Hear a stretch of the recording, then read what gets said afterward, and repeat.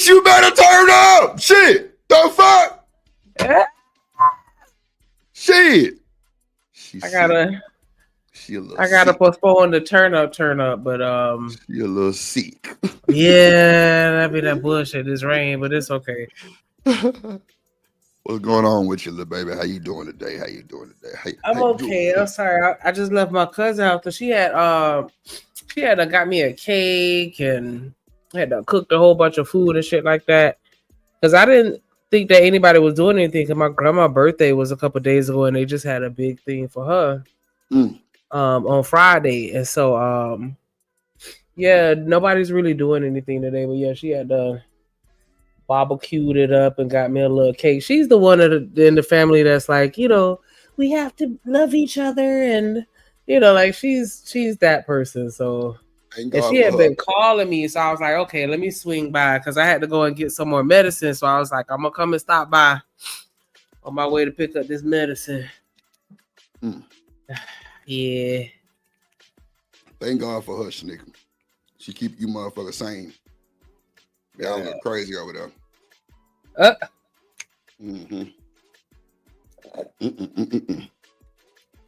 Lord of Jesus. I appreciate everybody for the warm wishes. But yeah. What your kids get you? I'm gonna turn on. And then it's kind of like, I don't know, it's kind of weird though. Huh? I say, what your kids get you? Nothing. They with their dad because they had this big thing. Because I don't know if I told you, but their paternal grandmother, her birthday today too, and so they got they got this big shindig going on down there, and they ain't shit. My oldest son just texted me happy birthday. My youngest son earlier, he texted me. He was like, man, they got us all outside. It's hot out here. And I'm like, damn, nigga, I'm thinking you texted me to say happy birthday. You sit here talking shit because you got to be outside and it's hot. And he was like, oh, yeah, happy birthday. Like, I can't stand them. I can't fucking stand them, but it's okay. Man, shout out to Nay for being a member. Yeah. Goddamn, 6 months. Goddamn it. I knew it was time to let your ass go. I got tired of you, goddamn it. Shit. Dealing with your ass for 6 months. Shit. Goddamn it. So, Shanika, Sugar Bomb is harassing Miss Joy still. What are we gonna do? For real. What I don't even understand because I remember it's like a piece of me remember how it started, but I don't forgot how that shit started. Like I just remember her calling her mammy and Miss Joy saying she ain't like that shit, and then it just kept going from there. Like yeah, I don't understand that one. Yeah, that's wild. We're gonna have to put some belt to ass to old Sugar. I mean, I'm saying, like, what up, Raz? What up, Stefan? Like, I can't control that shit nowhere else. Really can't. Well, I can definitely control that shit here, but you know what I'm saying? Like, we gotta just come on now. Like, come on, man. I don't understand. Miss Joy is married, been married 20 years, and y'all fucking with Miss Joy about some mammy shit. And the real gag is they wish that they could have what she have. Like y'all gonna be praying for that when y'all get older. I promise y'all, because a lot of these relationships that people are in is a fucking sham. I thought that's what they wanted. These women who fuck. These women don't be giving a fuck. Like it ain't no actual love in a relationship. Like you want what she got. I ain't even That's what I mean. I don't know. That's why these words and these definitions confuse the fuck out of me, Shanika, because it don't make no fucking sense, first of all. I was like that when I was young, so that's the only reason why it's just like, I get it. You have to, once you grow up and, live life, that's when you see things differently, and she's just really not at that place yet because she's still very young. What up, Con? Man, you don't know how old Sugar, man, that motherfucker might be 50 years old. Well, I don't know. You're right. But I thought they were saying she like just turned 30 or something like that. And to me, no fucking way. Hell no, Sugar Bomb ain't just turned no down. She like 30 something, I think. Oh, Because I it's a thought. lot of little rumors saying she like 35, 36, 35, 36, Oh, I don't. 35, 47. I don't know. I don't give a damn. I'm just saying though. Like, you know, Sugar Bomb used to be a mammy too. You know that, right? She'll tell you too. Yeah, I'm dead ass. She'll tell you. She say she a reformed mammy. I swear to God. She was with the simp god. She got to be a mammy. It only makes sense, right? I'm just saying. I just don't understand why somebody showing love for somebody else got to be a negative thing. Now I She can said see 31 Raspberry. What up, Con? if True. you What up, doing man? the most, then I can understand that. Or maybe is that what the mammying is, where it's like I'm a stab a woman in the back to uphold a man. Is that what that is? Because I don't get that vibe from Joy, so I don't know. Hell, man, I ain't gonna lie, nigga. It's only a few I go to war for, and you and Miss Joy top of the list. No bullshit. Like straight up, like I'm talking about all the way. Like I be talking to Miss Joy like she my goddamn family member. Real shit. And I ain't never heard nothing slip. I even tested Miss Joy. So nigga, I told you that shit. Nothing slipped. Nothing. I'm talking about live and direct.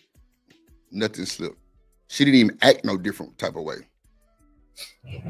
So that's how I know what time it is. You feel me? When motherfuckers show me something like that in live real time, I ain't talking about no phone. I'm talking about like we on the stream. Yeah, it was like. Yeah, Miss Joy is somebody that I will fuck with in real life outside of YouTube for sure. Yeah, man. Look, I could sit there and talk to Miss Joy and smoke that good weed. I would go to her house and hang out with her for sure.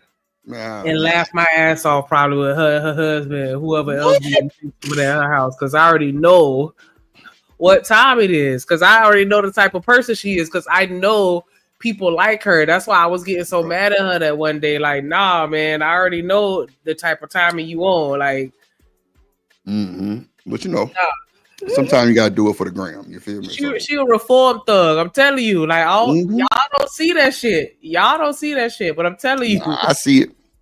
I see it and see it. I can see her with some braids to the back, looking like. And some jean shorts and some a shirt on, like not like looking like a stud, but I'm saying, but like you know, what I'm saying, like a tomboyish type of girly, like you know what I'm saying, like shit. Probably she was probably out there whooping niggas' ass too. Ain't no telling. Man, I don't see all that, but I see a pimp. I ain't gonna hold you. I can see Miss Joy being a pimp for sure. Pimping these niggas and these hoes. I'm trying to tell you, on the blade.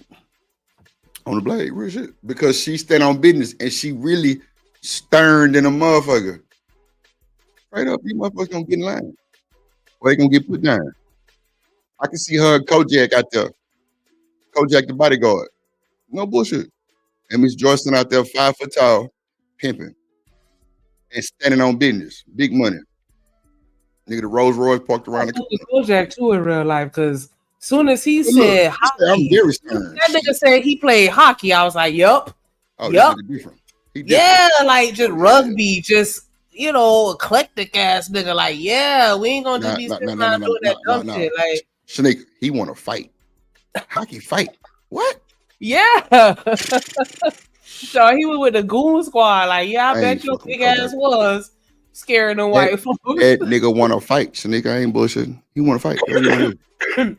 That's why he tell you get put down or get down. Goddamn, or get put. This nigga 6'7" playing hockey. Hell, nah. I don't want to play no more. Like, fuck that shit. I'm riding the bitch. Shanika, I'm normally the tallest nigga, pretty much for the most part, everywhere I go. Right. Kojak coming to build, and I'm looking at this nigga like this. Looking up, like shit. What, bro? My partner's 6'6" to 6'8", so I know how it go. Yeah, I'm the little nigga in the group. Like I'm the short. Like no bullshit. Them niggas 6'6" and 6'8" and goddamn act like they 5'2". Yeah, one of my exes was 6'8", and that shit was just crazy. Like nigga, like, cause you know I'm tall, so I'm not used to having to look up, like actually lift my chin up. Like damn, what you doing up there? Like shit. Yep. Gotta jump up. Bouncer.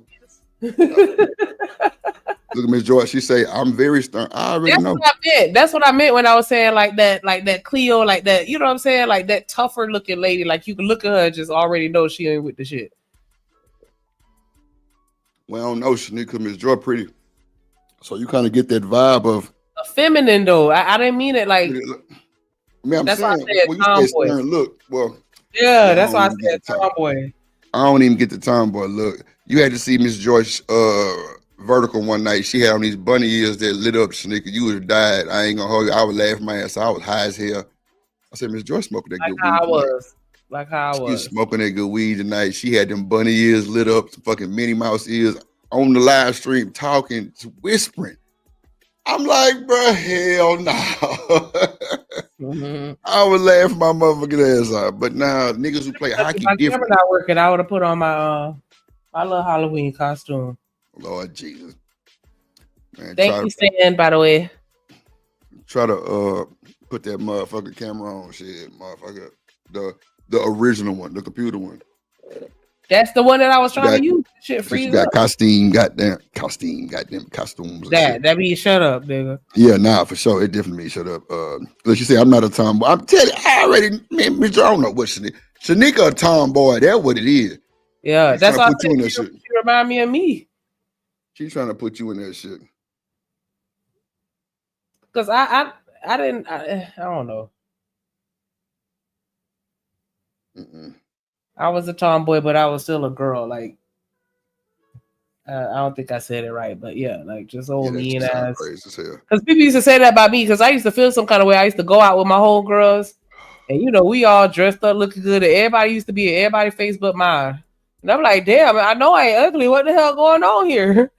And then one of my homeboys said, because you look mean as fuck. Like, ain't nobody trying to fuck with you because you look like you ain't with the shit. And we with the shit. And I was like, damn. Nah, you were just looking like a nigga out there. That's what it was.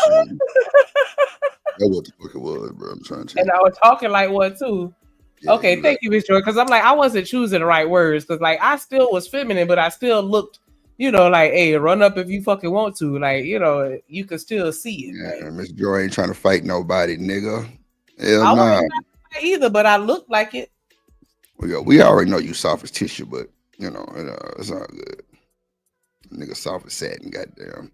I'm only soft with the people that I care about, but the people that I don't know, fuck you. Yeah, but you still soft at the end of the day. You ain't gonna stand on business on the fuck you for too long. You'll get soft. Motherfucker try to tell me something. Ain't the fucking way.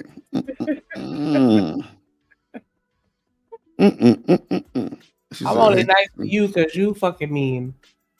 And that made me be nice because, like, you know, like you're a little more dominant than I am. Little more, child. Dominant my little more my ass, nigga. This nigga crazy. Yeah, I'm telling you, Miss Joe, I don't know what this nigga trying. Yeah, that's how I was. I didn't fight either, but if you push me, nigga, you gonna regret it. I know that much. But nah, I wasn't calling the popo. You was gonna have to call the popo. Nah, you ain't doing shit. All right. I don't see it in you. She would have told you because she was like, shit. I saw Shanika fight two girls. I knew not to run up on her ass no more. I was like, I wouldn't fight you ever, but I'm glad you know. Shout out to the bestie, but nah, you ain't going nowhere. You ain't doing no fighting. Okay. I don't believe it's in you, man. You just nigga, all my life I had the motherfucking fight. I grew up. Nigga, you fought. You don't think I be playing when I tell you got to get jumped in to be an OG? Like dead ass. Well, you ain't OG though. So what happened? They ain't never have to jump me. They ain't never jump me. Exactly, but we have to fight. We fight each other. We fight other people. Oh shit! I'm telling you, you gotta call. I try to walk away because I always end up being labeled the aggressor simply because I'm the bigger person. Because it was always some little 5'2" ass bitch running up on me, and I'm like, listen, you don't want it with lean. Just get out my face. And then they keep trying it, and then you know what I'm saying, it's not my fault that I'm stronger than them.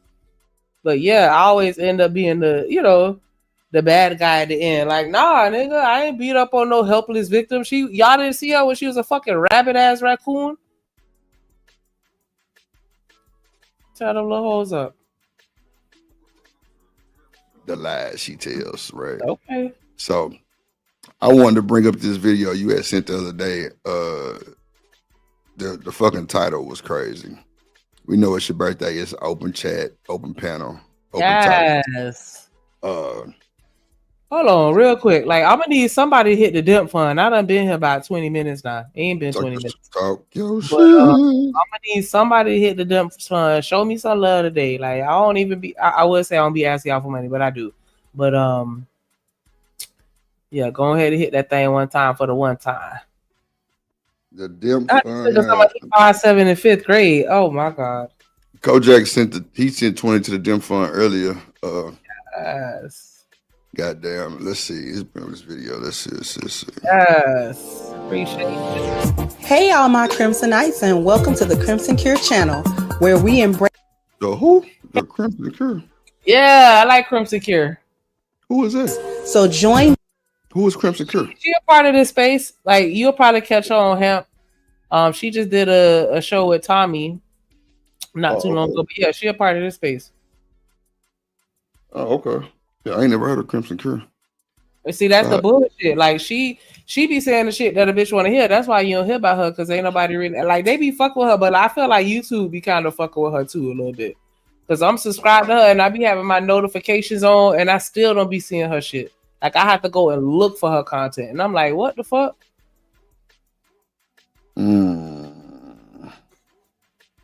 He say, yeah, Crimson Cure solid. Okay. Yeah.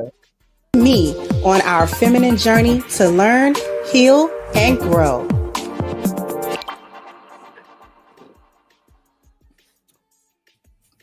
Hey there, my Crimsonites, and welcome to the Crimson Cure channel. I'm your hostess, femininity coach, and author of The Crimson Cure, and this is my perspective. So if you want to know how the young girls learn how to be hoes, that happens in the home. Damn. Okay. And it's this video that I'm going to tell you is short. It's full of a lot of Wait. That just caught me off guard. Goddamn shit. Yeah, I told she be getting on there. They be calling her mammy too, child. You know, like all the mad motherfuckers ain't mammies, but all the nice, humble, loving motherfuckers mammies. It's crazy work. Yeah, if you call a woman out, then you a mammy. Wow. And that's the problem. Entitlement. That's the rule. That's the rule. Fuck a rule. I'll break rules. Entitlement is crazy work. Maybe I'm telling you, that's why I ain't got them high ass hundreds and 200 numbers, because I'm not falling for that bullshit. Yep. You can't come over here and just think because you're a woman, nigga, everything go, and niggas the same way. I don't understand that shit. What? Niggas just fucked up. Well, motherfucker, maybe it's you. Yeah. That attract fucked up ass niggas. You ever thought about that? Okay. I'll wait. And then they'll say, Shanika, mammy, and for drill. That shit is, bro, that's why I say, yeah, I guess somebody start going against the grain just on some real disrespectful shit.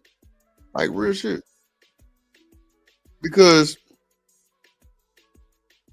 the entitlement is crazy. And that's how I know these motherfuckers probably single, lonely, ain't got nothing else to do.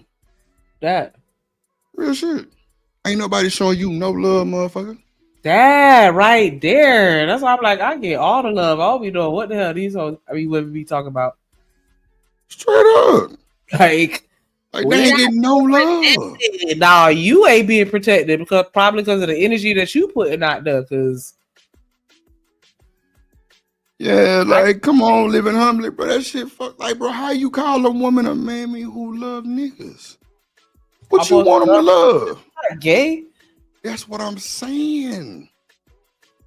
And all these old hybrid mechanical robot ass women be with that bullshit, be wanting to shoot a nigga toe off. Hell no, nigga. Ain't no nigga getting this way. And when a good nigga run across your way, you don't even know what to do with him. You don't even know what to do with him. Run him off. Call him man, look. A lot of women deal with niggas that ain't shit on purpose. Because when you deal with a nigga that's about something, he's gonna hold your ass to the fire. And a lot of people man. And but wait though. Value nigga, that nigga gonna be looking at you like, what's up? What you doing? But they want a high standard individual. Man, you wouldn't know what to do with a high standard individual, man. You wouldn't. Some niggas don't know what to do with a high standard woman. Cause she gonna call his ass to this goddamn eat plate too. She gonna make him stand on something. Ain't no you ain't doing nothing all day. She gonna make sure you do something. I'm just saying, bro. If that ain't the type of time you want, stand on that shit. But don't go around accusing everybody for some shit that you got drug in. Everybody ain't fucked up. Ain't no fucking way. That's why I'm just like, you know what? This space can have all of it, because, I mean, it ain't nothing but a bunch of sad motherfuckers on here. Like, women get mad when a content creator flirt. Oh, he just, she man. What? Bro, y'all crazy as hell. Like, okay, cool, be gay. That's what I'm gonna start saying. Fuck it. Okay, be gay. Shout out to the gay folks. Shout out to the gay folks. I'm trying to tell you, be gay. Dad, I all want what you want to do. I'm just saying. And I be saying that all the time. Like, men make my life very comfortable. So I'm absolutely gonna be appreciative of that shit. Oh, what's the name? Shout out to that boy Smitty. Hey, put your cash app in the thing. It's on the banner, nigga. Oh, okay. It's on a banner, Smitty. But yeah, I think that is really just a result of when you ain't really being loved properly. If you've never experienced that, then you go into a relationship with a bias, and then once the bullshit happens, you use that to validate your bias. And we intentionally choose people that we know, or subconsciously sometimes choose people that's going to validate our biases. We go for the niggas that ain't shit so we can continue to say these niggas ain't shit. Why the fuck are you searching for a nigga in jail?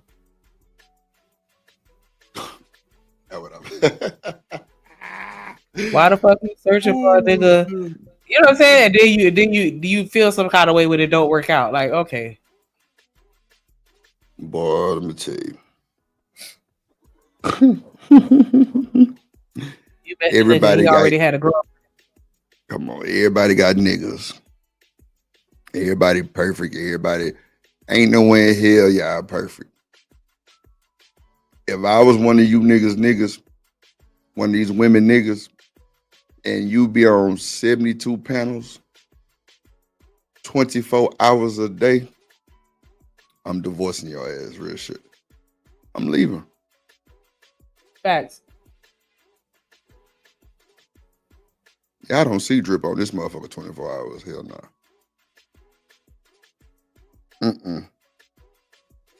I remember Bean said some shit. He say, Drip, you must be lonely. I say, why you say that? He say, nigga, you stream a lot. I say, nigga, no, I stream at one time. That's it. Every time when I was going on late, like 9, 10 to 3 or 4, that was it. You wouldn't see me no more until that night again. So I know, fuck out. Boy, I'm a nigga. You crazy as hell. But you come over here talking about you conflicted and you miss us. Nigga, you lonely, nigga. That's the problem. Get you a companion, nigga. And it ain't no shot to be just anybody. Women or men, get you a companion. Get somebody who can entertain you. Get somebody who can love you. Love you for you, not for everything else you got. Like, come on, man. This should be crazy as hell. What up, I be Wody in the building? Like, it's niggas in this motherfucking chat. Like, I be trying to tell these folks, like, my chat don't drag women. Like, I ain't seen it. Now, if somebody come at them, they gonna reply. As need to be. They need to. Don't get their ass no pass because they disrespecting the fuck out of you. Hell no. Fuck no. I'm not giving it to them. I don't give a damn who it is, nigga or woman. Nigga, bro, you disrespect me in the worst way, bro. Best believe something coming back. I don't give a fuck who you is. And people think just because you're a woman, you can't say nothing to them. Boy, fuck you. Real shit. I wouldn't give a fuck. Nigga, if you think you finna talk to me crazy and I ain't gonna say nothing back, you crazy. Now, if it's something that can be just dust off your shoulder, like, yeah, she must not know. Cool, let it ride. If you can let it ride, I say. But if it's just out of line, out of bounds, bro, you check that shit. And that go for men or women. On both sides. Women, don't let these niggas drag your ass. For real. Check that shit. Check that shit at the door. Like, look, nigga, I ain't the one. I ain't come here for that. Straight up. It's the irony for me, bro. Like what the fuck is going on, bro? Like, I don't know. It just really blow my mind sometimes because I'm like, the definitions y'all make up for these people that make them sound like a fucking idiot is shit that these folks want. I don't fucking understand. Appreciate you, Smitty. I don't understand. Yeah. Like, I don't understand. So what you want, a motherfucking robot? You want a motherfucker with a goddamn dildo strapped to her? That what you want, huh? Because you don't want no soft woman. You want to dog that motherfucker out. You want to tell her she can't wear nothing but a motherfucking cotton drawers from Walmart. Ain't that some shit? Nigga, you better put that shit on. The fuck? Like, I ain't never heard some of the shit that I've ever heard till I came to the internet. That's why I be like, I am not going. And niggas see me in other chats, they be trying to convince me to change my mind. Stand on business, Drew. Stand on it, nigga. Hell no, I ain't going. You can't change my mind. I'm sorry. I just don't understand how people can sit here online and be like, women ain't shit, men ain't shit, and then go lay up with your husband or your wife or your boyfriend or girlfriend at the end of the day. Come on. They laying up with that palm and that rose. That's what they laying with. They ain't got no nigga. Shout out to Rogan City for the cash app. Definitely appreciate the love. I just throw a couple bills and she'll have a pair of hips. I need 30%. This ain't no damn hoe house, Shanika. What up, BJ? Nigga. I just throw a couple bills and she'll have a pair of hips. I need 30%. This ain't no damn hoe house. Oh, you say motherfucker be taking. Yeah, man. Oh, hell yeah. Well, baking like a motherfucker. Baking like a motherfucker. Look, I already know, G. When I be sitting up here saying they be lying, you think I be saying that shit for my health? Shit. Ain't no fucking way you a fucking terrorist every day and you standing on this bullshit. Nigga, that is a grift. You lying. You are not like that in real life. Stop it. I'm telling you. Like, can we go back to being romantic? I don't know what happened to those days. Is it because we don't hear it in the music and see it on TV or see it no more in real life? Is that what's happening? Don't nobody see any love or experience any love, so that's why y'all just on some angry shit all day and all night? I don't understand that. But what nigga or woman want an aggravated, angry motherfucker? Oh, wait. You just aggravated out, angry all the time, bro. No. She like nice booty rubs in the bed. You know, she like to kiss and shit like that. She want to cuddle. And Drip is the cuddler. I'm the cuddler. I'm coming to cuddle with you, bitch, in the middle of the night, my nigga. I'm trying to tell you, you better watch it. The cuddler. I'm trying to tell you. You niggas gonna learn today. Yeah. Telling you, bro. I'm telling you. Telling you. Ain't no way in hell y'all got niggas fucking with y'all. That's cap. Cap. Don't nobody want no motherfucker like you. I bet they don't know you got YouTube. I want them to see your comments in these niggas' chats. Let's see what they say. Ain't no fucking way.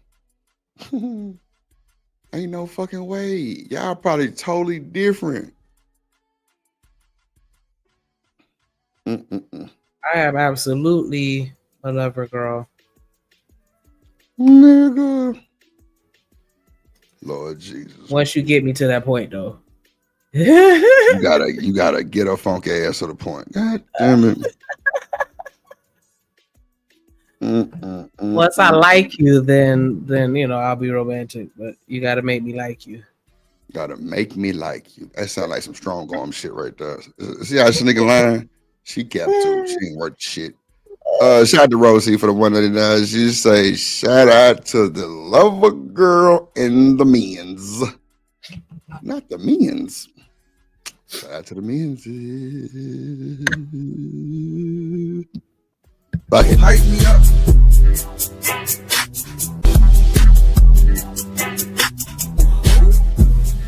On me. You the one. Ain't nobody fucking with. On me. What up, boss man in the building? What up, boy? What up? What up? What's going down, Talking about you ain't doing all that. What? Yeah, I don't do all that shit. What you mean you ain't what shit? That shit that Drip was talking about. You ain't gonna come lay with me on the couch and watch this movie with me while I lay on your chest? We can lay together, but I ain't. What he say? Rubbing on? Nah, I ain't doing all that. You gonna rub on this booty? Tell him. Oh, okay, you gonna be that. You gonna be a sad motherfucker. Boss man, talk about it.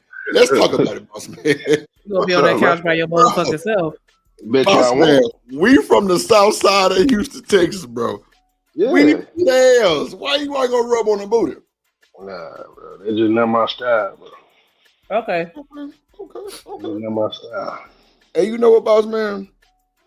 My booty still gonna get rubbed on. Oh, that's fine. Well, see, now y'all cheating. Now you cheating. You know what I'm saying? So Yeah, because it's I crazy work. No, I ain't say I was somebody that cheating. I ain't say I was cheating. I said he gonna be on that couch by his motherfucking self. Nah, Yeah. you said I your ain't gonna booty be still gonna there. get rubbed on. That Yeah, what you I'm said. not gonna be with him. I'm gonna be with somebody that was gonna want to rub on my booty. He gonna be on that couch by his motherfucking self, rubbing on his dick. Rub on your own dick. Rub on your own dick while somebody else rubbing on his ass. You gonna leave the best thing to happen to you because I want to rub Come on, you. boss man. Rub on your dick. Rub on your dick on the couch by yourself. See, Since that's you the want to thing. rub That's what on I be me. saying about women. A woman Since will you don't miss want her to touch me. You don't want to because of her fucking dick. touch me. But you the Women best will thing miss that I her ever dick had. A because of nigga her that dick. don't want to fucking touch me. They Okay. sound like they married. I didn't Y'all say hear that I this wouldn't shit? touch you. You know what I'm saying? You thinking way too deep into it. I just said I ain't rubbing on your booty. That's it. That's you pretty much saying that you want a divorce in so many words. A divorce because I won't. Man, that's crazy. Yeah, you don't want to rub on me. That's your backhanded way of saying you don't like me and you don't want to be with me. You don't want to rub on my booty. How can you get all that? What? Wait, That's come a on. stretch. Please. That's a stretch. Yeah, please. How you get all that out of that? Like I said, if I be That's crazy. Shanika. Now I'm playing. Go ahead, bring your ass over here. Stop playing. Dang, I already Look, know what's watch up, this. nigga. Watch this, boss man. Watch this. Shanika. I can be talking shit, man. Shanika, I know you talking shit. I need you to give these folks a real time clap real quick, please, if you don't mind, to change boss man whole mindset. I need you to give him a real time clap real quick. I need everybody to be quiet. I'm gonna have to take my pants off. Take the motherfuckers out then, the fuck. Let's go. Oh my god. How you put me to work on my birthday? It's your birthday, today nigga. your birthday? Turn up. Turn up.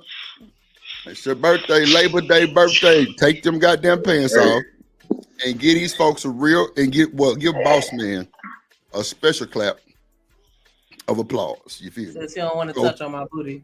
Yeah. Go ahead and show him something real quick. So You done yet? So he further know. Lord Jesus. Oh my God. Oh child. Okay. All right. Okay. All right, get through. Okay. Boss man. Why you stop? With that being said, my boy. I'm trying to figure out what you stop. I ain't say stop. He ain't say Oh Lord, man. We in this whole turned up for them guy BDAY. Hit the cash up, bro. Hit the super. Shout out to happy birthday, Shanika. She had to change boss man life real quick. You say shit. Bring your ass Not here. rubbing on Goddamn, my we ain't got ass. time. Get the fuck out of here, nigga, with that bullshit. You gonna be face deep in these cheeks, nigga. You Lord said what? Jesus. Nah, I ain't doing all that. That's how you get E. coli. I'm good. Okay. I'm doing all that. I'm so serious. I ain't doing all that shit. Hold on, boss man. What you Yes, get? you are. What you get, boss man? You say E. coli. E. coli. Yeah, I ain't doing all that. Bro, I come rub through. on it, slap it a little bit, Oh shit. push it a little bit, grab my hand, put my face. Oh. My nigga say that's how you get E. coli, bro. I'm done, bro. That's it for me today, bro. You talking all that shit on the stream and they be eating that pussy from the back. Shut up. Oh shit. Tearing that shit up. Bro, I am through for the day with All that y'all. one, bro. My nigga Especially the ones that be like, oh, eat coochie, oh, be doing all that. Be God, tearing bro. your shit the Nah, fuck see, up. I never said that. I just said I I don't ain't do talking about you. I Oh, ain't talking about you. I was just shit. saying in general, the niggas that be acting like they'll be into all that shit be the main ones. Yeah, the niggas be capping. Yeah, they be super cap. Main That should be ones. funny though. That is funny, boy. That is fucking funny. That motherfucker is how you get E. coli. I'm so serious. Y'all think I'm bullshit. I'm so serious. Bro, like, I don't want to do this. Y'all know, y'all know I'm a health nut. That shit right there. No, that's bro. It was just funny how you just said that shit though. It was just funny. Yeah, nah, I ain't doing that. That's how you get E. coli. E. coli.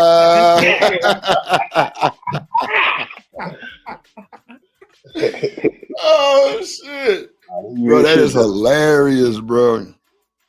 Damn, boy, that's hilarious, boy. God damn. DJ say boss man a fool. That be that bullshit right there. Hell, you're cool like a motherfucker, boss. How your shit going, my boy? Oh, me, I'm just working, nothing crazy. You know what I do? Getting this money. For sure. That's what I'm saying. What's in it? Shanika about to miss out on a blessing because the nigga don't want to rub on it. Shit crazy. God damn. Not the blessing. Not the blessing, man. Blessing. She said that is. Yeah, I need all that. The booty rubs, the random ass smacks. When you walk up from behind me and grab my neck and kiss me from the back, like all that. Yeah. She grabbing your neck. Yeah, I'm gonna do that. Yeah, for sure. Boy, that shit hilarious, boy. Y'all act like y'all don't like girls. Like, what the fuck is going on here? Who don't them niggas don't like girls. On you, you telling me you want to touch me? They don't. I'm lesbian. Damn. I be damn. I'm stud. I'm God, I'm stud. Shit, that nigga say I'm a stud. That's how much I like women. I'm a stud, bro. I'm cool with that. Bro, I'm over here dying. Oh, that shit is funny as I walk out in my fox outfit with my foxtail. Yeah, you know all that. I'm a whole stud. I'm giving down. Goddamn right. You got the foxtail outfit, Shanika? Yeah, you know where the foxtail go. In your ass, right? In your ass, right? Yeah. How that feel going trick or treating with a tail in your ass? How that shit go? I'm going trick or treating, but it ain't gonna be door to door. Oh, well, I need 30% because this ain't no goddamn hoe house. Hey, Drip, I don't want to be rude, bro. Nah, you got it. You sound like what's his name? Who, Birdie? Nah, that one nigga that used to be on the panel with y'all. Who? The little big nigga. Little big nigga. He was on welfare or some shit. Who you talking about, bees? Hell no. Oh, shit. God damn. What up, Truth in the building? Oh, shit. I see you breathing. Happy birthday, lady. Yes, appreciate you. Yeah. Shout out to the man with the $20 super chat real quick. He said, I'm just going to say happy birthday. Round of applause. Pause for the birthday girl, literally for sure. Fuck around Nah, with Drip. Enjoy. fuck around with Now just throw a couple bills and she'll have a pair of hips. No, see you disrespectful, Shanika. Watch this. Georgia. Also ATL.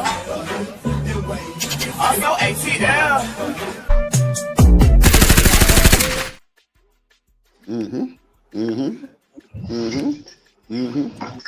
Also Shout out to you, man. ATL. Hold on, let me bring it back for the bar. Hold on, boss man, I got you. Georgia. Also ATL. Also ATL. Man, shout out to Edie Man in the building. Edie Man just hit the stage. Let's go. You a lawyer, okay? This nigga crazy. How you gonna come up here and drop that? Look, he want to do it again. He gonna hit the lick again. Watch. That's funny. He did. Georgia. Georgia. Also ATL. Also ATL. Edie Man, I ain't finna play with you, bro. That's your third time dropping and coming back. This nigga crazy, bro.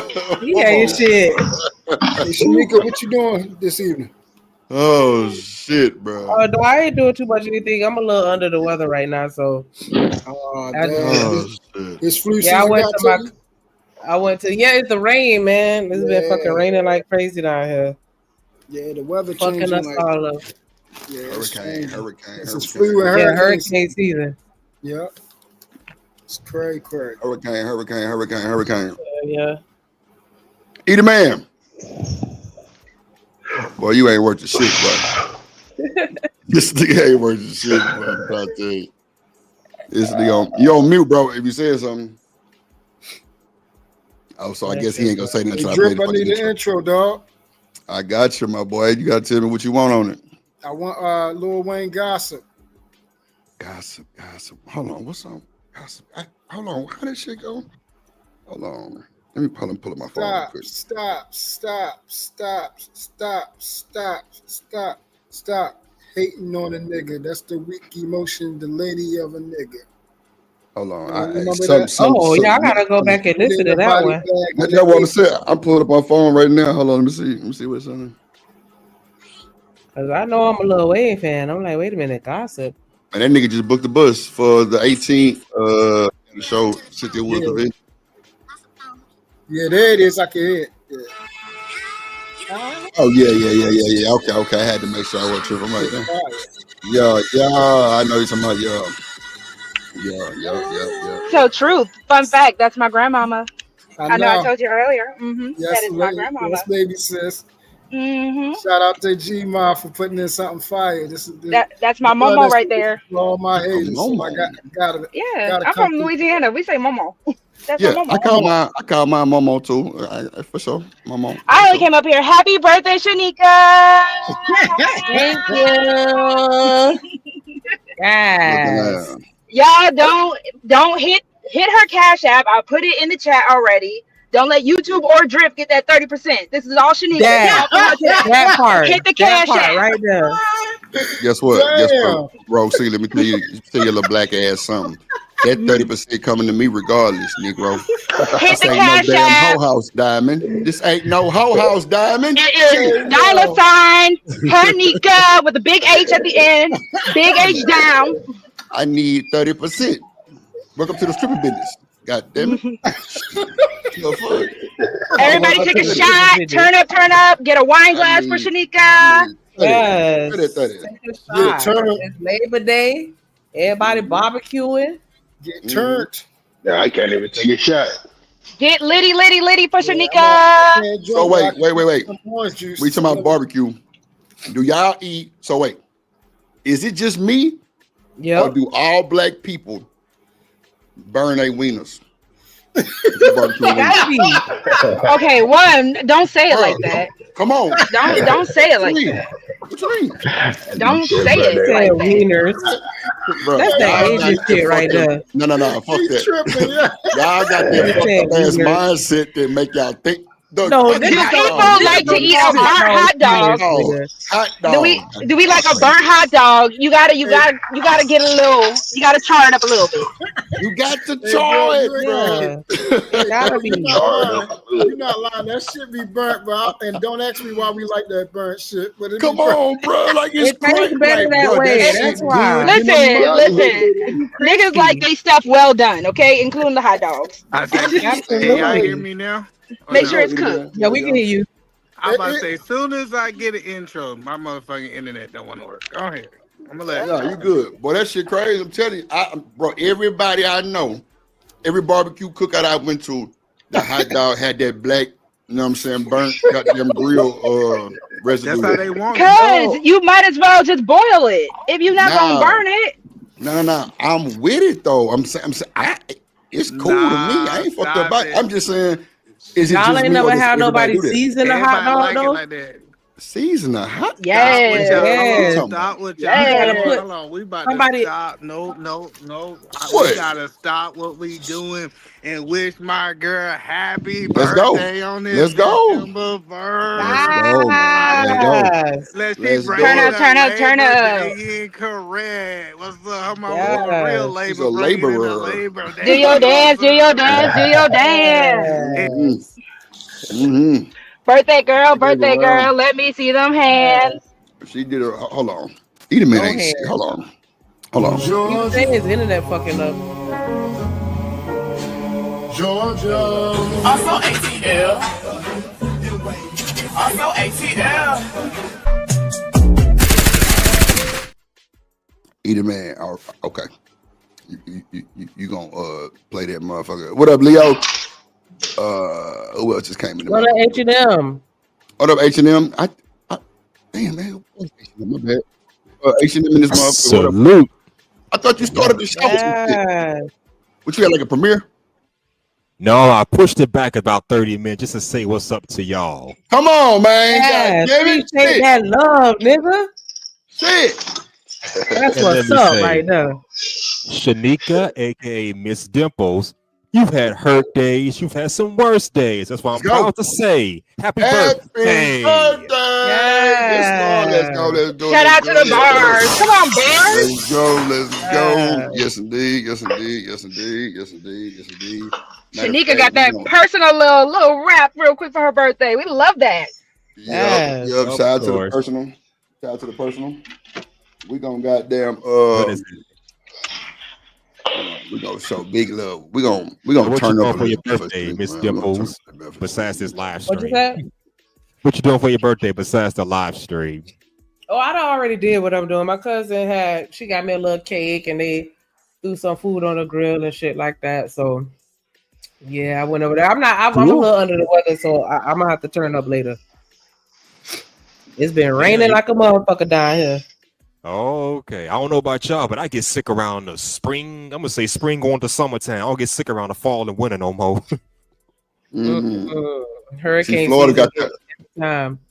hurricane season. Yeah, do it every time. Y'all had some hurricanes or Shout out something to them out there? hurricanes. Y'all put me in the back. No, No, your raggedy internet did. Dad. That shit just put me in the back. I'm just listening, talking. I'm like, Nah, we ain't put put you me in no back, bro. It was dropping. I don't know why, but shout out again to my girl Shanika. I don't know if she heard that whole thing, but we gonna turn up again for my girl. Yep. Yes. Let's get it. Period. Yes. And so we ain't gonna say it's weird that dudes don't want to lay and rub on women. Like this getting weird on YouTube at this point, man. I'm like, what the world are we talking about? Nah, we said booty rubs are required. Dad, like, Damn, come on, man. they're damn near mandatory. But men don't like it when we tell y'all what to do, so it's Me required. personally, Boss I man can do was the just back rub. I can do a back rub or a foot rub, but a booty rub, I don't know about all of that. What What is wrong Oh, with rub you? these That is cheeks and you gonna weird. like Listen, it. listen. Bro, y'all crazy. Y'all What's are wrong with weird, you? bro. So y'all not Listen, gonna be just laying down and just grip it real quick and then they rub on it? scared of No. it. They scared of the Like, Y'all booty. what I scary know as they hell. scared of the fucking booty. You hell front in is my going face is on? gonna be a problem, Yeah, okay? that was crazy. You will rub my feet, but you won't rub my ass. That's crazy. He's scared of You it. fart in That's my too much face, booty it's for gonna be him. a Listen, problem, okay? Why would she do that? Why would she do that? Hold on, wait, Shanika, hold on, I'll hold on, fart in your hold face. on. I ain't gonna fart in your face. One mic. Shanika, it was two dudes. Lord It was a Jesus. dude that smiled when What you in the clap, hell? and it was a dude that was frowning because he got Eat a intimidated man. when you start clapping. Huh? Eat a man. Let me ask you this, bro. So Hustler must have just said, out of everything you could have possibly said, and I don't want to get too far because I know my boy Truth, we don't want to get too exotic around my boy. You know what I'm saying? My nigga, that nigga married. Nigga, He hold fucking on. too. God damn it, He if you don't fucking shut your too. motherfucking No ass up. disrespect. No disrespect. Hold on. No, you good. I'm You good. just saying for the saying. You feel me? Yeah. Now we know bro just had a brand new beautiful baby. You know what I'm saying? Baby boy. I think that so shout out to him for that. Yeah, but I'm saying this. Everybody gonna touch that ass if you got one or not, right? So goddamn Hustling Muscle just said she gonna fart in his fucking like why in the fuck? Boy? Let me tell you, I got a homeboy, and that's what happened to him. He was rubbing her You need to ass. stop talking to your friends, Hustler. Hustler, listen. Was he Hustler, rubbing or eating her ass? Like, come on, bro. Clearly, he was eating her ass for her to fart in his face. Eating. Okay, you going too far, buddy. I don't do all that. Damn. No. I'm gonna let you know if your homeboy told you that he You liked just it. said wait. You just said that she farted in his face, so his face had to be down there. No, he was giving her a back rub. He was giving her a butt rub. I guess he had his head up against her ass. Oh yeah. You should let it rip. Drip. Don't. I'm telling you, he asked for it. Any man, Drip. anytime that happens, he asked for it. He wanted it. Hey, no Drip. I You should know how to hold it in. Shit. No Drip. No, he asked her to do that. Hold on, 1 second. Drip. I don't understand how you do a back rub and miss the booty. Like, I don't. Like, bro, how do you massage a back and just say, you know what, I'm gonna skip over all this lusciousness here. That's crazy to me. H&M, you know your homeboy has a kink. That's a kink. A lot of men actually do like that. That's what he asked for. Don't believe the hype. I got my kinks too, so I ain't judging anybody. I got my kinks. I'm like, I'm saying he don't want to rub ass. no ass, bro. Y'all I'm niggas like, matter of fact, if a their girl own. tell me Drip, if a girl tell me she want a back rub, I think she want an ass rub. come, bro. You ain't got the I ass. guess. 9 times out of 10, yes. When I approach you, I'm grabbing your ass with the hug immediately. Like, what are we even? Bro, you know what, bro? Y'all And he niggas said just giving booty me roast. signs He of said booty weird. roast required. They must.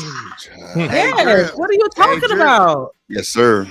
I think the more Some type of mandatory. the more I'll I work go my on way YouTube, down to it. the Okay. more I Stop think that back, dudes want dudes. and I'll go to the ass. Boy, try.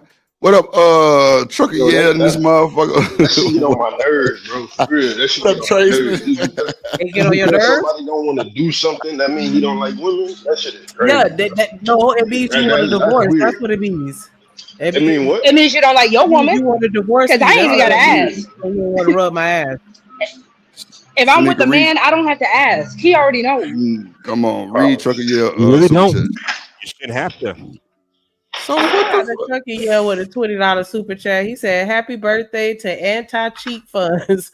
Leave them ashy, even on a special day." You know what, Chuck, you ain't shit. Well, your Bro, ass you is missed ashy. the That's live gonna be a clap. problem. Yeah, man, you missed a round of applause. She shouted out, nigga, that was a Super Bowl clap. I ain't gonna hold you. It's like it got loud, then it started echoing. My headphones start cracking. I'm like, damn.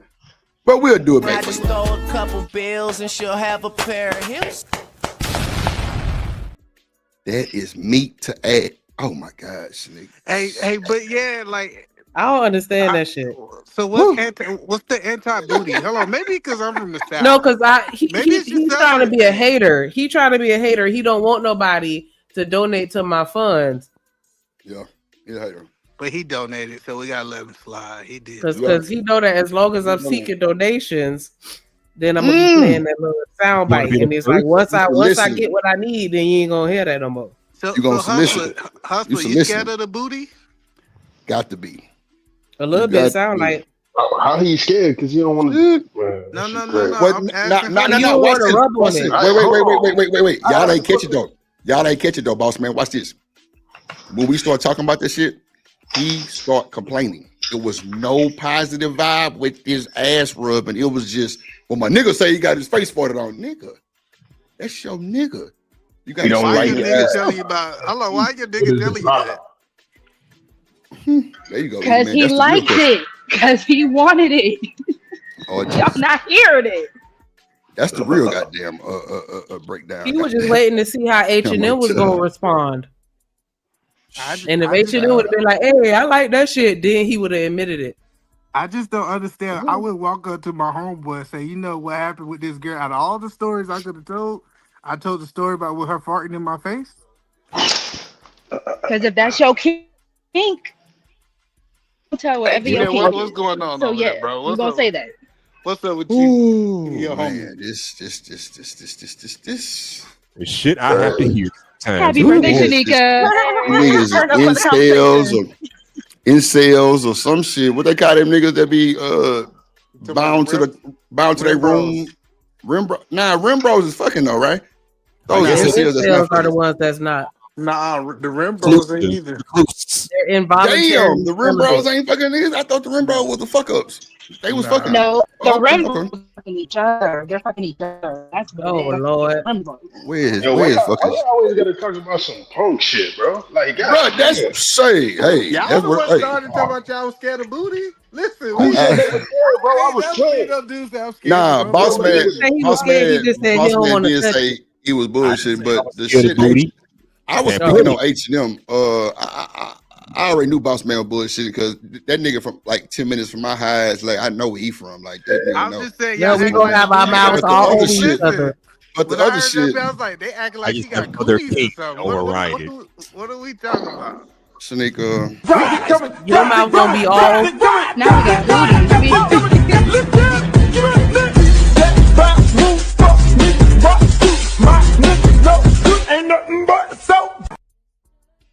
yeah, I know man. Boss Man put his nose in it. Oh shit, Nah, God you damn. crazy. That's what I said. Then he gonna try me talking. He gonna get. That's how you get E. coli. E. Yeah, that's how you coli. That's how he got E. coli. That's how he know. He put his I ain't nose never had in E. coli in my life. it. He know Boy, from Chapman, experience. what up, boy? I ain't never had E. coli in my life, cuz. Oh shit! Shout out to Mark See what Chapman Mark in the said. building. This is status quo. Every time I greet my lady, HTA, hands to ass. Come on, That bro. part right there, my nigga. That's what I said earlier. That's Get just down normal like that. protocol. I get It's protocol. What you mean?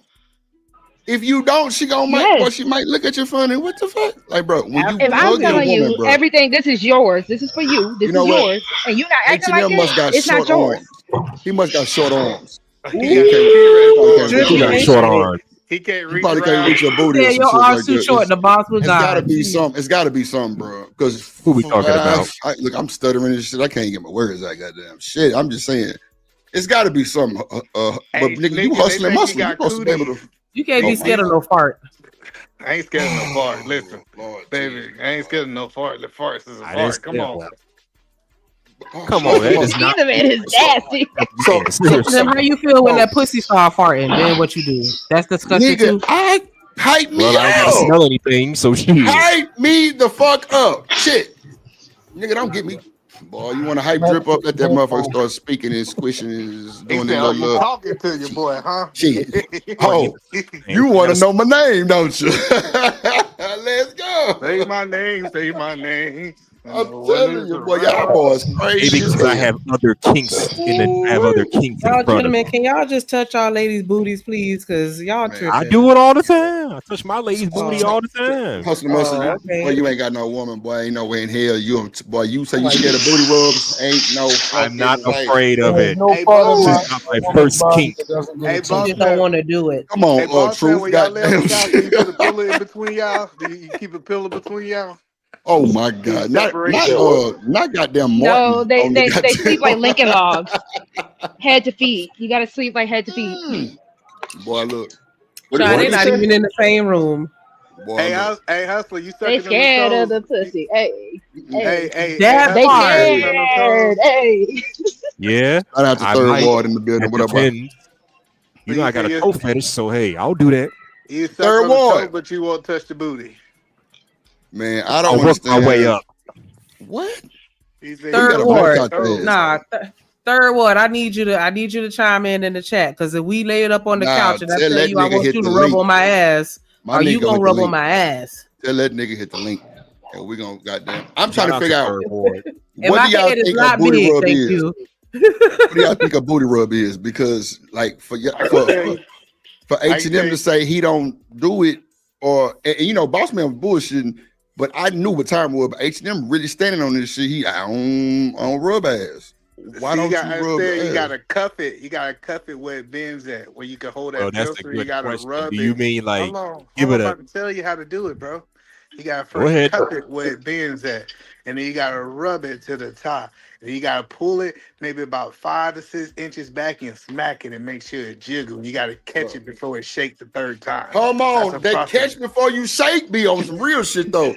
I ain't gonna hold you. You That gotta is be real able to have that methodical. motherfucker. Come Yeah, on, that sounded yeah. amazing. Like, You yeah, gotta. that I'm right trying there. to tell you, That's you gotta real look. methodical right there. When you hug her, bro, she gonna be on your neck. Make sure you smelling good, fellas. Make sure you niggas smelling good, first of all. Like, Make don't sure be you in that got that motherfucker smelling like Issey 2-day Miyake old on. You gotta ass. have some of that Come Issey I on. never had Miyake that on. issue. That old Issy? Come on, Pimp C said it best, man. I'm smelling like Issy Miyake in the studio. What? Bro, niggas, Issey bro, let me tell you something. Miyake.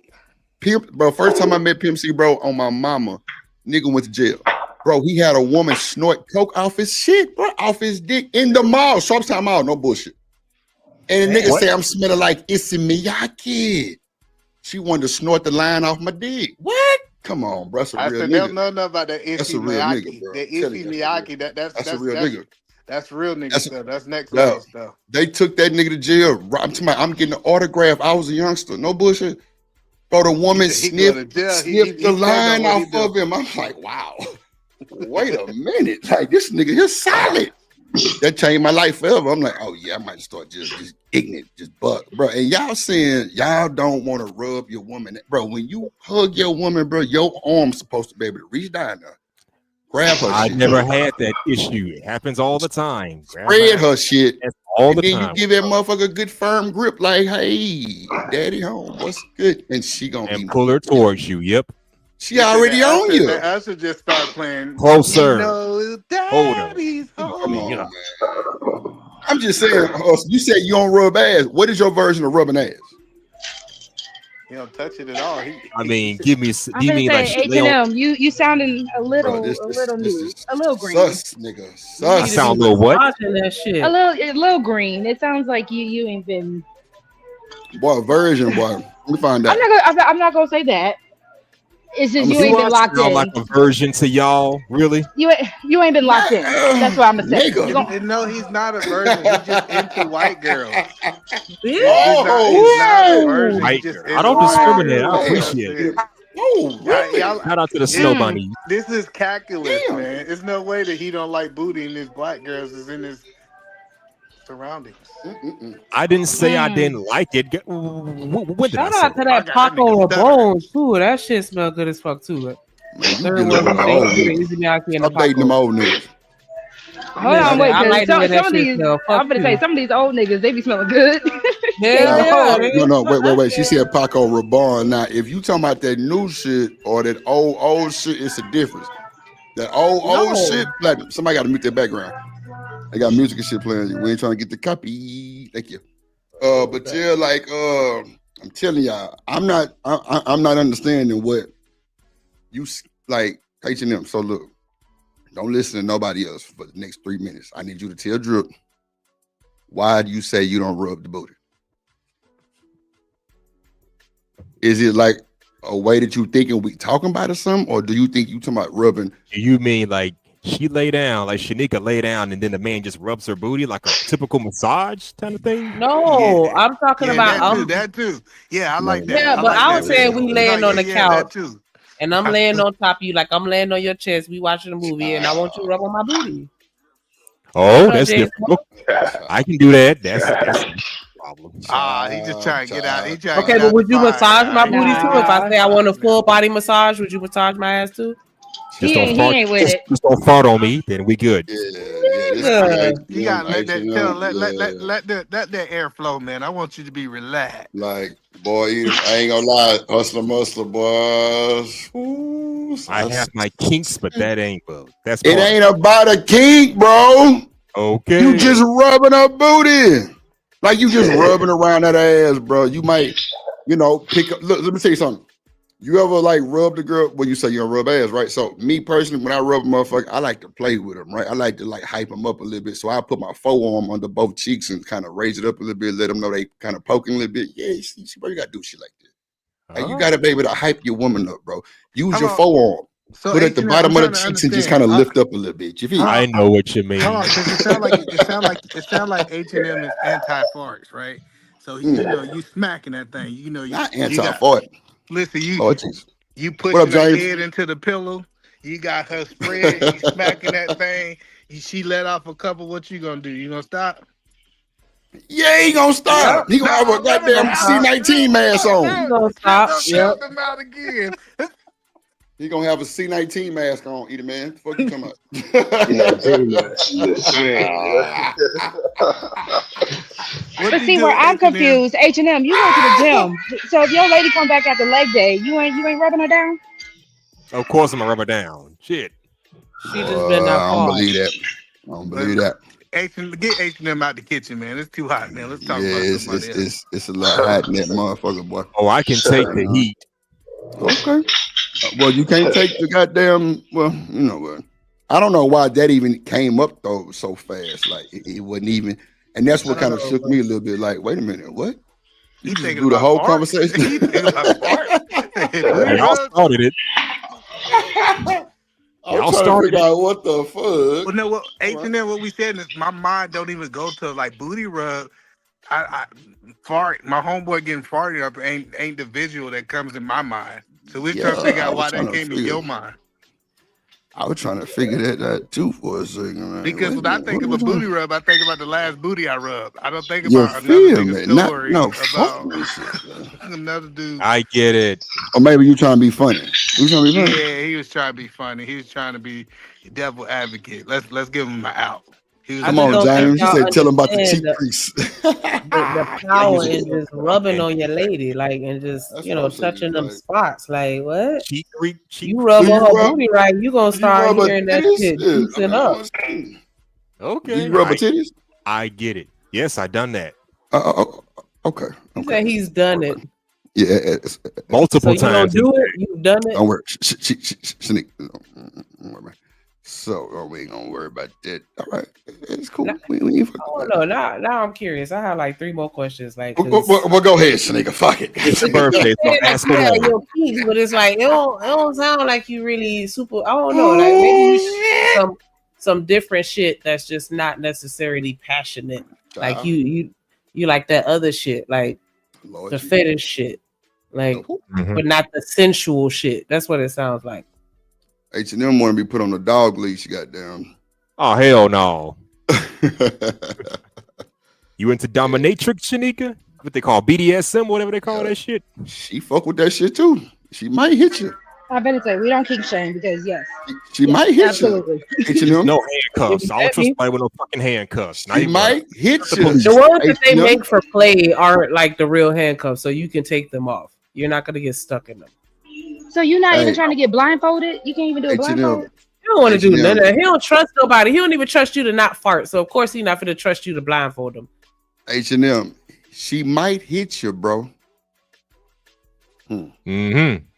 Wow. I do have a paddle. Nah. I ain't talking about the paddle. But okay, you got it. You know she. Oh Lord, you know what? You know she a stud too. H&M, I ain't gonna hold you. What? She's a stud too. Yeah, Shanika stud too. Ain't you a stud, Shanika? You wouldn't hit him, Shanika? Maybe. Don't make a comment on this right now. Exactly. Stop capping. Nigga, it's your birthday. She ain't no stud. I've seen her on camera a couple of times. H&M, Shanika hit you, bro.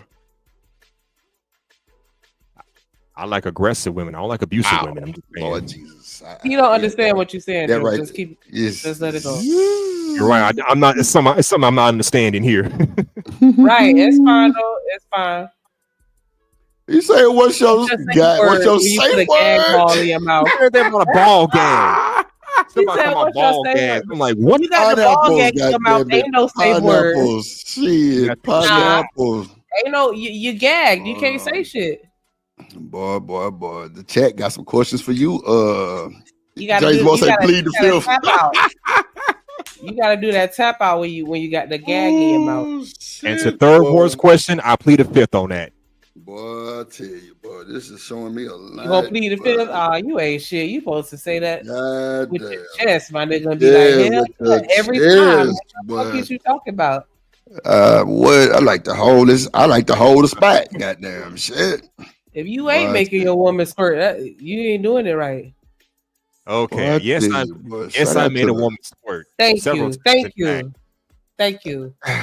That lack confidence for me. I don't. That lack a little confidence. No. Wait. Hold on. Either man already said he like white women. That's why he's talking like that. Hey, don't discriminate. Appreciate. No. Wait. One thing about old drip, nigga.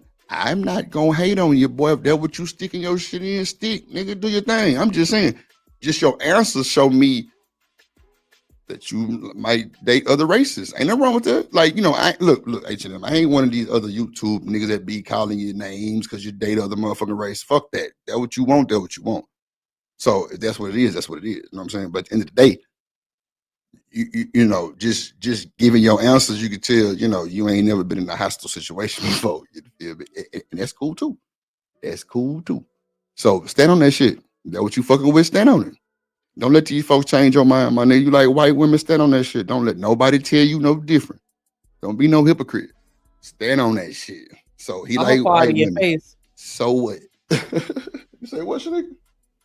I'm gonna fall in your face. God damn. Oh hell no.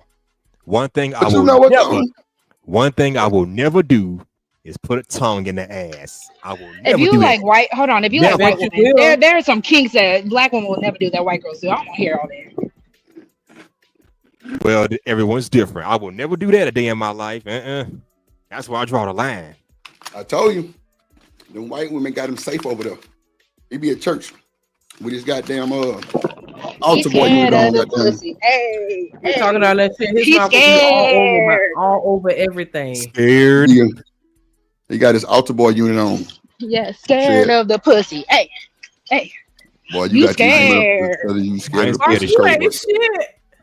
That's Mark crazy. said, he says no buddies forever, rub booties never. Lord, y'all not right. Y'all not right.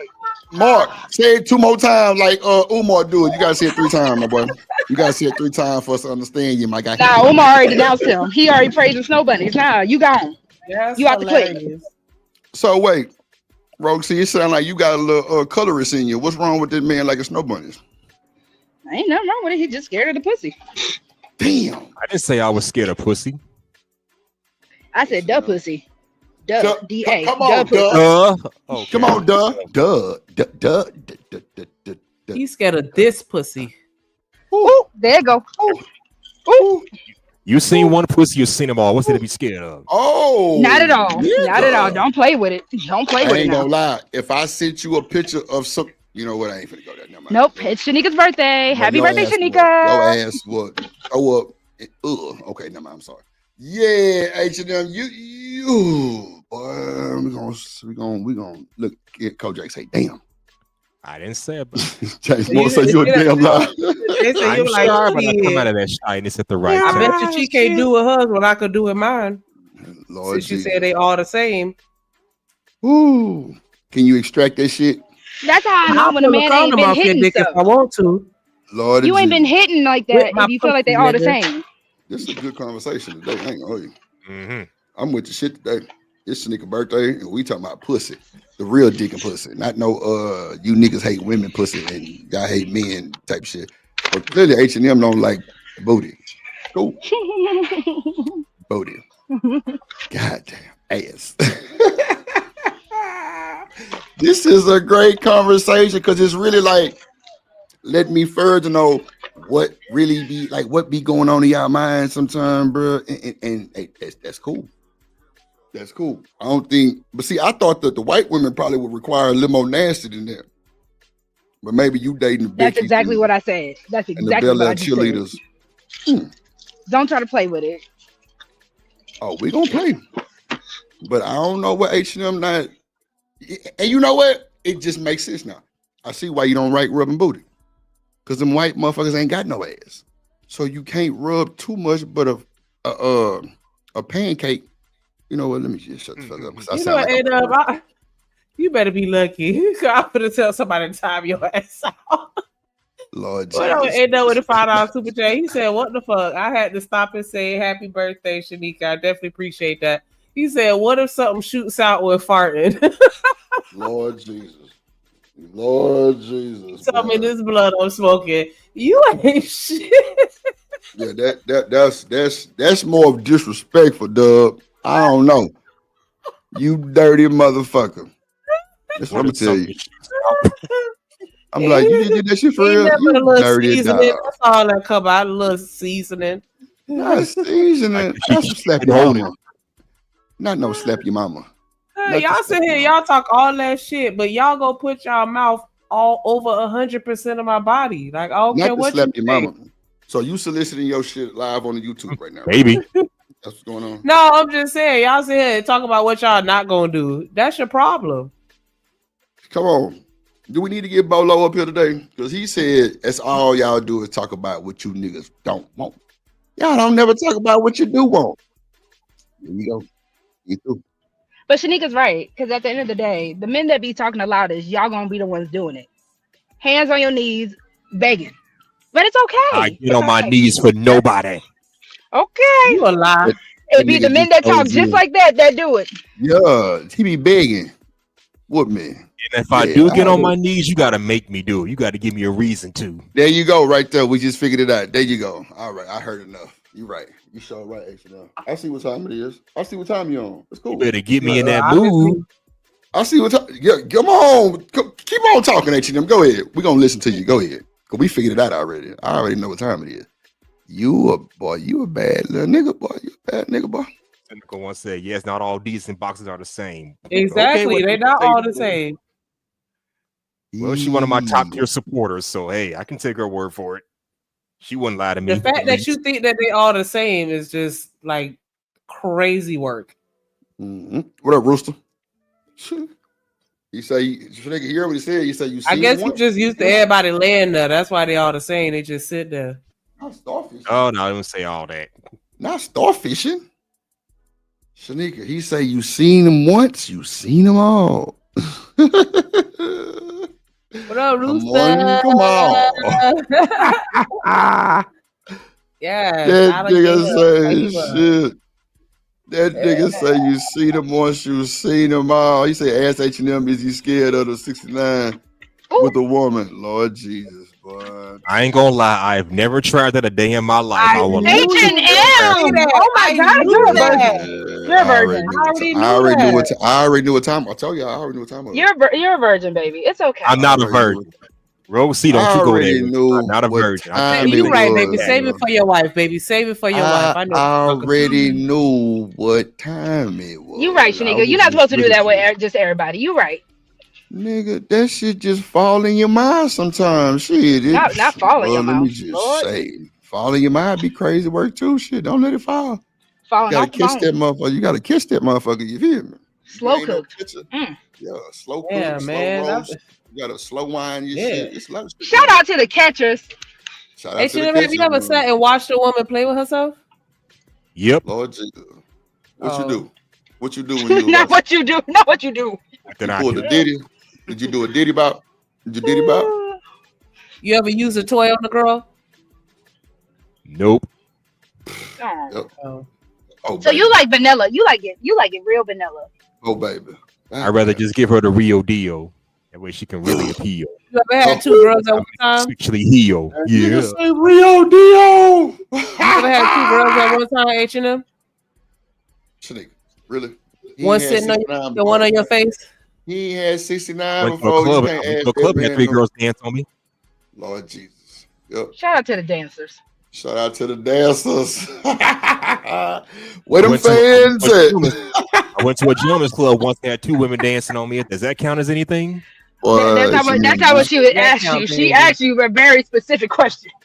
Man, It count, baby. You okay? H&M, just stop answering Shanika and Rose. It's a bunch of shit I have. I'm not asking questions. Just don't let your finger in the girl ass. I'm trying to maintain purity, but y'all not making it your easy. finger in the girl ass while you was fucking her from the back. Oh hell no! Oh wow! Shout out to the pure niggas. He said he's pure. a baby. Him pure. Oh, that's so sweet. Oh babe, nigga, what that boy Future say? I'ma put my thumb in your butt. What? That's just disrespectful. That's disrespectful. Because you gotta say the whole line. He said, "I don't have any manners for no." Then he said, "I'm gonna put a thumb in your butt." Yeah, no manners. That's how it's supposed to be. When you back there beating shit up. Disrespectful. Yeah, po baby. Lord Jesus. If we go together, you could be disrespectful, but I don't want no dude. I'm not trying to be with no dude who's just trying to be disrespectful on the.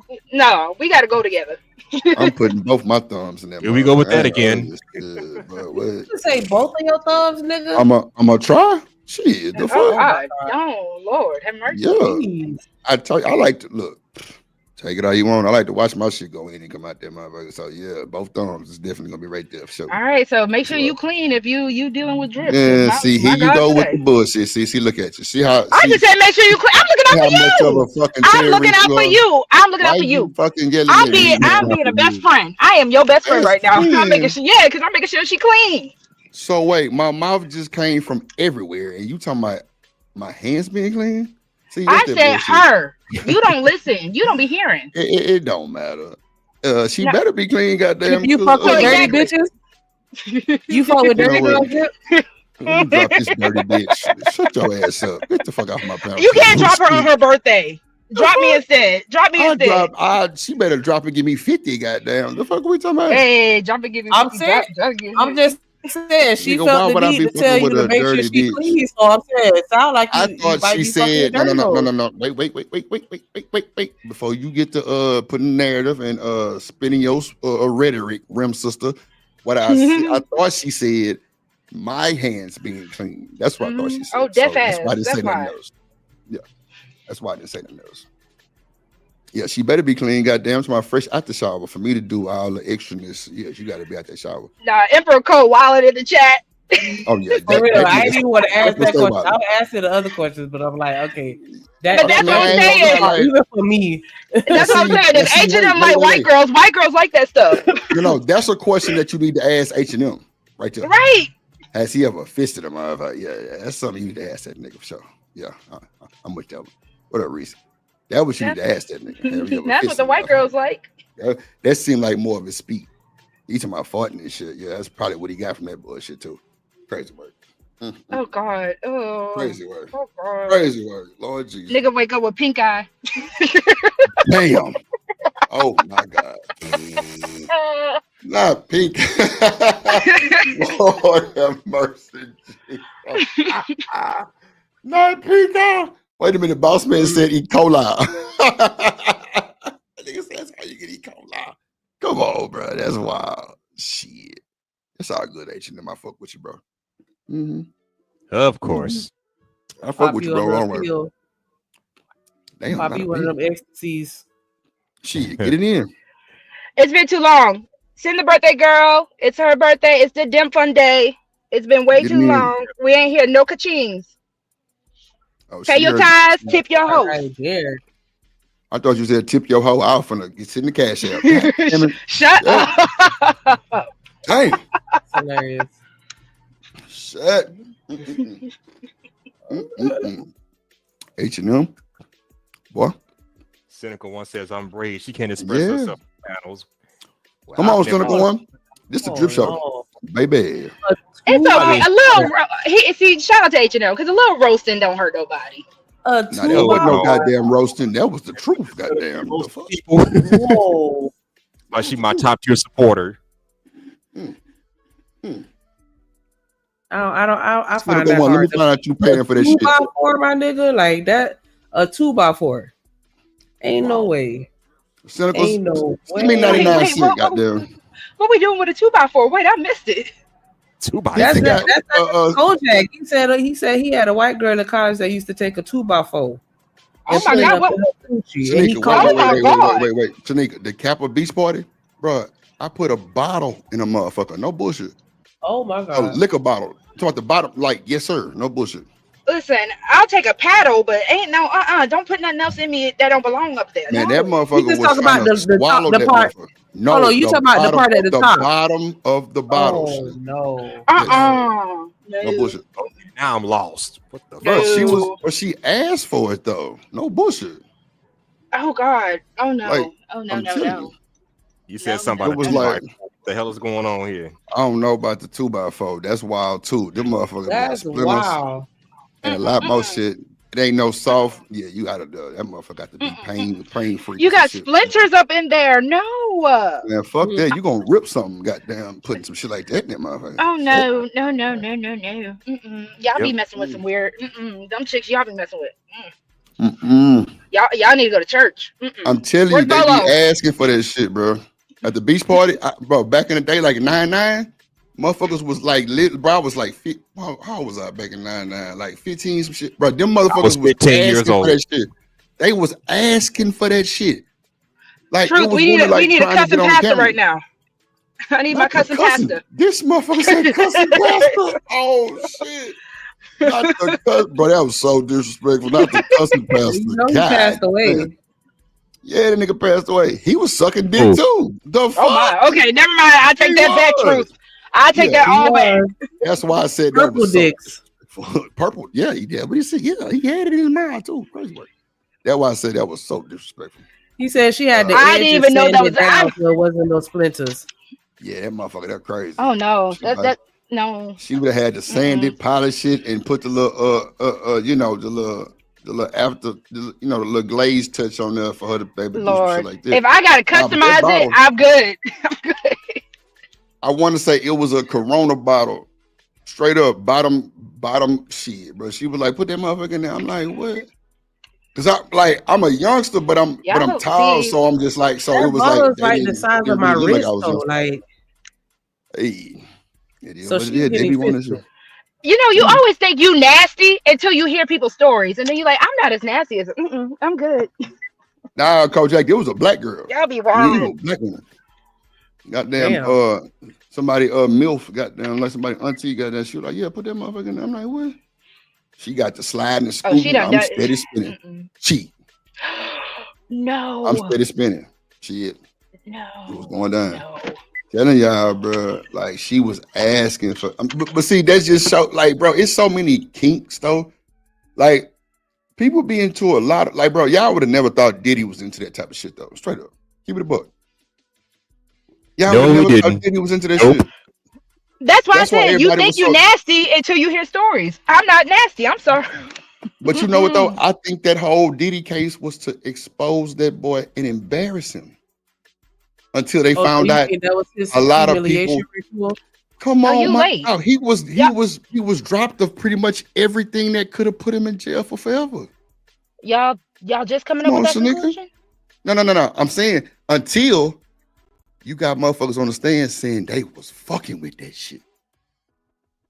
Now everybody coming out with the shit. Oh yeah, nigga, I was watching my bitch fucking nigga too. I was beating my shit. Niggas been doing that shit. It's just Diddy got a name. Bro, there's a category for that bullshit. And a lot of motherfucking, films behind it. So just because it's Diddy, it kind of rung a bell a little different. We like, damn, Diddy was in that motherfucking shit.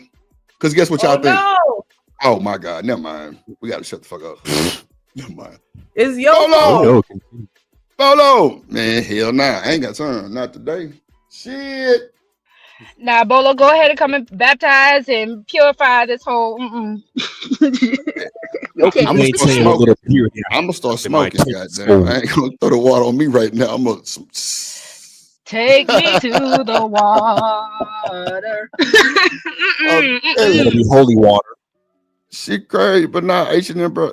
I see where you're going with it though, my G. I feel you, bro. You know what I'm saying? And Have you you know, ever? I'm no, sorry. no, Have you ever Shanika, been in love with a woman? Oh, okay. You ever what? Have you ever been in love? No. With your How it go is this, Shanika. You ever been in love like I've been in love?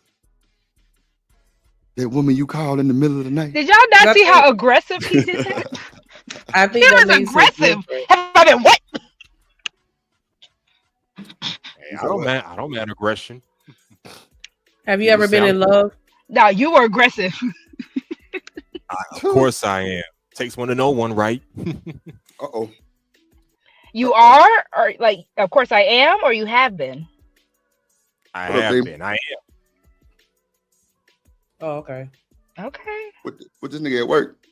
Because I think it's that it's a different level of intimacy. When you've been in love with someone that you're intimate with versus just like something casual or whatever. So I was just curious. It makes sense. Okay. You ever been in love like I've been in love? That boy Lenny hit that boy something serious. Shanika, you ever been in love? Oh, that's a good question.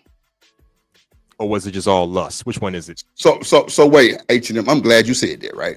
So we just branched off into a better conversation. My boy Bolo in the building, shot the Demon, just hit the panel. Demon, and you think you slick, or to put your ass in the back. You think you slick. I know what go on. Like I'm trying to this nigga ain't worth the fuck, boy, but I love it. But watch this though. So since you said been in love, right? It's a difference between love, and love, right? What you think the difference is? H&M? Love and in love? Yeah. Oh, but just showing genuine care for someone. In love, it goes beyond that. You want to be with this person. You can't imagine yourself without this person. That kind of shit. Yeah. Now the in love part I can pretty much go with, but that genuine care about somebody, you call that love? I thought that was just caring about somebody. Well, it's different levels too. It's levels to it, I guess. Okay. I respect it. I respect it. What you think, Shanika? I don't know, because I know that love, when you love someone, you're willing to make sacrifices for them on a consistent basis, right? Because I'll sacrifice for somebody I don't love. I'll give you $10. That's me giving it. And I don't even know if I want to consider that a sacrifice, but like it's things that I'll do for people. But when I love you, I do it consistently. And there's a different lens. Like I'm not as harsh with the people that I love versus everybody else. Like I'm gentle and understanding and patient, and like I make an effort with love, right? But as far as with being in love, like that's I don't know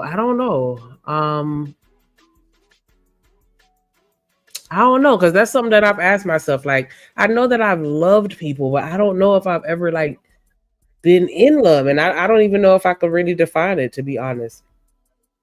Look at, I ain't finna read cynical comments. Let me throw something at you. Shit. How about this? There's no such thing as being in love, but you can love people for a lifetime. Okay. I agree with that too. What you think, Rosie? I'm finna say I disagree with Truth. I agree with the point Shanika was making, but I'm gonna say when you're in love, because you can have love for people and you can even love people. Like I love my family, but I'm not necessarily in love with my family like I would be with my man. So that is the more in love kind of thing, because I'm choosing every day to wake up every morning and still feel the way I feel about you. That's what I feel like when you're ready to get married, you're in love. Because I'm choosing to love you to my deepest capacity daily, every moment I can. No. I mean, because I've been in relationships where I've really loved a person, and I don't know, because I don't know, because a piece of me, I guess, with the in love part is when, like, you don't give up. Maybe I don't know, but I feel like I've chosen to love people and give them my best, but I still don't know if I could say I was in love with them. Like what? Like I can't imagine my life without you, type shit. Like I can't breathe, or like if something happened to you, I would. That's and see, I'm a true lover girl at heart. Like I hear the love music, I go Delulu. Like I will go pure if I'm really in love with you. Washing your And dirty see, drawers, all that's what that, I it don't was. matter to me. Good. Yeah, that right there is not good. So that's talking about obsession, and usually in love. Like you ever heard somebody say I could fall in and out of love? Hmm. Yep. All right, so if you can fall out of something, was it real?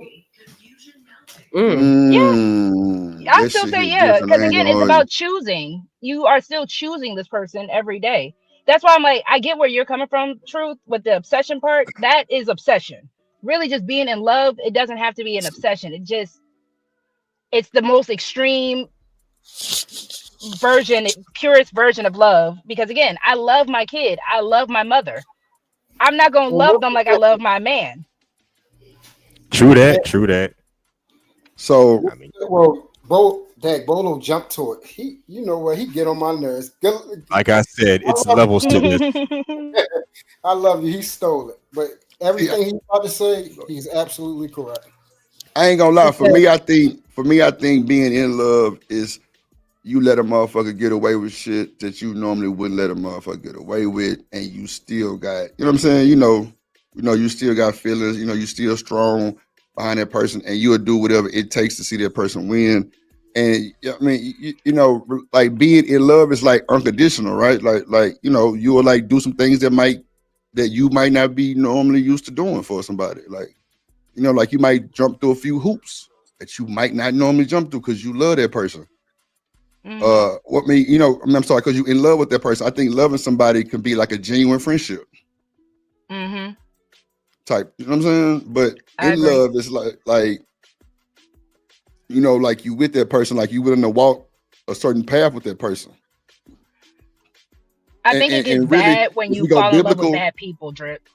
well, I mean, no. That's Yeah, true that. something that you got to deal with, though, right? That's your process of loving and caring, and then falling in love. If you fall in love with a fucked up you got me cussing Bolo here. If you want to fall in love with an individual that's messed up, that means you ignored the red flags, right? Yep. Yeah. So Because if you you see really that, look, That, but a lot of people will say, like, if you fall in love, like I said, delusional, right? A lot of right? people will use that as an excuse to ignore the red flags. Like, I could be delusional in love without ignoring red flags. If you're a bad person or you're not that person for me, I don't have to fall in love with you. See, BJ Bolo, say get in out of love is here. when you ignoring red flags. Nah, them Bolo, get niggas, them niggas delusional, right? No, No, because when that's you're in love, Nah, you do ignore red flags. Honestly, when you're in hold, love, that's yeah, you again shouldn't the ignore. negative side You about it. Like how shouldn't do True it, but said, it happens. obsession. Right. let me say Go this, ahead. right, Drip. The Yeah. thing, and this is what I tell my daughter specifically, and my sisters. My sister, when she just got married, I Right. said, look, a nigga can say he in love a million different ways. How is he Right. showing you, right? Mm. Is he actually commit? Is he saying he committed, or is he actually committed? Is he actually doing the things he said he was gonna Mm. do when he told y'all he was a real nigga? Or is he just all lip service and all this other goofy shit? You know what I'm saying? When That's I the met my lust, wife, right? no, Go, I don't go, even go think ahead, that's Jimmy. My bad. I Go don't That's ahead. the Go think ahead. that's the lust, Drip. manipulation. I Go don't ahead. Go think ahead. that's the lust. It's like for me as a man who is married, right? Legally married, Boy, you for ain't me, worth when I shit. met my wife, right, she was saying that all these other niggas didn't do this and this. I said, gently, I'm coming to Illinois, we're gonna get married, we're gonna do A, B, C, and D. Bro, we done did every single fucking thing I said we was gonna do. Get what Right. I'm Right. saying? So at the end of the day, to me, I don't give a f about somebody's feelings. Show me that you committed. That's gonna show me you in love. How you Yeah, in love, showing right? showing that But you ain't commitment. Yeah, yeah, yeah, doing yeah, shit. yeah, You yeah, just yeah, yeah, yeah, yeah, yeah, talking. yeah. Yeah. I'm with you on Hmm. that, Damon. I'm with you on that. Yeah. Showing that commitment. I totally agree on that. I totally agree. You know what I'm saying? Instead of you just saying, "Oh, baby, I love you to the moon and back," goddamn, or you singing Lenny Williams and shit like that, type shit. Back. Nah, like you showing that you love me, like you showing action. You know what they call it, love language. What's the action word for love language? What is it? So, goddamn acts of service or some shit like that. Like, yeah, like you yes, showing me Bob. that you love me. Right. Like you got my best interest, right? Type shit. Uh-huh. No, Yes, Bolo stole it again. That's basically what I was going to tell you. It's a man, difference Bolo be between cheating, bro. Bolo cheating. he got it, man. Cheat. It's different between being in love and having love or agape. for someone. In Right, right. love is like infatuation. It's Mm-hmm. something that's fleeting. It's your emotions or feeling. Agape love or Christ love, like you said, is action. You choosing to love somebody unconditionally, sacrificially each and every day. That love, it doesn't go nowhere. It's infinite. So And you if say you love, love is actually stiffer So than do y'all in end up love, right? loving? yes, we Oh say in wow. love because we've heard that Okay. concept for so many years. We like to put emphasis on something like Right. black love, in love, and we think it means more instead of what love is. God is love, not God is in love.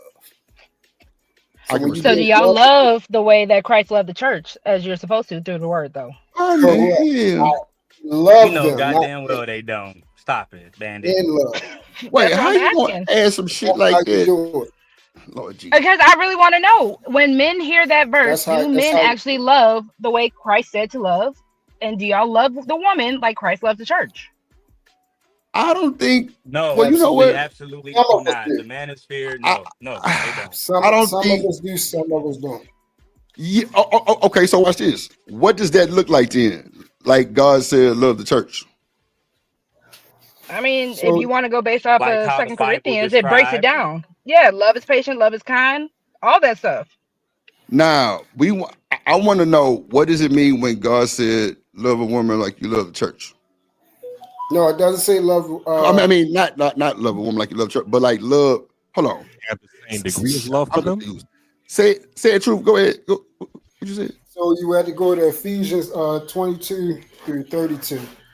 Ephesians 5 22 through 32. It says, "Wives, love your husbands as Christ loved the church, Love the church. Okay. Okay. There you go. There you go. There you go. for he Okay. gave So his life. He gave his life for it." So And it, what does that look like, Truth, when you say like love your wife like God love the church? Like what so, does that really mean on a breakdown of God love the church? so Bible says there's no greater love than this. A man lay his life down for his friends, so it has to be sacrificial. So you have Mm, to give up your complete life. For those of us that are leaders, we have came to be servants. So you're a servant to your wife. You serve her. You serve her okay, provision, okay. protection, intimacy, physical and emotional, and you guide her through that. And if it's time for her to die for her and her family, you gotta be willing to do that as well. So Truth, I'm glad you really said that, right? So when these folks, okay, I'm gonna just use this as an example because they kept saying this was a sacrifice. The whole thing would take off. Do you think that shit really going on? Like people really getting sacrificed for? I mean, I know this ain't got nothing really to do with the serving and all that, but what type of sacrifice is that? Because Explain it to me. okay, so they were saying takeoff was a sacrifice for somebody to win, or like for somebody to be born in his family, like you know what I'm saying? Like it was like a new life Oh, being born type shit. Go oh ahead. yeah. I mean, if you're thinking about the nefarious stuff that's I'm dealing with, celebrities and Right, right, things right, like right, that, right. I Yeah. can believe that. I believe situation Oh happened with shit. Kanye West and his mother. Oh, okay, exactly. Shit like that Jennifer too. Hudson Okay, and her okay, Jennifer right, her Hudson, nephew. yeah, I was just gonna say that. Mm-hmm. Yeah, but right, of course we know Whitney that's not Houston. love. They were even Yeah, saying that about right. But what's her face and Okay, her okay, son. okay. yeah, but That's why I truth, was trying to exactly. even make in sure that, it wasn't the same thing. Okay, I got you. well, no, no, Got no. it. And it technically, so again, if No, we know don't anything, confuse that with God. no, no, no, I'm not. What I'm about Oh, to say, bro, is when it comes down to it, we already know that, and I hate to take it there, the enemy is going to do everything that God said to do and perverse it. That's just a perverse way of doing what God said he was doing. When God mm-hmm. said, I'm going to give my only begotten son, if you believe in the quote unquote Illuminati and all that, they just did the same thing and perversed it Oh yeah, yeah, as they yeah. do. Yeah. So wait, Illuminati was in the Bible? No, she's saying that they are a part of the Antichrist. Oh, okay, Drew, put okay, the okay. blunt Mm-hmm. down. Put the blunt down. No, I didn't hear what she said. No, I'm reading Smitty comment. He frying fish I know, I'm ears and fucking with shit. you. But I'm just wanting to make sure I heard what That's he's okay, gotcha. Okay. yeah. So I ain't it's know fish had ears. Okay. and that's a deeper type of love right there, Roxy. When you actually find somebody that you give that to, that's Mm-hmm. endless. And all relationships have to be built, whether it's with your children or with your spouse. It has to be fortified. So Absolutely. if you choose to love somebody, like you said, you was correct. It's a choice. It's not a feeling. The choice basically exacerbates the feeling. So if you love somebody, it can increase anger, it can increase happiness, it can increase a lot of different feelings, but it is not the feeling itself. But what's the distinction between the love that I have for, my best friend and the love that I have for my spouse? Like, is there no Because difference? I had this conversation with somebody because the first thing I asked them, what's the difference between my love for my daughter or daughters now? My daughters and my wife. And I would say, they'd be like, well, it's got to be something different. I said, the love is the same, but the way I express it is different. And that's what the feeling that comes with it. I have a romantic expression with my wife. I can't do that with my children. Shout out to The Bolo love is in the still the same. building. But go Bolo, he the voice. He can explain it better. Go ahead, big dog. He up here. I'll listen when he comes. I'm gonna do it a little better. Shout out to the church. Bolo is in the building. The doors of the church are open, ladies and gentlemen. The doors of the church are open. Bolo is Hell in is the building. hot. Hell is hot. I No, want no, y'all to no. Wait a minute. Wait, don't disrespect God. Bolo, you got the floor. Yeah. All right. I'm just saying, how do I know when I love someone on a level enough to where I can say, okay, yeah, I could marry you and it be valid? Because you love people, that you're with or whatever. But how do you know when you have that level of love that could sustain a lifetime marriage? Well, the love that you have for a friend might care. You might care for them deeply, support them, laugh together, and even sacrifice time or resources to help them. That's brotherly love, right? That's that love that they talk about, the filler, a bond of loyalty and care without the intimacy of a covenant. Example, you help your friend move across town even when it's inconvenient because you value your friendship. The love for your wife, that's deeper. It's not only just friendship, but it's also covenant, intimacy, responsibility. You're called to love her as Christ loved the church, as Truth was saying, and gave himself for. That's Ephesians chapter 5, right? That means protection, sacrifice, leadership, faithfulness, building a life together. Here's an example. When your wife is sick, you don't just check in. You stay by her side, nurture her, and care and carry the load that she can, right? Because her well-being is tied to your own. So that would be the difference. One band, one sound, Bolo. See, I see, bro. I knew you was a G, bro. I knew you was a G. And understand that, excuse me, I'm sorry. Go ahead. Understand that, as men and as women, our loves are different. Okay. Our love is sacrificing, your love is nurturing. Right. And typically in this world, they try to make them look the same, and they're not. And this is why you have a lot of relationships that fail. Okay, women will never love men as much as a man loves a woman. Now we're talking about true love, right? And you're gonna say, well, why is that? It's the same way I'll tell you that a child can never love their mother as much as their mother loves them, because that love that mother feels for that child is sacrificing if need be, right? That child doesn't understand that love until they have children. Right. The love that is called for us to have is the same love that Christ had for the church. I can't love Christ more than he loves me. Come on. Because I would have never done what Christ did for us. I'd have never done that. I'd have never did it for the world. People I don't know. You understand? So Bolo, let me ask you this, and I don't want to cut you off and derail. What's the proper head to the toe process? Is it God, then the wife, or is it then the children? No. Because like people say it like different little. Nah. 1 Corinthians chapter 11 tells you it's God, Christ, man, woman, child. Okay, there you go. Okay. That's how it is. Okay. So this is why when you read the scriptures, we get it all twisted up. And this is not to sound out of order or to sound cold. No, go ahead. God doesn't count women. When you read the scriptures, he doesn't count women. Now, he made some very honorable mentions, right? But he doesn't count. The church of God is with men.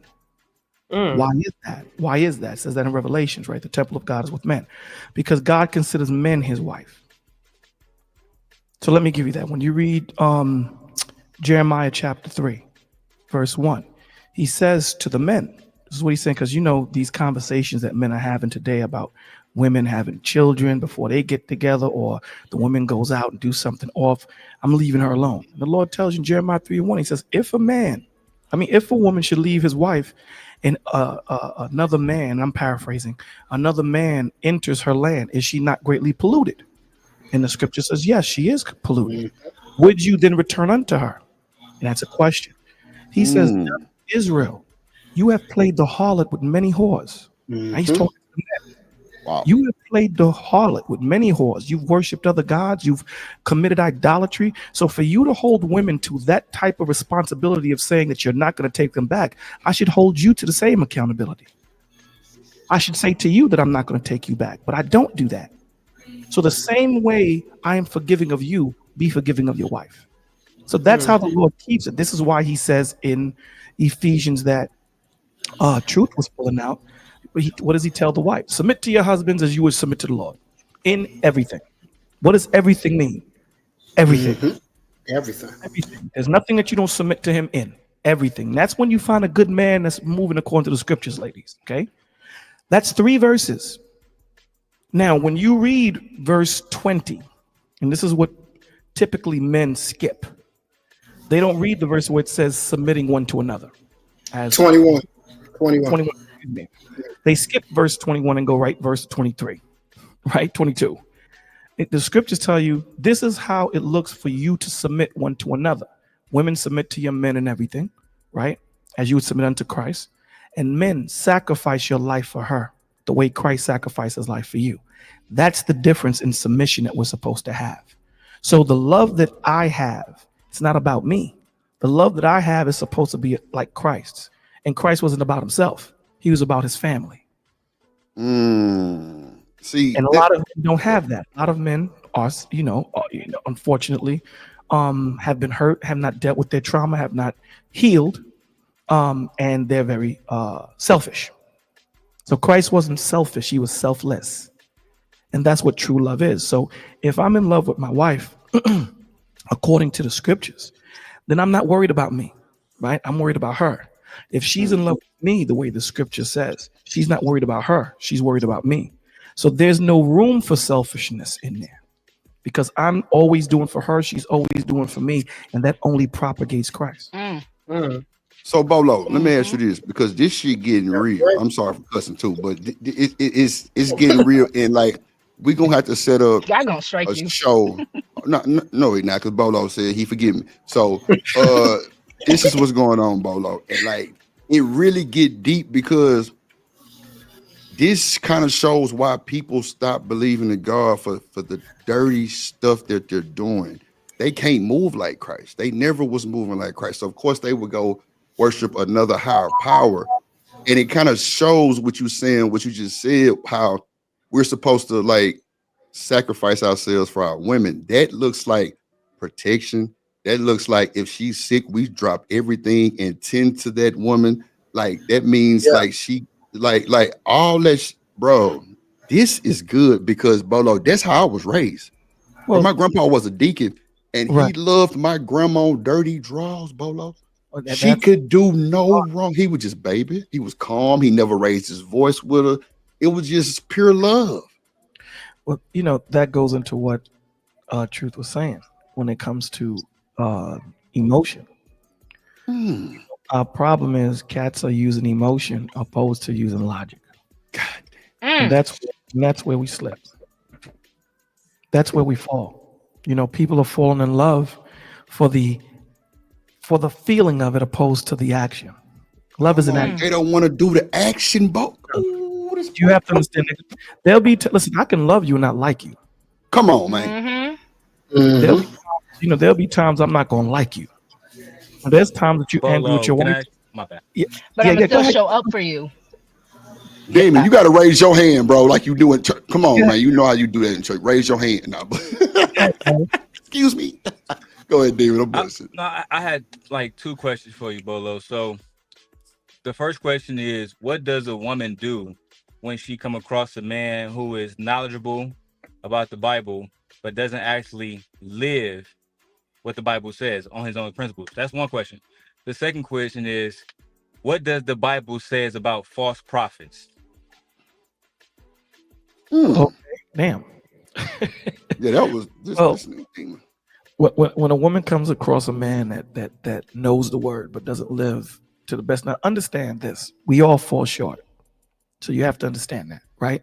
Mhm. Typically, we tend to hold men that know the word to a higher standard, which they should live to a higher standard. But understand, there's still men that are gonna fail, they're gonna fall, as we all do. But if you have a man that's blatantly, right, that's what I assume you're talking about, a man that's blatantly not living according to that, take the information and move on.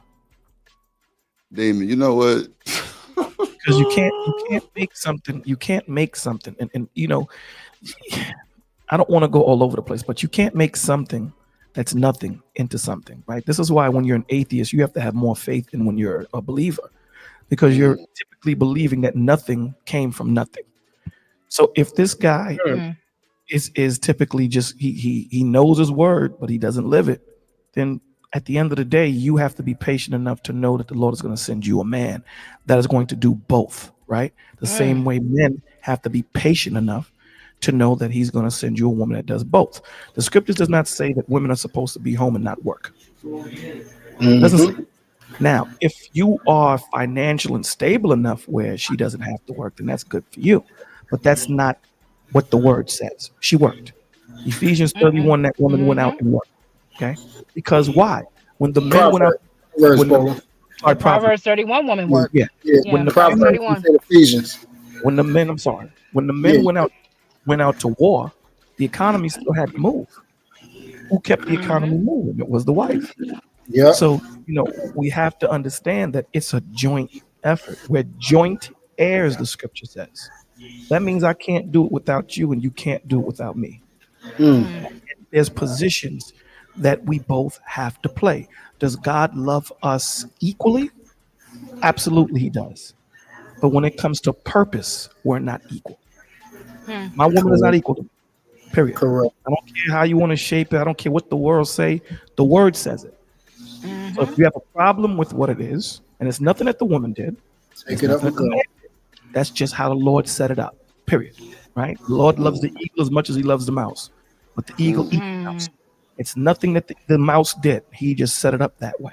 That's how he wants his eternal marriage to look, right? That he has with his children, that he has with the men. He wants the men to emulate that with his wife. But at the same time, he is still at the top of the rung.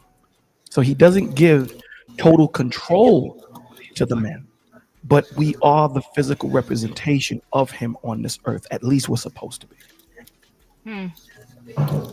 And So, hold on 1 second. And to the second question that you asked, for those that are false teachers, they go under the jail.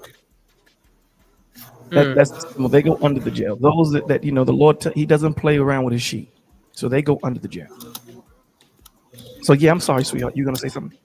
No, I just wanted to ask, as far as, because I think a lot of women, especially in this day and age, they have a misconception of Proverbs 31. I've been asking, hopefully you and Mo Love, I really want y'all to do a little show about that, because I think a lot of people need a better interpretation, or at least a more modern interpretation. But do you have like a little, I guess, a knowledge or a breakdown how a Proverbs 31 woman would look in modern times? Absolutely. Because I feel like men don't know what it looks like either. Well, same as the old time. Give it to him, baby. There are certain Bibles that that have been written with Ruth right behind Proverbs. Ruth is the quintessential Proverbs 31 woman. Yes, Ruth. sir. So those of you who know the story of Ruth, right? So let's look at a traditional woman opposed to a modern woman. A traditional woman, right, is a woman of the world, a woman that goes out there, gets her degrees, go out there and handle her business when it comes to her career, things of that nature, right? It's about her doing her. A traditional woman is a woman that thinks of the family first. Okay, it doesn't matter what environment she's in. She can have 12 degrees, 8 PhDs. She understands that whatever environment that she's in, she's able to be tenacious enough and malleable enough to make herself accessible to those environments and still bring home the spoils, and understands where she falls in line in the home. And that's the difference between the traditional woman and the modern woman. When we look at the traditional man and the modern man, it's the same thing. You know, the modern man is it's selfishness, because you're basically focusing on you. Same thing as the woman, the modern woman. It's selfishness. If you look at the base of it, the traditional man, it's not about him. The traditional man will hate getting up to go to this job, but understanding that he wants to provide a life for his family, he will get up and do it. At the same time, you know, not being upset with it, right? He'll try to better himself at the same time. So it's a lot of not thinking of yourself, but thinking of others. You know, so when that man comes home from that hard job, that wife, and this is how it works in tandem, right? When that man comes home from fighting the world from that hard job, and he comes home, the wife goes into safe mode, peace mode. The king's job is to worry about the kingdom. The queen's job is to worry about the king.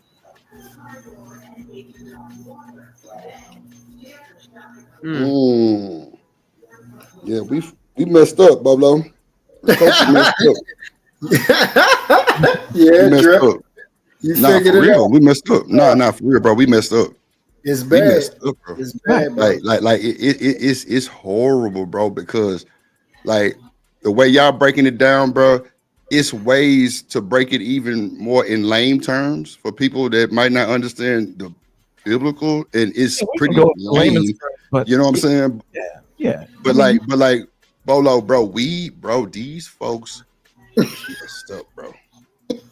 Bolo, let me tell you something. When I came to this internet, bro, I heard the most craziest stuff in the world. I've never heard some of the stuff that's been put on these people. I've never heard of these categories they call themselves. I've never heard of this breakdown of just normal life, loving. Like, bro, what you saying, it covers so much ground. And these people on the internet break it up into certain sections and then categorize it and then shame. Yeah. But now you got people. Go ahead. People are hurting, brother. Yeah, they. You know, the thing is, you know, especially when I go into the men's and the women's environments that YouTube has, or even when I'm offline dealing with people, people think functioning in their dysfunction makes them functional, and it doesn't. Say that again, Bolo, real quick. Break People that down real quick. think functioning in their dysfunction makes them functional. It don't. It makes you hurt functioning in your dysfunction. And you live in that dysfunction so long, you tend to think that dysfunction is normal. And that's what happens. That's what happens with hurt, right? It becomes such a comfortable place for you to be in that when someone tries to pull you out, when that woman or that man that sees who you truly are outside of your hurt, when he tries to pull you out or she tries to pull you out of it, it's uncomfortable. Because again, growth, there is no comfortability in growth. Understand that. You're going through new landscape, new topography that you've never traversed before. So you're nervous, right? You know, when you're driving in your neighborhood and you know the neighborhood, you got your music bumping and you chill it, right? But when you go into that neighborhood you don't know, you know, you turn music down a little bit. You're a little bit more focused because you want to make sure you get to where you need to be. So that's our problem. And I try to use it as a car. You see, Daryl is in his car. Every time Daryl turns the car on, all those flashing lights come on. All the lights on his dashboard comes on. What is the car doing? The car's giving. You need an oil change. Car is giving a pre-diagnostic. This man crazy. You know, it's giving itself a pre-diagnostic. And this is what people need to do. People need to get tuned up. You know what I'm saying? So, you know, in this day and world that we live in now, men are not supposed to hurt, cry, talk about their pain, talk about this, talk about that. And you have to hold that in and understand what stress does. Stress breaks down your body on a molecular structure, on a molecular level. Stress can change the way cells grow. So imagine holding that in from the age of 6. You tell a single mother tells that little child, "You now the man of the house." What does he do with that? I'm 6 years old. You telling me I'm the man of the house. What do I do with that? You know? Or you have a woman that's been hurt. And she has no place to actually get that hurt out. She holds on to it. How you feel affects how you see. So if I'm hurt, I'm going to see. The brain will affirm everything you feel. That's just how it works. So you're going to look at everything through the lens. Yeah, you used to watch Boondocks. Remember Stink Meena? Remember how that dude was right. And how did he look at the world? He looked at the world that way. So this is why the Lord tells you bear one another burdens. Talk to each other. Get these things off your chest. Now you can't get 100% of your burdens off your chest, but you can get the majority of them off so that you're able to see things for what they are, not for what you want them to be. So Bolo, as far as, I guess, because we know that the world is hurt, we know that the world is in dire need of healing. I'm just looking at it is the role reversal that we're seeing, because even just hearing you talk about it, I'm just thinking about all the women in the Bible, right? All of these women were strong, they were fortified women, but they don't act the way that we're typically being seen or being shown what a strong woman is. So I'm just wondering, you know, I was talking to Truth earlier about just how everything of the word is just perverse. Is that just part of it? Absolutely. Because I'm thinking about Ruth, Mary, and all of them. They were still women. I don't even know how to describe it. The scriptures tell you that there will be a time when the woman circumpassed the man, and we're living in that time. We're living in that time. You know, so you have to understand, when you have a woman that can say, "I can do what a man can do," that's a problem. Because I can't. I agree. I absolutely agree.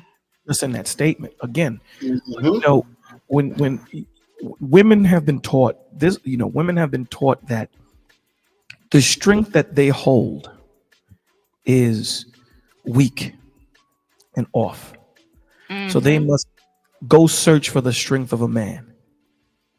When naturally you're stronger in your feminine spirit than you are in your masculine. Come on, Bolo. That's where your natural strength is, right? The scriptures is a story where the king asked, "What's the strongest thing in the kingdom?" And one guy said the sword, you know, and he gave a little breakdown to the sword. The other guy, I believe, said the spear. And the other guy said the queen. Come on. I seen the queen take the crown off the king's head and put it on her head. What man is doing that? That man will get sliced in two.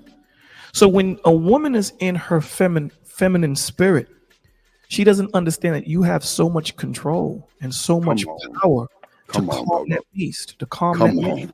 Don't you see when men are getting pissed off and upset and the husband is, no one can stop the husband. Who stops him? The wife. The wife holds, come on, let's go. As strong as that man is, he can rip through everybody. He doesn't do that. Say it again. What she say? What she tell you, Bolo? Come on, let's go. You know that, boy. You know she mean business. If your woman to get in this car, come on, let's go. Yeah, you know what I'm saying. Gonna get in the car, calm. In his rage, if you have that connection, he'll tap out of it. That's a fact. Even if he's not coherent and he's pissed off and all he sees is red, when his wife says, "Yo, honey," and she says it in a way, "Honey, let's go," he gonna shut down. But if you add to it, all you're doing is fueling, amplifying it. Yeah, when a woman is in her natural feminine state, she has so much power. For you, everything is spiritual, right? So you have to understand that when I am at contention with you, I'm not at contention with the flesh of that woman. I'm in contention with the spirit that is on you. So when you come in with a masculine spirit, that's the spirit that I'm fighting, that masculine spirit that you're coming at. Like it's, for example, if your child comes to you and say, "Ro, check this, you know, you did something wrong," and your child says, "Hey, mama, you effed up," you can be like, "Yo, hold on, dogs.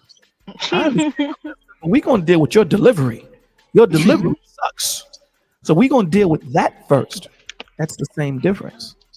It's the same difference, right? Because we have to understand that there's a natural order of things, and that's the issue. The issue is we're taught not to understand each other's roles, so the lines have been blurred. So Bolo, yes, sir. Are these Negroes the devil? What do you mean? Be more specific. Because watch this. I'm saying this with pride and everything to the side, Bolo. Because, bro, why do these men want to, you know what I'm saying? Like bring the woman down to like below sea level and drag them, and then the women to come back and say, "Oh, you men are weak," and all of those stuff, bro.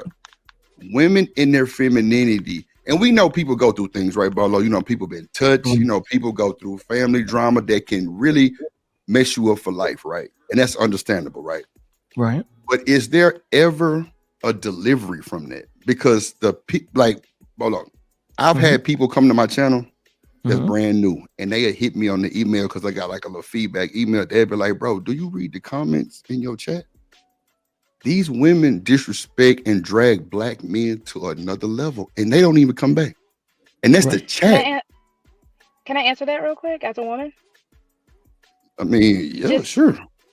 I'm gonna say it's a matter of wanting to be delivered, because again, with the idea of free will, God loves us so much where God actually wants us to choose him.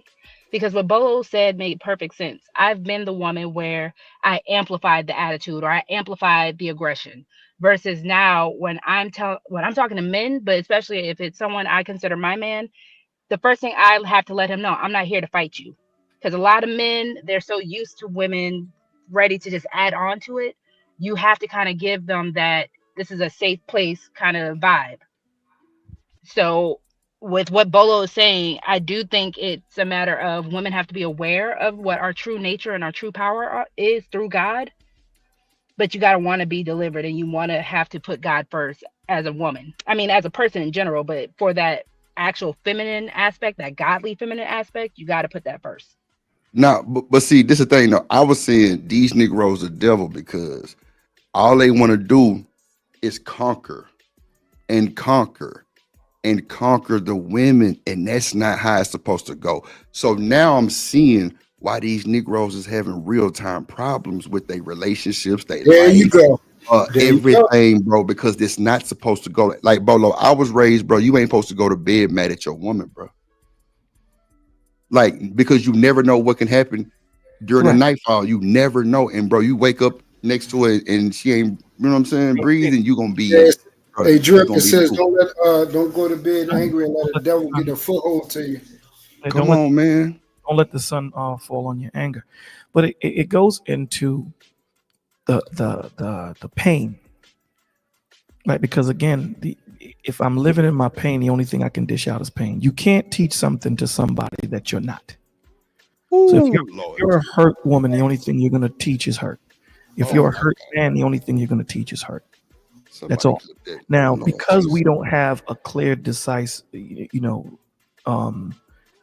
because we don't have that many examples, of good men, that we tend to think that because we see so many men that are off, we tend to think that that's the example, and we don't listen to what they're saying opposed to how they're moving. Right? In YouTube, you really don't get to see them off of the screen, so you have to listen to the words. So again, we were talking about this yesterday on Mo Love's channel, right? People tend to say, I ain't weak, right? I'm not going to turn the other cheek like Jesus. And people really don't understand what he meant when he said turn the other cheek. Christ told Pontius Pilate, Pontius Pilate said to him, listen, I have control of your life. I can take it. Christ said, dogs, you don't understand that I lay my life down and take it. That's a flex in itself. That I lay my life down and take it. I got billions of angels waiting for just a word. I don't even need to use them. But I'm just telling you, you don't even listen.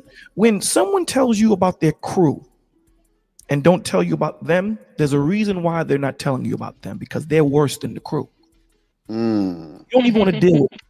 My crew is you got to deal with that. You don't even want to deal with me. But here's the thing. Meekness is what Christ showed.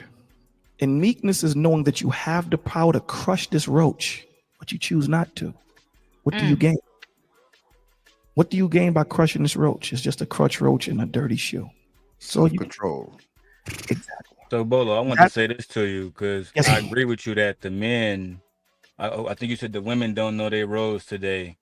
To a and neither certain do men. point, I can agree with that. But as a Virgo, my mind's wonder why. Then I come to an automatic and my question. I mean, I come to a solution. These Okay, men forgot about their roles, right? I These agree. men don't. These men require protection from Shanika, right? So I mean, like, it's it's true what you saying, but the causality of it is the women were seeing the men be soft, be enslaved, be buck broken, right? All the non-masculine things, all the non-leading things, right? And even to this day, it's all type of shit that I can really mention, but I'm not. But at the end of the day, I agree with you. When the men start doing their roles 100%, the women start doing their roles 100%. But as long as it's unbalanced, that's what it's gonna be. But keep this in mind too, Daryl. Keep this in mind too, that if we go back to slavery, women were protected back then more than men were. Remember that. You just said it. The Yeah, men they were should broken be. down, but that's not the point. The point is, it's a systematic thing that happens mentally. When you see a man broken down, but you see this other man that holds the power, that's a systematic thing, a mental thing that you look at your man and say, what can you do to protect me? You know what I'm saying? So that system, and it happens to today. It still happens today. So this is why, when people say, you were brainwashed. Now we're brain dirty. We're dirty. And this is why you're seeing men being so, forgive me for saying this, barbaric in their speech. Because if you have someone that's been a mute for 40 years, couldn't talk, couldn't say nothing, right, Daryl? And you give them a microphone and now they can speak. They got 40 years of stuff that they got to get off their chest. 40 years. So even when we look at our children, what do we say to the girl? You can cry. It's okay. What do we say to the boy? You can't cry. Men don't cry. This little kid is 6 months old, 2 years old, 3 years old, and we're telling them men don't cry. So we teach them from inception wrong. They're two children. They should be able to express themselves the same way. Now, when they get a little older, there's a difference in how you delineate instruction to them. Right? She's a woman. He's a young man. She's a young woman. So we understand that, but we have to, and I hate using the word, but we're both broken, bro. Both men and women. And instead of trying to create that environment where we're not pointing fingers at each other, right? We're yelling at each other. So in other words, when I go into conversations, I don't go into conversations with already a direction because I'm actively listening to Rogue C talk. I don't know, where she's going to go, how she's going to go. So this is why the Lord tells you, listen so that you may know how to respond. I'm not reacting. Because I may have the cure for Oaksy, but it may not be the way I deliver it to truth. I'm going to have to retrofit it to make sure that Rogue C, it's palatable enough for Rogue C to be able to digest it. So that's why we have to listen. That's why we have to learn where our people are. You know what I'm saying? In aspects of learning who they are and what they are, so that we know how to give them the help for their sickness, not for their symptoms. We're dealing with symptoms. A lot of people are attacking the symptoms opposed to attacking the sickness. The tree is sick from the root, not from the fruit. That's right. Although, can we heal each other, or is it strictly like, is it wait until that comes back, or can we heal each other before that? That's a good question, bro. Absolutely, we can heal each other, but it starts with Christ. Absolutely, we can do it. And this is the example I like to give, right? If everyone can imagine a ladder, right? Those ladders you just open up in a triangle, right? If Christ is at the top of the ladder, right? Your wife is on the left and you're on the right. As both of you climb up that ladder, what happens to you physically? Rogue. Oh, I ain't gonna say. Okay, imagine a ladder. Imagine a triangle ladder. Those ladders you just open up and it stands by itself. Okay, you're on one side and I'm on the other side. Okay, Christ is at the top. Right. Now both of us start to climb this ladder together, rung by rung, one rung at a time. What physically happens to us? We get closer, right? Yeah, We get close are going So upward. together. as we climb that ladder together, we get closer Okay. to God. Mm-hmm. You can tell how You many see where I'm ladders I going with climb. this? So I do. I do. So as long as we keep Christ the center, we'll always be able to heal ourselves. That's right. It's not a physical thing, it's a spiritual thing. It's the same way how Drip said, right? When I'm fighting and I'm out of my mind and my wife grabs me and holds my hand and says, babe, let's go. It's that spirit, that's that covenant that's talking right then and there. I shut down. There's no decompression at that time. She shuts me down in that moment. That's that healing. It's that vibration. We're resonating on the same frequency. You know, and of course we can heal each other by Christ set it up that way. He set it up, and this is why he talks about the body, right? I really today don't know what the hell we need the pinky toe. I know we need it for balance, but the pinky toe is so insignificant. But here's the crazy thing about the pinky toe. You bump that thing early in the morning, it shuts my you down. goodness. Oh, look at him. Boy, you had to Feel like say that. lightning. Feel like lightning. You know, as small and insignificant that pinky toe is, it still has a vital position in the body.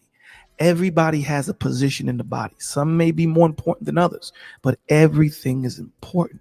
So when you come, and this is what we do at Testimony Friday, you know, we don't have time limits on how someone speaks.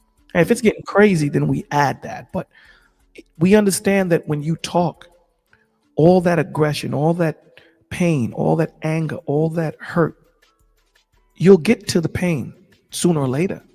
Sometimes you have to deal with the fluff, right? And so often with counseling, so often what happens with people is here Roxy comes to Bolo and she has a nail in her forehead. Damn. First thing I'm looking at is that nail in the forehead. Am I paying attention to what Roxy is saying? I just want to take that nail out of her forehead. And by the time I take that nail out of her forehead, she says to me, that wasn't my issue. That's what we're doing. We're just assuming that we already know what the problem is, opposed to listening and hearing what the problem is and addressing what they're saying the problem is. Does that make sense? Mm-hmm. God damn. Let me gotta leave. I just want to respond to strike it down. I want to respond to Karma's cousin. He was correct when he said that women were more protected in slavery. We all endured, you know, the torture and manipulation and everything that came, you know, at the hands of our oppressors. But when it comes to men and women, we were actually more protected because it was all a design. They intentionally knew that if they could break the men and put them in a position where women didn't value or respect them or feel like they can be protected, that would destroy us. And that's exactly what it did.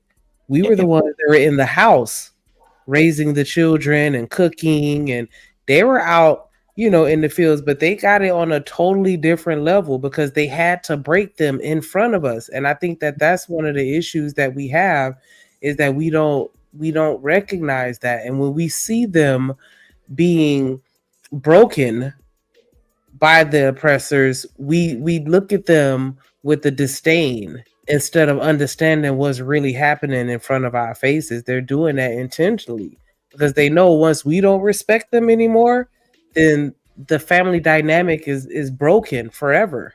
Absolutely. And that's exactly where we are right now. Women don't even respect men. Yeah. Bolo, can I jump in real quick? Absolutely, just for a second. Because I agree with Shanika. I just think the reasoning is completely different. So let's say I'm a slave master back in the day or whatever. I got two different products. I got black men, black women. My main product is black women because they give me more slaves. They produce more of the product that I need, right? So if both of these is my my property, Just like in America today, when immigrants are protesting, I'm going to protect my property, and the property that brings me the most value for my business is Mhm. going to get the most protection. I personally don't think that they was like, well, they're not going to respect the black man. I mean, why would they under the circumstances, right? So at the end of the day, Because what do you think their biggest threat was? Can I respond to Us can I loving respond each to that? other. That was a threat. If we were united, Right. that's a threat to them. If we were to come together, that's a problem, and that's why they had to separate us. I didn't want to go here, but Daryl opened up. We here. So we we here. go. Daryl, understand something, brother. The nucleus of the family is not the woman, brother. The nucleus of the family is the father, bro. He's the nucleus, dog. That's word. That ain't man. That's not me speaking because I'm a man. At the end of the day, I get what you're saying. You're saying that because the woman is able to give you more of this product that you want, you're going to protect. But that's wrong, because when you have a horse that's a buck, what's more important? His sperm. Ooh. That's what's important. Okay. What this young lady said was 100% spot on. They understood that the way to get to our heart as men was to do it through the woman. And that's what they did. By separating us and having us attack each other, now our systematic joint airship is broken. So now we have to create that connection back. Now, this is not something that I'm making up. When you read the word, it is what it is, right? This is why the Lord says that men don't come from women. Women come from men. Read 1 Corinthians. We pick whether it's a boy or a girl. Now, what the woman does for 9 months is a beautiful thing. Without her, we can't have children. But let's understand, and let's not get it twisted. We get you pregnant. You don't get me pregnant. If I take an apple and I take that same apple and plant it in Central Park, I get an apple tree. If I take that same apple and plant it in Nova Scotia, I still get an apple tree. Maybe a little bit different than the apple that I planted here in America, but it's still an apple. So it's the seed that they want to destroy. That's how you destroy a nation, through the seed, not through the ground, through the seed. That's how they broke nations down. When you break the men down, you have no protection. You have no understanding. You have no godship. Once you break the men down, what does the scripture say? For me to come into Truth's house, or for me to come into your house, Daryl. Bind the strong man. Bind the strong man. I was about to say that. Daryl, you're married, correct? Thank you, messenger.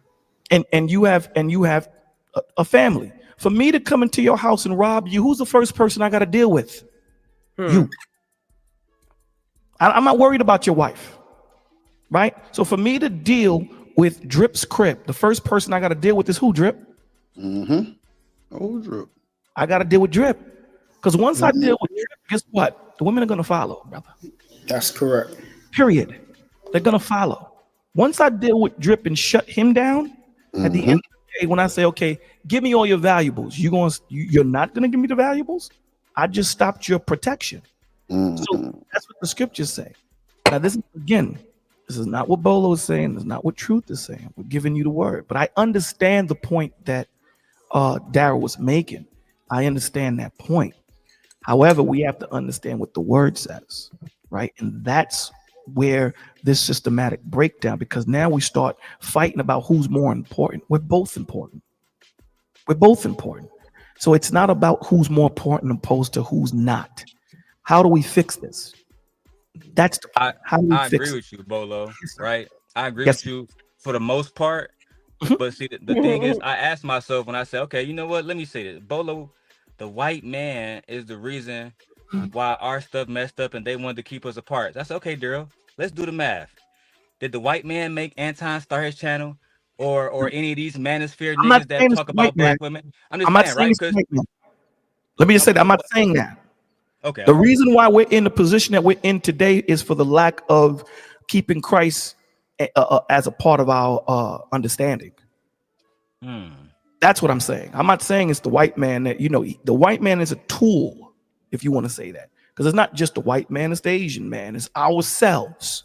So, to sit here and try to point the finger at one situation, I can do that. And that's for disobeying Christ. There you go. That's the answer. Once you figure out, okay, let me get my mind right and serve the Father. Because at the end of the day, when someone gets sick, Who's the first? Even doctors will tell you that. Doctors will come to you and say, listen, we've done everything we can. Is he a faithful man or is she a faithful woman? Yeah. Y'all need to pray. There's nothing else we can do physically. So they'll tell you that. There's just so far man can take somebody. At that point, your spirit, your connection to God now has to stand up. Because here's the thing. What gets you to the next level is your spirit. When your flesh is telling you you can't do no more push-ups and your spirit is saying, if I don't do these last 10, they're going to kill my family. Guess what you're doing? Those last 10? So let me say a few things, Bolo, just to kind of address the chat and kind of ask you a few questions, right? So earlier, Ferg was saying a lot of pastors skip verses that really kind of lay the law down just to make people feel good. Do you agree or no? Yes. Okay. And then you just put the chat in an uproar where you said the women come from men. They do. So can you break that down? Because we got a lot of, they say, how do babies come from men? I don't think they kind of. That's why I gave the example that they missed. What women, okay, if we compare it to plants, botany, okay, women are the fertile ground. That's what they are. You have nothing without a seed. You have nothing without seed. I can take that seed and plant it in whatever ground I want to. That male got to pollinize that mug. That's it. Now, they're both important, but understand the man carries the XY chromosome, the women don't. Lord Jesus. So it's the sperm that picks whether it's a boy or girl. Yes. Now, again, I'm not saying that what the women do is not important. No, the egg is not the seed, darling. That's why it's called an egg. That's why men impregnate women, Karma. Egg is not a seed. Okay? You have to understand you're talking about egg is not a seed. Okay, this is why women can't get pregnant without sperm. Why do you think? What do you think? Okay, let's take it to the simple. When men give sperm, that's blood. Why do you think men get weak and sleepy after they? It's blood. That's what it is. It's blood. Lord Jesus. That's why there's blood tests for men, DNA tests for women. Okay, it's a difference. DNA test. A DNA test will show that the woman is related to the child. Blood test shows that the child is the father's child. So there's a difference. So, and again, you can Google that. That ain't me. So, I mean, I'm not going to argue. XX can never be dominated by XY because it's the same. But, to each his own. We're dealing with the word. We're not dealing with our personal feelings. Right. And see, that'd be the problem right there. That'd be the problem right there. Yeah, that's the problem. That'd be my point, Drip. That'd be my point. I mean, we can go to it. We can go to it. So, because again, you can argue with Bolo, and I get it. It's Bolo talking, and I could be lying, and it's all good. When we read 1 Corinthians chapter 11, and I'll just try to read it quickly for you guys. And I'm sorry I'm making this into a biblical thing. Bro. You got me so tuned in. Like, man, Bolo, look, let me tell you something. Yes, you sir. at the Drip Show. Don't nothing shake unless it's well, I ain't gonna say that because you don't nothing shake unless Drip say so. So don't let these folks bother you, man. What you saying is law. And it's cool. They might disagree. The chat undefeated. You feel me? That's cool. We ain't worried about that. I'm just saying, don't let that, change you up. Put you in a shaky mood. You good. You know what I'm saying? Yeah. So it says here, this is Paul speaking. It says, "Be ye followers of me, even as I am of Christ. Now I praise you, brethren, that you remember me in all things and keep the ordinances as I deliver them to you." Keep the root word of ordinances as order. But I would have you know that the head of every man is Christ, and the head of every woman is the man, and the head of Christ is God. Every man praying or prophesying having his head dishonoreth his head, right? But every woman that prayeth or prophesies having her head uncovered dishonoreth her head, for even as if she was shaven. For if the woman be not covered, let her also be shorn. But if it's a shame for a woman to be shorn or shaven, let her be covered. For a man indeed ought not to cover her head, for as much as he is the image and the glory of God, but the woman is the glory of the man. For the man is not of the woman, but the woman of the man. Neither was the man created for the woman, but the woman for the man. So this is not something that Bolo was making up, and you could finish reading the chapter. So again, this is not something that you're putting your foot on the woman's throat. No, you're giving the divine order. You want to know why men are not acting the way they need to be acting? You want to know why women are not acting the way they need to be acting? Is because the divine order has been broken. That's why. This is why men are not picking up and saying, I'm going to choke that dude for doing this to my wife or doing such and such, or that protection that you women are always talking about you want, because they're not living up to this. This is why women are out of order, saying I can do whatever a man can do, because they're not living up to this. So that's why. Has nothing to do with Bolo saying what he's saying or whatever. This is the word. So you can argue with me. I promise you can. That's 1 Corinthians chapter 11. Right? I read down to verse 16. You can read the whole chapter. Get on your knees and ask God why he did it. Get on your knees and ask him. Now, again, women are important. They're very important. Again, we're joint heirs. I don't want you to understand we're joint heirs. But understand this. I can still move a car with flat tires. I can't move a car without a motor. Period. So the woman, this is why when you marry, you take on the last name of the man you marry, because you're an extension. You bring forth the bloodline of the man you marry. This is what you have to understand. This is why kings wanted princes, because queens married, or princesses married, and they carried on the bloodline. That's what was so important to have a boy, because the bloodline. Why? Because of the seed. That's why the Lord talks about the seed of Abraham, the seed of Isaac, the seed of Jacob. There's a bloodline that he's talking about. Right now, again, that doesn't take away from the importance and the roles that we both play. Right? It doesn't take away from that. But again, when we can understand our position and not look at, okay, so Daryl got $1 million and I got 500,000. Dude, we still living good. Right. We still living good. Why do you want to do what I do? And then when you're given that power to do what men do, you don't want it. When men don't open the door, when men say, nah, you pick up that ladder, you fought to be equal, you got a problem. But you created this. You wanted to be equal. And now that you are, there's a problem. And there is no such thing as equal. A person born with legs and a person born with no legs, are they equal? No. It's a fallacy that they make you think. There are no people equal. What we can do is treat each other fairly. That's different. Fair and equal are two different things. So, hold on. You know what's crazy? What's that? That's like this is why I think I don't have just a whole lot of people just coming over here like that, because I actually fight against a lot of the bull that's going on, and I tell my real-time stories, you feel me, and like how I was raised. And I know everybody not raised the same. Everybody was raised in different religions and all kind of stuff, and that's respectable, right? And we understand that. But at the end of the day, if you fighting to be equal, like, I'm gonna just say this: men do not want a woman to pick up a damn ladder. If my woman called me right now and say, baby, I had a flat, whatever I'm doing is done. I'm on the way. Even if we got AAA, I'm on the way. Like immediately. Like driving in the Batmobile, I'm going 120 F a ticket. I'm coming. Like, I don't want you to have to pick up. I don't want you to mess them pretty hands up, because I need you to touch me. I don't want rough hands on me. Oh no, I'm for real, bro. These women be want to be strong, big back ass women, bro, and they not built like that, bro. Like, no. Wait, bro. I got something to say about that too, Drip. Hold on. Wait a minute, please don't interrupt me, please. I'm saying this, not all women, but some women want, like Bolo said, they out here fighting to be equal.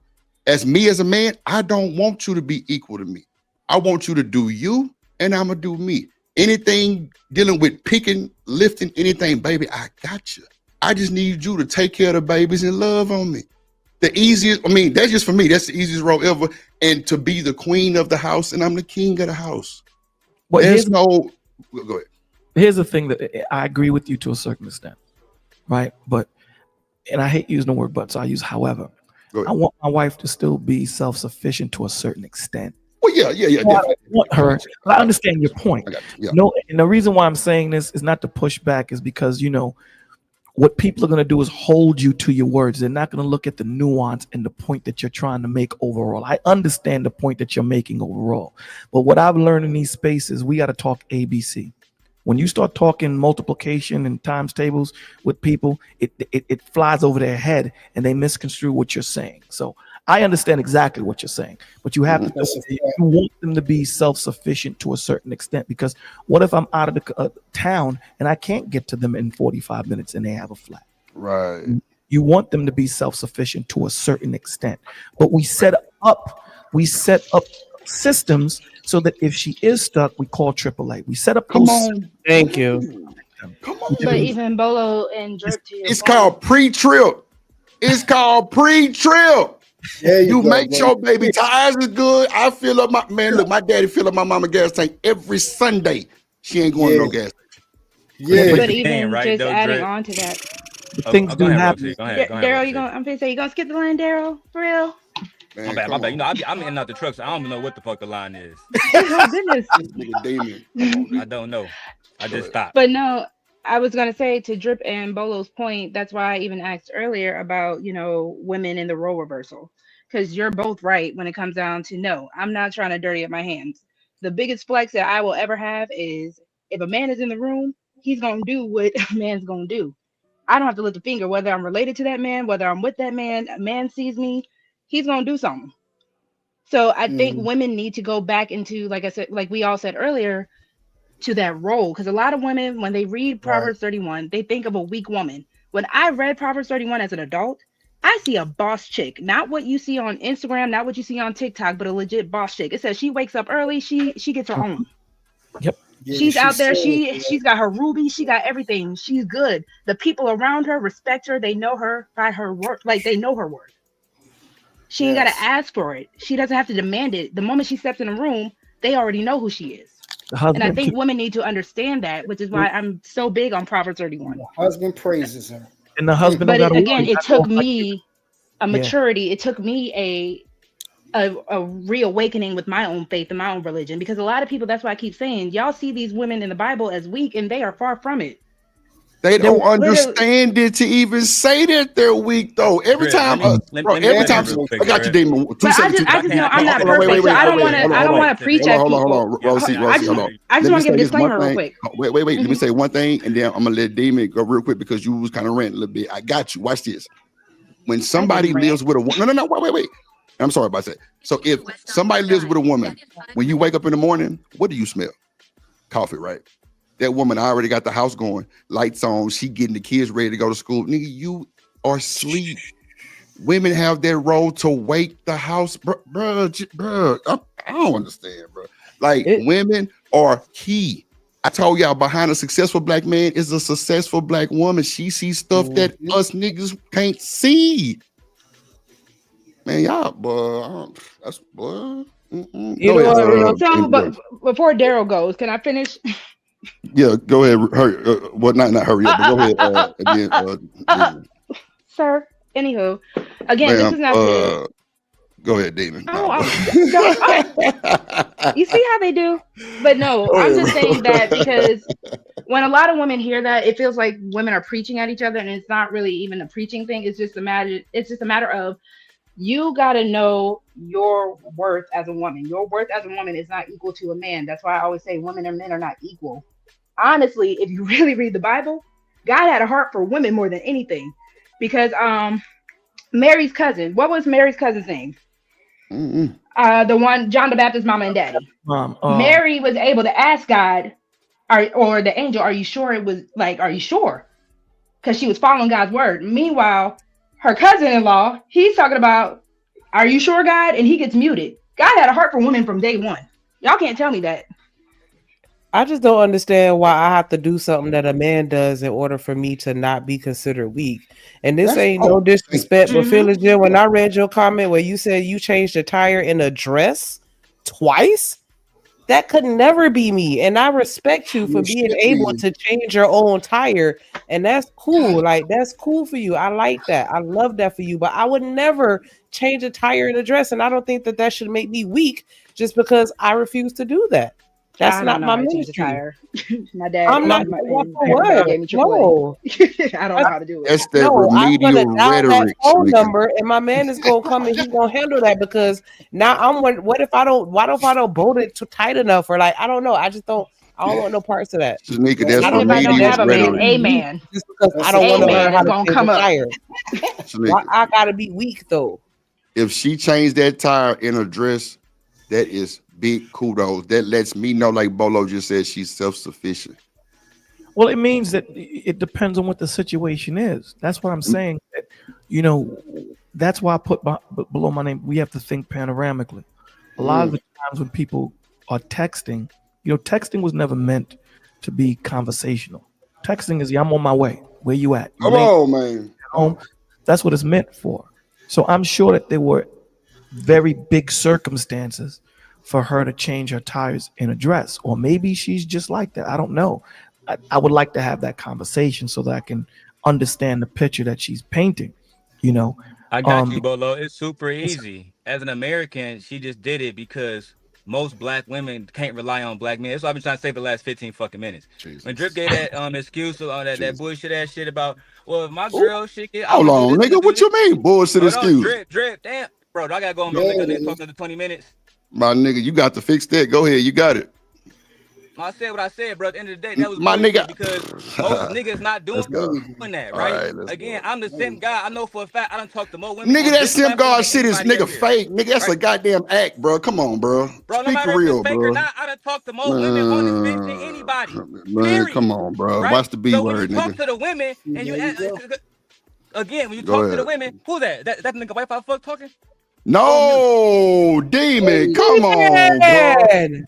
Come Bro, on. bro, go. I Oh just want my to speak god. patiently. This nigga here, bro. There we This nigga here, go. bro. Patiently. Demon. Let's So what back it I'm up saying, real right? A quick. nigga Demon, come like on, that bro. nigga that's talking now, right? When Lord women are Jesus saying, Christ. when you have No, women no, that no, come to no, no, me and no. Demon, hold on, Demon. Hold on, hold Hold on, on. real quick, Just bro. hold Real on, quick, hold on, hold on, fearless. now hold we on, Demon. protecting Fearless, I niggas. didn't That's Hold think on. mad. that. Nah, You Demon. gotta Hold on. chill Wait, Hold out. on, wait, wait, wait, fearless. wait, Fuck wait, it, bro. wait. Fuck it. Hold on, Demon. Hold on, Demon. Hold on. Let me just grab it. Let me just grab it.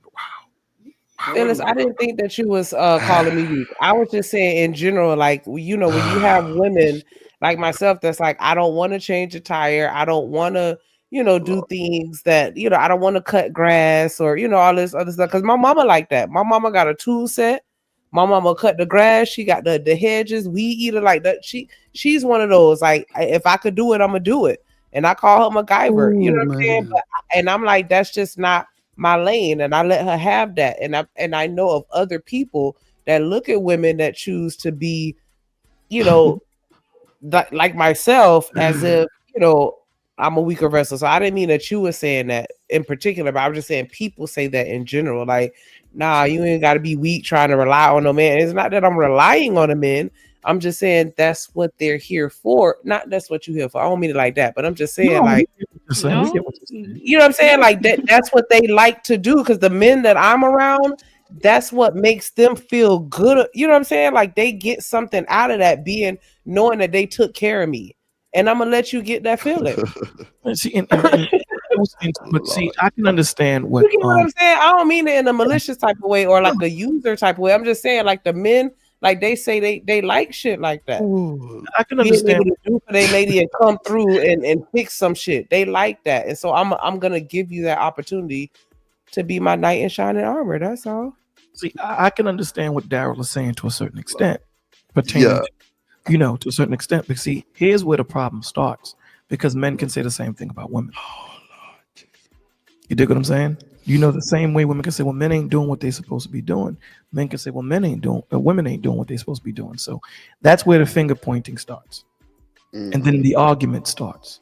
And then no one hears each other. And then we're stuck in the same place. Cool. We get it. All right. So brothers, let's go talk to the brothers and let's go deal with the brothers. This is why, when it comes to me dealing or talking to certain people, I try not to talk to them online. I'll give you my personal number. We'll holler offline. Because again, when people come on the stage, it's, some people, it's an act. Some people are moving a certain way because they've created this facade that they are and all these different things. You know what I'm saying? So this is why it's like, I'll talk to you offline and we can build. As far as trying to do it online and all that, You know, it I've seen it work, but I've seen it fail more than it worked. So What up, Omni, and what up, Mr. Lister in the building? Appreciate Well, y'all in the panel on my birthday. Real quick before I let y'all chime in, because I do want to hear y'all opinion on the situation. Philly Jim said, but men were around and did nothing. The police even pulled up, looked, and pulled off. And see that right there. I don't know if it's just me and my aura and whatever I give off. I've never had to experience that. All I had to do was pull over to the side of the road and then just stand, and look at my tire at a way like, oh man. And then somebody's gonna pull up and be like, hey, you okay, miss? You good? Blah blah blah. Like I just don't experience that. And I guess it's that bias or my anecdotal bias that gives me the perspective that I do, because I don't get that. I don't Okay. Okay. We understand about the tire. Go ahead. I'm gonna let hold on, wait, because I want to let I want to just reset this real quick. Shout out to True, shout out to Demon, shout out to the whole chat. We gotta keep it a little more respectful. Me and Demon gonna argue every day. It is what it is. This nigga ain't worth shit, but I love him. But I'm gonna let him finish his comment, and if any uninterrupted, because he was trying to get in there 15 minutes. I gotta respect it. You got it. You down there, nigga? Yeah, bro. I'm just gonna say this, bro. Go ahead, you got it. As long as I've been on here, niggas, and this is all due respect to people like Bolo, right? Because he one of the ones that actually will show you how it's like. Like, I'm probably one of the few niggas on here who actually know what Bolo face look like, right? That's a fact, right? So I'm just saying this, bro. It's like I've been on this bitch so much and hearing niggas want to be spoon fed. Just tell the nigga you a dirty ass bum. That's why you won't get no submission. And to spoon feed your bitch ass. Demon, watch the B word, please. Either. You don't follow Christ either, like Bolo said. But outside of that Christian shit, you a hoe ass nigga too, and you broke too, right? And then on top of this, right, to what Fear was saying, because what Shanika was saying about her aura, and I think Bolo was talking about it, not the aura comment. Bolo said, well, the men not the women not doing what the women post. Damn, I know I don't hear this nigga talking again. Do I got to bring it up again? No. Demon. Hold on, wait. Hold on, Demon. Hold on, 2 seconds. So, Demon, I'm gonna ask you to respect me. You ain't got to worry about nobody else. Just respect your boy on that situation with that man white, bro. But go ahead, you got it. And then, y'all can go ahead. Right. Go ahead. My whole point is this, right?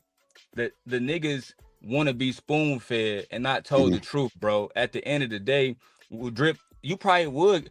Saying drop insurance on your girl, go help her out, etc. Right. But for the niggas that don't got no car, for the niggas that can't give you 99 cents on a super sticker, how on earth can they take what you said and say, yeah, I would do the same thing, knowing you only got $5 to your name, cuz, right? But instead of that's where I come in. No, nigga, you broke. You broke, and you broke in, right? To Bolo point, and so you don't deserve no woman submit to you or nothing like that. But Bolo, to your point, when you said, well, the women don't act this way because the men don't act this way. So this is what I thought, right? As a man and a masculine man, I'm supposed to do what masculine men do, right? If I see a woman not doing what she's supposed to do I say, you know what? I think I'm not going to do what I'm supposed to do, because from my understanding, that's you acting like a woman. That's not you acting like a man. From my understanding, shout out to my brother Brownsville, men supposed to be men all the time, 24/7. Let me respond to that. Let me respond to that, because that's not what I said down. What I said was that, there can be a pointing of the finger. We understand that regardless of whether my woman is doing what she's supposed to be doing, that doesn't change the fact of who I am, what my character and integrity is. I still handle my business, right? And it should be the same for her. Regardless of whether I'm doing what I'm supposed to do, she should still do what she's supposed to do as the wife and as the mother. So we're both held accountable in God's eyes on that perspective. Both of us are. So what I'm saying is creating an environment so that there isn't no finger pointing, because that's what happens when you have panels of men and women. The communication breaks down, and then it gets into, name calling and, well, we do this and we do that and we do this and we do that, and no one is actually dealing with what the issues are and trying to move and progress what the problems are in our community. And that's what happens, right? So again, I deal with the brothers. Now, don't get it twisted. I correct women too, but my issue is I deal with the brothers first, right? I agree with you. I believe that the brothers are the fire, opposed to the woman being the leak. I'm gonna deal with the fire before I deal with the leak. So, okay. Anybody? Well, Truth, you want to respond? I Oh, have go a ahead. comment. It's not a response to Daryl. It's actually to Carmen's cousin, and because she said so.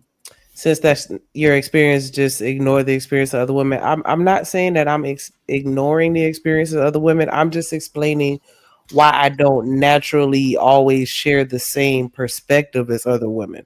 And sometimes, it comes across the wrong way. And it's just like, I don't naturally see the worst because I don't see the worst. And so sometimes I may come across like I'm a mammy or a pick me or whatever else y'all want to call me. And it's not because that's what it really is. It's just because I just don't share the same experiences. So I don't, that's why you don't hear me saying the same things that other people say.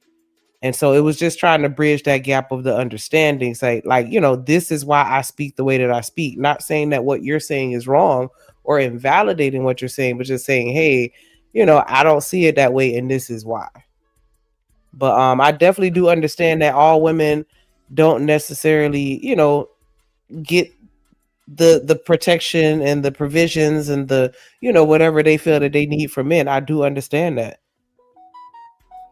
Now, okay, so my thing is this with the protection thing.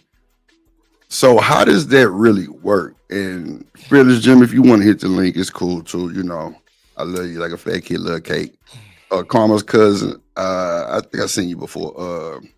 I don't want y'all to feel like we're saying y'all are not anything. You know what I'm saying? You got the simp god up here simping, and that's cool. And he stand on that shit, right? I'm sorry, I'm cussing.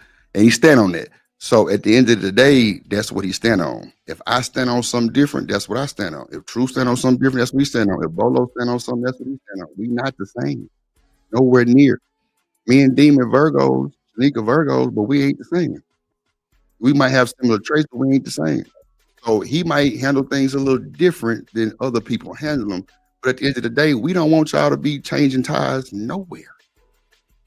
Like, even if I got stuff put in place to where you won't ever need, any extra help, I don't trust the AAA driver.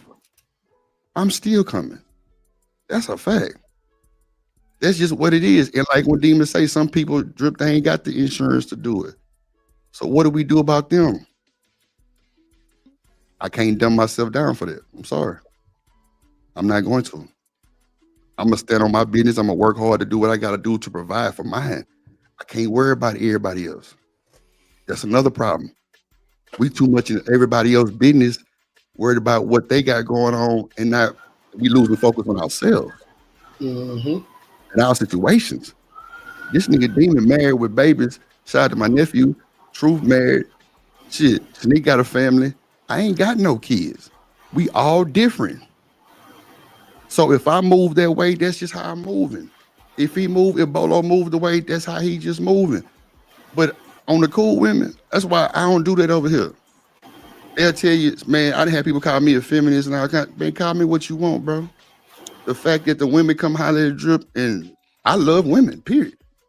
I don't want to see y'all hurt. I don't want to see y'all crying. I don't want to see none of that.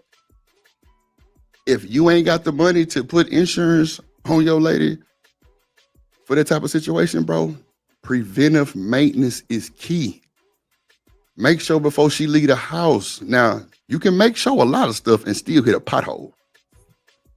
That's a fact. I used to talk to the chick, I put some rims on her car. That was the worst thing I could ever did. As soon as I put them rims on there, it was called at least once a month.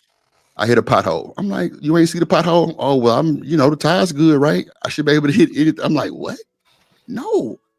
Dodge it, slow down, go around it. Well, that's too much. You know what I did? I changed them tires every time. Put new tires on there. Took the rims off, got them fixed, put them back on. I seen the flag. She don't know how to drive. Still put them on there because she liked them. And them low profile tires, bro. It don't take much. Mister, I got 295 23, 24-inch staggered tires on the back. You of my ain't got damn no rig. lips. Ain't no tire.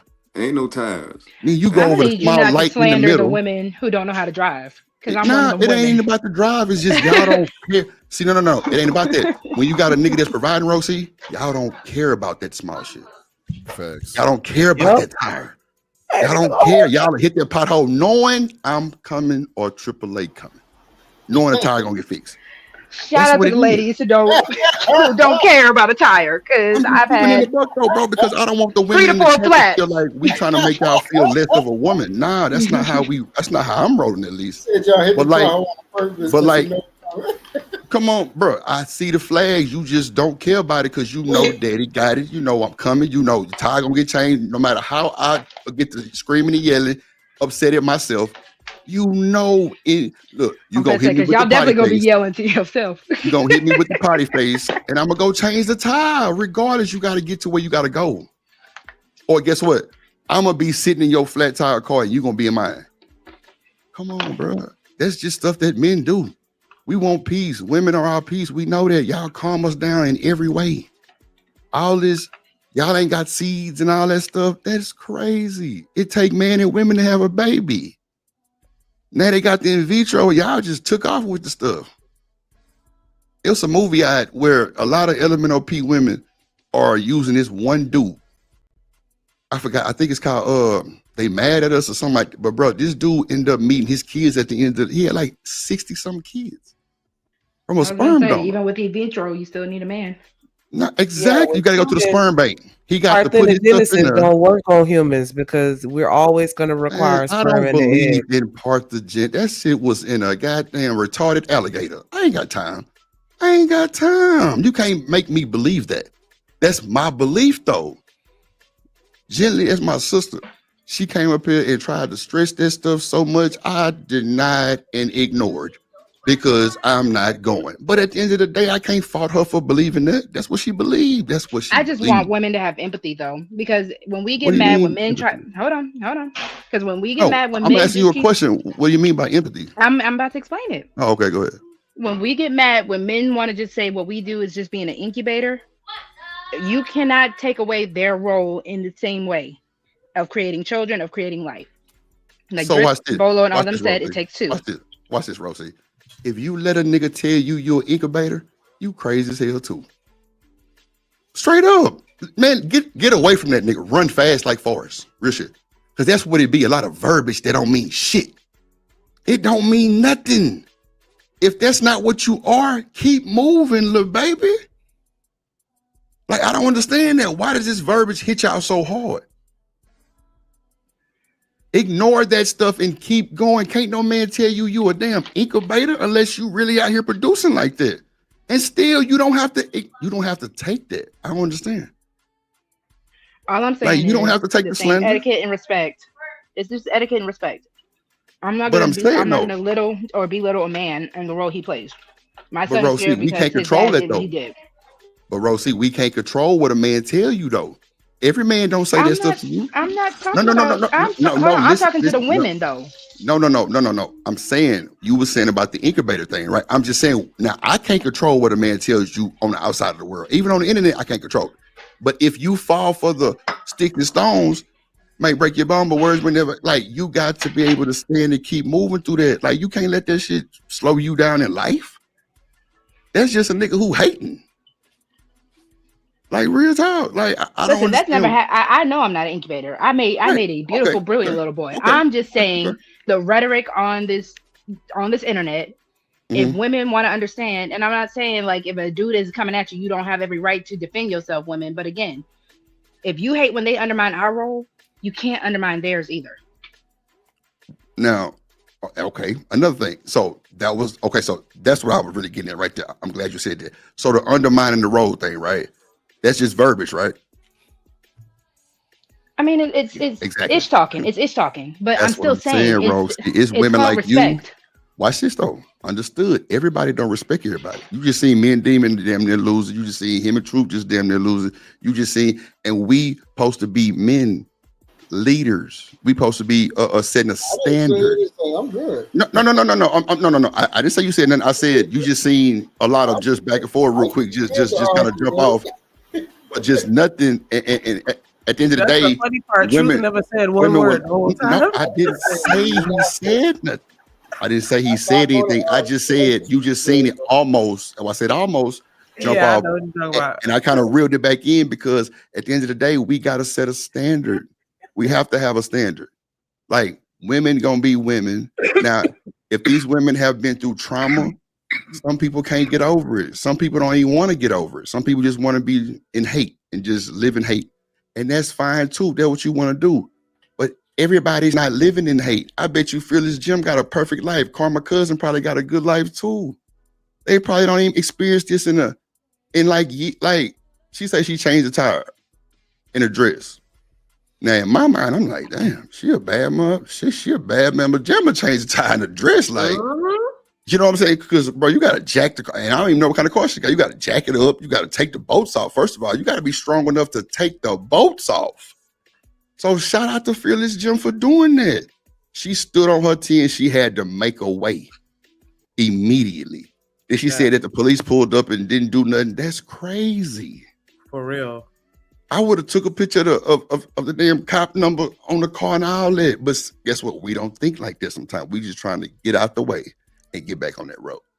That's understandable. Like Demon said, Drip, what if they ain't got that type of money? Or what if they ain't got the car to come get you? Guess what? Tow trucks do exist. They might drag you just off the road to the gas station. I know in Houston on the toll road, on the freeway, that's what you pay for with your tax dollars. They'll drag you to the nearest gas station or tire shop. That's a fact. And you ain't got to pay $1. Long as it's within, like, I think like 5 to 10 miles. I could be wrong. They'll drag you to the nearest, like, off the freeway.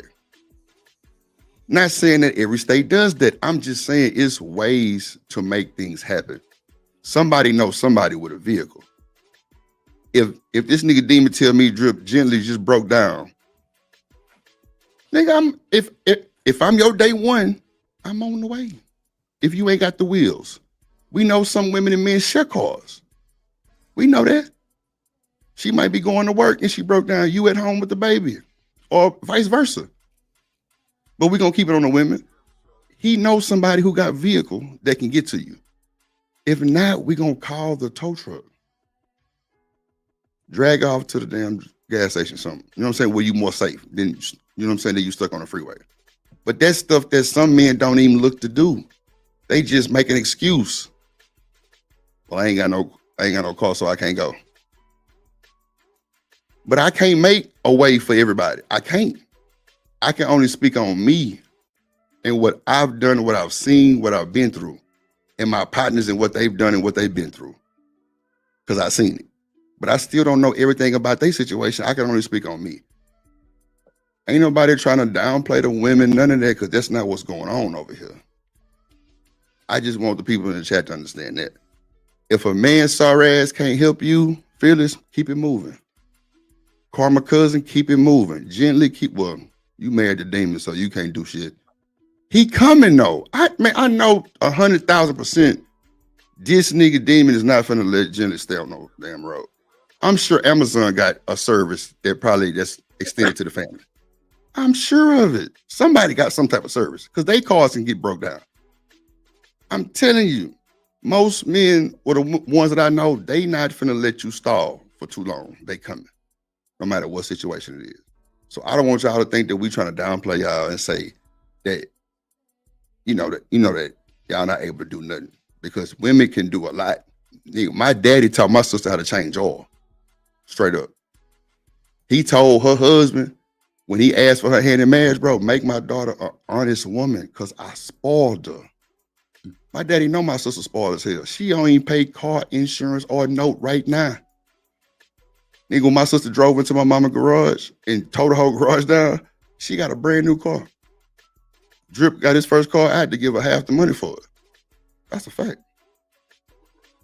So they treat us a little different. But at the end of the day, we want y'all to be protected in every way, but y'all can't just expect any random nigga to protect y'all. That's not what they doing. Because guess what? Niggas are trying to get over on your ass too, thinking they trying to protect you. Thinking that you trying to be protected. Niggas will use that to their advantage, straight up. And try to get over on you. I've seen it. That's just what it is. But we got to be smarter and more careful.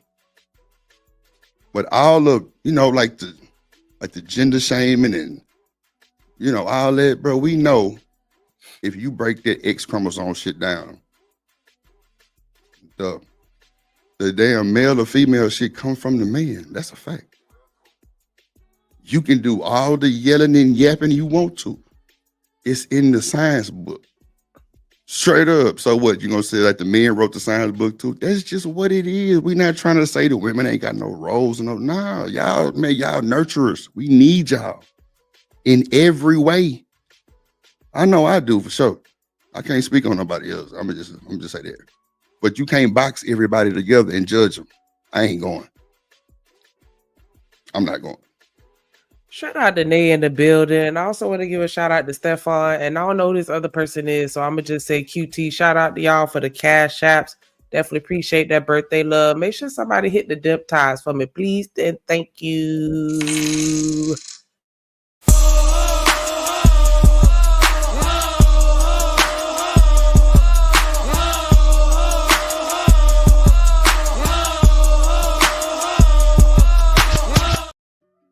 And shout out to Vaughn Bryan, shout out to Marcus, shout out to Bolo for coming through, and having to hit his bullshit. Damn, I'm cussing. Oh, okay. Appreciate you, living humble. And it's so funny because I kind of had a feeling that was you, but I ain't know. So appreciate that. Hey y'all, man, it's my birthday today. It's Labor Day. Y'all ain't at work. I know y'all full. Y'all done ate. Let's go ahead and turn up real quick from a dog.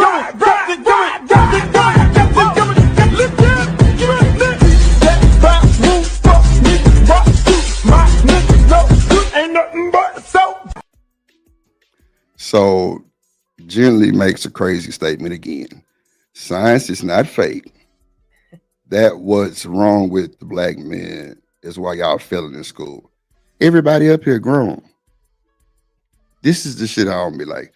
You got a nigga named Daryl Long that's an intelligent Negro. And y'all be worried about Negroes failing in school. The wrong thing. Now watch this. If you so worried about these folks failing at this shit, what you gonna do about it? Period. But one monkey can't start no epidemic though. We can't. Like Ferg said, it's gonna take a lot of us to do it at one time. Everybody. It can't and Gently is the educator. That's my sister. But at the end of the day, she mad at some shit that probably happened in her life. And she's seeing she's seeing these kids like that. And hey, I can't take that from her. I'm not at the schools. I'm dropping my nephew out, but I'm dropping him off at the door. I'm not going in there. From the outside looking in, everybody's spoiled. Everybody got Jordans on, everybody doing their thing. But why are we rewarding kids that's not doing well in school?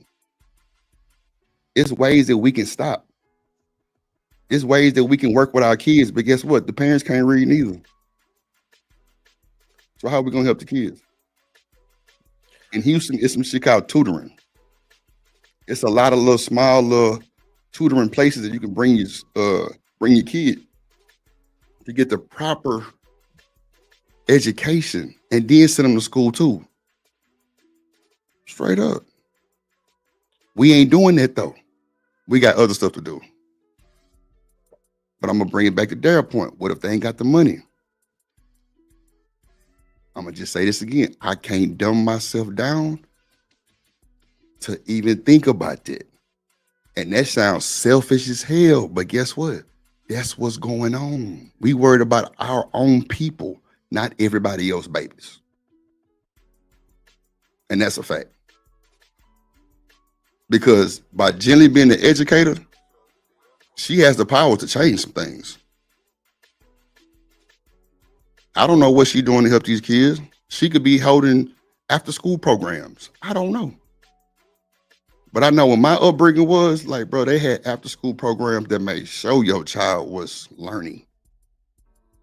Like teachers wasn't just coming to work for the check. They was coming to teach. I remember this lady named Miss Brown, my third grade teacher, bro. She would grab your ear and turn your shit in a 360 direction, and she would embarrass you in front of the whole class. We didn't like shame back then. We would get in line. My mama 4'11". The door at the school was probably 8 feet tall with a little glass in it. My mama head was just reached the top of the damn glass. They knew that was my mama. And she ain't play that shit. Shanika just said she went to her kids' open house. How many of y'all can say y'all went to the open house? We ain't going. We not going to meet the teachers. We not going to see what's going on. We not. Y'all can cap all y'all want to. You too perfect. Cool. But then your kid, like Jenny say, failing in school. 2nd grade level.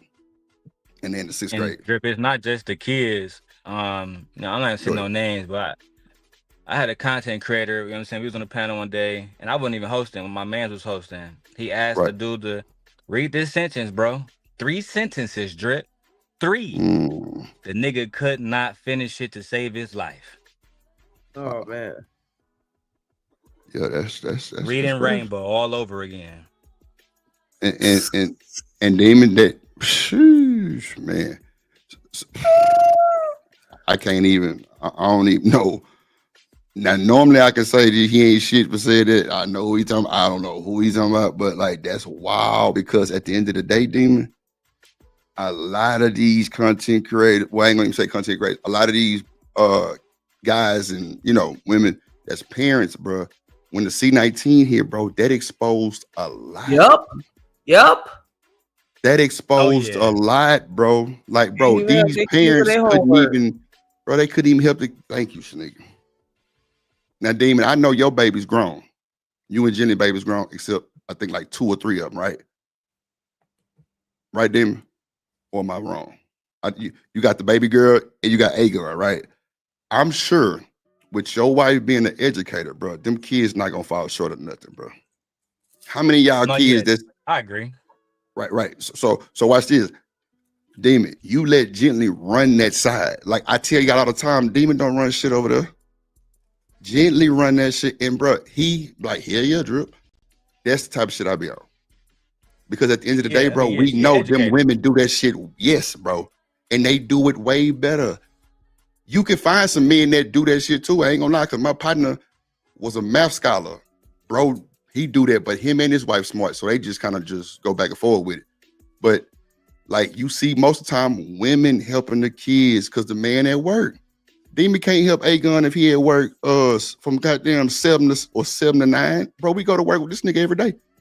We see where he going, the packages he drop off, everything. Like we go ahead, then what you say? What? Also, the COVID example was a good example. Nah, I'm telling you, bro. It exposed everybody. This is not even gender neutral. This is about to say this is men and women.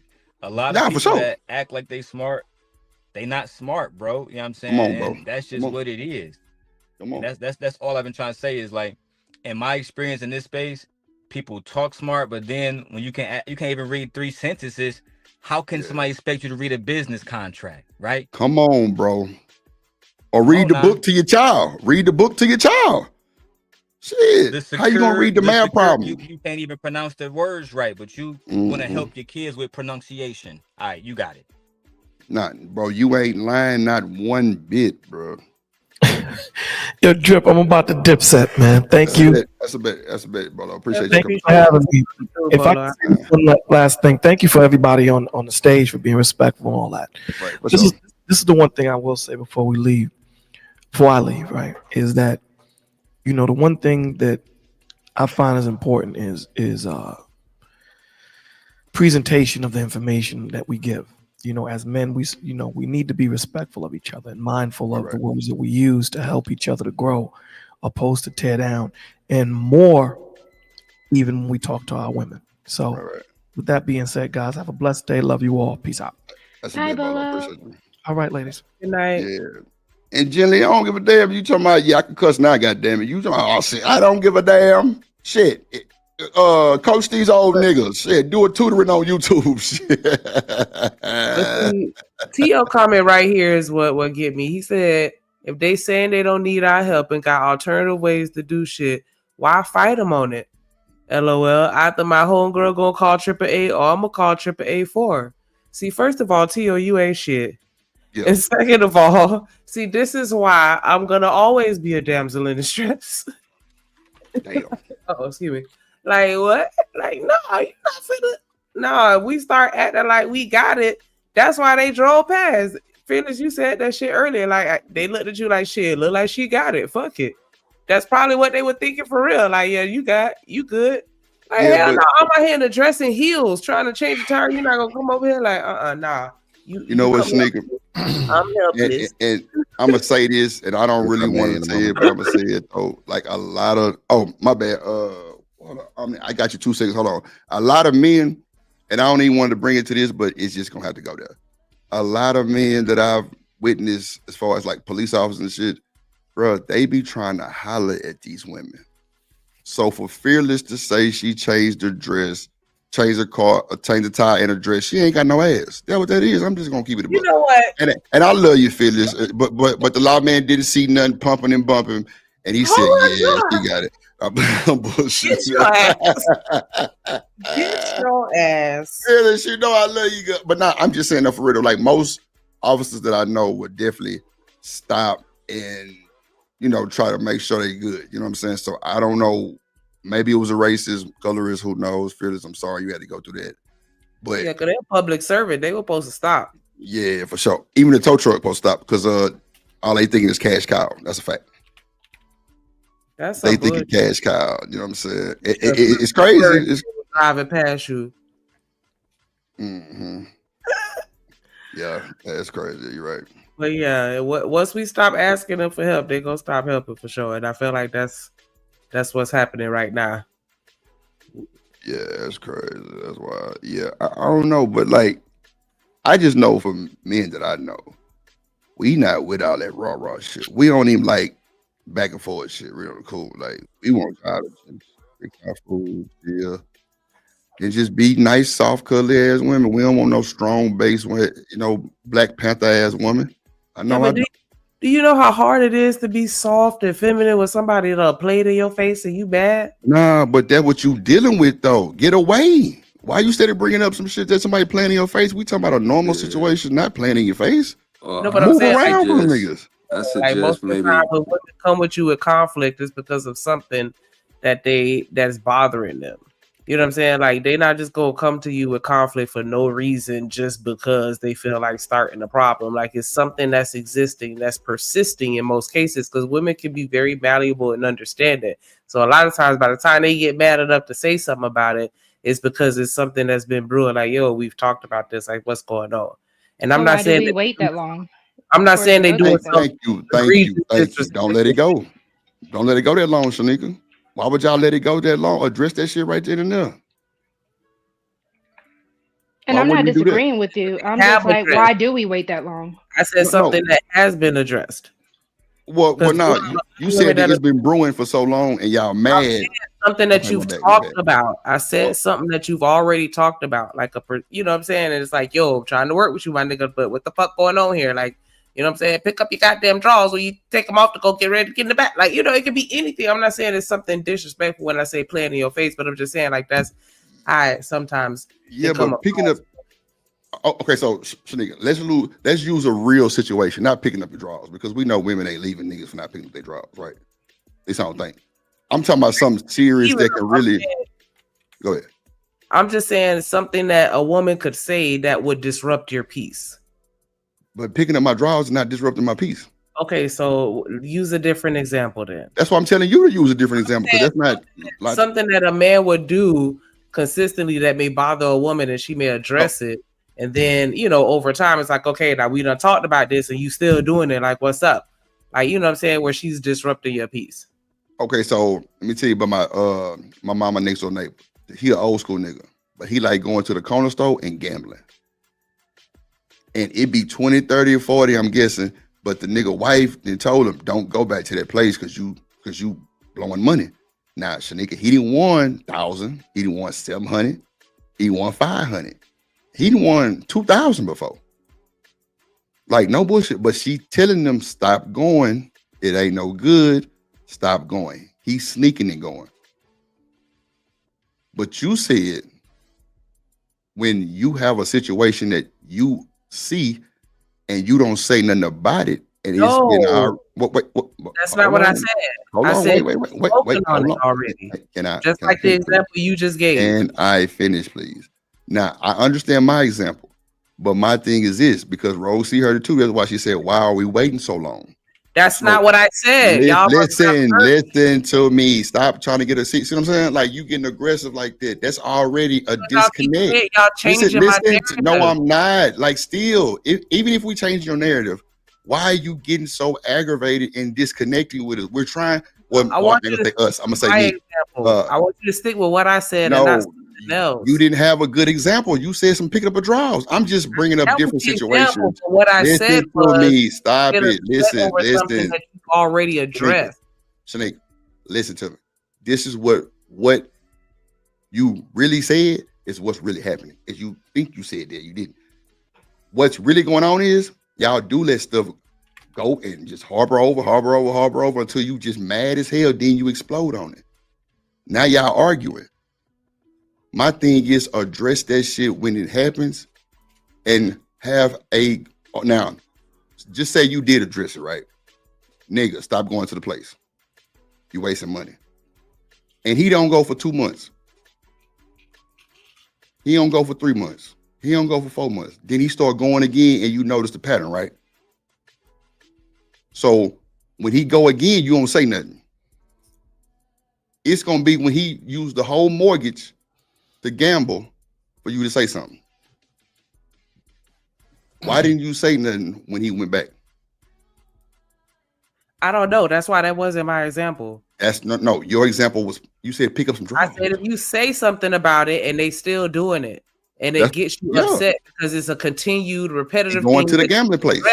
Something that you've addressed. So I'm not saying something that you're ignoring, because you can't not say something and then just get mad at somebody for doing something you never told them you had a problem. I would never expect somebody to just be a mind reader and know what you don't like if you never told them you don't like it. So that's why I was like, it's something that you've addressed, and it's like, yo, I'm asking you to stop going to gambling. You still keep going. That's me disrupting your peace. And that was all I was saying. Like, sometimes I feel like with women, when they're disrupting your peace, it's about something where you're disrupting their peace. So, Rosie, why did you say that I wait too long? Why did you say that?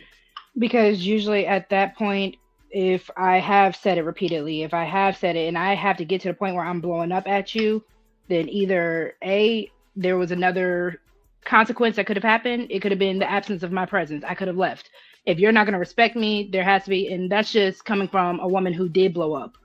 So I'm learning now there has to be other consequences, because I can't let a man, if especially he's going to not listen, if he's going to be disrespectful, if he's going to put the family in any type of harm or danger, you can't get on that level. You have to have another consequence or another way of just another exit plan. So that's all I was asking. Like, we don't need to wait until we're ready to blow up. We have to have another strategy. You're correct. I'm not even saying blowing up. I'm just saying a situation where a man feels like I'm disrupting his peace. I'm just saying that disruption is usually rooted in something where he has disrupted my peace. Right.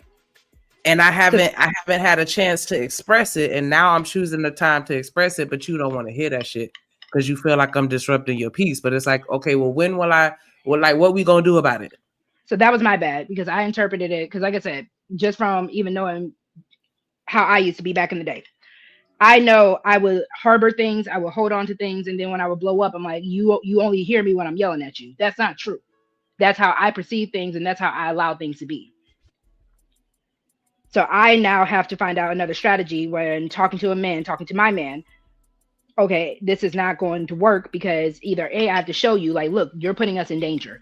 B, I have to remove myself from that presence. Because I can't keep getting in. That put me in some very scary and horrible situations when I would try to get with a man and get on that level where I had to not be peaceful anymore. So I'm sorry for misinterpreting it. Nah, you good. You didn't. I don't feel like you necessarily misinterpreted it. I was because I'm saying it's varying levels to it.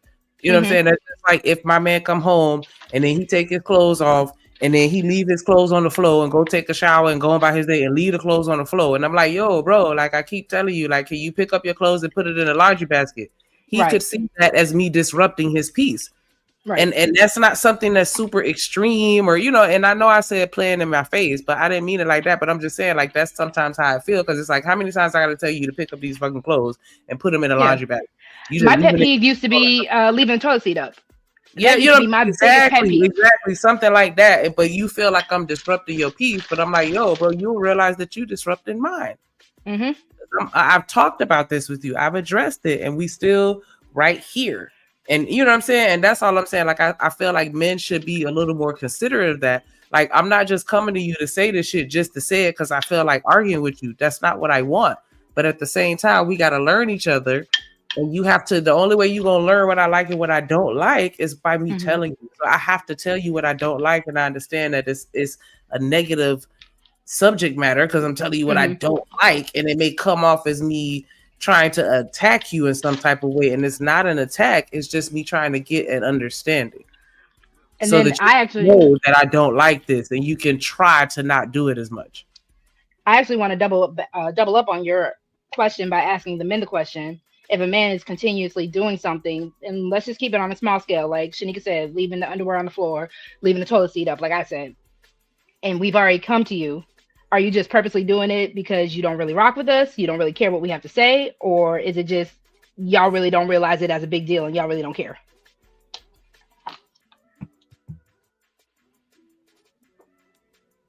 No men want to answer the question? Truth, Mr. Lister, Omni? I guess that's just petty and not worth addressing. I guess so. Said all that's light shit. I get it. It's light, but again, it's like little, like if I do something that gets on your nerves. Hell, I've seen men just get mad because their women snore. They make sure to address that shit though. I mean, I guess it's what each other's willing to put up with, in my opinion. Like, what's the limit? Because I know maybe some things you made me more lenient than other areas. So maybe the clothes might be more of a trigger than maybe drinking orange juice out of the carton instead of pouring it in a glass. You see what I'm saying? Like, it could be just different things. Maybe using the toothpaste and not putting the cap back on. It could be anything, you know what I mean? So I'm thinking, what are you two willing to put up with, like, on a personal level? And what's the limit before you address it? So, but what if I'm just PMSing that day? And, you know, everything's pissing me off at that point. I guess then it's up. I guess there has to be responsibility then on the party who's PMSing to communicate that I am PMSing. If you care, you know, about communication and sustaining that through the PMSing, because the PMSing is temporary. You know what I'm saying? It's you're gonna get over it. Okay. So, you know what I mean? Maybe, you know what I mean? Just saying, hey, man, you know what time of month it is. You know this is not really me. So, you know what I mean? I don't know. I mean, and like I said, I'm just kind of guessing. You know what I mean? I'm just kind of guessing. No, I was speaking more so on the just whole disturbing my peace comment. Like when men say that, what do y'all mean? Like me, like, you know, because I feel like in most cases it's verbal. I'm disrupting your peace by speaking on something that you don't. Peace. I know for me, peace can mean a multiple of things, but I guess in totality, men just want to be in a space where there's no opposition in any capacity. So sometimes men just want to be men without any outside interference saying what they have a problem with what they doing. Especially if you're like a working man, you know what I'm saying, dealing with the conditions of pretty much following orders all day and then having to come home and being told by your girl and we kind of look at it as kind of nagging sometimes, you know what I mean? And you might have a point, like it might be a repetitive thing, but it could be factors that maybe can that maybe needed to be considered as to why he's doing it. I don't think most men are just doing it is because we don't care. You know what I'm saying? Maybe that there is where we're dropping them at. Maybe if there was a situation as to where, hey, I'm noticing my man keep dropping these clothes in the same spot. So maybe if I put like a laundry basket in that spot, the same spot, maybe we can work together to achieve the same goal. And maybe I could change my energy as to saying he's just not caring. Maybe if I just put a little more effort into trying to achieve the goal versus saying the man don't care. You know what I mean? Like sometimes if we are creative in a relationship and coming up with ways to get what we want, we can get more bees with honey versus vinegar. You know what I'm saying? Kasim just dropped the bomb in the chat. He said, disturbing his peace equals I don't have the patience to deal with what you value as important. Because I was just going to ask, does it have to do with tone? I hear a lot of men, when you say nagging, I'm thinking it's just the tone of what we're saying. But after Kasim said that, because I don't like to think men just don't care what women value. Yeah, that's what I said. Yeah. I don't, you know what I mean? And I feel like if the end goal is to stop the clothes from, being dropped there, why aren't there other things on your part to try to achieve the goal versus just getting into an immediate argument and going from 0 to 10 and say you just don't care? Because I'm not going to lie to you, as a woman, it kind of feels like, okay, I do the laundry. The least that I ask you to do is to just make sure it gets to the basket. And I get it. From a man's perspective, it's not a big deal. But it kind of feels like, and we're just talking about the little petty things, right? It kind of feels like I have to run behind. I do that with children. So I would expect, or at least I would hope, that the man that I'm with can understand, okay, if these are kind of like our guidelines, then let's stick to them. If you know I like the toothpaste cap closed because I'm a germaphobe. I don't like the idea of something getting into my toothpaste. Certain things like that. Like I said, my example was the toilet seat. In the middle of the night, I would be so tired, go to the bathroom, and I would fall right in. Because I'm really just thinking like, okay, the toilet seat should be down. So it's just like those little things where it's kind of like, come on, dog, I asked you to do this. Yeah, then also too, man, you asking the man to rewire what he's been doing his whole life.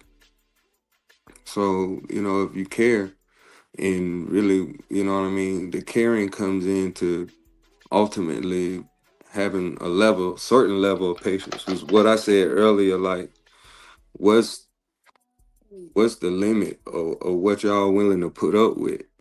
Because maybe leaving the toilet seat up and maybe what I mean, is something he just never had to do in his upbringing or never even considered or That's just so odd, cannot relate. But am I not also? Most women that you live with are gonna be the same way. Your mama is gonna tell you to put that toilet seat back down. You've lived the majority of your life being told to put the toilet and then right. So think about that. And also, aren't women rewiring their life too? Yeah, right. like So we can't I'm meet in the saying, middle. I gotta come to where you are. You can't come and yeah, meet but us hold out. on though. But that's because I can relate. Not so much that a woman telling me to leave the toilet seat down because I have my own stuff. But what I'm just saying, in totality, even with that, boys been told that their whole life and we still never got it. So it's just one of those things. You know what I mean? And then I'm saying like there's a again what I'm saying, there's a certain level of understanding and patience that has to be considered if you say you love somebody, and just immediately asking somebody to you know what I mean, consider you, especially if y'all living together. Like you gotta get used to each other. And a Right, whole but lot of hold on, and a whole lot of things that men do not like necessarily that women do, we don't even address because we want our peace. We gotta attack that too, and unpack that. There's so many things that men just do not bring up with our women because we want our peace, like unbothered.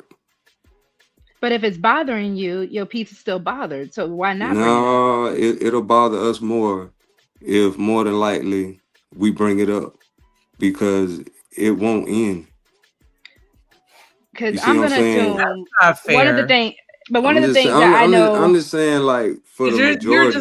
automatically labeling me as the person that is not going to be able to understand you or or to make the empathize. Yeah, changes. yeah, Empathize because we're feelings to considered modify my because behavior. we're not thinking because we're not taking it personally like it's you. It's more so our peace that we're considering versus uh you feel like you're disturbing that peace. You see what I'm saying? So it's like if I feel like there are things with you that and like I said, this is just an opinion. I'm just one guy just Right. speaking. But you know what I mean, just from the outside looking in, if I already had a hard day and I come home and there's something, maybe you didn't Drip have a on me in chance the to, back, bro. maybe you didn't have a chance to cook that day. You heard me, And Drip? I'm sorry. What did you say? No, no, I was telling Drip Omni in the back. I'll be on the stage. Oh, damn. My bag messed Yeah, up. I'm just sitting here wondering what we doing because I thought there was an order. I was waiting for my chance to talk, but that was like 2 topics ago, so it's a Nah, whole Omni, other because topic now. I done asked you for your opinion. You was quiet. Nah. It was a whole other topic. I said I'd be right back. Yeah, I saw that. I saw that. That's why. Yeah, Because I even said earlier I like, wanted to hear your opinion too, and then we both moved you on, and and Mister then was quiet as fuck. nah, Drip. The last thing I remember was Drip saying 2 minutes, and it was like 15 minutes ago.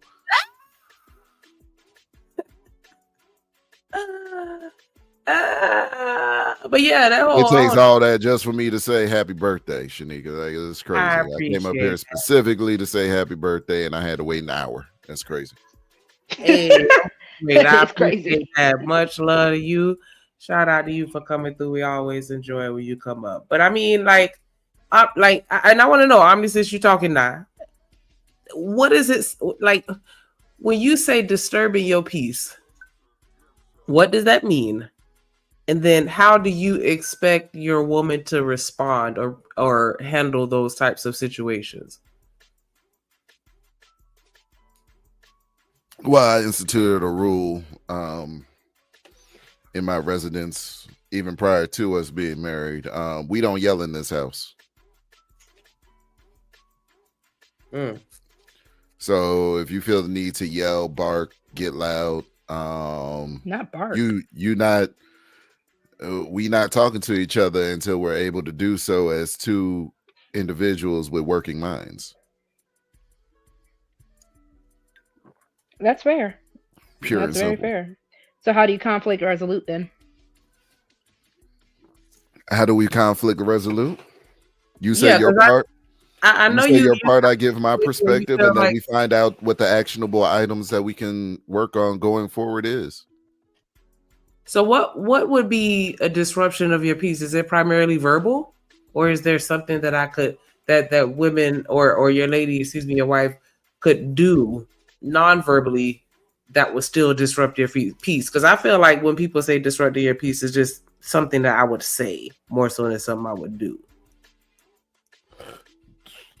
Yeah, there's not much that she does that disrupts, you know what I'm saying, that just would disrupt my peace. Like nothing actionable that she does that disrupts my peace. You know what I'm saying? I'm sure every brother that, you know what I'm saying, I'm a gamer, so she tends to come in wanting a hug at the wrong time, but that's about it. Like I'm just about to shoot somebody's head off in Call of Duty or something like that, and then I get got right when she wants to have a hug or whatever. And it's fine. Yeah, I mean, like, it's fine. That's But funny. yeah. Do you get hit Outside with the of that, hypotheticals? Do you love me if I was a blah blah blah, or if I never did it? oh no, because she knows that I love her for real. That's only for women that, you know what I'm saying, think that the man's going somewhere. Ooh. Okay. That's all. That's Clock only for the it. women that have. Talk your shit, Omni. That's only for women that are left with insecurities of, you know what I'm saying, the men not actually like, you know what I'm saying, all of that. You know, if my pussy fell off yesterday, would you still Oh love me? God, that's Yeah. So for real, Alright. by accident, if my face gets disfigured, would you still be with me? Yeah, well, my face 'Cause getting I'm leaving you. disfigured. I'm leaving you. My, you know what I'm saying, I grew up, there was this lady on my block, right? When I was growing up, I grew up on the street called Manchester Street now in New Orleans. There was this one woman. She was like losing her limbs. And it was so sick because the mind of a preteen kid goes wild places. So I thought her husband was like hacking her up, but that shit didn't make no sense because, you know what I'm saying, he was still taking care of her and whatnot. So I just, you know what I'm saying, I was into horror movies back then, so I thought he was like doing some twisted stuff like chopping the lady's legs off and shit like that at night. But come to find out, she actually, you know, she probably had diabetes or something like that. And it started with her arms. So she went from having, you know, full functional adult, 4 limbs. Then she lost an arm. Then she lost another arm, and then she lost both of her legs. And that man would push her in the Winn-Dixie parking lot to go get groceries. They would be shopping and whatnot, and you know what I mean. He would still be taking care of her, and whatnot if she lost all of her limbs. You know what I mean? Like that's the type of shit that I would see men do for their women when I was growing up. So the whole would, if I lost both of my legs, if I lost my arms, or you know what I'm saying, if my butt fell off, yeah, you know, none of that mattered. Once I claim you, and that's it. We ride until the wheels fall off. Because things are going to happen in my life. The flip side of that is my grandmother, right? Louise White, but we called her Mother White because she didn't like to be called grandma. You know what I'm saying? Women still had that shit back then where they didn't want to be called grandma because it made them feel old and shit like that. So we called her Mother White. And she took care of my grandfather till his dying day because he had Alzheimer's. And he had Alzheimer's pretty early from putting it down, raising a family of 9, 2 of which at the time were not his. No, 3 of which at the time were not his. So he raised a family of 9, 3 of which were not his kids, from my grandmother's previous marriage. And he was working 2 full-time jobs that paid a total of $20,000 a year. One was working the railroad, and then he had another factory job. So he was working like a dog every day to make sure that those kids had what they needed in life. And you know what I'm saying? So I'm a product of that. So when I saw what, you know what I'm saying, men did for women and women did for men in the context of a marriage, I saw what happened. I've seen it.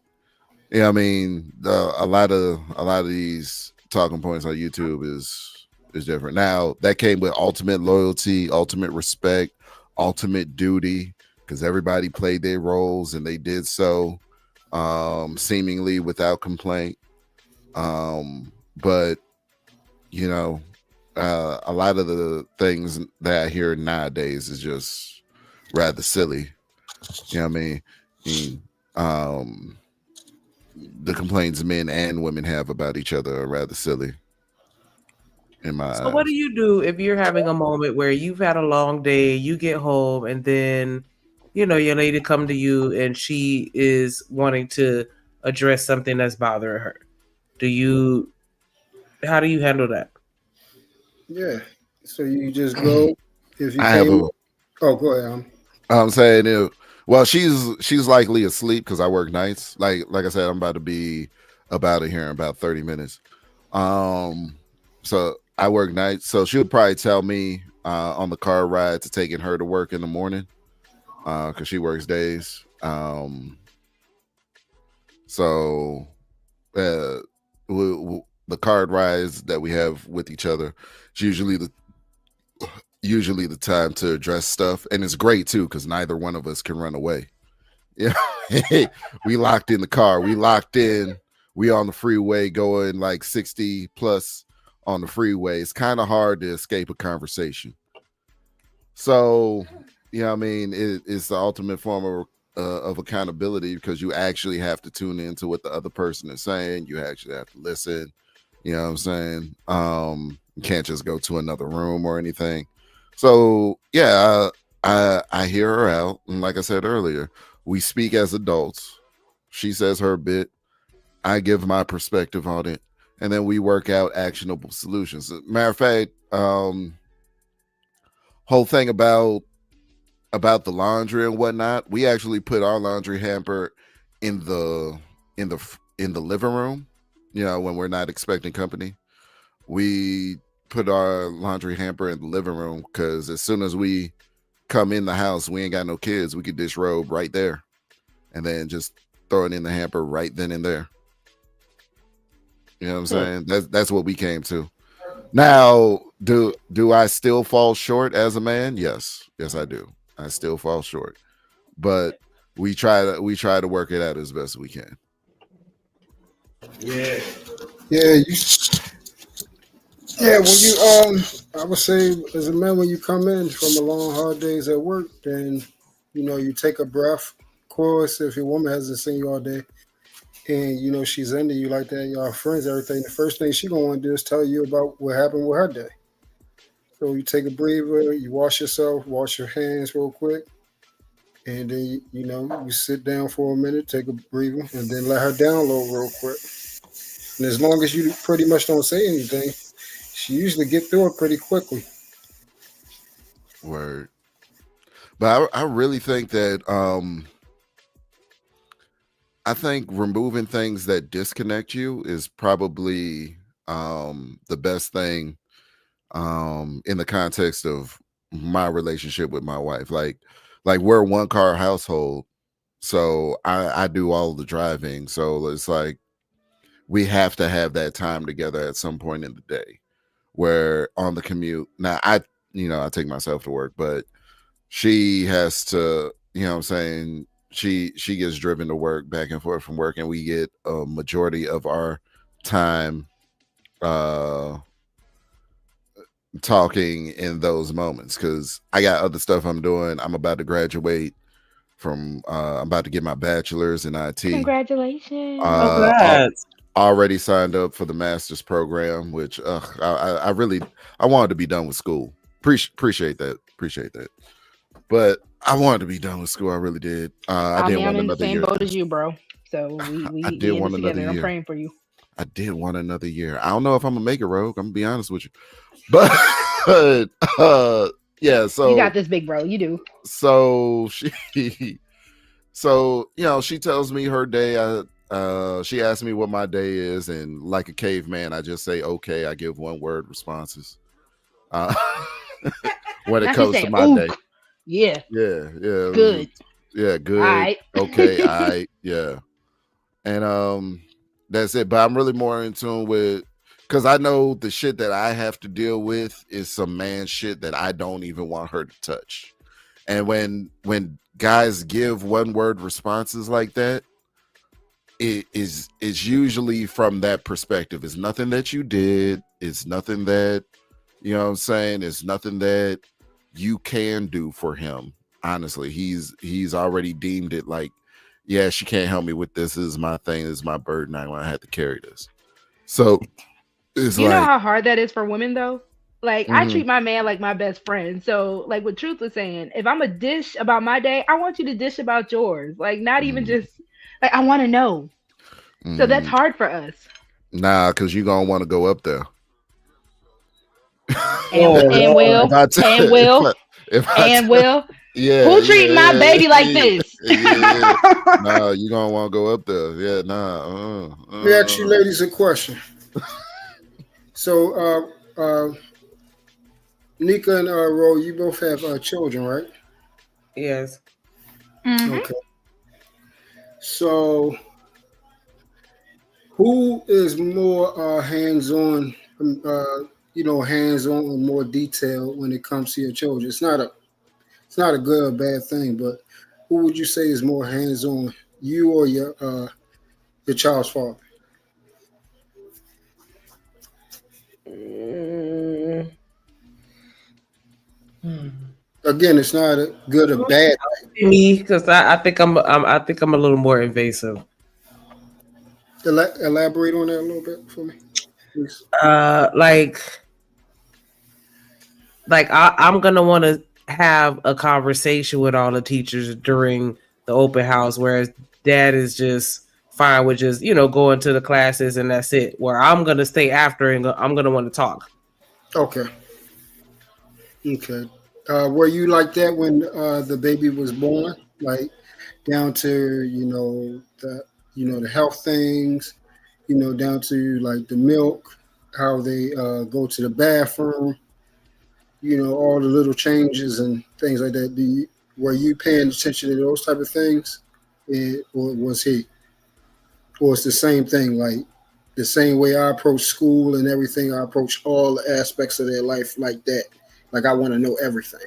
Pretty much, like yeah, like because I with the just like with the potty training, every time you go to the bathroom, I'm going in there with you. Right. Whereas he's gonna give you the gist of what to do and show you a couple times, and then that's it. Like, nah, I'm gonna come in here and make sure you doing what you're supposed to do. Like, you know what I'm saying? Like, yeah, I always dig a little deeper. Okay. What about you, Ro? I'm gonna say it was 50-50, honestly. And I know a lot of times that's not really heard of. Even with you bringing up the example, it actually just made me think with my ex-husband. When it was time to feed him, he would beg me, like, go ahead and pump as much as you can because I want to make sure that I can feed him as well. Mm-hmm. So even with school, just an example now, Caleb felt more comfortable expressing to his dad that he felt like his teacher was picking on him. So Mm-hmm. his dad actually messaged the teacher, but tagged me in and said, all right, this is the situation. This is how I want to handle it. So we actually have a parent teacher conference tomorrow that we're supposed to do.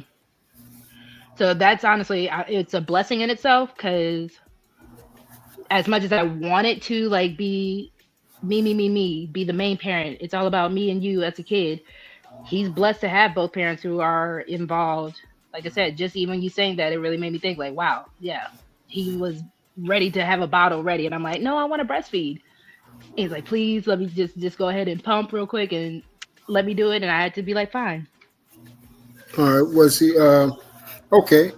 And so you said it translated from he was like that during when he was an infant all the way up to now. Like he's Oh, he uh, was involved to when I know, was pregnant. He was so happy. yeah, and he was involved in everything, wanting to know everything, asking questions, all that type of stuff. He was at the when we heard Caleb's heartbeat for the first time. He Mhm. rarely, unless he just had to work, and it was so rare that he Right. wouldn't go to one of the like once you start going to the doctor's offices more and more frequently as you get further along in the pregnancy, he couldn't go. But yeah, those monthly checkups, he was there. Okay. And you didn't have a problem with him really being into the baby like that, like wanting to know everything. And you didn't feel like he's overstepping you or anything like that. No, so when things got kind of rough between us, and this might be TMI, but y'all know me, I don't really mind sharing my story. Mm-hmm. When things got rough between us, and there was a time where I was working a job I hated and I Mm-hmm. had to commute a lot, he would try to throw in my face, well, I'm the primary parent. So it would be Oh, like little petty shots like that. okay, okay. But But overall, no. When he got involved, it would like that was probably the only thing when I knew he was trying to be petty about it mm, that really ticked me off. Outside of that, no, I never had a problem because I'm like, it took two. So you have a role. Even as much as I was like, I love the fact that I was able to breastfeed. mm, There would be times I'm like, go ahead and get that bottle. okay. There's milk in the freezer, and once I showed him how to properly defrost it, it was fine. And Shanika, would you rather have it like how it is now, where you're more detailed with everything, or would you mind if he was more detailed with a majority of the things? I mean, I don't want to say I'm naturally invasive, but I'm or controlling or anything like that. But I just like to, I just already know how I am, and so it's not that because he's absolutely, you know, involved and want to be on the same page and all that other good shit or whatever. And so I don't have no issues with that. I just know that I'm extra, and he know that too. And Right. so he'll communicate to me, what he wants, and then most times I'll agree with it, and then Majority of the times you will concede, yeah, honestly. I want to say damn near 100% of the time, to be Because honest, I because was about to go there. Okay. I felt like what he asked of me wasn't unreasonable, and he was able to communicate it to me in a way where it made sense. And so I'm like, all right, I could take that, and whatever extra I needed to do to make myself feel better about it is what I did. Okay. And how about you, Roxy? Did you have a problem if he felt as though something with the baby was better than what you're thinking? Did you have a problem and say, well, no, such and such? Did you try to fight him on that, or did you see if, hey, maybe he do have a better idea? Let me see your idea and then see how it works. Me personally, no. Even like I said, him taking the lead on because a lot of times where I felt like I had to take the lead on things, I was like, why don't you? So seeing him take the lead on things even now, even with us separated, I'm like, all right, I'm happy. I'm proud of it. I'm like, all right, you did that. I even texted him after he set up the scheduled meeting with the teacher. I'm like, all right, you did that. And So that also just you keeps like for him co-parenting to do pretty. that. So Yeah, you and it keeps co-parenting much easier because the burden. I'm not going to say being a parent is a burden, but the burden of having to do everything right that mhm. didn't fall on me all the time. Okay, yeah. So you would rather have it that way, that he would be more active, or like how Shanika said, uh, more invasive. You wouldn't mind that. See, I always came with the mindset when I have a family, it took two. So I never, and my mom tried to drill in my head, situations can happen, men might not do. And I'm like, I didn't want to subscribe to that mindset. I'm like, it took two of us. Hmm. Eventually, you're going to have to learn to do everything I do as far as just the parenting role. But see, I had a different situation. And so while he did know how to do everything and did actively participate in everything, I still did more simply because of the fact that I knew that Monday through Friday, you're only home for a good 6-7 hours at best. And he's So I sleeping. want you to prioritize yourself to the extent of I want to make sure that you fed, bathed, and well rested so that you can get your ass up and go to fucking work tomorrow because you got two jobs you need to go to. You feel me? Right. And so that's why I was like, I'm gonna do more on my end. But yeah, he still was cooking, he still was cleaning, he still was changing diapers. You know what I'm saying? But at the same time, it's like, nah, let me handle that because I already know you already got a load on your plate. So I just want to take that load off of you so that you don't have to be so extra and do the most. You know what I'm saying? Let me handle that for you. And you just, on a more shallow level, have an overall understanding of what's going on. And you tell me, you know what I'm saying? However, like, because he would tell me whatever it was that he wanted. And I would make sure that that's what happened. I'm not gonna lie, I hated how my ex-husband cooked, and he knew Nah, I was the better cook. he throw down. He cooked better than me at certain things. I ain't even gonna hold. No, I was the one thing that this man was able to make, and I still to this day I will tear it up if he offered me one, a peanut butter and jelly sandwich. That man can make a peanut butter and jelly sandwich out this world. Let me But guess. anything You else, toast nah. it? You toast it? No. I don't know what it was. The man just knew how to get the ratio to the peanut butter and the jelly right. It would always be right. Because if you remember like kindergarten and like preschool, like those type of peanut butter and jelly It used sandwiches, to be that's soggy how and he used to stuff. make it. But it was the right ratio of It was the sogginess, right truth. I one. don't He made sure it wasn't soggy and everything. exactly. So Okay, I'll gotcha. give him that. But no, I was the cook. He can't cook for nothing. Oh I, no, that nigga was yeah, he Bahamian, so that nigga was throwing down, like throwing the fuck down, like yes, thank you, see, like I got me just a hey, regular North Carolina nigga at the time. So nope. Yeah. They used Me to, being from New Orleans and him being from North Carolina, we already knew who was gonna be the better cook. yeah, my children and my child's mother used to like when I made ooze and noodles. They said, "Man, I do not know how you make it, but for some reason yours always turn out better." It be the most simplest stuff. I don't know what it is about men and the simplest foods, but y'all be throwing down because my brother is the same way about like all the ramen noodles and stuff like that. Yeah. Can't nobody make ramen noodles like my brother. And my mom and I are like, what do you do? You know, it was crazy, but that's dope. That's dope. That's one thing about me. I'm very analytical and detailed, and I can admit it, kind of over the top, and it kind of agitates my wife a little bit. But that's just I've been like that since my daughter, like wanting to know Mm-hmm. every single detail of everything, what they ate today, how much they ate, is they sleep, how much they sleeping. And if I know my sis well, truth, I know she's so into her role. She takes Yeah, so much pride as the woman that she yeah, is. So I know why it yeah. can get on her nerves a little bit. Yeah, it bothers her. It bothers her because yeah, like you said, she's amazing. Like she just got it. She just got it. That mom thing, she has it, and I know what's she's just not used to a man actually being like that. Like Mm-hmm. because usually women are more because they have to worry about like she said, she's the one that got to be there while we work and everything. So I work, but then also I want to know what's going on. I have still the same amount of energy coming home because I'm so like I love my babies. I Mm-hmm. love them. I'm into them like that. So I'm like, yo, what's going on? I see my baby. All I want to do is, hey, bring my baby. And you're First, like my ex-husband. That's how he is. If Caleb gets a little cold, it can be the most little yeah, minute thing. How he doing? How he doing? I'm like, why are you? He's fine. He still got a fever? No, the fever broke. He good. yeah, He with mama. He good. and I be able to tell like, please just bear with me. I know I'm kind of actually, but just please just let me do my little thing. It'll be all right. And really, I'll be looking at it like it's like a break, right? It should be, Hmm. taking the load off. Okay, he got it. And that's how I had to see it. It's hard at first sometimes to see it, but then it's like, okay, I can breathe. Shanika, we got some birthday wishes for you in the chat.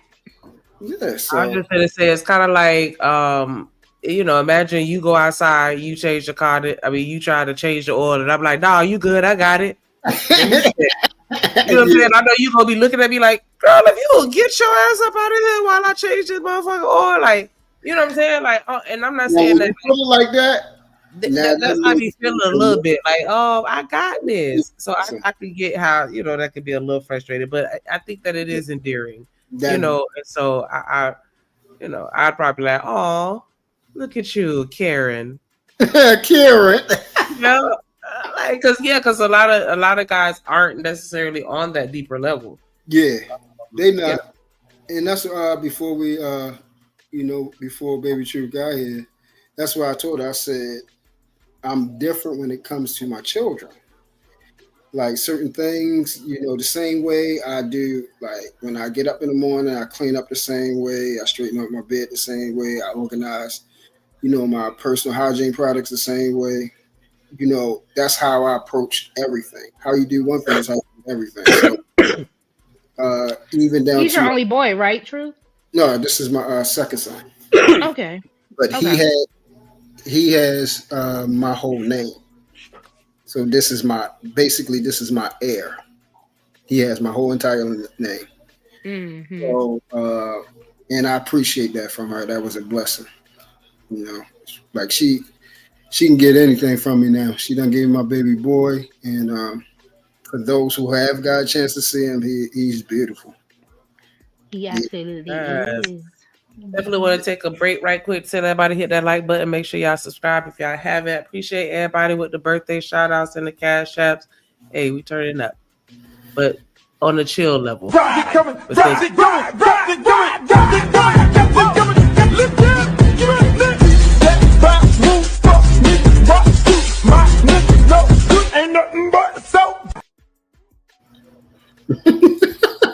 mister, that's crazy, right?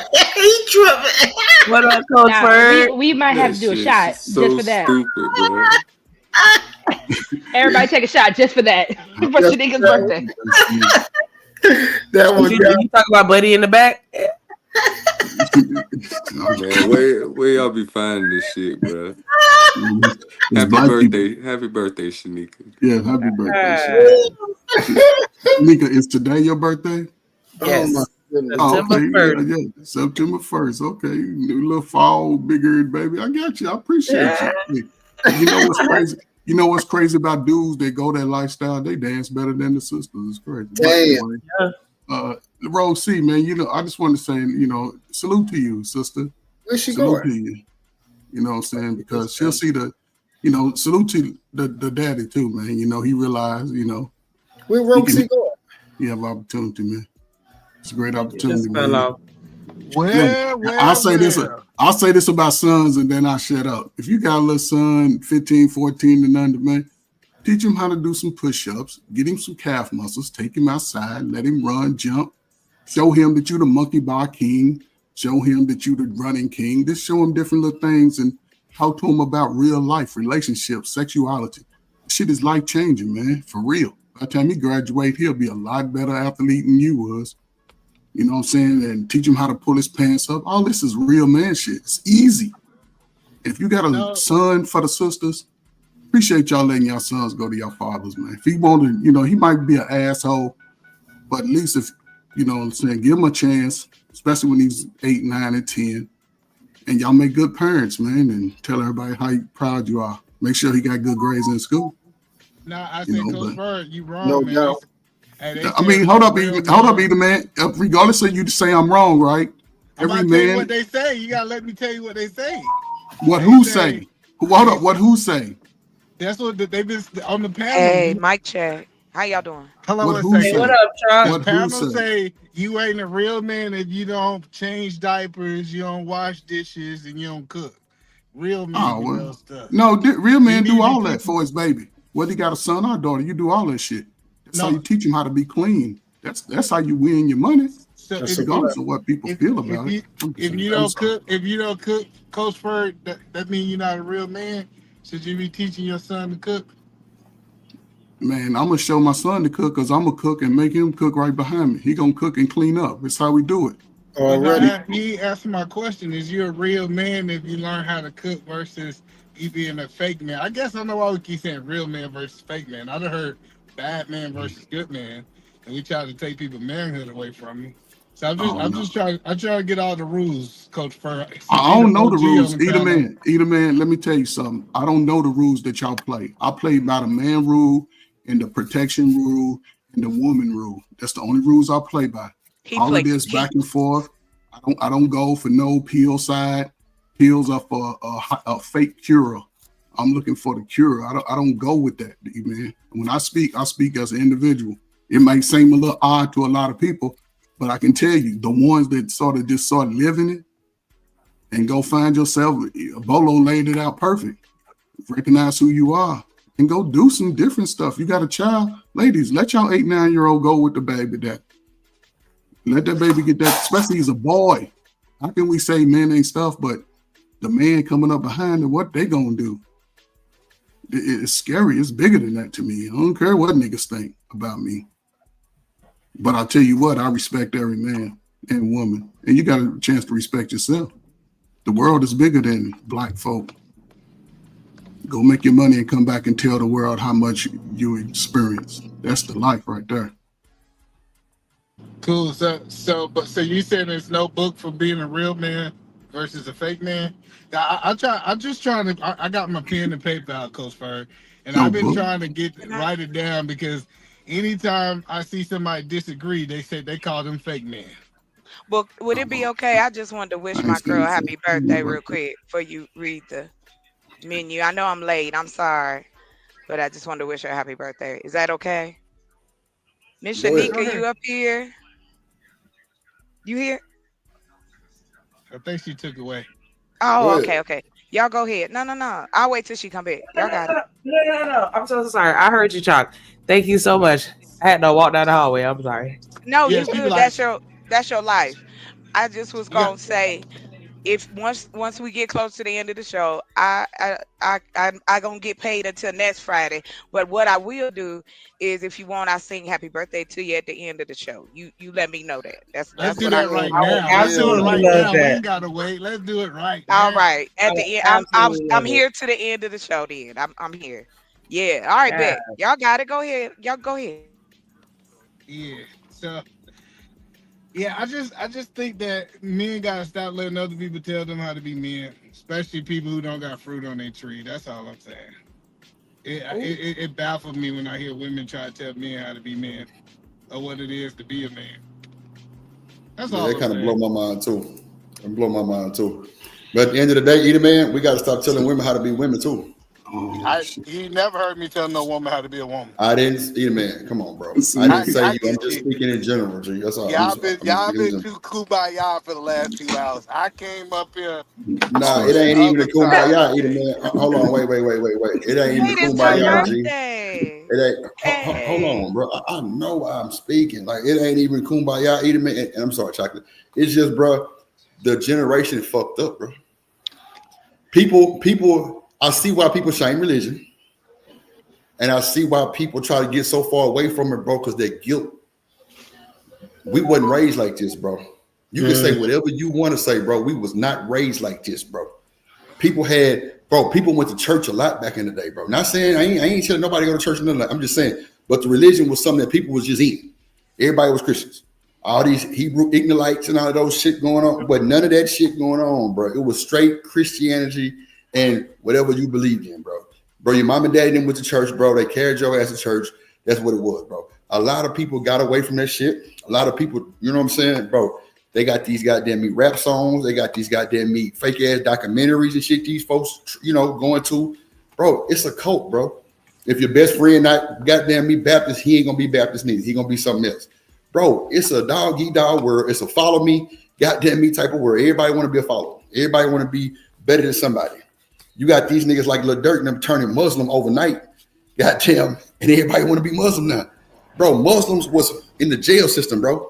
Muslim was the folks that you didn't fuck with in the jail system. A lot of niggas was going turning Muslim because they were scary, bro. That's That's not real perfect. So religion, either so man. so basically what I'm hearing you say, I want to make sure I'm not misquoting you in real time. Only women can tell women how to be women, and only men can tell men how to be men. Bro, like, nah, either man, I ain't gonna say that because your mama kind of told you how to, how to act and shit. You know what I'm saying, bro? It's No, she just, didn't. No, listen. My mama taught me how to be a human. See. oh my god, I think what we miss is I think your mother do a real good job of teaching you how to be an adult, but she don't teach you how to be a man. Being an adult and a man is two different things. Two okay. different things. So either man, did you have your daddy in your life? You said what now? Did you have your daddy in your life? Yes. Okay, Yeah. so what did your dad teach you? My She daddy taught me how to be a man. He taught me how to move like a man, and it wasn't Right. just my Okay. daddy. Okay. I Okay. wasn't So watch clear. It this. wasn't just my daddy. Okay. So cool. So either man, your grandpa taught you how to be a man. Your uncle and them taught you how to be a man. Type shit, right? Yep. Right. So I was just speaking on like, because everybody. I ain't. I was speaking on just saying that if you didn't have your pop in your life. Now my pops was in my life, but I was rebellious. Now, if I told you, watch this, either man. If I told you my mama didn't teach me how to be the man, it just came from just like coaches. It came from me growing up just playing ball. it came from me just going to my pot in them highs and seeing how they was, you know what I'm saying, being treated type shit. Would you believe me? Yes, that's what I'm saying. I learned so much from my football coaches, my baseball coach, Okay, my okay, wrestling okay, coach. okay, Listen, okay. I'm not saying that being a man is only one man on earth can teach you how to be a man. That's not my stance. I'm Oh no, saying no, that no. what I I know, learned, man. I what know. I'm saying is what I learned about manhood, what I learned about what I learned about manhood came from men. Now my mother was Right. a good my mother was really good at teaching me how to be a responsible adult. Okay, I think a okay, woman can teach okay. anything, any man or woman that. But Right, actually right, right. becoming I a got you. man, you I got got to you. walk that path with other men. But you know, 3 man, you said something that was real loud. You said your mama didn't teach you how to be a man, and some people might get it conflicted that's what that was, but that was more of just her teaching you how to be an adult. You're absolutely right. You're But, absolutely right. but Drip, this is what Yeah. I've been saying since I've been coming on YouTube. Everything I he didn't say just you was said. on. No, I'm just saying everything he's saying. This is what I'm saying. That in either man, when I listen to your story, right, your story is very similar to mine, right? And you Right. learned early on by the man that you knew that loved you by unconditionally, but the man that held you accountable, the women that held you accountable, right? You've had that consistency and they had expectation. It's been a See, generation of parenting who but didn't Ferg, have the you hold me expectation. There's accountable, always Ferg. been, man, but I'm saying there's always been single moms, man. Those single mamas that I grew up under was the baddest sisters I know. One of my Yeah, I ain't got favorite mama was coaches. cool. Hold up. One of my favorite coaches. This is one of my favorite all-time sports stories. One of my favorite coaches at 10 years old. I'm talking about 10. She was a baseball coach. We went undefeated. A woman. And they can't tell me that listen, sisters are the strongest and the baddest on the earth. It's just that Ferg, you know what? the What you wording, saying hold is up, absolutely true. but the What you saying wording, absolutely true. yeah, Right, right, but right. over the Watch it, last watch it, 30 watch it. years.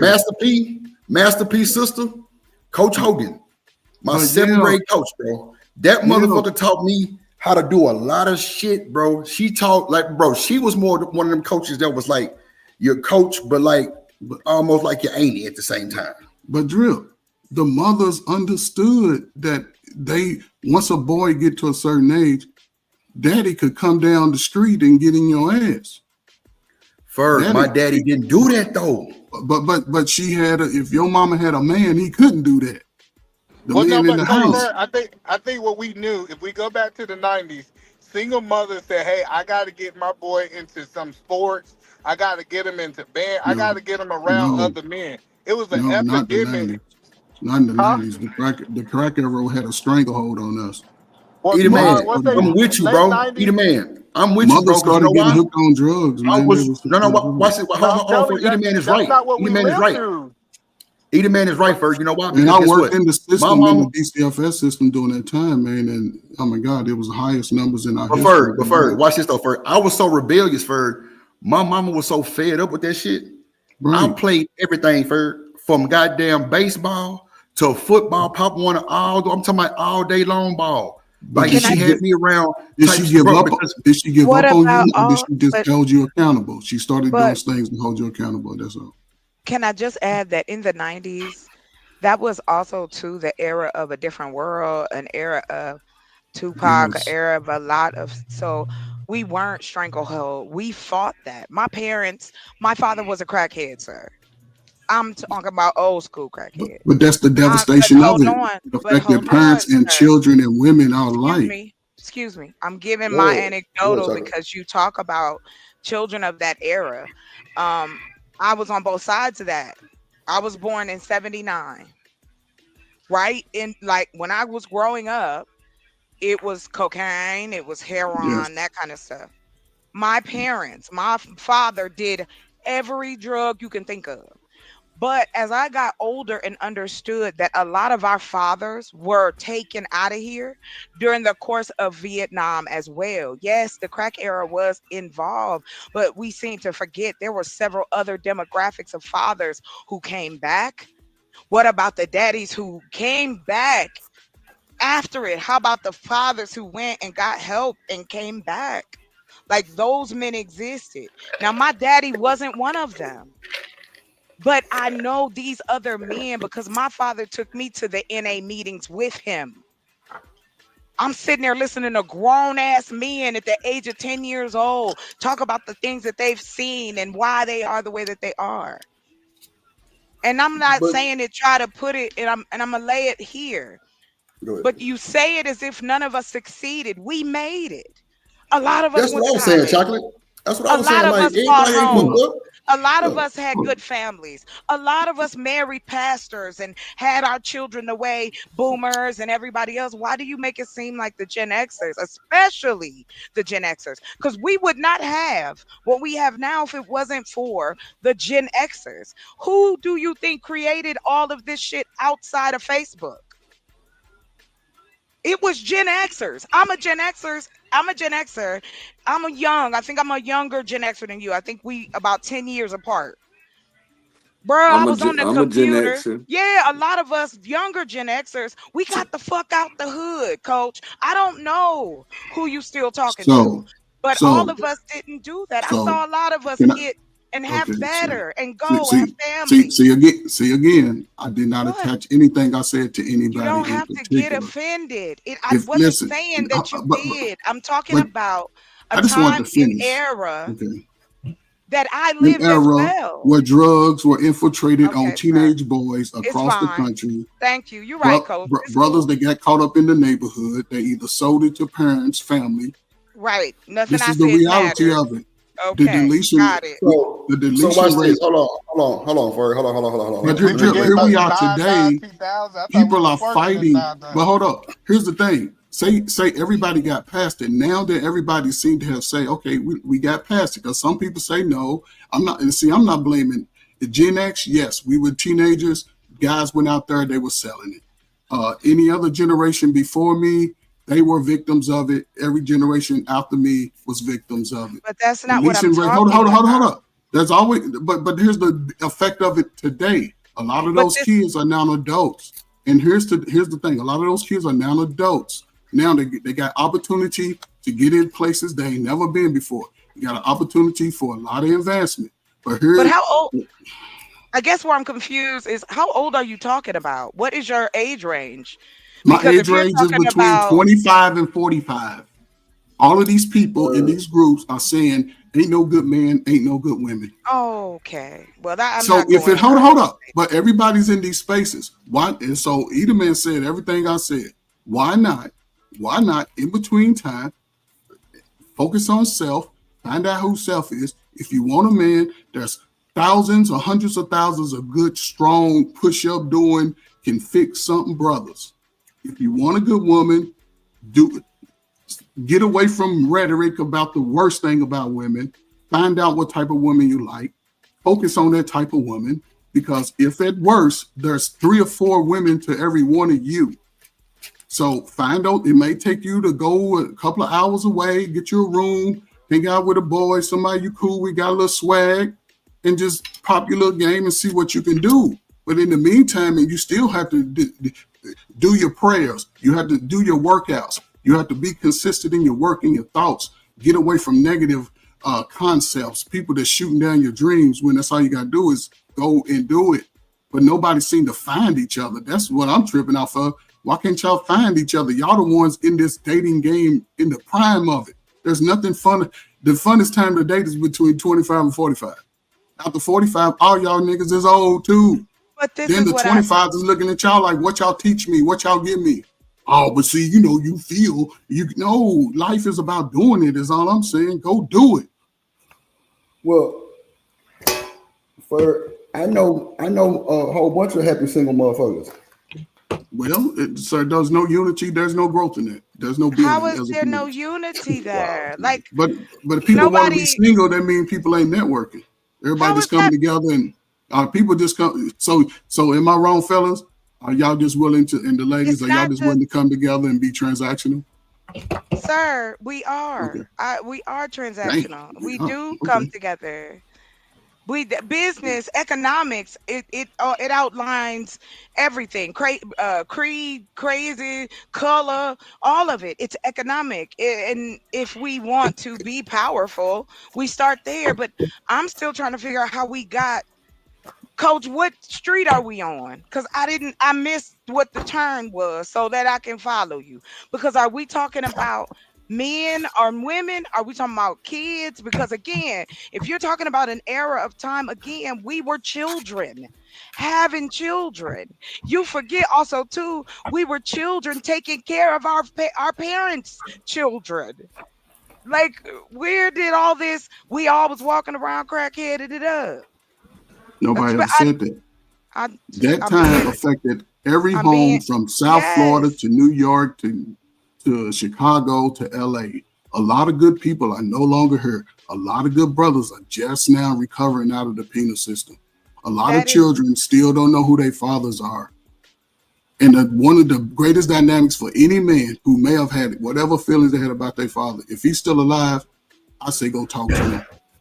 Go talk to him. Y'all cried out. That should have changed both of y'all life because that's what it's about. You can't take that grudge into you can't carry it around with you. That's probably the one perfect gene that you need to be creative. You can't focus on the women. I mean, you got to try something.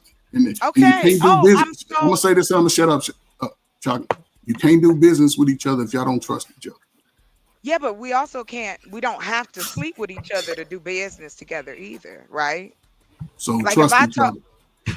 right. So you said you have to be in a relationship. Single people don't have anything to offer to building the community because you also Yes. need. Okay, perfect. So if I tell you right now, we can make solutions for every single thing you just talked about. We can get Well, it started, get everybody, it on paper. And you don't need everybody. okay, Well, it ain't everybody everybody, up here talking. right. So get the people get close to your age and see what y'all can come up with. How about that? How old do you think I am, sir? And why do you do that? Now you telling the brothers to have a plan, so the sisters don't need a plan too? If we gonna help each other out, if we're gonna better these single mamas, don't we need to work on a plan together? What you gonna do for the brothers and what I'm gonna do for the sisters? Is that what we need to do? No, it appears the best way method in any social like group gathering. You separate the man and the women for a period of time, and then you bring them together to sort of iron out what they discussed and the differences. Then you come up with solutions going forward. Why do So we have you to? be the spokesman. I mean, that's the only way it's going to get fixed, though. But Talking where is about that you, from, though? but that's That from we any need to social. be.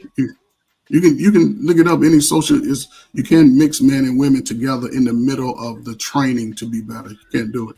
Why does it have Even to? even What even training? about life, better in life. It Well, takes some that's training. So for your way is the wow. only way that you saying. No, I ain't got no only way. No. So you saying for what you saying is the only way that's gonna work? Oh, okay, No, not at all. okay. Not at all. Okay, Why would I just make say? sure. I don't. Okay, I never claim. okay, my Listen, bad. My bad. I'm one thing I did. I messed up trying.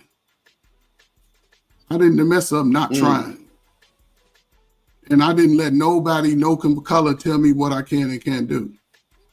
So let me go back to the 2000 because Go back to the 2000. The 99 when they gave 2000. y'all P Diddy, R Kelly, and all the weird shit that been happening ever since. Go ahead, Ethan. Are your feelings hurt? That sounds like his feelings hurt. Listen, I'm sorry, listen, E. I'm sorry, we got E. all Hold kinds of on, crazy because shit. there I'm just wasn't tripping, any y'all. weird. I'm Okay, tripping, because I was going to say, don't say that we was the only weird shitter. Nah, Like we was kids, that ain't it. man. This is the No, bullshit that we all been under. That's the entertainment BS we all sort of navigate through. and Ferg shot I was heroin, making so they're a is, little different. I don't even know it. I ain't never seen it, so I don't know what you're talking so Not you, think Ferg, we but your need era.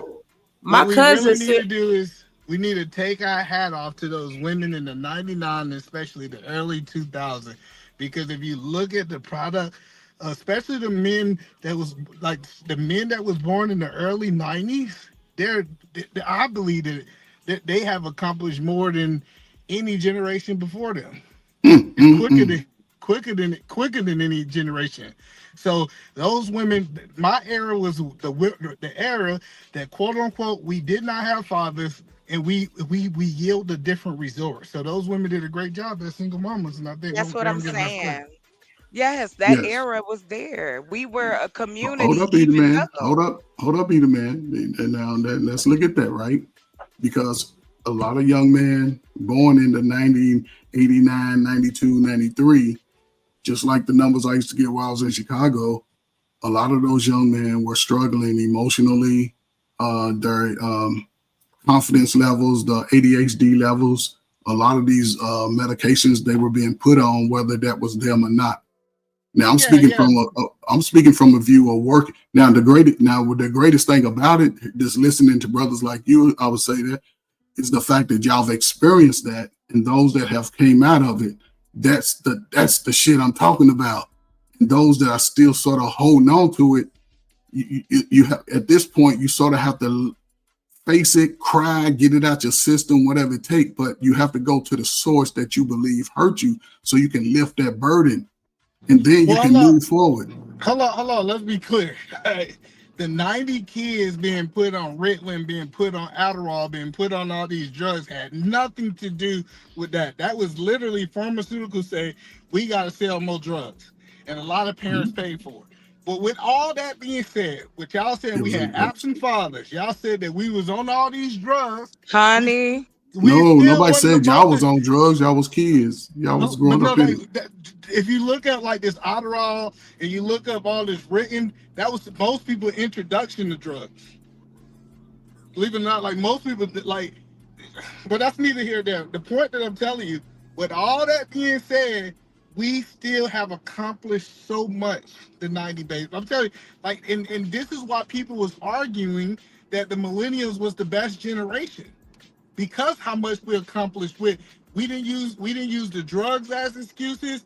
We didn't use none of these things as excuses. And we just still went out and accomplished. Right, because, and to your point, I'm just adding this piece.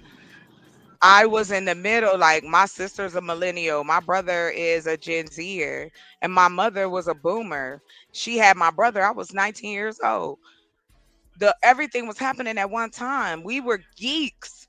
This was also born bringing the era of Black kids who gamed on PC, not just on like your PlayStation and all that kind of stuff. And if anybody was into computers back in the 90s, you play Oregon Trail on the floppy disk. That's all I'm saying. Like we've had these technologies. We've done these things. Oregon Trail was it, shorty. Yes, That was come on. the Oregon Trail Macintosh was life. The Yes. Macintosh, the floppy disk. What about number crunches? Remember Come that? on, you better He said number crunches. Pine Crusher.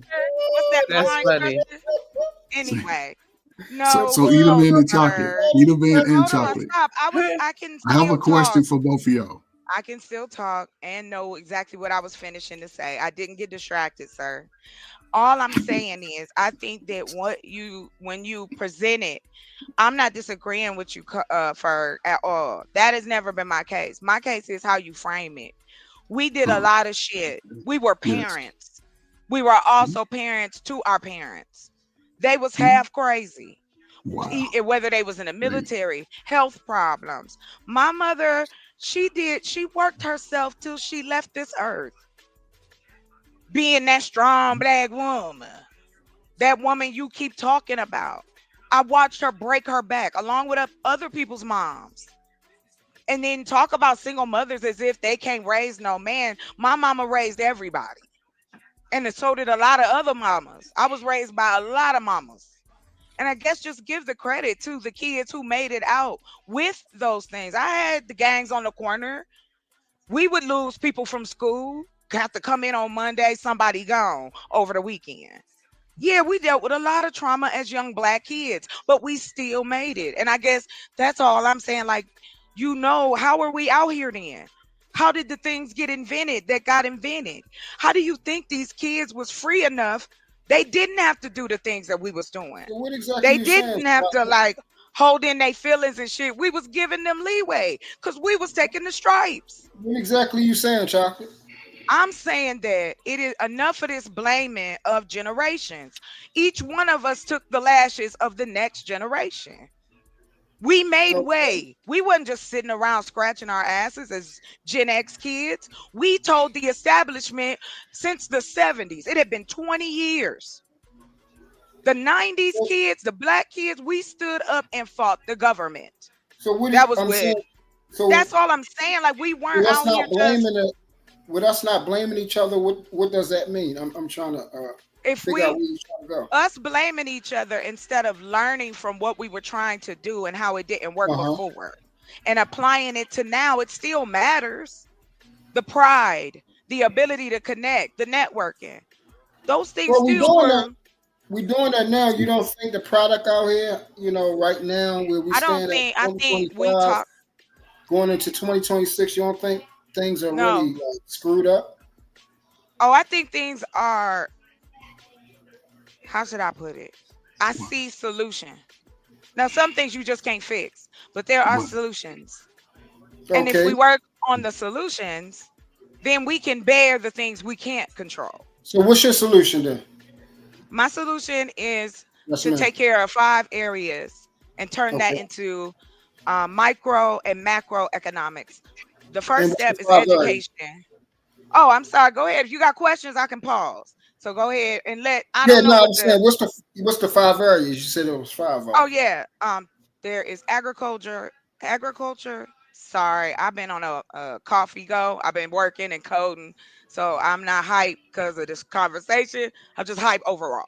So anyway, it is technology, education, manufacturing, Oh, I know what you're and talking about. The police yeah, the force. industries. No, I'm talking about the social pieces that are missed. Housing, like agriculture is, instead of getting our food from different parts of the world, we get food from right From here. the farms. Right. Yeah. Greenhouses, to specifically.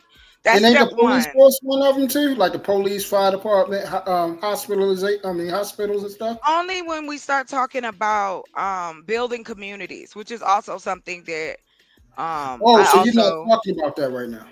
No, it's not that I'm not talking about it right now. I'm not talking about it right now with you right now online. If you want me to, I'm fine with that. I just ain't Oh, trying to take over the show. Like no, that's I'm fine. on. No, I was just trying to see where you were. I thought when you Oh, said I the got. because I heard But that before, I thought you was going. That's where you was going at. So I But didn't. Yeah. truth, I do want to answer your question. Go Um, ahead. Y'all got it. Listen to what Truth said. He asking, "What have we did? What is the proof of the millenniums?" Right? We have the least incarceration rate. We're not getting locked up like the generations before us, but right? but We hold got. up, Ethan man. Hold up, Ethan man. Let's talk it You down, got. right? Let me get my Hold whole up. thought out. Go ahead, I bro. don't even know what y'all No, talking because about.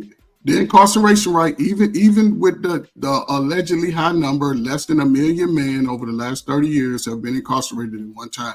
Now again, I was my generation, and see, that's what I'm saying. Y'all make it sound like I'm saying the generation is better than the other. No, I'm saying a time where the little bit of family and unity we had was basically destroyed during that time. Basically, No, destroy some I of the think you big missing what I'm so, saying. You asking but what the question was, what have we done? We looked at but but Generation X but and but but as far Generation. as Hold on, incarceration, the laws have let me changed too. The finish. laws have changed. Let me finish the statement. We looked at Generation X and we said, hey, check this out. These men going to jail, leaving their kids out here defenseless is not the move. So millennials as a whole said, hey, let's actually be the most involved fathers, first of all. And then the second thing they said is let's not get locked up. Yes. And so that's what I'm saying is those are the two things that I hear people talk about online the most. So when people ask, "What are y'all generation doing, and what have we accomplished?" We looked at the landscape, and we said we understood that the men need to be free to be in these kids' life. And either man, based on what you said, and as let's just say you've been an adult, what, say 21, how, what, 15 years? Yeah, sure. Yep. Okay, so has uh, based off the numbers, have black fathers been have they still been perpetrated as some of the least engaging, least active? No, it's not. That's not true. See, that's what I'm saying. No, The I'm asking studies. you the question. I'm asking No, you the question. the study says when millenniums start being fathers, black fathers went from the worst involved to the best involved. Yes, So that's the I point that agree. I'm saying is that we looked at the landscape. We said as men, and the thing about the millennium, most of them don't talk. They don't do this back and forth that we do online. But they said, hey, we gonna be the most involved parents because we feel like if we change this, change the direction of what's going, Yes. we gonna be able to have less women getting pregnant at younger ages. And then that was the millennium moves that we changed the whole dynamics on how people move today. So right now, y'all in the prime of being millennial men, right? Absolutely. I see things differently. Okay, Yeah. so I'm just saying, so the future should be in good hands going forward. And one of the big reasons, okay, and I'll say this and I'll shut up. One of the caveats for the future for that generation to go forward is going to take both the man and the woman to build together. Absolutely. And you see that everybody's fighting right now. They got to get over that. Right. No, That's that's my what I'm point. telling you. What we see fighting mostly is Gen Xers. I'm sorry, No. the general. Listen, if you really look at the general, if you start looking at the Kevin Samuels, the Angry Man, these are not millennials. These dudes is out of y'all game. They in y'all No, game. I'm talking about the game where you should be in the prime of getting married and dating and trying to Yeah, recorrect the nobody's not getting separation. married.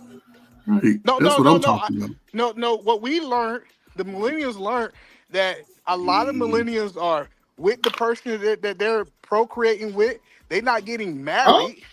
Let me tell you, it's a lot of people shacking up. I know we think people ain't shacking up, but there's a lot of people, especially the millennium generation, are actually they're still together. They're just not getting the title because the Generation X told them you didn't need the title. Just Oh, stay with so just so you Yeah, saying say it, E. They you're did saying tell us as a lot. long as they So now are y'all ain't getting married because it's Generation X. baby fathers and baby mothers and they live together, then we winning. You what see I'm that shit? saying is what we seeing is the more fathers involved. So we see that younger men are getting locked up a lot less. Now it might not be the dream situation where we want them to be married in covenant, but what we're seeing is the reason that I believe that you see the incarceration rate for young men going down is because the fathers are involved. Ooh, okay. Okay, Okay. I can agree with that, but let's Okay. go with my initial go against my initial premise.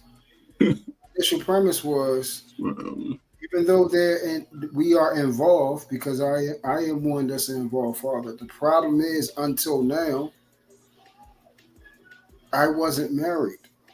And that's the problem. The marriage rate is still going down. Yeah. Yes, sir. I agree. Listen, I everybody know in this space I push marriage more than anybody else. But what we learned is if you look at the data, even though that we're not getting married, we're still making the same change that they made in the past being married. I don't know what you mean. All right, let me give you an example. What we Oh, learned from the past is typically the guy who came from the married household, that guy typically didn't get locked up. It usually came from the person who came from the single parent household. And now what okay. I'm trying to tell you is now these fathers, even though they're not married to the woman, them actually being involved in the kid's life is stopping these kids from getting locked up based on the numbers. Okay, so that's one aspect. So we're not getting locked up as much. Okay, that's one thing. But what about the marriage situation? That's another thing that needs to be I Yes. addressed. think I think education is a part of why a lot of people don't get married too. The lack of understanding. Because again, I'm not assuming anything, but I'm gathering that you gentlemen are talking again from a religious standpoint when it comes to covenant and marriage and things like that. For those of us heathens who don't believe in that, we may also look at the same Hey, concept shit, of chop. yes, exactly. I tell the truth. So I I'm glad you I yeah, I you're say right. to you That's why I'm saying that that. You're right. Heathen um people. yes. So I say that to you because again, you can have a good relationship. You can still do the same things, the vetting process, the courting process. Not everybody who goes through those steps to be in a relationship and also too their community behind them is also encouraging it. our community wasn't encouraging it to the point of eat a man. You got two generations of people telling you if you decide to get married, the government gonna get your money. Now y'all got that. Go ahead. No, Yeah, but see, so not right there. That's my point. Think that there we go. We got two sides talking about the government gonna get your money, and that's my point. Since the beginning of time, Always thought it was baloney. yeah, I always thought it was it baloney. probably My daddy married my baba. It didn't stop nothing. So right. No, yeah, okay. I agree with you. It's more speculation than anything because people just want to run with some type of trend. Oh yeah, somebody you going if you get married, somebody gonna take your money when we ain't really got none. And that's the crazy part. But the building block to civilization has always been married. Everybody that's successful, everybody that I know in the world that is uberly successful, they married or have absolutely. been married for a long time. I agree. No, I agree. So listen, so this is what I'm saying.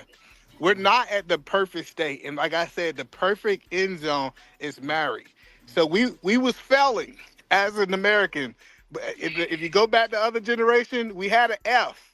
Now what I'm telling you is we got a C, Eat and a I'm man. not promoting. Hold on, let me just land. I'm not promoting us staying at a C. I think we need to get back to an A. Because the A is where you thriving and you're not just surviving. I'm just acknowledging us moving from the F that we was failing to a C. But we always truth is 100% right. For us to get back to thriving, I think we got to get back to marriage. Absolutely. But Okay, but I can but agree the with but the but before you get to marriage is and listen, everybody, what y'all saying is spot on. We're in the midst of those two sides where the women outnumber the men and men are starting to say that they are getting better and being stronger men. Those two sides are still fighting about what it takes to be together. No, that's why I keep telling you. Generation Okay. X is fighting. No, Generation X is already out the game, brother. No, they I'm not. talking, Y'all yes. listen. Hold on. Listen, we hit Everybody, it. Hold on, eat a let me man, just tell you. hold on, Because man. we Hold hit on, a hold on. Generation X. Most of the I'm about people to go on get me a little YouTube, 18-year-old. I'm oh my about to go God, get me a man, little them dudes young ain't thing. going to What get are we nothing, man. talking They about? just talking game. They just talking game to the young dudes. Them dudes ain't going to get no 18-year-old, man. Come Shannon on, man. Be Sharp. for real. You talking about Shannon Sharp, Eat Man? Listen, the Ain't point that nobody I'm got telling you Shannon is Sharp that money. y'all supposed These to dudes are Generation X lame. supposed to be out the No, game, and they trying to get no. back in the I'm game. talking about, man, the 21 to 45 right now. According to YouTube, it's everybody's fault. I'd rather No, be it's not. alone. Come on, Listen, man. Let's be real. listen. Generation This X, what those you do. dudes is out the This what game. this what I If you want you to do. Hold on. 45 and you ain't, No, listen. hey, Oh listen. my I God, really this want you to do dude, this stop. because I did this research first. I want you to go You can't find date out at every. 45. Hold on, listen. Hold on, Gee. wait, one No, you second. can date, but again, Hold on, dating wait. and getting married are two different No, things. listen. I get what you're You saying, but can't get Ferb, married at this, 45. this all Yes, I'm you can, asking. but ain't nobody trying to. What I'm saying, No, ain't listen, it's there. The Ferb, opportunity's there. That's all I'm Ferb. saying. No, Okay. Ferb. The only thing I'm telling you I is want to see 3 if you marriages if before the end of the year on YouTube. if 3. you really go, because I've been studying this since I've been in this space. I said, Kendra who? G got an out. Hold on, Everybody got it. listen. Okay, man, y'all get married. No, 3 marriages. Ferb. I've been studying this. I said, who is at the gender war? Because I started looking at Drip. I started looking at all the guys who's millennium. They're not really fighting with women. They're not. Like if you go to these pages, it's the Generation X. I Hold promise up. you, them the Listen, ones that's fighting with these women hold in up. this gender war. You can't count Angry Man. Angry Man married. He's out the game. I ain't talking about dudes Real, out the game. Dude out the game is out the game. I'm talking about the dudes that are free and single and working on their I money and working on their tell push me who up. in the hold on. space. Tell me Hey, who in the space. real quick. I'm so Okay. sorry. Let me enter the Omni. Yeah. I'm in the car driving. I'm not at the computer, so you gonna Huh? have to wait a second. I'll let you know when I get back, and then you can come up. My bad. Go ahead, y'all. No, what I'm saying is, tell me the millennial you see that's out here in this gender war. I don't know millennials. I don't know who's Exactly, who in I'm the telling you. Like hold up, eat a your man. whole Let's be premise true. is a generation Hold up, eat a X. man. So what's a millennial? 45 and under? No, millennium is like I think 35 to like 80 20. is Oh, okay. So 35 to 20 something. no, Those no, are no, the no, no, no, prime. no. Hold That's on. not Okay. millennials. Go No, Those ahead, aren't chocolate. millennials. The What's a millennial, millennials, chocolate? Hold on, I'm really trying to tell you. Just hold on. So my brother is 27. He's a Gen Zer. So he Okay. was born in 98. Okay. So for the millennials, my It's sister, a lot of them is in 81 their to 40s. 96. Thank you. 81 to That's It's all. 96. Damn. Again. 1981 to 1996. Yeah, thank you. Okay, so that generation of men and women right now, are y'all telling me those are the ones who are committed to building and unifying together under Yes, one covenant? for the most part, those are the ones who's keeping that generation. I think it's the I rock that's apologize, keeping things either together. man. What is this covenant that you keep No, no, saying? no, No, no, no. Is that building. for the That's just the word he audience or? used. Yeah, I guess a That's the Oh, word word. he It's used. okay. a Okay, word. Okay. Yeah. but Well, what I'm he sorry. It was just used as more of a religious term. So I just want to make sure I understood. That's all. All right, got no. you. So the whole point that I'm trying to help you guys understand is that millennial was the turning point of the generation. It was like they sat down and they said, hey, you know what? They really messed up coming before us. We got to do something different. And the crazy part about it, these are the ones you see dancing online. I ain't gonna lie, they dancing, they doing all this stuff online. They're not even engaged in these conversations. And then the older generation is so loud that we think that the millennium is going through these things. Now I get that it's incels in every generation. It's guys who can't get women, and it's no generation that's gonna come from the past to the front that's gonna be that. But I'm telling you, that was when we really start seeing the change. And that's when we, after the millennial generation, that's when we really seen the feminist movement had to step up their game because they was like, oh my God, these guys are changing. So we gotta get with politicians now. We got like they literally said we gotta go Oh, mainstream. okay. May I, after you Yeah, finish, you go talking about ahead, yeah, feminists, sir? go ahead. Feminism has nothing to do with stopping marriage. Feminism has to do with women getting the opportunities that were available. I just wish it wasn't used as a weapon now. Being a Okay. feminist should not be it's just like if I was up here and I was rooting everything for what men were doing and having and going, that would be okay. But if I root for a woman up here and say, hey, I'm behind the sisters, then it's, oh, that's the sisterhood. Well, So I I gotta just ask you. would I, appreciate if we're gonna talk about feminism, then talk about well, it in the let, context that it is. It has okay. Well, let nothing me to do ask you with a that. question. Let me ask Sure. you a question. I just want to know Sure. if we being honest, right? Do Yes, you of believe? course. Do you believe the marriage rate is a reflection of what's going on in society, aka feminists? I believe the first part, but it also is misogyny. It's also who wants to marry a man that is telling you that your education ain't shit, you ain't shit, your No, that's face, cool. your That's breath. cool. No, I it's not cool. Don't I don't agree. rush me now. Don't rush me No, well, now. I thought we was What I'm having a back and saying forth. Go is, ahead. Go yes, ahead. we Go are. ahead. We are. I was getting ready to land it. What I'm saying to you is when you hear those negative things, because men are quick to tell us that these were what the women are saying, right?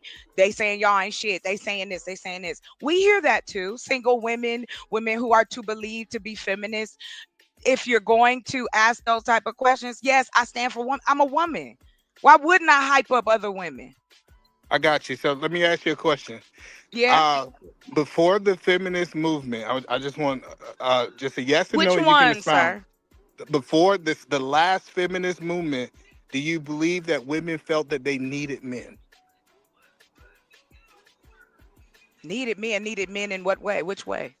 In whatever way you can think about it. I'm just saying before the No, no, no, feminist no. You movement. can't. You can't say I mean, whatever in way. marriage, into supply. Like I want you to put I it feel like all you're in one trying bucket. to. I want you to put it all in What are one you bucket. trying to? Like, I guess I'm trying to understand the question. So, what are you saying that feminism stopped women from wanting that? I think feminists taught women that they did not need men. But again, you just like y'all corrected me about Go how ahead. Ferg was using the word covenant, right? I think the word feminism is used again as a way to demean women's rights. That's all that's about. I, Women's voted in rights, not what I do for you at home. But when men decided to bring that over to the table and go, oh, you want equality? Then you gonna work, you gonna clean, and we going 50-50, and you gonna polish my knob every Thursday. Like that wasn't what it's about. It's supposed to be, hey, I'm it's, bringing you either you want me to build the damn table, you want me to put dishes on it, or you gonna bring it with you. Like, what but is that's the not. guy? that's not my argument. My I argument is, know it's not. hold It on, should be, but it ain't. listen. Go ahead. I get what you're trying to say, but I'm telling you, we have to be honest with ourselves and say Why do that you think the I'm fem. not being honest with Hold on, myself? hold on, ma'am. I'll let you finish. I'll let you Yes, land it. but you're saying something Hold on, very. no, but I let you land it though. Regardless, I gave you Come on, respect. E. Go That's ahead, all I sir. said. I'm not questioning your So respect. I asked you a question. so Stop that. so the point that I'm telling you is, like, I think we will be naive to believe that the feminist movement did not contribute to the marriage rate going down. Where is that proof? Oh my god. So let me go Please let me don't go. do that. If you're gonna do that, then never mind. I'll go No, find no, my no. own I'm saying bed. you want me to No, go no, no, no. I because don't like the oh my god, like I'm some kind of idiot. You got it. no, it No, I'm wasn't. good. It wasn't a trying to make you feel like an idiot. It's just Yeah, me and well you it have. Hold on, did. but Go ahead. let me tell you what's been going on. The reason I said that, me and you have been talking based on our opinion, right? And then I haven't asked you for facts and stats and data, and And I'll you give haven't it to asked you me. though. Hello, but as soon as I actually market it to what my beliefs is, right? And I can back it up with stats and data. That's when you say, oh, I got to see the stats and data. And You know what's what I'm wrong saying? with me asking that? It doesn't It's question nothing your wrong in. with it. It's a way for you to be able to neglect what's really going on. And maybe I'm No, I'm wrong. Hold not. on. Yes, you I might are. be wrong. Yes, Hold on. I you might be are. wrong. I'm open that I'm wrong. So let me Thank you. ask the other people on the panel. Because maybe I'm just wrong. So But I'm I'm going to go with telling Coach. you, you are assuming that about me, so I'm telling you you're wrong. Cool. My thought Perfect. my thought process is not that at all. So go ahead. You was Perfect. asking the rest of the panel. Go ahead. No, that's perfect. So Coach Ferd, I think he might have said like What's truth. up, man? Oh, Coach First did that. So, am I wrong? Do you think that Oh my God. feminism had nothing to do with the marriage rate decreasing? Well, listen, again, I'm gonna answer your question straight up and down. Listen, that's the thing about it. Regardless of how we feel about it, none of our answers are wrong. It's just a different perspective, and then you Okay. can do your research to find out. So, but yes, it played a contributing part. Over time, it did. Initially, they focused on the. I was a kid. I was sorry. They focused on the single mothers. They housed most single mothers. Boom. They put them in housing, and then once they got them in there, it was sort of a trap. Now going forward, you can't have a man, but brothers and sisters were still being born. And one side, a town, the social worker come on. The 5 or 10 social workers come to say, "Ain't no man in here." If she had a boyfriend or man, he had to leave and go to the other side, and that's how they worked it. But then it was set up for families temporarily. Like I say, my family started there. I knew a lot of fathers. They started because once people were starting to shift in America, creating opportunities. My father we went from there. Then we bought 3 houses in a row in the house I grew up in. But even you know what I'm saying, my father worked, he joined the military, he did things he had to do.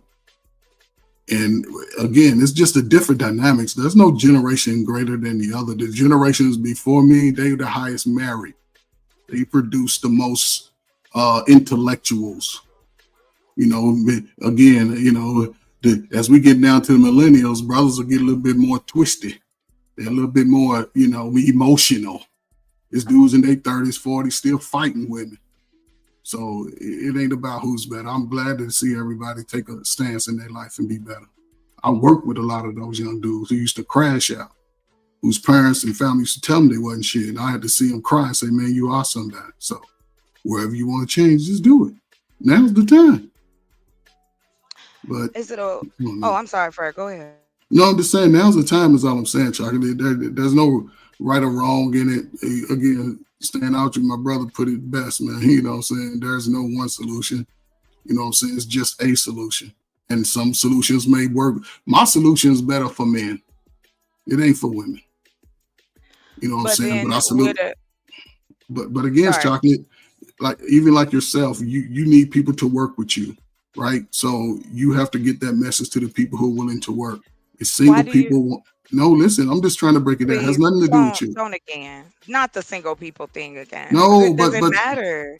okay, Why does but it even listen, matter if I'm single and I want to make sure that a it family has doesn't matter. housing It and doesn't. food? Why It can't you doesn't. work? It doesn't. Listen, You got to you get don't. with those people. What do you And mean? everybody else I like am you. with those people. I'm I sharing the know. information. Like, why is that the problem? I don't need you to tell me to find folk. I'm just saying, like, this is a solution that we can talk about. It's Yes. not a gatekeeping. It's just No. we can create different ways to change what y'all talk about. That's the only reason I bring those things up. No, and that's what I'm saying. The people who need that information, who need to act on that, can create them opportunities for themselves wherever they are. Like I said, I'm out of the game. I graduated out the game 10 years ago.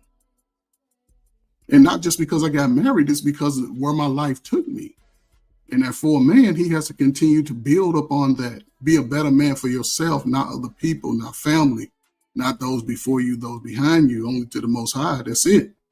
You're going to stumble a whole lot, but you never let that get into your emotion and to deal with a man. I want brothers to go see the world and come back and choose their queen. But these And what brothers are the don't grow up. queens supposed to be doing while we waiting for them to go see the world? Being the best woman you can be. And what does that even mean anymore? Cultivating. Well, I don't know what it means for individuals. I don't know. To me, the way I seen it from the You just women in spoke my for family, all men, Coach. What you mean? You just but I said can't men speak. need to But I can't speak for separate. all men. I'm just giving a solution for a man. I just know men, especially brothers, whether we believe it, we made to explore. We made to see different things. That's how we can become creative. That's why how dudes become artists. That's how dudes play instruments. That's all a part of our DNA and our life cycle to do something well with your hands and demonstrate. That's all I'm saying. Hey, listen, I'm not telling you what to do. I can't tell you. I can't draw. I can't sing. I can't do none of that. But I can put some shit together. I can grow some plants. I can grow some stuff. I can sew. I can, you know what I'm saying? I know how to build websites. I know how to do some stuff.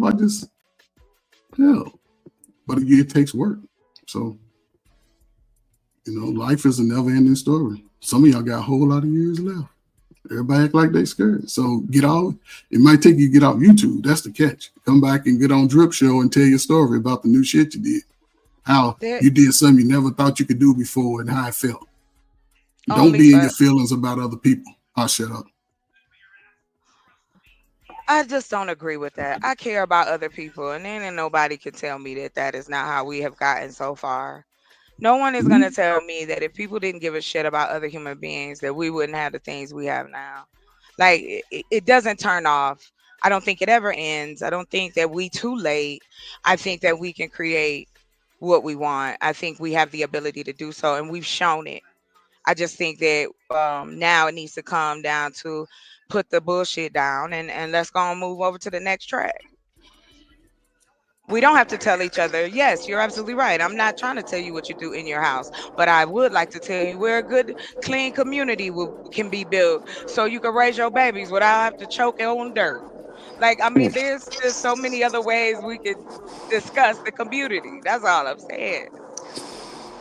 And I wonder why it's so different because I'm saying it like I don't know. Like it feels like, okay, well, you go work with the people you know. Why can't I talk to y'all right now?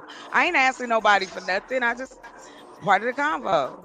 I Well, am working with those people. And if you want to know any more details, I'm happy to send them to you. Talking about you misunderstand what I'm saying. I'm not talking about you. There's people with great ideas all over. Those people have to get together. That's all I'm saying. How do y'all? Everybody's on YouTube. Y'all have to find a way to get together because y'all. And when I say y'all, I'm not saying you. I'm just talking about a whole 25 million strong, 20 some to 40 some beautiful black people get together, come up with those ideas. Yeah, some people gonna fight against it, but then y'all got to make a decision. Do they stay in or do you excommunicate them? And the people who would like minds build and grow. Now's the time. Who put Now the is the age? time. But I'm not putting an age limit on people. People can have wisdom at any age. People can Yes, want to but build at any age. I've seen young men and young women in their early 20s, in their teens. This young man built him a whole ass tiny home behind his parents' house. He said, I'm not paying no rent. He built it himself. And there are more than it's more than just YouTube. I remember you saying this before. You should check out Instagram, TikTok. You should go look at other social streams because you would be very What up, family? surprised of how many young black men and young black women are saying and doing positive shit. Yes, as a collective, that's what I'm saying. That's the foundation. That's where it starts. The young people, that's the foundation. Yes, do it. That's all I'm saying is do it. And it takes a collective It for us takes to get all any of us, change. all demographics, all ages. Not just one set. It don't work like that. And to your point about how many women, it's only a 2 million people difference. There's 22 million black women, I think, or 21, and then there's supposed to be like 20 or 19 to 20 million black men. It's not that big of a difference. So relationship wise, I don't think that's the issue. I just think there's not enough safe places where we can meet each other, What that up, we Chris Maxwell? can do our thing. Like that part. What you mean it's not enough safe places? How many black communities do you know that support new couples, that support the elderly, that are really neighborhoods, not hoods that we done turned into neighborhoods because that's just where we lived, but actually going and creating those for our communities to live in, that It has all the definitely, things that we say that we have. And these young people are asking. They are talking about black pride. They are talking about, hey, it ain't no hate against anybody else. I'd like to see stuff for us. What about those people? Those young people?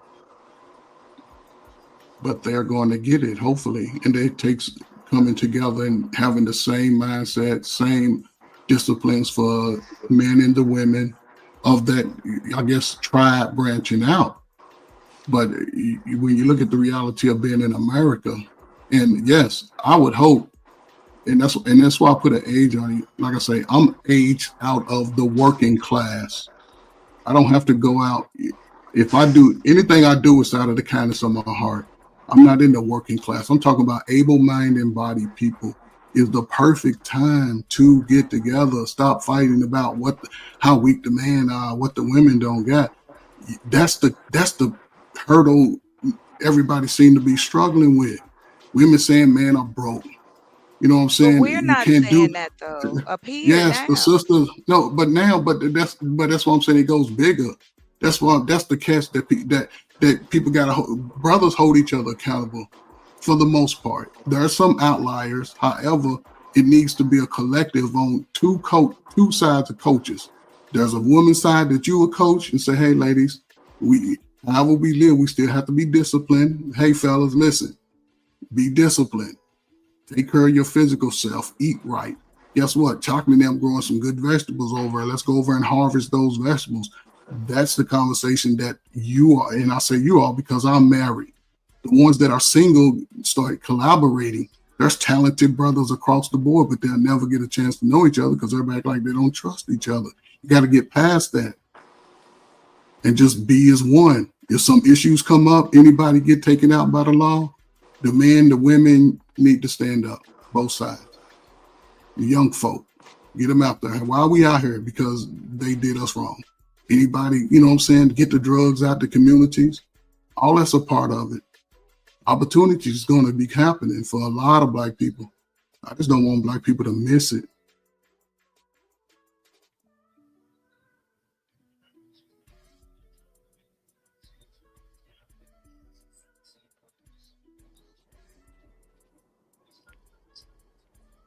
I was waiting on I the feel you, rebuttal, Ferg. but I feel you. uh, Yeah, my motherfucking phone was stuck. Volume thing was stuck. What a bomb. In the building. I can't even see the chat. Oh. So you can't do what? No, I said I can't see the chat right now. Shout out to Bomb in the building. Shout out to Gas Man. Shout out to Stanley. Shout out to goddamn shit. Okay, I see Romello shit. Okay. I got you, Snake. I got you.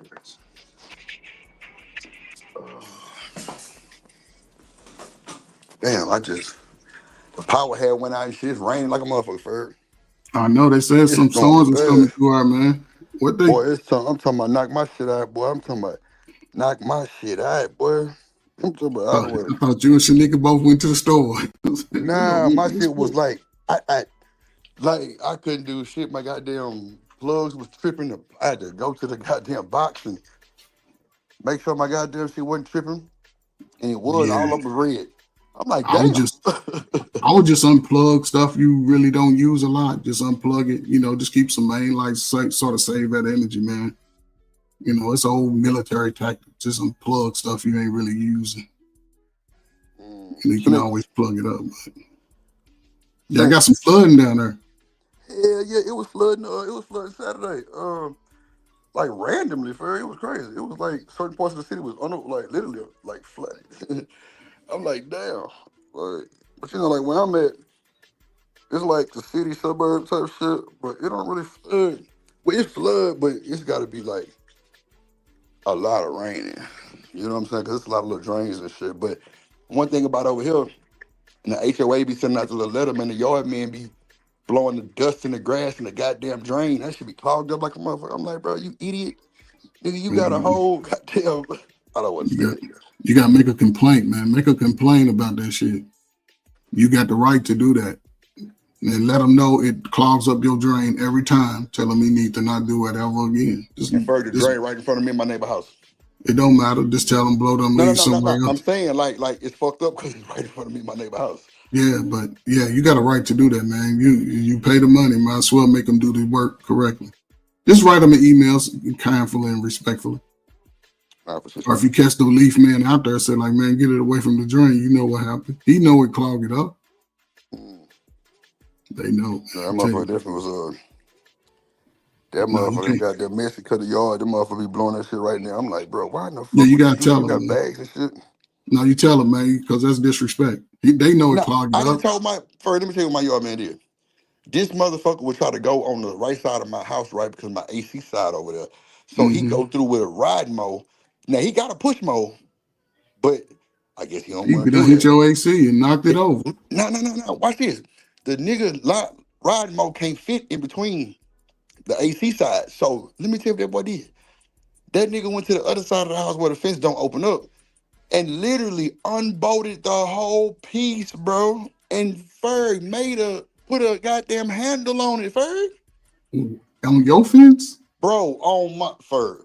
So I got cameras. I must have went out there and got to speaking that Spanish on this phone case. I'm like, Eduardo, hey, migo, man, what's up? Hey, Mr. I'm like, bro, what the fuck is this shit? He's like, what? I tried to tell you the other day that I was gonna do it. I'm like, bro, I ain't seen you the other day, bro. You might be talking to somebody else. Bro, I got to going out Ferg. I had that nigga replaced because see, when that storm came like some months ago, me and my other side neighbor, she got her a motherfucking new little husband and shit, right? So the fence was fucked up. Remember I told you, you know what I'm saying? They came and did my whole fence, but her side they didn't do. And she act like she don't want to go half with me. I'm like, bruh, like we done got quotes and everything. So it's kind of messed up on that side. I'm just like, bro, you got to come on. So, you know what I'm saying? He didn't went over there. I made that nigga put up my fence and her fence for doing that bullshit. Who, you made the little Mexican do it? Hell yeah. Yeah, Bro, he did. you can't make a door on my fence, bro. That shit gangster. He gangster. I ain't gonna hold you. I kind of like the door. I ain't gonna hold I know you It did. look better than the other side. I ain't gonna hold you, bro. I can't look careful. Look, I ain't finna cap with you. The shit kind of live, but at the end of the day, bro, nobody give you no goddamn permission for that shit, motherfucker. So yeah, I was pissed off about it, but at the end of the day, he still came in. He added some value to you. He added about $20,000 to your property.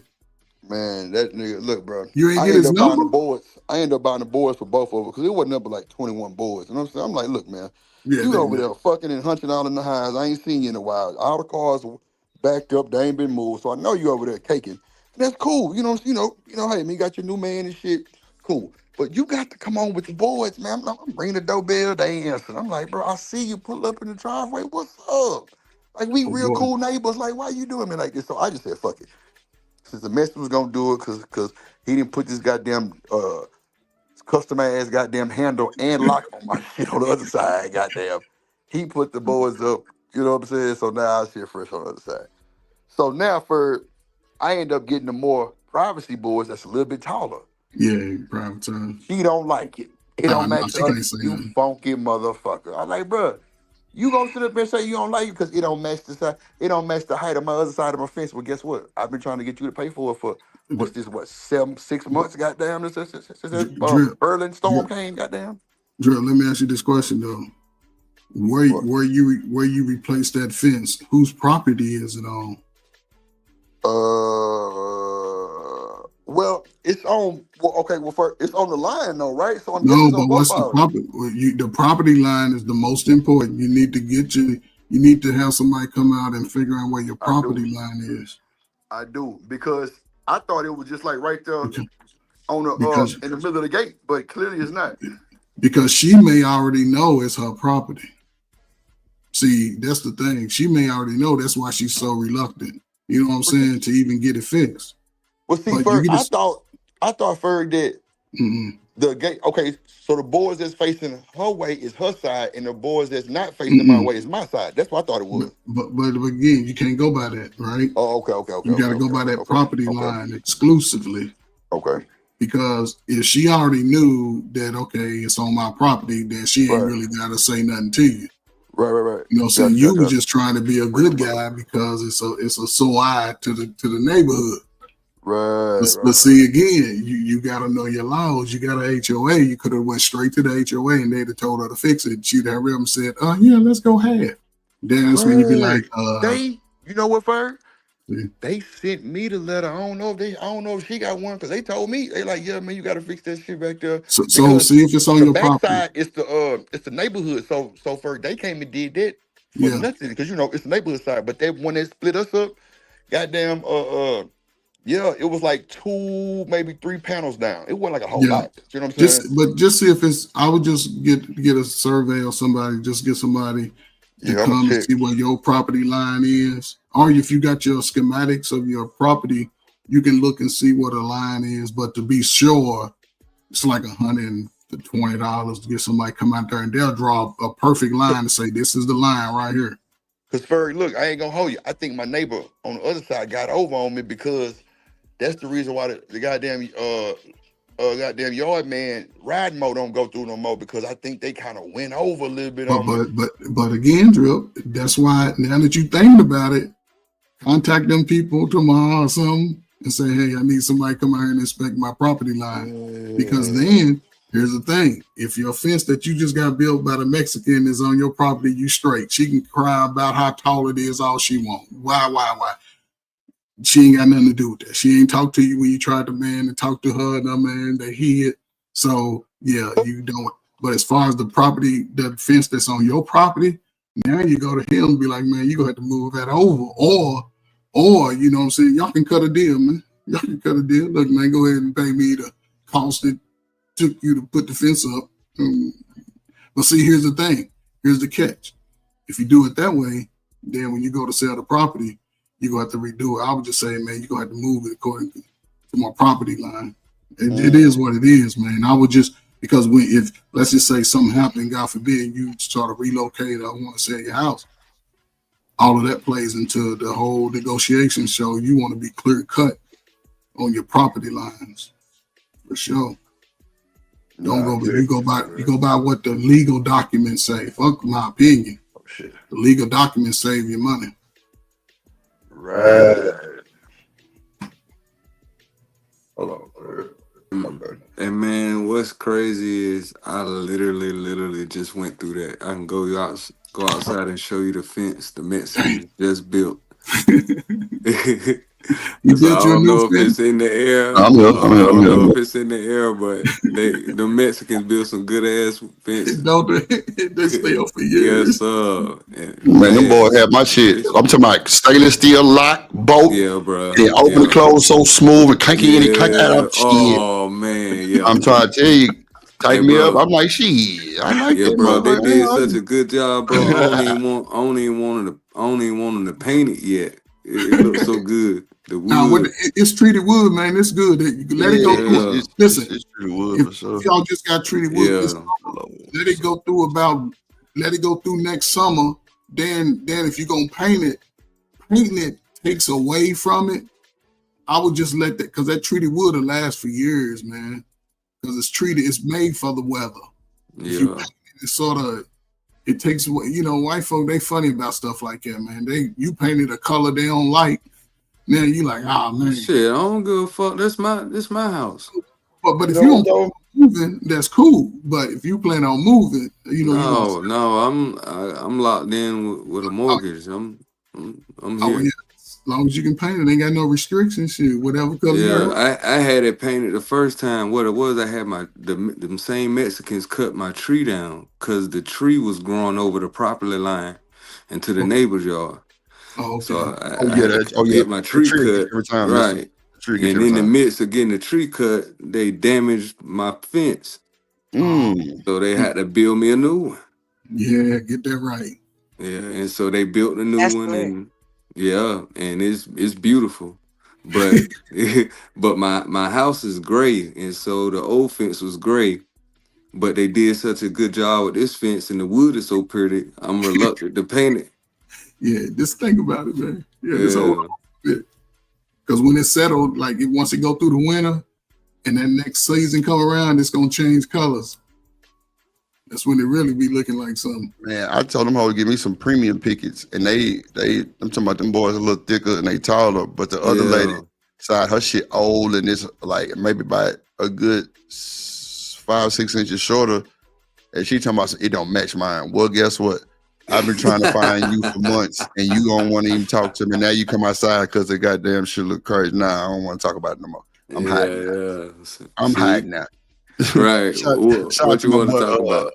Nah, for real. Shout out to my boy Romello. My bad, Romello. I was gone from the computer with the $10 bar. He say, I know and talk to young people raising chickens on a hot shot company in cybersecurity, and even know of 5 families that bought 127 acres of land. What I'm trying to say, people are doing things. Nah, bro. Beautiful. Bro. I'm gonna pull up on my Instagram and show y'all, bro. I flipped a house like 2 years ago, Ferg. I found these people, bro, that my cousin knew, and me and him kind of like we got a little loan and shit, bro. And it was like in like South Park, right in the heart of South Park, where goddamn Megan Thee Stallion from. You know, it's ratchet, like it's project is like ran down over there. Ferg, I put a new door, a new roof, and let me tell you, people told me it didn't have foundation issues. Ferg, I swear the devil was working right.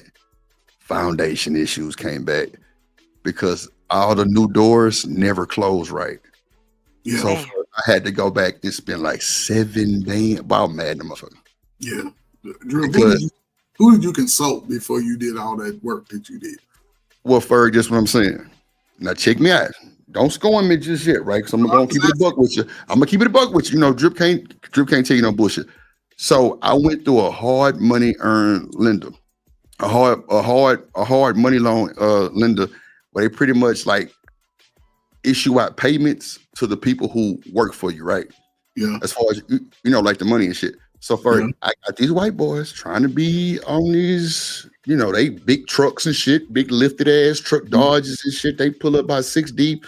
They work for 2 weeks for them niggas never came back after that other payment, right? So I'm telling the folks at the bank, like, but you can't tell them that, Ferg, because they'll default all that bullshit. So I'm just like, bro, I gotta eat that shit. So me and my cousin ate that shit, and we end up going to get another inspector because they inspector worked for their company. Fucked over me. So I ended up going to get another inspector. Man, this nigga found so much more shit, bro. It was crazy, bro. Like roof, because at first I have to do a roof. First, the house was $30,000. We turned a 3-bedroom into like a 4 because one of the rooms was so goddamn big. It was crazy. It was a flat backyard. I'm talking about land. First, we sold that motherfucker for $127. Yeah. But we ended up taking like a $40,000 loss after everything with them fucking over us with the money. And then they goddamn foundation for that foundation was crucial. Man, they had to come dig. Boy, it was crazy. It was crucial for it. Then Ferg had to make a driveway. So me not knowing the motherfuckers see me and people come, lay the driveway. Houston goddamn inspectors pull up, no permit. Oh my God, Ferg. I was upset. I ain't gonna hold you. No permit. So they put them out of service. We couldn't even work on the house.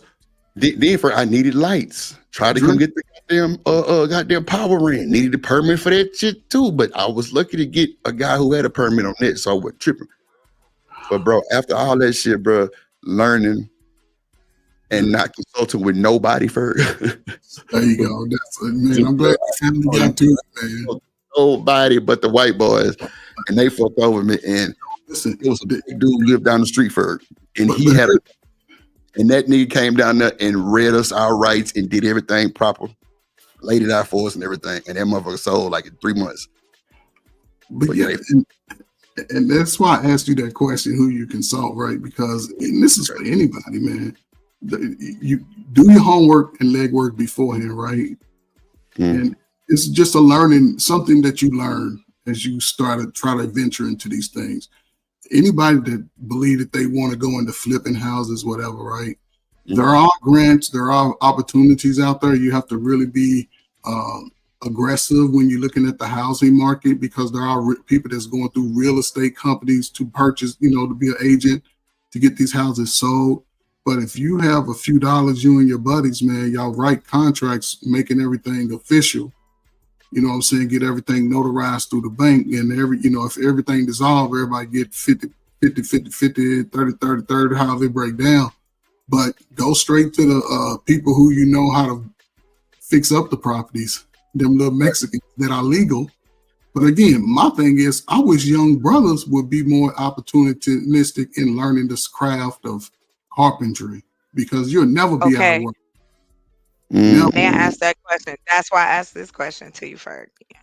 So then it would be a great idea to bring trades and technology and that connection together, so that people can they can get what they need so much online, and then they can work with people in their area so they can get the things they need.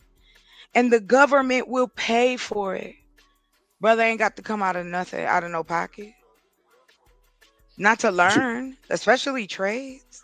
Yeah, bomb that foundation, everything. Yeah, he ain't bullshit. Man, them motherfuckers came had to dig in the cement. Nah, man, it was crazy work, bro. Crazy work. Anytime you're gonna get a house, buy a house, first thing, don't look at all the pretty stuff. Don't look at all the things you can do with it. Make sure that foundation is the most solid thing.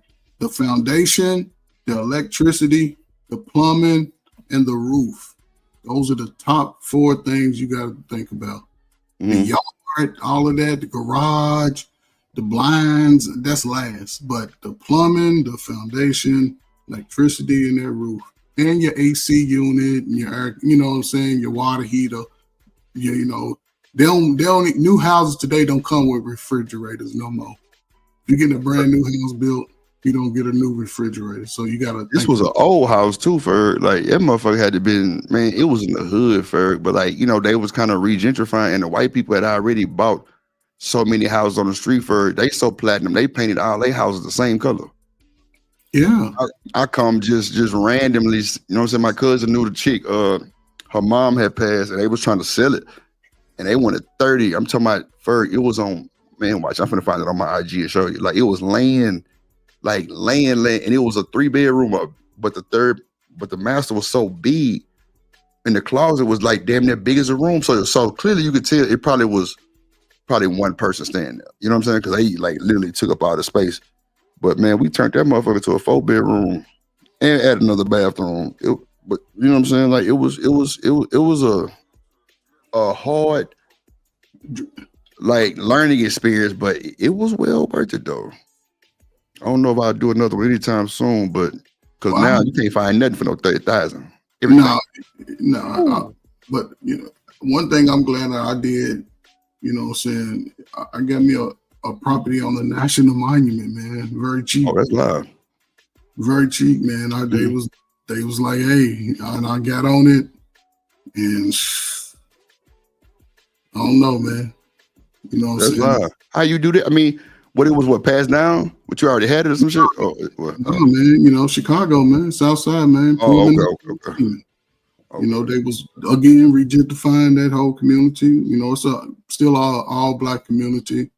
Good, Right. hardworking people, regular people, man. Shoot, they was fixing them up, man. I got one. It's got a full basement, a little car in the back, upstairs, downstairs, 1.5 bathroom. Like kitchen got like 27 doors on the cabinets. Yeah, I ain't gonna lie. I put the goddamn tile cabinets in there too. I put the tile cabinets in there. I did the hardwood laminate tile. I did and for like watch, I'm gonna show you when I pull it up. Like, bro, to make it stand out, I put like a teal color dough on that fur. You gotta see, like, it's, bro, the people who bought it was some youngsters and they loved it. They were like, man, what made you put the teal color dough? Because at that time frame, we was talking about doing a business with it. In every house we do, we gonna put like, you know, like a colorful door like that to kind of like make it stand out. It ain't like no ratchet shit, but it really was live, and it really brought the right person in to buy it, because that's what they bought it off of, the door. And they told me that shit. They were like, yeah, man, we seen the door and we're just blown away. I'm like, damn. Yeah, because, you know, white folk like aesthetics. They like new paint. They Right here, get a new place. Just get a new paint. Get some good people to paint. I like to hire black people, the young black boys to do that stuff. I like it. You know? Look for this shit right here. On the roof. This shit right here. I had to lay the driveway. Right there for all this right here was just grass and land, bro. Bro, I'm gonna show you the picture before this too. You know what I'm saying? But this was like the after effect for this shit right here. I had to lay this fresh driveway. No, we can't see that. No, we just got your advertising. Oh shit, my bag. I gotta pull up the goddamn thing. Here we go. There you go. I had to lay that driveway for all this shit was just grass, mud and grass, bro. Yeah, I can see where it was land. I'm talking about first, like this the after. Drip, you know you can buy a pallet. You know you can buy a pallet of, like, you can get that yard 100%, man. You already sold it, right? Ferg, this is done. Like, I had to put all that dirt, man. Ferg, I'm gonna show you the pictures. Like, I got way more pictures than this, bro. We had to level that motherfucker, everything, bro. It was so much, because, bro, this was after like a storm. I forgot what. I think it was man, what storm was it? But like, Ferg, the trees in the back, someone was literally on the ground. They had ramshacked the goddamn power line. They had to put that shit up, just ran across the nigga yard. I'm like, damn. Yeah, you just gotta, you know, get them pruned. I mean, but that's old. But still, you could have. Don't you know you can get a pallet of sod, man, for about $300-400, man? Pallet. You said pallets of what? A sod? Oh yeah. Hell yeah. What was it, 600? I'm like, dang, that's pretty cheap. Yeah, that's good stuff, man. Buy your little house like that, especially brothers, man. Buy your little 2-bedroom house, man. Every year you get your taxes fixed in a new room. Look, Ferg, look. This before, Ferg, look. I ain't bullshit you, bro. I like showing motherfucker the drip, cause it be live. Look, this before, Ferg. That's before, Ferg. That's before. Yes, Come on, man. Come on, bro. Ferg. Come on, man. No driveway, Ferg. No driveway. I guarantee the dude that put that air conditioner in that window was a brother who probably didn't have no skills, but he got it sitting up in there nice too. Ferg, you see, we snatched that motherfucker. I put a unit on that motherfucker. I think I'm like a 3-ton. Like a 3-ton unit in that motherfucker. No bullshit. Let me show you the actuals. I'm talking about that motherfucker had burglar bars and shit. We took all that shit down. That motherfucker was just yard in a little walk up, like a little sidewalk, no driveway, just mud everywhere. It's a nice little driveway, man. It's like you can do a driveway pretty easy. Just put some rebar in there. Rebar. Yeah, hell yeah, we did. Look, for this the other this is like the process right here. Look, I ain't bullshitting. I'm telling you, uplifted that motherfucker, boy. Yeah, uplifted it, bro. Now see right there, like if I was with you on this, I'd have told you already, man. Look at the foundation first. We'd have walked through the foundation, electricity, and the plumbing first before we got to the roof. Ferg, now mind you, we had their inspectors, the white boys who we like, because you see, we had to get like a bonded company. through that hard goddamn money lending you know what I'm saying, company. And see, the only thing with them is you had to have 20,000 in the bank. That was it. And Yeah, but that was they play though. You see what I'm saying? That's what I'm saying. They fucked over you, boy. Yeah, for sure. Yeah, got you. I'm saying learning tools, and see, these are teachable moments for anybody else. So that's what I'm looking at it. Yes, you made the mistake, but now you know. Once you realize, okay, let me get it right. Everything right now going forward. Anybody else, you get your inspections. You let the inspector come tell you everything that need to be fixed up on the spot. Then you go most priority first. Right. That's all. So get your inspection first. Even if you purchase it, say, man, come over, and they're gonna tell you what permits you need. You know what I'm saying? They're gonna give you the whole list without you having to pay for it going backwards. Then you can start with the foundation. You know what I'm saying? Then, man, you see the driveway was grass and mud. Wasn't no cement laid or none of that shit. I can look at it right now. Shit, Rooster. I can look at it right now and tell them, look, that roof sagging in the middle, man.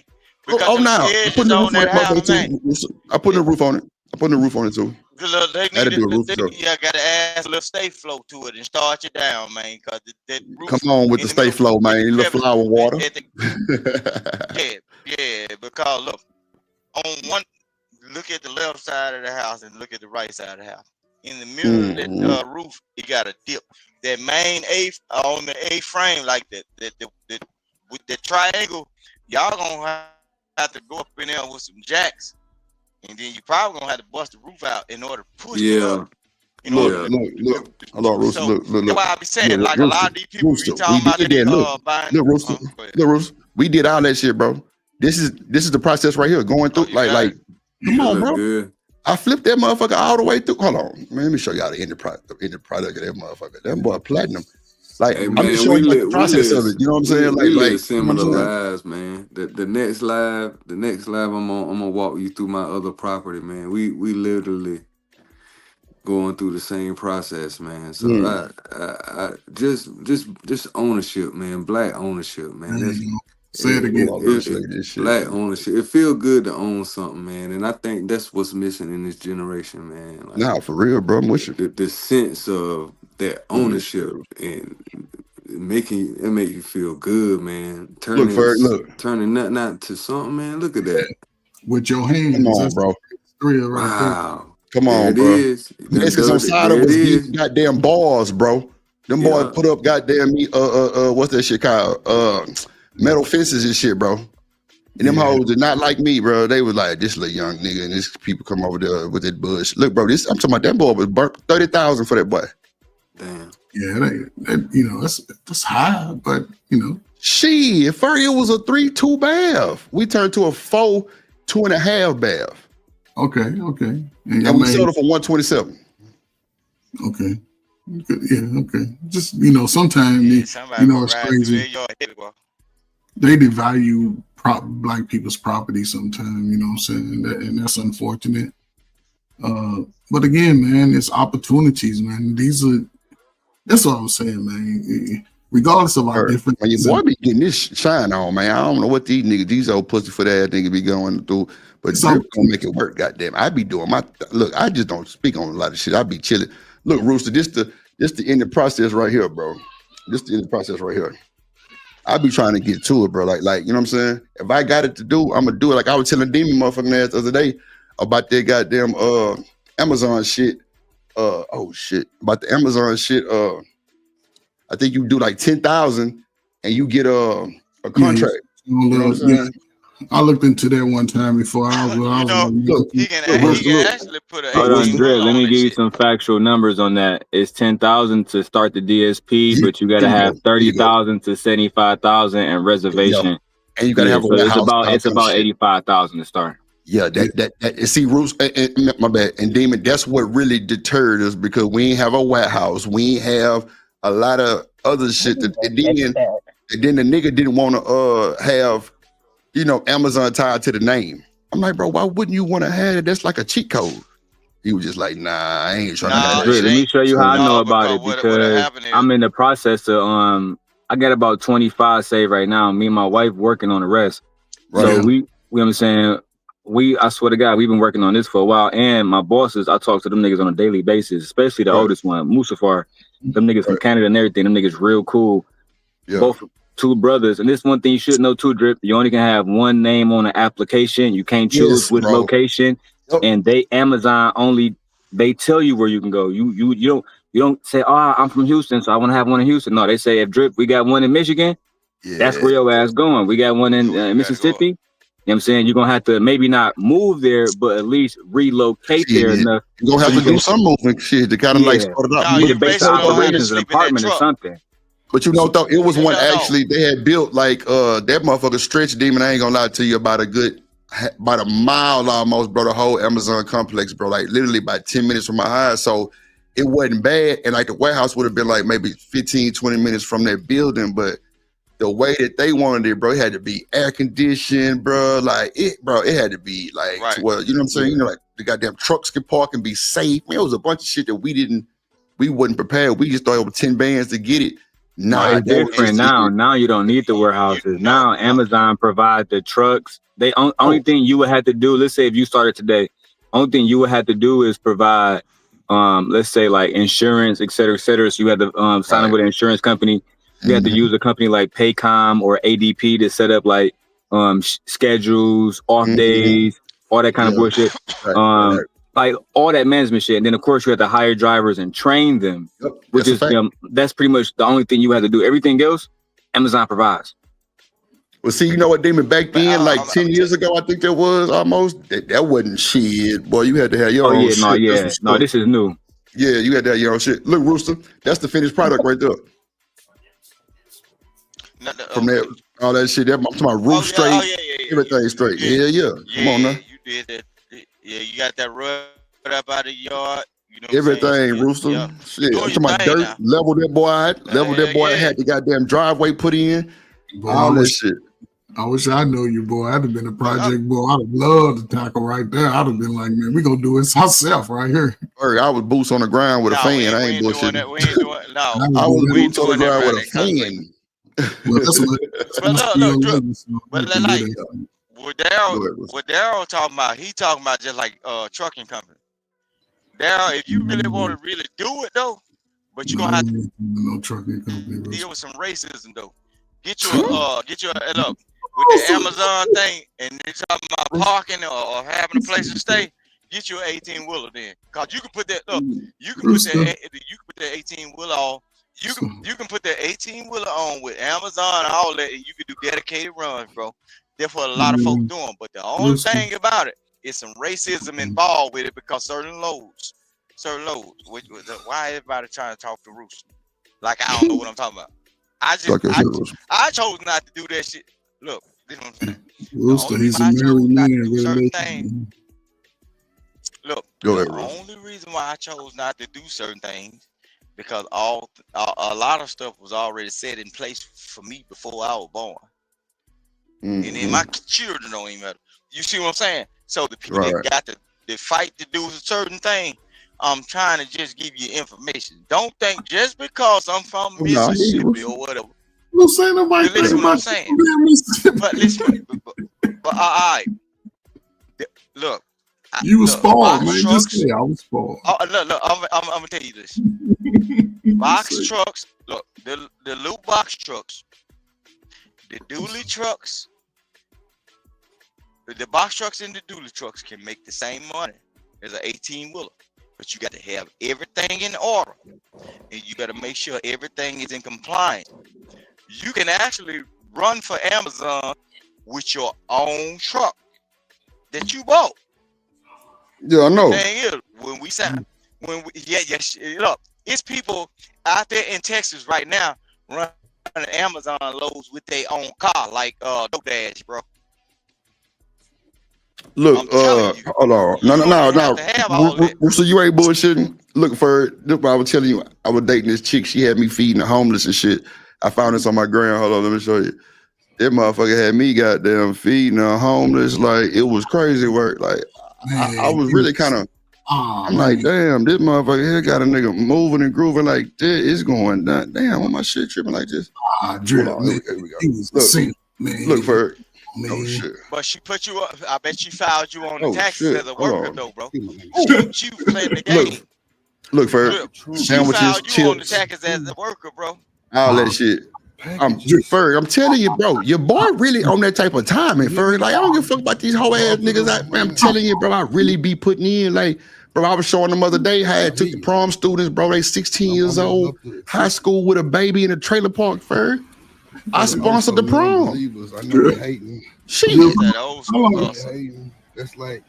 Come on, man. I had In the 272 early 90s, goddamn me folks sandwich selling packages. CDs out the trunk Just just like Come that. on, Ferg. She had you packaging up.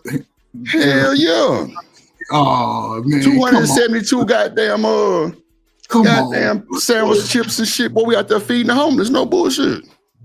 Come on, man. Me and her rock that. look, Like that's I'm some care telling you, bro, packages. she put in shit. Nigga, we in there putting sandwiches and goddamn me you know what I'm saying?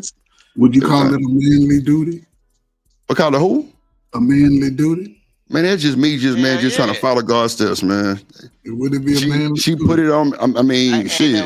Would you just were you following the woman? Were you following the woman, or was you doing your manly duty? Man, she brought it up when I was down 4 flats. You got doggone right. You did what So you you was supposed to doing be. your manly duty, right? Brother, all that sanitize as a plan. I mean, for That you means call she it what you gotta want. hustle. I'm just saying, like she brought it up. I ain't never did that shit before. I'm like, man, that shit sent like had me with the chills. I'm like, bro, that's Did it some make you feel live good shit. when you did it, though? Hell Did you- yeah, for real. What I'm saying, like I felt amazing, bro. Your manly It duty. was crazy because it was actually organizations out there for that was telling us they already ate, stop feeding them. I'm like, what? Man, these folks can't never have enough food. What are you talking about? But don't it feel good when you do something for others outside of yourself who need it? Ferg, what? Come on, Ferg. I was loving this. Like, Ferg, that was a different feeling. I can't hold you, G. That was a different feeling, Ferg. It made you tear up in your car, didn't it? Ferg, I ain't gonna hold you. Yeah, it did. Just seeing, bro, them people just messed up like that with babies, bro. Yes, it's somebody in a worse condition than us. Hell yeah. And we complain about our normal messed up life. That shit was sad, bro. I'm talking about even the chick. She was like, "I'm proud of you," because I'm like, proud of me for what? She say, "Man, every nigga that I've talked to and I've like tried to do this with, they think it's funny. Like they don't be want to do it. So like that just for her, it was a flag. I'm like, nah, let's go. I say, man, I ain't finna let you go out there by yourself, especially downtown Houston. Shit, nah. Boy, them folks are goddamn me, boy. Ferg, they came up on us so quick, it made me a little nervous. So what would you say to the guys that would say that's simping today? Man, fuck them niggas. Exactly. That's why you can't get caught up in how you live your life amongst other people. You do what you gotta. Don't have me telling what I got there. Really want to tell they funk at. Boy, hey, my nigga, get you one. Get you a life. Like, nigga, get you something that's gonna benefit you, my nigga. Like, I wouldn't worry about nothing else but just making sure everybody was eating first. That was it. Right. And Scarlett said something unique. That's, again, America's changing. A lot of this sort of open area, like, I guess you sort of say, I don't know, the way America put it, a lot of the social services, they're being put on notice right now for the next, year or so. I think, so this is a new government. And the government we've been up under so far, all my life and all your life has been Democratic policy, Democratic rule, Democratic welfare, Democratic feminism, all of that.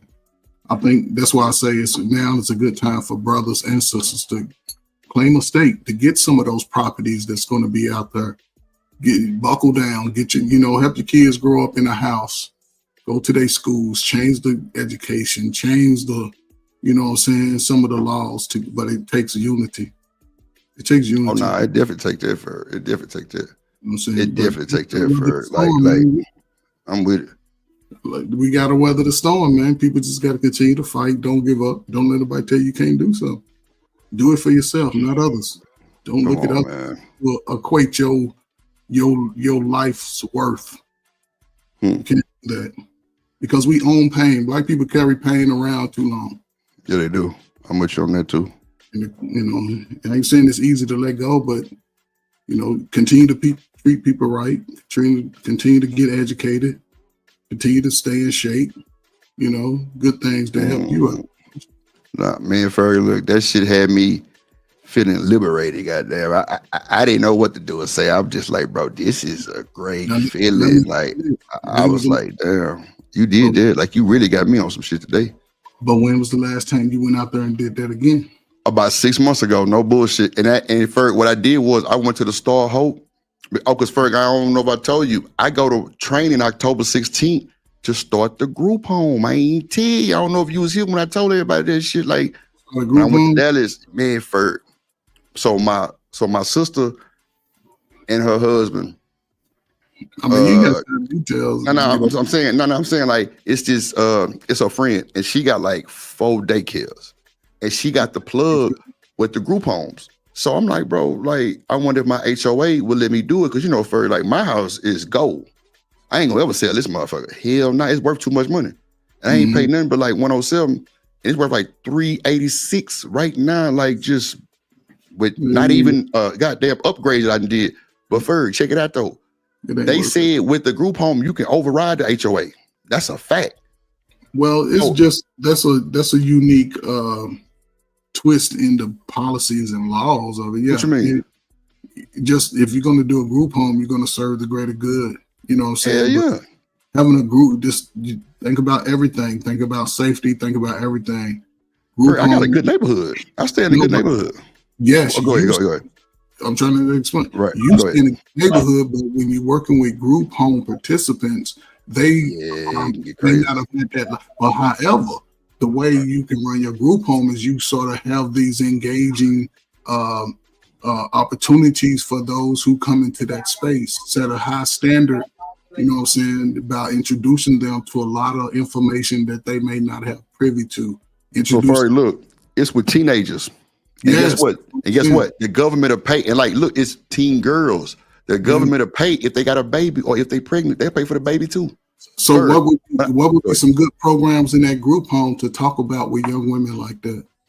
That's what I'm building right now. Like I'm literally building like a goddamn syllabus. Like I'm working with my goddamn sister friend. Let me tell you something. The lady that was goddamn me work for the state, she said the spirit told her, like, Ferg, they gonna give me the money up front. She said, can you do 2 of them? Ferg, they gonna give me the money up front. She was just like, some just telling me that you got a plan. Ferg, it was just so like, bro, it was like the time that I bought my house and we walked around the house 7 times.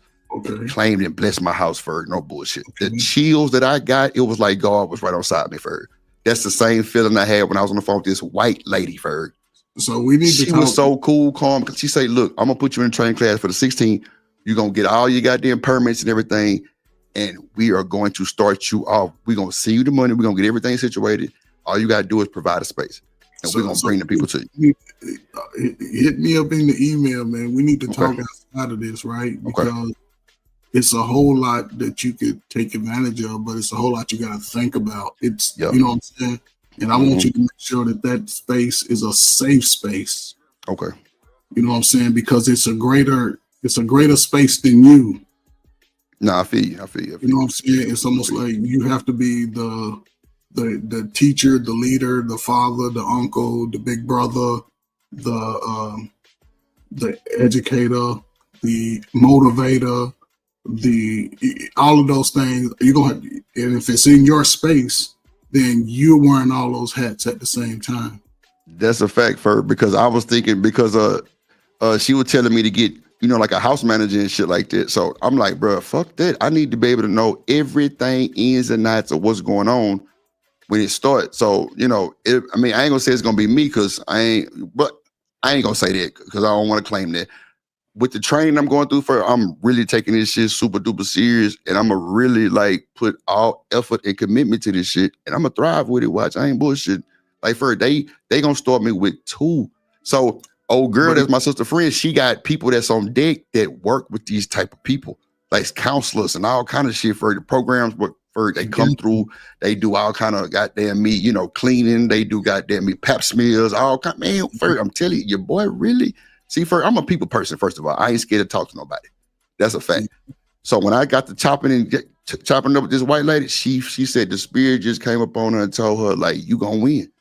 Furry, I've been happy. I'm talking about I've been just ready to rock out. Like I'm talking about I'm locked in the training. I now already started like the little bullshit little courses and shit. Like I'm learning like behavior patterns and man, all kind of wild shit for like I'm telling you, it's crazy. That's why I say we need to talk outside of this, right? Yeah. Everything you just read down to me had a bow on it. Yeah, man. Fur, I'm learning how to give drug tests to these all kind of man. I'm telling you, Fur. But there's a connection that's outside of what is seen. That is for sure. That's what I'm saying. That connection that's outside of what everything you just talked about. There's another side that could make or break your success in when you get these individuals. They coming from all walks of life, right? Right. And they're looking for someone or something to say that they can do it. Mm. And that's the catch-22. But the information has to be thorough, you know, especially with young women with children. It comes down to safety, the health, eating, drinking, smoking, sleeping, exercising, not just for the mother, but also the child. Look, you ain't bullshitting. You absolutely right. Yep, you're right. It's a lot of nuance that goes into that. So anytime you come up with an ideal, add it to the list. Think about safety of the building. I would get security door, make sure it got security doors. Oh yeah. Cameras, everything outside. I already got on my house right now. We already got the cameras and all that shit. I got the what I did do is I got the cameras. I got the double padded locks on all the doors now. I got what did I do? I put new carpet and shit in like a month ago. I got everything painted, everything fresh. I'm busting it down to where I can put the beds. I got a 5-bedroom 2-story. It's just me. But no bullshit. It's just me. So I got a lot of room to put these beds in there for these motherfuckers. Plus, I'm working with these counselors and shit that's like kind of guide me on how to set it up to win, how to like maximize it, how to like set it up to where, you know, and then I got a game room. You know what I'm saying? To where, you know, motherfuckers going to watch TV, chill, you know what I'm saying? Do their thing. But like, I'm really close with this lady named Miss Powell, man. She's a good, like she's reputable in the state of Texas for that shit. But Drip, again, you have to think about everything, the safety in the community. My safety, ain't no crime over here, I know. No. Watch this. The reason why I say that because the lady across the street. Now, remember I told you about the lady across the street? I always had this nigga jumping the fence. She has a foster home with these like 4 little girls. I thought they was her daughters. You know what I'm saying? Because I seen them since babies. Now they graduated high school. You know what I'm saying? But this old nigga, like he fresh out of the pen, used to jump the fence every time his car would pull up. I see his shit every time. And that's what it was. He wasn't supposed to be there. So I've been talking to her ass too, just like, but for trust me, they was wild too. They'll be 3 o'clock in the morning walking down the street, no bullshit. So trust me, I see where you're going with the safety shit because it can, teenage girls can be crazy work. Then, you know what I'm saying? Them having, inside the house with other girls. Like, I mean, look, I don't know everything and I'm not trying to overtalk you to make it seem like I know everything. I know it's a lot of shit I have to learn. I don't know. No, that's what I'm saying. There's nuances to it, right? Right. I worked in this. I worked in group homes. I know. And that's what I'm saying. When I think about the things that I had to do, you know what I'm saying? Because they'll sneak people in. So I think somebody put it in the chat, man. They teenagers. They'll sneak in, and you'll never know a guy's up in that room. Nah, we got bird's eye view ring cameras everywhere. Listen, I see a nigga a mile from the house. Drip, young black kids are smarter than we think. That house. Look, I tell you what, I can count for my house. Now the other property that I'm gonna have to get, I can't say that because I'm gonna have to build it. But my property, I could, I got 9 cameras around just the front and side of that motherfucker. Like no bullshit that can track everything. No visitors can go anywhere past the family room because I'm telling you, they'll have a dude dress up like a girl and you'll never know. You got to be fucking kidding me. Boy, let me tell you something. You niggas better come with the best of the best type of situation. That was crazy. Now, see, man, see what I'm saying? And ain't nobody saying nothing about your kids, man. Come on, man. I'm just saying, who's gonna be inside your house dressed up like a woman? No, I said we was talking about Drip talking about possibly opening up a group home, right? And Nah, somebody, Ferg. Don't dim my light, Ferg. It's happening. Ain't no possibly. Watch. no, It's no. going down. We gonna open up a group home, and I was just telling them, right? I'll fuck with Because teenage girls, and somebody even put in the chat, it ain't like they not gonna have boyfriends. They still gonna have a normal life. And if the urge gets strong enough, and Big Drip is out on the bus run, on the Zy run, then you have to think about all of those safety measures. I'm just saying there's so many nuances that you don't want to get trapped in. And they'll dress a dude, because dudes are dressing up like girls, and they'll sneak them in, and you wouldn't even know he's in there. So hold on. So I thought about opening up a clean and sober house, right? Because I think we need, huh? With adults? Yeah, for adults. So we talking about having a group home with teenage girls, right? Like, so you just saying that they could have sex, you just don't want them having sex at your house? No. Huh? No, So I'm trying to figure out, like, you saying that nobody can leave the living room, right? I'm going to training, Scarlett, on the 16th. Look, they hating that. They be hating. Why would she give you two? I ain't finna look. Scarlett, I know that can be a bit much, and trust me. But you think I'm finna go off the shit that y'all say in the YouTube streets chat? It's not gonna work for me, baby. But I'm just telling you this though. Like, I'm a whole hard working ass person. Like, I'm gonna have house managers and all kind of shit that stay in the house too. So trust me, I'm gonna have my shit together. Trust me, I ain't finna go sidestepping. I ain't finna short stepping. I ain't finna play with these folks. Like, this is the government. I'm not finna do no bullshit. Oh yeah, because first of all, in order to have a group home, you have to have a qualified professional who stays in the group home 24/7. Come on. Actually, two of them. That's state. Change shifts. That's a fact. Regulated. Yeah. Bro, I know this. They don't know that though. They don't know I already know this. You know what I'm saying? And That's I'm on why. training October 16th. That's why I be hearing come you. on, mister. Yeah. I'm with. I got some questions. Can I ask questions, Go or it's too early for you? Because it's not on y'all topic. But I got questions that I be wanting to ask. Nah. I was just telling Ferg about that shit. Go ahead, E. You got it. I got a question. So, Coach Ferg, do you think people who don't believe in God should get married? Ooh. Oh man, that's And a that's hard what one. I I want to don't ask know. Truth. Oh, okay. I want to heat up. I'm not a good person to answer that. I got you, Truth. Is Truth still here? He gone. As far as Yes, he might be gone. So I make a statement. I want y'all to respond to it, right? So earlier we was talking about the marriage rate has went down, and I think the reason that the marriage rate have went down is because people don't believe in God no more.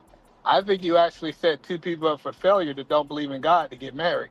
So if people are not believing in God, is them just getting married is the solution that we think is going to fix these problems that's going on in America. I think Truth is up here. His goddamn picture up there for sure. I don't know. Go ahead. Yeah, Truth. So You the man just asked you something. I got a couple questions. Let me start from the front, right?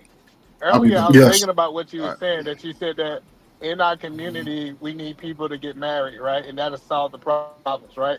That's a sum up. You said more than that, but that's a sum up. So my first question to you, Truth, people that don't believe in God, do you suggest them to get married?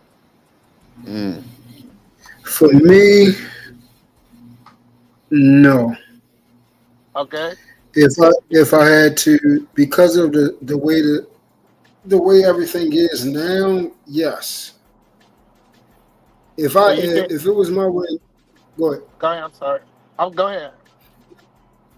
I said only because of how I understand that marriage is not a human construct; it's a God construct. It was created by God. We didn't invent it, so that's the only reason why I think it only works with Him. So if most of the people, so earlier when we were saying the reason that people what we was hearing was you saying that the reason that you think people are not succeeding is because they're not married. I believe it's the missing God component. So my question is, shouldn't we actually be people who's not, people who don't believe in God, not to get married because 9 out of 10 is not going to be successful anyways. I agree with that. But then the other part would be, I would suggest those people be okay with being fall into a season of singleness until they figure out a way to get to God. Because I So, wouldn't but yeah, so place. but these people, but we can't tell people who's not saved not that we can tell them to stop having sex, but that's not gonna be reality. Those Yeah, people we still know. are gonna have sex. Yeah, we know that's not going to. It's not going to happen. But if that's why I said, if we were serious enough about, because there are societies, bro, that really govern their culture, their environment harshly, where people get exiled for not following certain rules. And the problem with here being in America is it really is the land of the free. We can do whatever the heck we want. We now have this thing where we can identify. If I want to identify as a goddamn refrigerator, I can do that. I can say that I'm a daggone refrigerator. So the rules that we have here is so lax that it's hard to enforce anything. If we want things to get right, if you're talking about systematically, we will have to get back to what made us great as a civilization. And back in the day, the 60s going into the 80s, majority of us was in churches. Majority of us was, families. We had Martin Luther King.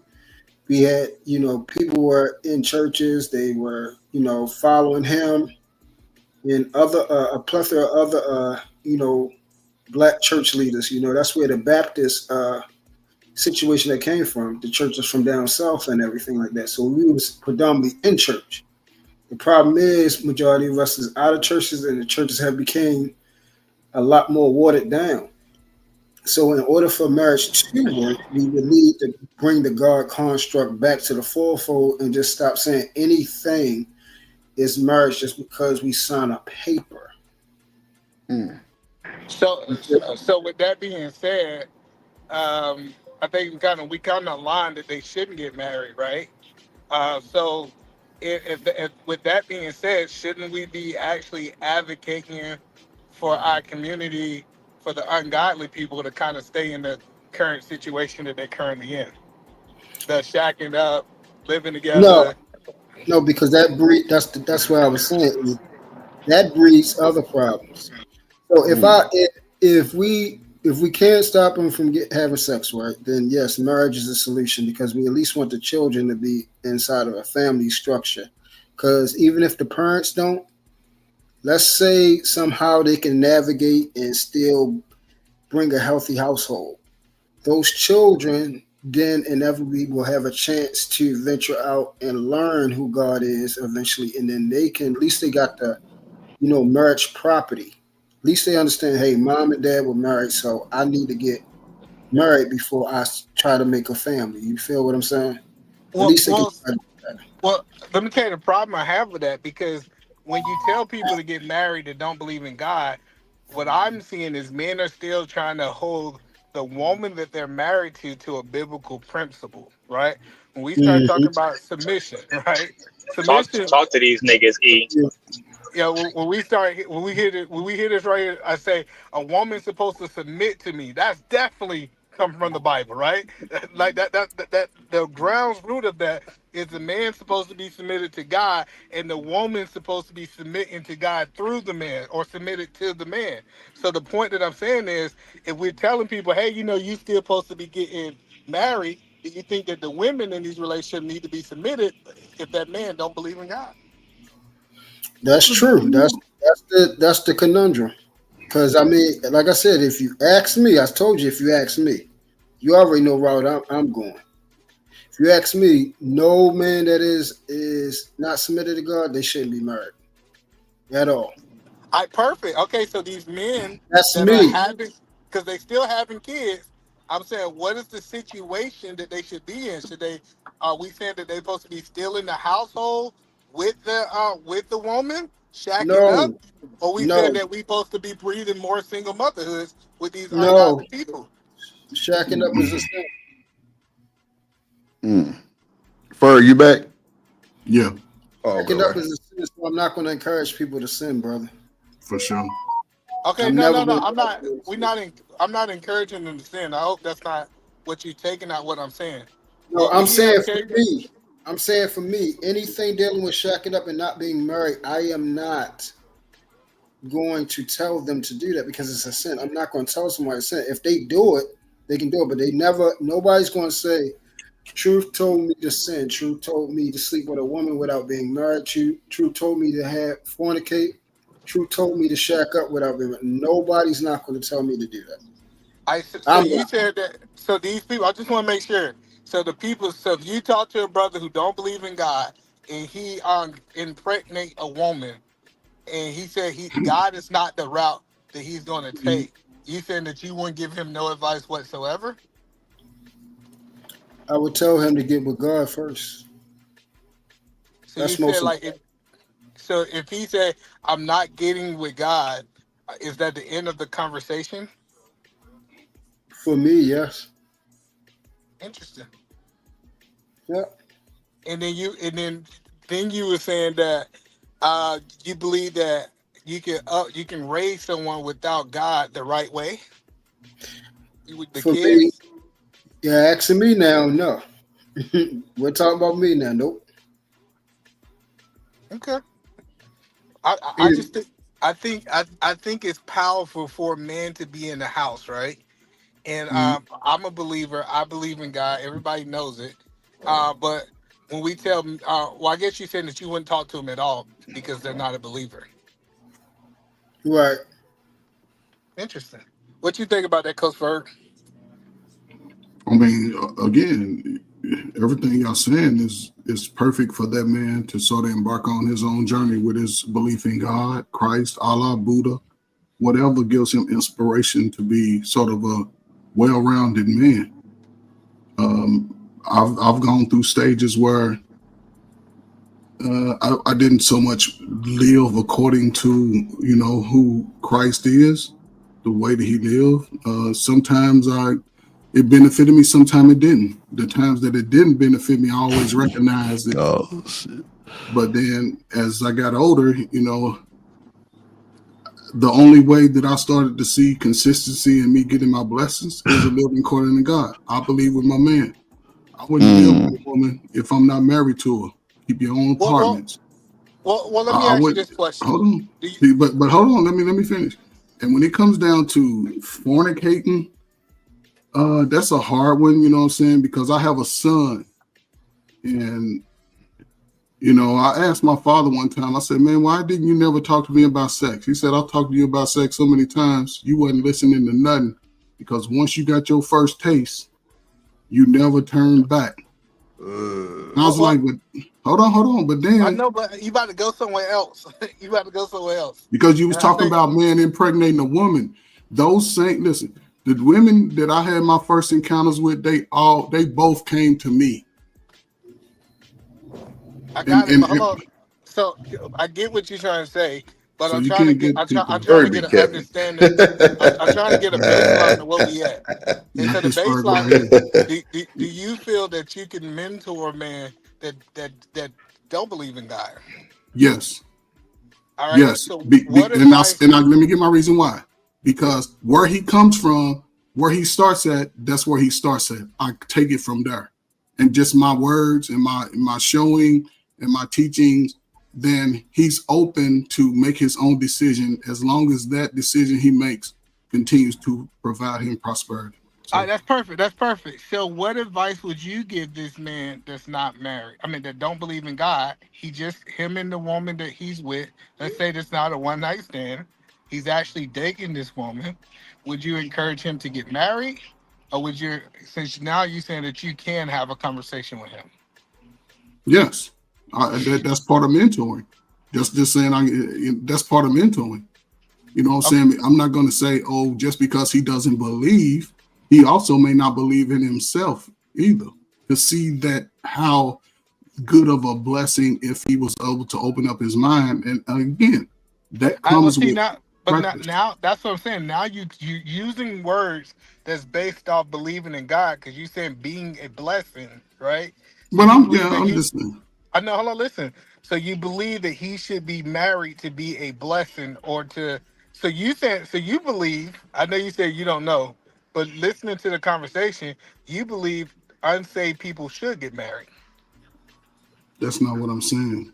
Well, If a man, you saying if a man doesn't believe in God, a man coming today who doesn't believe in God doesn't mean he may not get to a point where he actually believes that is who has been keeping him going all of this time.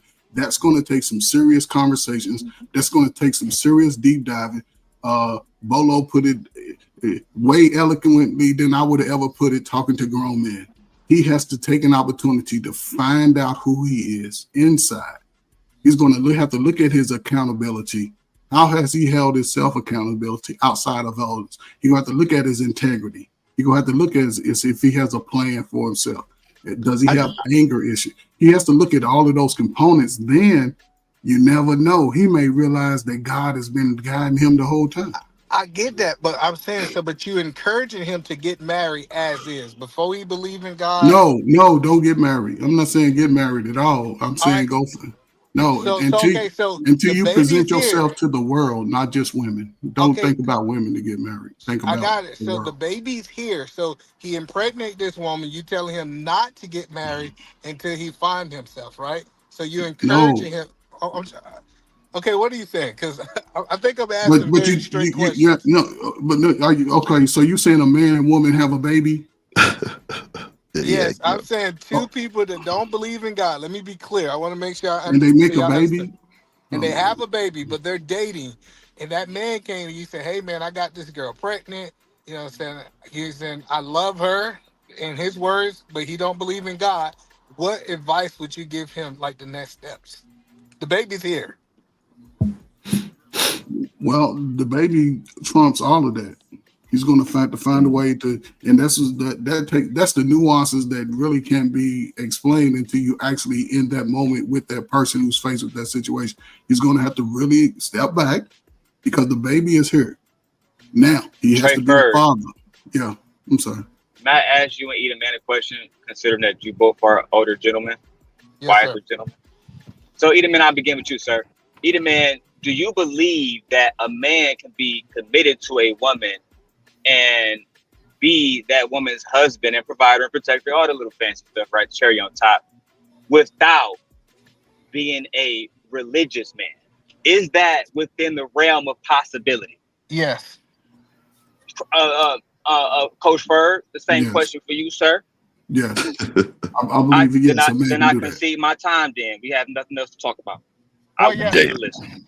Yeah. So the reason I'm asking these questions is because I believe people that believe in God sometimes edge people out. I have had friends, one of my best friends, we've been best friends for the longest, right?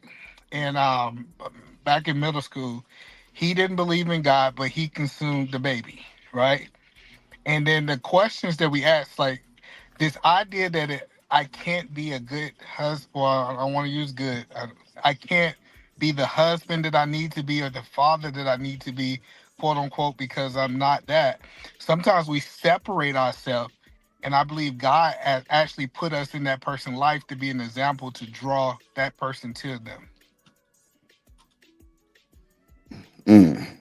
Yeah, but everything you're saying, a man has to know who he is to be able to present himself in that capacity. No, he I don't. believe See, that's what I'm saying. Sometimes we got to be the light for God. But either man, you prove my point. You are the light for God. You have put yourself in those positions to be a blessing to others. You've done some things for yourself to do the work based off your godly principles. There's things you can't get around. There's things about a man we just cannot get around to receive our full blessing to be able to help. You have to go through certain things. I get that, but what I'm trying to tell you is, so say if my best friend, like he's saved now, right? But I think we've been friends since, like I said, middle school. He just got saved a couple weeks ago. If I would have separated myself for him because I remember he said he's like, I don't want to talk about that God stuff, this, that, and third, blah, blah, blah. And you know what I did? I continued to pray for him. Like I interceded for him. And over time, he accepted God. But it sounds like, and I might be interpreting it wrong, but it sounds like people. It sounds like people are saying write that person off because that person is not ready to accept God at the time that we want them to. But well, I don't know what people saying either, man. I'm clearly answering my question. Everything that you just explained, that's what I was saying. You stuck with him over time, regardless of where he came to you in his mindset. You met him where he was. You continue to pray to him and talk to him and give him counsel. And look at him; he's more religious than you are. So what I'm trying to this is what I'm trying to do because I want to state where I stand on this, right? So what I'm trying to understand: do you think God do God honors marriage for two unsaved people?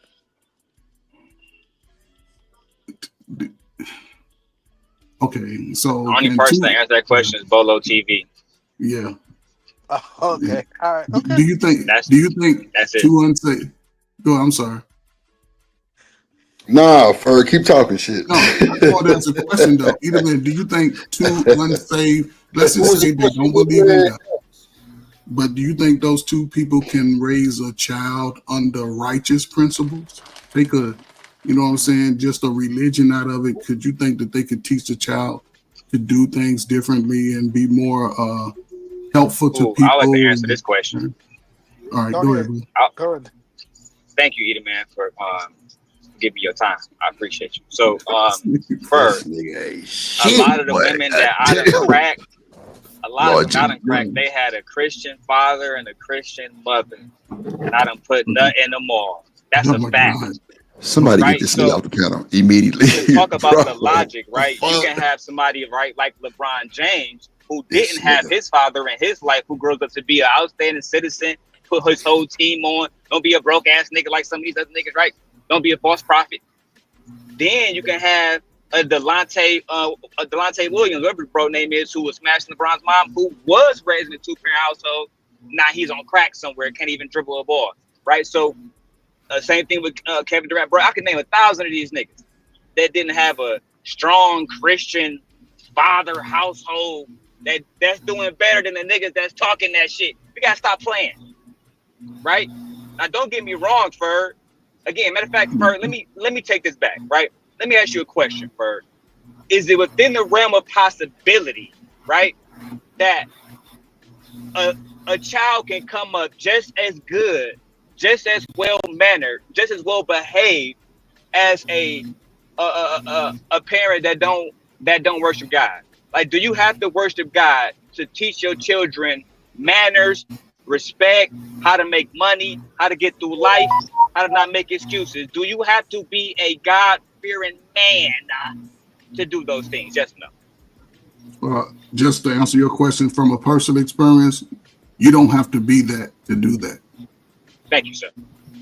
Well, but what I learned is, so with my friend that I'm talking about, with my friend. Ferg, hurry up. I'm in the middle of something. No, Coach Ferg, this is important.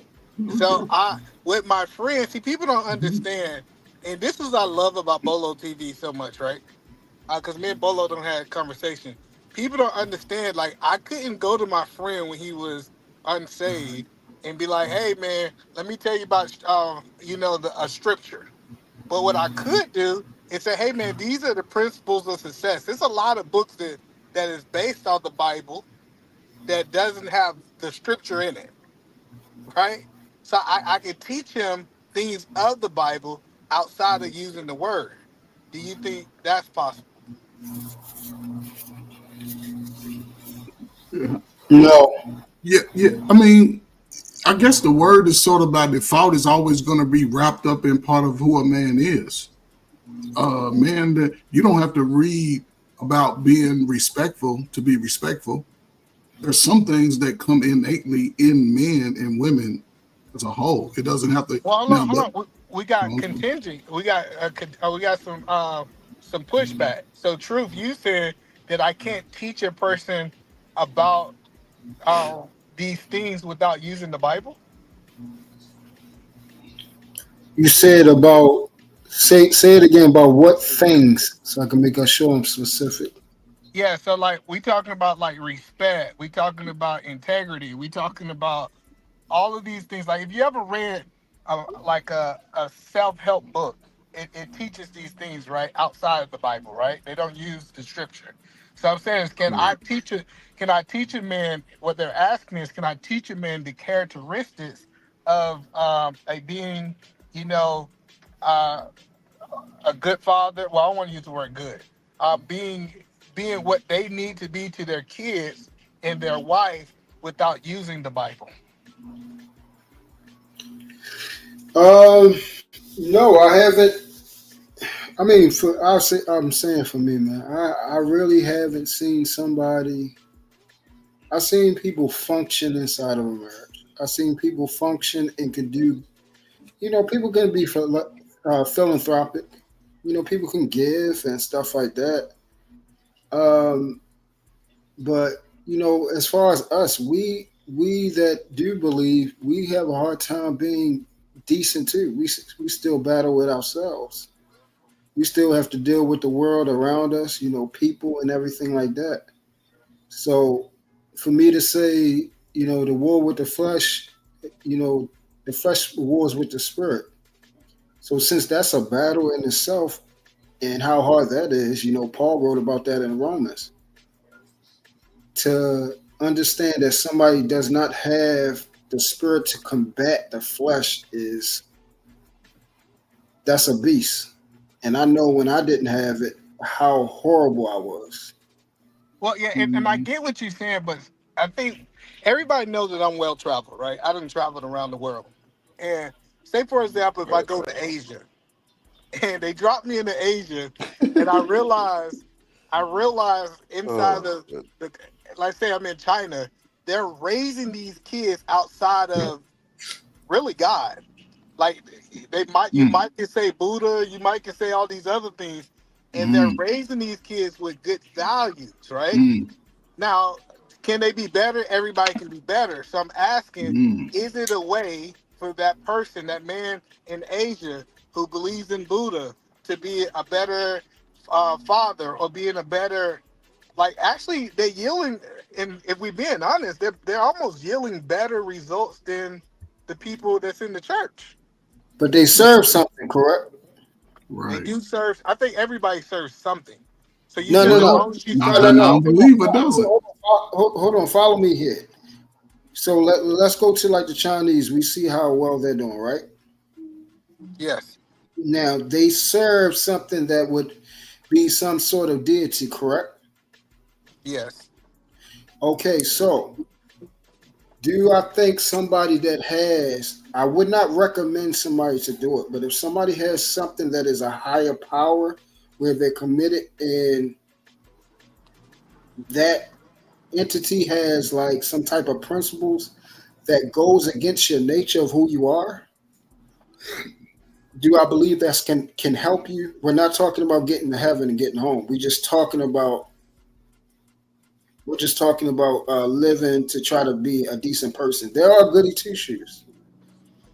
Christ told the centurion when the guy said, "I kept everything from birth," and he said, "Okay, but you lack one thing. Give up everything." And the rich man, give up everything and follow me. So it's possible to still do everything right and be a goody two shoe and not serve God. So can they possibly do something right? Yeah. I mean, it's people that do right things. I'm just looking. I just can't see it differently because I was on both sides of the coin, either man. So I know how hard it was for me to try to do what's right on my own strength versus now. I tried to do it my way, it didn't work, and I tried to be decent, I but got it you. didn't work. Either man, let me say this real quick. And this is where I think, when people come to YouTube and talk on panels and talk about spaces where men, most people don't go into the schools. And this is why I say this, right? In a school, you can never bring up religion unless it's a Catholic school, but you have to come from that philosophy of religion. In a public school, you can't reach a kid through religion. If they report you I don't know, all kinds of, you sort of have to bring a belief concept outside of religion.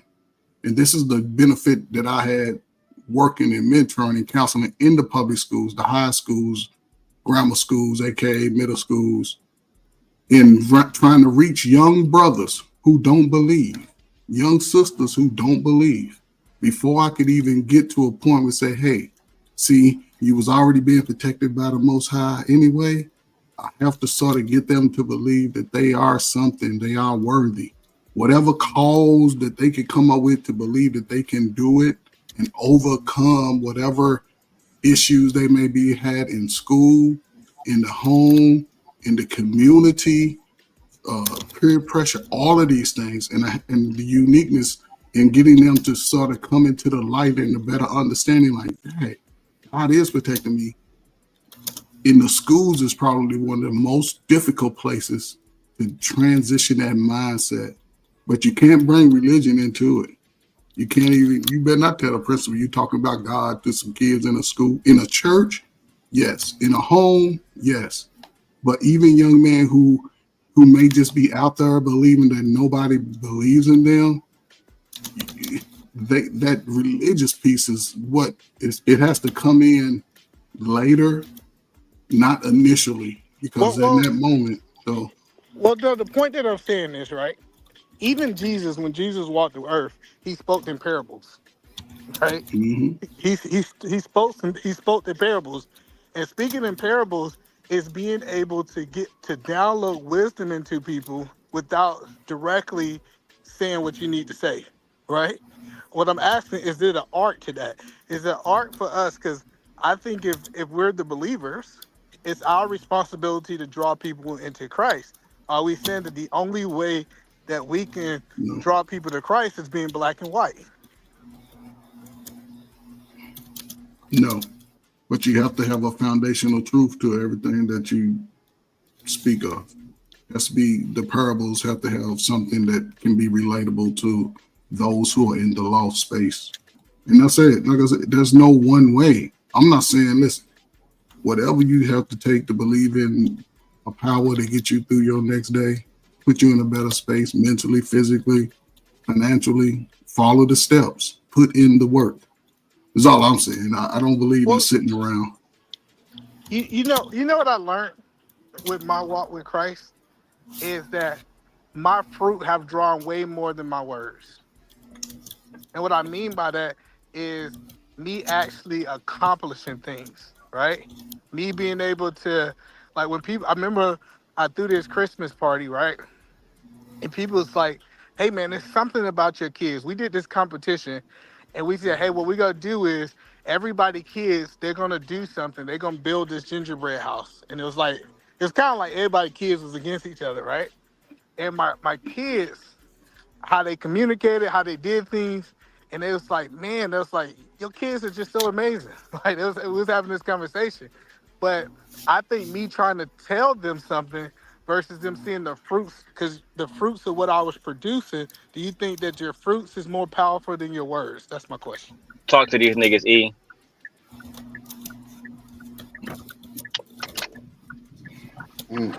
Continue on Illinois Yes, 173 E. The East answer for is 3 yes. miles. That one said yes, E. Yes. What you can show, what you have, your results, that matters more than you running your fucking mouth. Yes. The answer is yes, E. Yes.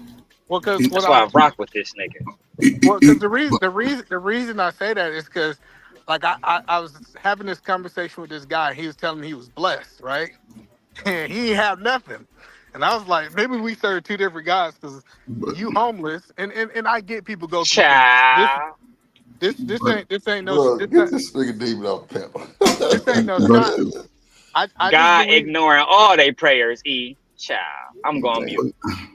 No, But so the point that I'm saying is that I think sometimes we as believers have to lead by example. Like you gotta understand. I know for a fact when I prayed about my friend, I had to help him get money first. Like I had to take this cloud over his head. Like me and was having this conversation. He said, I haven't made more money than he ever made in his life. And that's not the boast and brag. And then he accepted Christ, right? it's boasting and bragging. Then he accepted Christ. So I'm asking is, how do we help people? Like, should we help people get fruits before they believe in God? People have to put in the label before they get fruits. Any young man, and a part of that is, again, I call it going into the wilderness, right? Stepping back from the everyday Rickman roll of what you've been doing for the last 5 or 10 years that got you standing still. And this is what I was saying last time. I guess the way I word it, again, is different than the way I would word this to individuals who haven't started life. They're in a space where they're looking to say, hey, give me some direction. And it may take time so we can walk down. But yes, he has to be able to put in the work. He has to, and that's within himself, finding a connection with a most, whatever entity or whatever spirit he would believe that could make him a better man, and then going out and practicing everything. Even those small victories add up. That's what people discount, the small victories. And I'll tell you this, and this is why I tell my son, if he chases money, he won't really make a lot. He has to chase the skill. The skill will bring the money. And when he get to a place in maturely where he can balance them both, then his abundance will overflow because he's putting in the work mentally and physically. I believe in that both of them have to come hand in hand, setting goals. Don't get caught up in. I'm sorry. So, because it's interesting what you're saying. So, do you believe God bless unbelievers, people that don't believe? I think he protects them.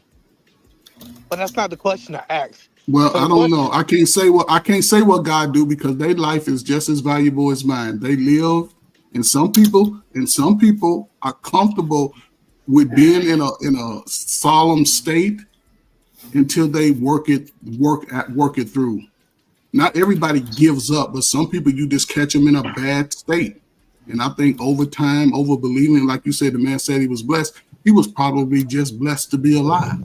He could have had some things going on, you know what I'm saying? So people, that's why when they're coming to help people, I don't care what their past is. Where they are today is where you start from. And if for me, believing that I will put my skills up with anybody in the country when it comes to some high schoolers on getting them to be entrepreneurs like Eater Man.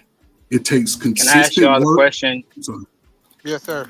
I ain't gonna show you niggas what I got. I got too much. Sorry, I just wanted to man ask goes first, man. Niggas what I got. So What I want to give y'all a story about. I'm pretty sure maybe y'all never watched Game of Thrones, but this is obviously, if you know about Game of Thrones, it's based on a true story. That's known as the War of Roses, which is a true story about the English houses and the Scottish houses fighting all that bullshit, right? So listen, there was 2 kings, right? One king name was Baelor the Blessed. Baelor was a great man, right? My objective is for y'all to tell me which king y'all think was better. So Baelor was he was a religious man, right? He believed that results didn't matter. The only thing that mattered was the faith. He didn't believe in slaying cows, right, to have beef. He didn't believe that because you can't kill another god creatures, right? Baelor ended up starving to death, right? Now there's another king that they call Maegor the Cruel. Maegor was the king's direct son. He got the name the Cruel because anybody that went against the family or the kingdom, he took them out. He had 50 some years of peace, right?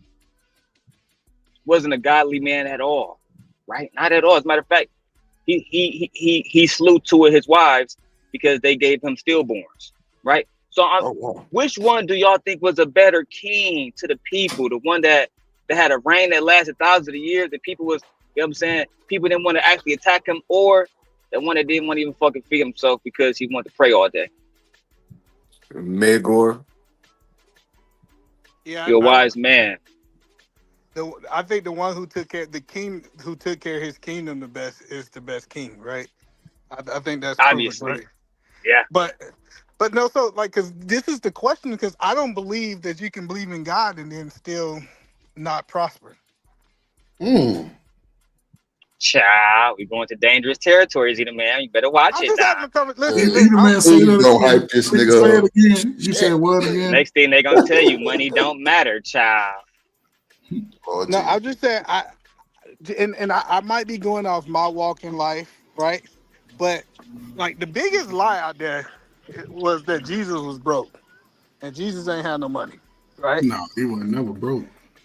Like it's like Jesus went broke, right? He didn't even come from a broke family. If you study the story of his parents, the reason they went to they was going to pay taxes, right? They had to go pay taxes. It was commanded that everybody go taxes, and that's how they got to the place that Jesus was born. And then people say, well, he was born in a manger, right? He was born in a barn. Well, it says there was no room in the inn. That means like the Holiday Inn, the Sleep Inn. It was so many people there paying taxes. That's why it wasn't room. It wasn't like they couldn't afford no place to stay, right? And so I'm trying to understand, if God represent prosperity, can't we say that if you believe in God and you serving God correctly, you should have prosperity following you too? Either man, I have a better question that aligns with the question, right? Which person is God favoring more, right? The OnlyFans model making more than LeBron James. I think her name is Sophie Rain, or the nigga that's broke praising God. Who do God favor more, right? The one showing her coochie making 98 million a year, feeding her kids, going to private schools, all kind of shit, or the nigga that can't feed himself praising God? Which one do God favor the most? You tell me. Or do I got to call Bolo TV? Man, somebody dropped Daryl for $2.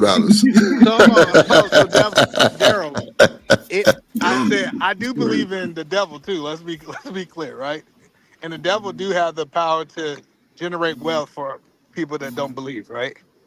All right. So to answer your question, and I know you might not like my answer. I think the person, if if you're truly serving God, like you shouldn't be going without meals. That's just my opinion. And like I can't even think that low, that I'm serving the God of the universe and I can't eat. Like I just can't think that low. And I understand that's some people's story, right? But the question that I'm really City trying Girls to 2024, 2025. Let's get it. so the point that I'm trying to ask is like do you think that your fruit is a reflection? Because I still ain't got this question answered. Is your fruit a reflection? Well, I guess Daryl did answer it. Is your fruit the fruit of your light is a reflection of your walk with Christ? Yes. Yes. What you think, Coach Ferg? What would you say is the fruit of your life? Or what? A reflection of your walk with God.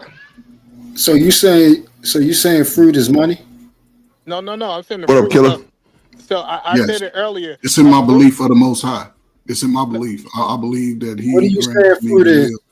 No, so I want to help you understand. So fruit truth is when people see my kids, how they see my kids operate, right? That's the Mhm. level of fruit. Money can be a fruit for my wife too. So I'm not saying it's only money, but I'm saying you would start seeing God presence in that person's life. Do you agree or disagree with that? Yes. I just be Okay. careful about. I'll be careful about saying that. Because that's like what's going on in these churches now. You have a lot of Yes. these prosperity preachers like Joel Osteen, T.D. Jakes, Creflo Dollar. These guys that profane the word and everything and live any type of way, but they got hella bread. But the Bible do say in Psalms 37, he has never allowed somebody to go hungry, and he has never seen a man that served God see begging for bread. So it don't mean you will be rich, but you will be well taken care of. You will have a roof over your head. You will have food. You will have clothing. You have means to work. You have all those things. You will be able to sustain a living. When So you Will you be guaranteed to live, rich? No, that's not what it says. So, do you think a guy got a problem with people getting rich? No. Well, but I don't have a problem with people. I don't. People are getting rich, but what happens is, just like a lot of things in this world, it can be a huge deterrent. It can be a huge distraction. Huge. So, like, I don't think that that it's a reflection of their relationship with God, because you don't know where they are in their journey. If you saw Job when he was losing everybody, would you think that meant that he didn't have a good relationship with God? Like, everybody went through something, where you're in the midst of that struggle, and sometimes, you may catch a person when they're going through that process of edification and they haven't made it to the end where they've reached their blessing, so that you can see the God that has, that's present in their life. And so that's why I think that we just got to take that with a grain of salt, because you never know what's in store for that person. I'm going to bed. I'm glad you brought up. Intelligent. I'm going to bed. Enjoy your birthday, Shanika. Because either man will give us a full Sunday study class in 5 questions. Go ahead. No, cool. Because Shanika, when you bring up Job was a very rich man. We know this, right? Yeah, but I'm saying at one point he lost. And if you were to have seen him, I'm just saying, if you would have ran across him during that time, you might have questioned things. You know what I'm saying? No, so the good thing about the story of Job, the reason Job lost everything is because the words he was releasing, right? He spoke that stuff into his life. That's why in Job he said, "Hey, teach me where I have spoken error." He talks about that, right? So, but what people don't realize is he lost it for a certain season, and then he gained it all back, right? So I'm not saying somebody who might have a downtime. What I'm looking at is people who have no fruit for their whole life. Like, they go through their whole life with no. Hold on, listen. They go their whole life with no fruit, but they and that's the question I'm asked. In Job, he had it all. You know what I'm saying? Job was the man. And then he lost it for a season, and then God restored all of it, right? So that's what I'm saying is we get that the bubble, the housing crisis happened, and you don't got it because it's the housing crisis or the .com bomb. Like, we understand it might be seasons, but over your whole lifetime, you should see the fruit of God. You should see the fruit of your labor, right? Well, yeah, over your whole lifetime. I didn't know that was the caveat. My bad. What if it's like over the last 35 years, 40 years? Do you think if you've been serving God for the last 20 years, should we see some fruit after 20 years or no?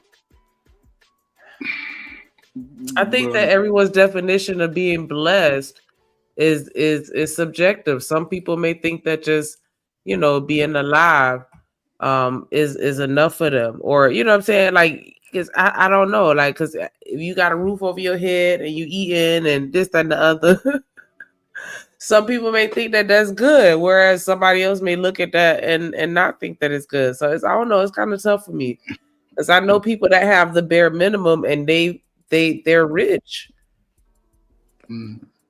So you think you could be spiritual, rich, and broke in the world? Yeah, either man. I think you conflate. Are you comparing everything to money? No, see, I've said it 10 times. Like, I know some people who, like she said, let me give you an example. It's a guy, it's a famous story out there, right? It's a guy who never made more than $39,000 a year. I'll take that's what the story is. I think he only made $39,000 a year, and he started a college fund where he's giving $10,000 to people to go to college, right? Like, just because he didn't make a lot of money, you still see the fruits of his labor, right? He got a college fund, saying all of his kids went through college debt free. Like, so it's still fruit. I'm not saying that the only fruit that you can see is money. But your kids, I think it's a good fruit if your kids, like, you'd be surprised how kids talk about. One thing I'm proud about is I done heard my kids talk about me while I'm not around. But yeah, you looking at it from a father's point of view. You understand the duty of that. So as you're putting in the work in real time, your fruits of your labor haven't even cropped yet. you're still building that process. And when your children grow up to be great, successful, independent, self-sufficient citizens, and I think you got young women and they find great husbands like an example of their father, then you have received your fruits of your labor. All right, so that means if you don't got the fruits of your label, should you be talking? Let me ask that question then. Because you said that but it's levels to it, either, man. It's levels to it. No, you definitely gotta shut the fuck up. That's a fact. No, see, that's the point that I'm saying is cool. If you say God's working on you, God is about to manifest something in you, cool.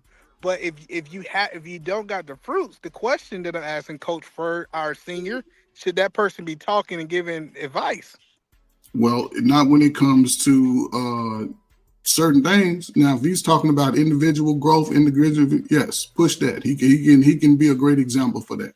But again, all of this wealth comes down to the work that you're doing outside yourself. When you No, hold on. So you saying that he can talk about individual? No, he can talk about his things that he's done, steps, putting in the work that he's done that maybe can inspire somebody else, regardless of where they are. No, but that's the problem. See, that's the problem. We got a No, whole it's bunch not. of people. Let me tell you why I think it's the problem. You got a whole shouldn't be bunch of talking. people You should telling you be about what they working. about to do and not what they doing or what. Well, they it's have only in about the what you're doing. I'm only speaking to the people that do stuff and talk about what they did on the end. Not we all. I'm gonna eat a man on this one. But at the same time, y'all both are putting in the work right now. No, I already put the work in. I already got the fruit. So now when I reach back to the But you're still working. No, but you missing what I'm saying, right? Like, so it was a time in my life that I was quiet. You know why? Because I felt like I didn't accomplish. I had a whole bunch of knowledge, but I was applying the knowledge. And you know what I did? I didn't say anything, right? Because I understood that I didn't manifest the thing. I didn't even, it was a theory. I didn't even know it was going to work. And then when I proved that it worked, that's when I can start giving the advice. Or do you think that some 18, 19-year-olds should be on here giving us advice based off what you Come see? on, man. Listen, man. Either man, I'm probably 10 years older than you. I take that, right? And when I hear some of these ideologies of men who are giving advice, I question. I'm glad I don't have to follow that advice. That's why I say I'm aged out. Well, I'm just saying, like, I'm trying to think out from the oldest man on the panel, like, how should we actually be qualifying it? I think everybody. I look at it like peer groups, right? Meaning, if you 4 years younger than me and 4 years older, we still all in the same peer group, and that could be a great way to unify within that age. You know what I'm saying? Sort of. No, look, I think you missed what I'm saying. So, I couldn't listen. It's hard for me to listen to somebody 10 years younger than me because I done passed that stage in life. But I think you're missing the overall point that I'm saying. I have associates that are millionaires. Daryl, when I go in that room, who do you think talk? The men with the most money and power. I and shut status. up. Listen. When I'm amongst, when I'm literally a sponge. I'm sitting there taking notes. If I say anything, I'm asking a question for clarity. I'm not trying to school him. I'm not trying to educate him. I'm like, hey, check this out. He have the knowledge. I am trying to take the knowledge from him, right? I just think listening in these panels, sometimes what we have the grasshopper trying to give advice to the master.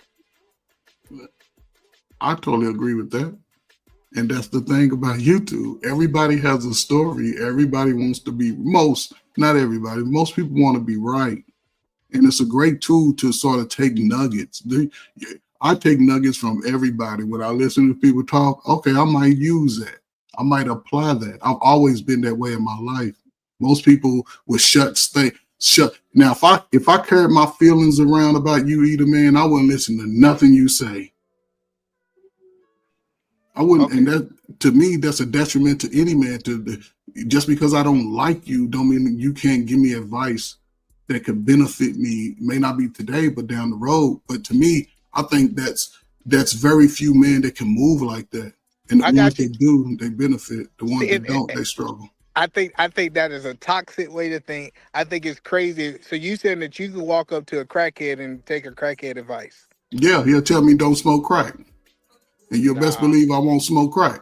Nah, I can. Hold up, I think that's why. I think that's why men are in the situations. No, but that's like no. they just So taking you advice tell me, from hold any and everybody. No, it's not advice. You sometimes we used to call reverse psychology when I was young, right? People tell you can't do something, then you prove it to them that you can prove it to yourself that you can do it. What I'm saying is this: if I see you over there doing something that's not kosher with who I am, I can learn based off knowing the results that you're gonna get to not to do it. No. That learning from your experience is different. What I'm being very. Are you trying to like sugarcoat what I'm saying? I'm saying should we be telling these young men to take advice from men who don't got fruit? No.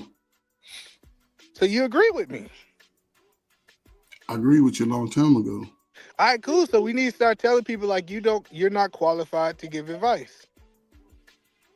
So Edith, man, let me ask you a question. Let me ask you a question. Yes, sir. If a person constantly get their woman taken from them, can you take advice from them? No.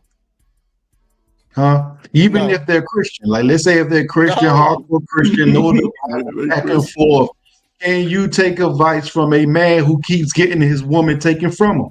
No. All right. Except God wins again. You couldn't take no financial advice from him? He's a good ass. No, you can take financial advice from him, but not woman advice. That's all. So what's up, Sim God? I'm crazy. No, the point that I'm saying is when I decided to get married, right? I didn't go talk to the divorced people. I didn't do that. What I did is I said, let me find somebody in my life who I believe have a successful marriage over a long period of time. When I became a husband, I started getting mentored by men who've been married for 30 years. I would have been the fool to go talk to some of these divorced people. I would have been a fool. That's the point that I'm telling you is we need to start telling young men, hey, stop listening to this is the problem with the internet right now. It's a whole bunch of men telling men how to get women and they ain't got no woman. They ain't got no fruit or get no women, and we gonna tell them that they supposed to go listen to these men. You own something, either man. And this is what the catch you gotta convey, the man. A lot of these dudes are new to money and women. And that's why they should only talk to the people who got money and women.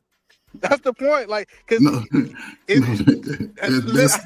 know that sounds crazy. They new to it, and how? Okay, so how? What would be the magic? Well, it ain't no one solution. I don't believe it takes a process. Again, either man, we meet them where they are, right? They don't have their faith ain't strong no more. They don't believe that they can do anything. They believe that everybody's gonna take their money, and they believe that ain't no good people out there. They in these spaces. They come into this space. What is the caveat? I believe they do got good people out there. Like I call them like stepfathers, the ones who's taking care of these people's kids and not getting the credit and stuff. Those stepfathers that's out there that's putting people kids through college while they real daddies out there just taking all the glory. Yeah, I mean, I would like to see numbers on that. Yeah, well, he don't believe in stepfathers. He think that dude should be stepfathers, but that's neither here nor there. The whole point that I'm trying to understand is, at one point, like would we walk into a classroom and let somebody who highest grade of fifth grade teach a college classroom? Like, why don't we have qualifications on who can talk and who can't, or who you listen to? Oh man, Eddie, man, you cooking tonight, cuz. You cooking tonight. I said years ago they need to have an IQ test before they put these niggas in front of a microphone. Right? We need to figure out your grade level, where you went to school at, if you even had any college acceptance letters before we talk about if you actually graduated. Right? All of that. Let's just get a report card. Just show us some report cards. See what the reading level's about. But again, everybody evolves, right? Just show me the transcripts. That's all I need to see. Transcripts. Official transcripts from the university. We need to see most of their dating GPAs. This thing's a dating GPA. No. I'm just saying, like, because I've been watching this, and it's not just this channel. I've been watching all the channels, and I see somebody go up there who ain't got no fruit, and then you know what they start doing? Everybody like, oh, he's cooking this, that, and third. I say he's giving y'all theory. Like, it's a lot of people giving theory with no results in this space, and I'm like he have no proof. Like I heard one guy say, "I'm gonna tell you how you can keep a woman for 20 years," and he just got divorced. That's crazy. Yeah, but again, either man, a lot of people come to YouTube, they have a story. And they convince themselves that their story is the best story to go about. And that's what I'm saying. It takes time. It takes brother like Edelman to get them off somewhere for 6 weeks and put them through the Edelman therapy session for 6 weeks to change that. That doesn't mean that they can't be better. I'm gonna tell you, go log off, go get yourself See what I'm together, saying? and come You ain't back. trying to help these. No, on, go man. log off. Like, it's sometimes you just gotta log off, go get your stuff together, go gather the fruits, and then come back and talk about your fruit and the results. I don't know, but that's what I'm saying. Edelman, it's funny that you saying what I'm saying. Half of these people couldn't knock a grape off a vine. Come on, man. Oh Lord, let me give a shout out real quick to Killer. Let me give a shout out to Corey Joe. Shout out to Combat Vet. I mean, shout out to everybody ultimately, but I wanted to make sure I gave a shout out to everybody that was saying happy birthday. I definitely appreciate that. Shout out to James Moore with the $2 super chat. He say shit o'clock. Y'all ain't shit. Well, shout out to everybody that's in the building right now. Make sure y'all hit the like button. Make sure y'all subscribe. Hit the dip fund. It's my birthday. We wilding out today and enjoying ourselves while having these mature but not mature conversations.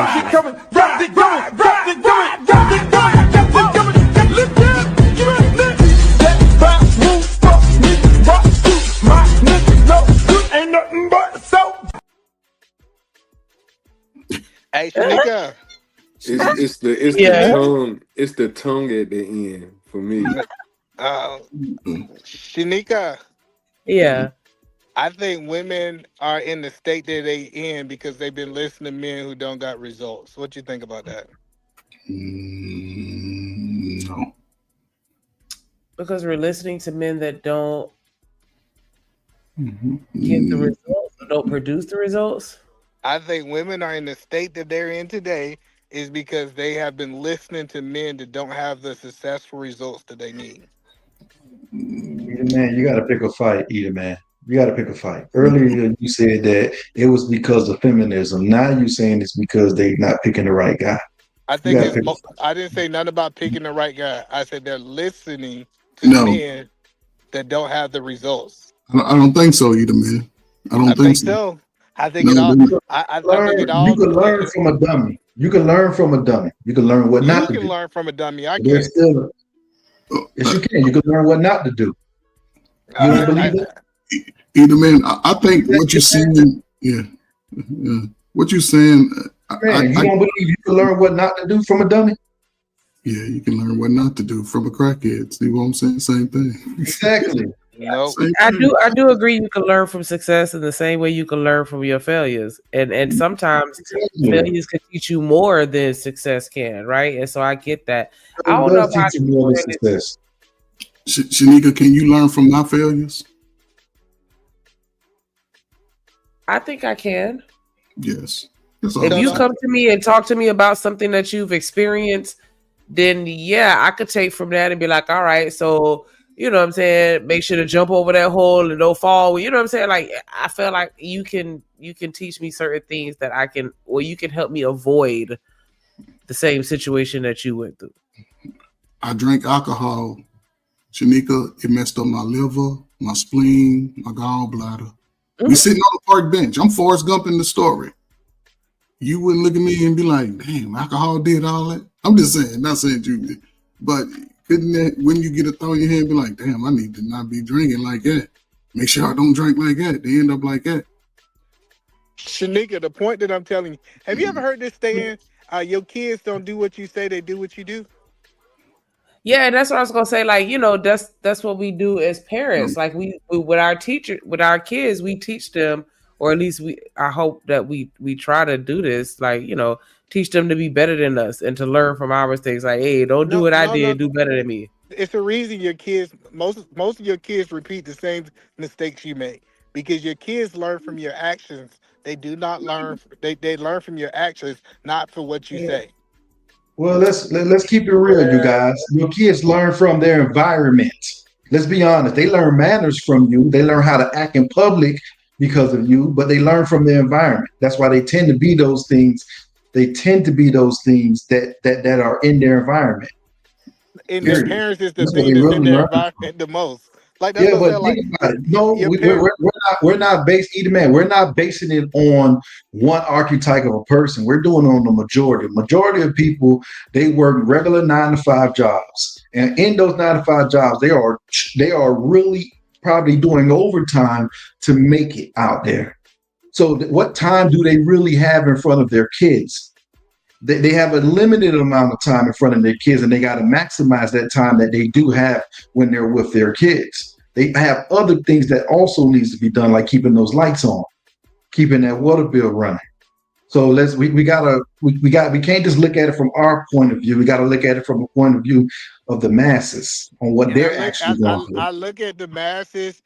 Let me tell you, if you drink 9 times 10, your kids gonna drink. If you smoke, No, weed, it's 9 not times true. 10, Man. listen, Oh, that's not true. telling you, That's not when you true. look at the majority, I get what y'all want to talk about the minority. You typically do. If your daddy was no good, you typically no good too. I'm telling you how it works. Now y'all Damn. might not like Why it. hold on, talk about Eater Man. Eater Man, you boomers think different, Eater Man. Y'all boomers think different, E.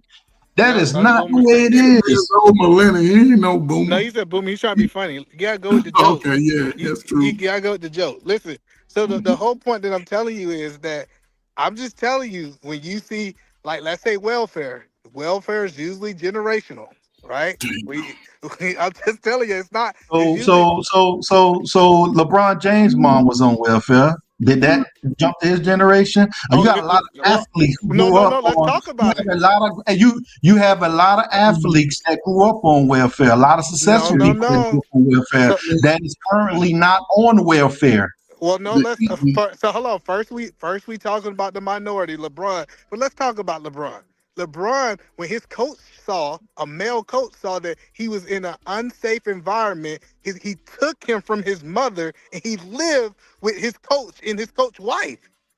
What are we He talking was still about? on welfare. He was No, still on welfare. that coach was not A on lot of these welfare. people, you don't think his mama was dropping off food stamps? You got your mind. He was still living off the same stuff. The point Ain't that I'm nobody saying gonna is let that you have food stamps in this world and not drop them off while they taking care of your kids. You got LeBron to even really said it. how He this said world if it actually operates. LeBron said it himself. He said, if it wasn't for my coach who basically adopted me, I don't think I would be the man that I was today. He said that out his own mouth. But Eater Man, let's be real, man. And listen, when I was coming up, again, most of us, Gen Xers, most of us started from humble beginnings, single parent homes,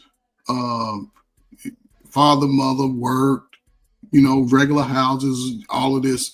Most of those people who I knew that lived in the projects, the first opportunity they got out of the projects. Now, again, you're talking from a mindset. Again, we look at living in the projects as a bad thing over the last 30 years because a lot of people started perpetuating that lifestyle that this is the way to go. But for the most part, Black people didn't even have public and projects, and they didn't do it. They did it for it. They understood the need for it. Within 3-4 years, most got out of it. Most of the people coming out of high school in the 80s, they got out of the projects. Now, in the 90s, most stayed. And now Coach Bird, let me ask you this question. Do you think you like your daddy? I love my daddy. One of the baddest. I said, do you think you like your daddy? Do you think you a resembling image of your daddy? Yes. Not to 100%. I Like know I said, not 100%. I'm just telling you, I took the good from my mother and my father.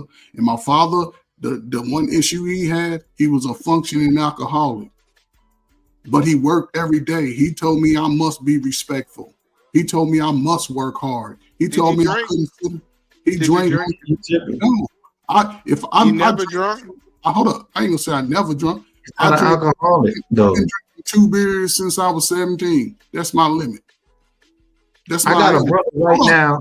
I got a brother right now who never smoked. I got a brother right now who never smoked, who never drunk anything, and his son does it. Yes. My none of my So what are we talking about?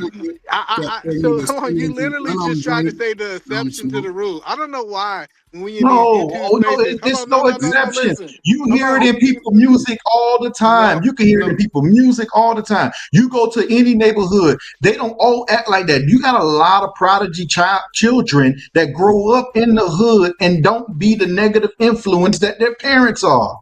Yes. To sit here and say that if you come out of a bad tree that the fruit won't be good is crazy. See, now we want to talk in absolutes. What up, Manosphere? Listen, you see how we try to talk in absolutes? They want to No, give you multiple examples. we speak in general. We speak in general. You're telling what you're saying is that end up if like you their come from a bad fruit, you're going to be a bad fruit. That doesn't all. The That is majority not of how people it be is. like they. I don't understand why. Vote with me one more time. You do. Oh. Oh shit, they dropped. Shout out to James Moore with the $10 super chat. He said, "Eat a man, take a break, take a shot for the birthday girl." Take a shot. Yes, what's time for the birthday, bitch? Time for the birthday, bitch. It's your birthday. It's your birthday.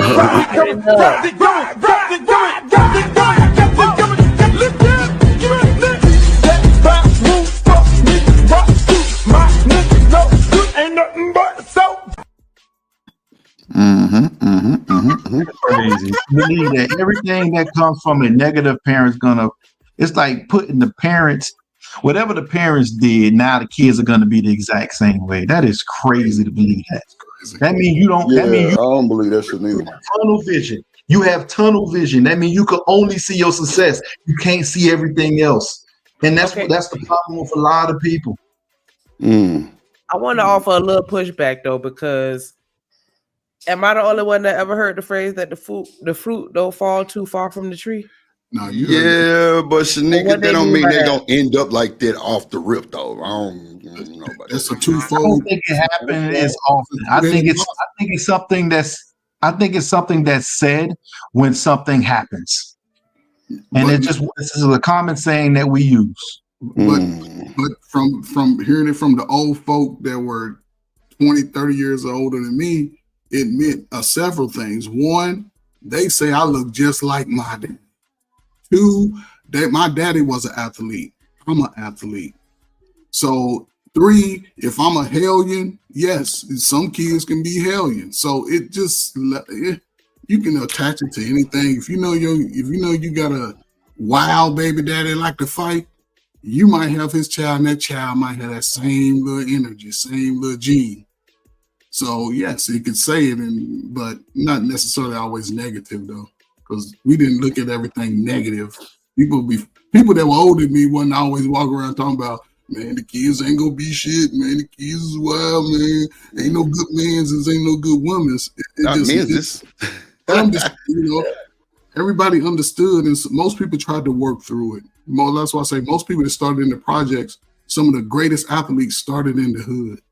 But they What we don't want to do is walk around and say, "Yeah, man, your daddy wasn't shit, so just get used to not being shit." Right. Yeah, I'm with you on that. Shout out to Combat Vet real quick, y'all.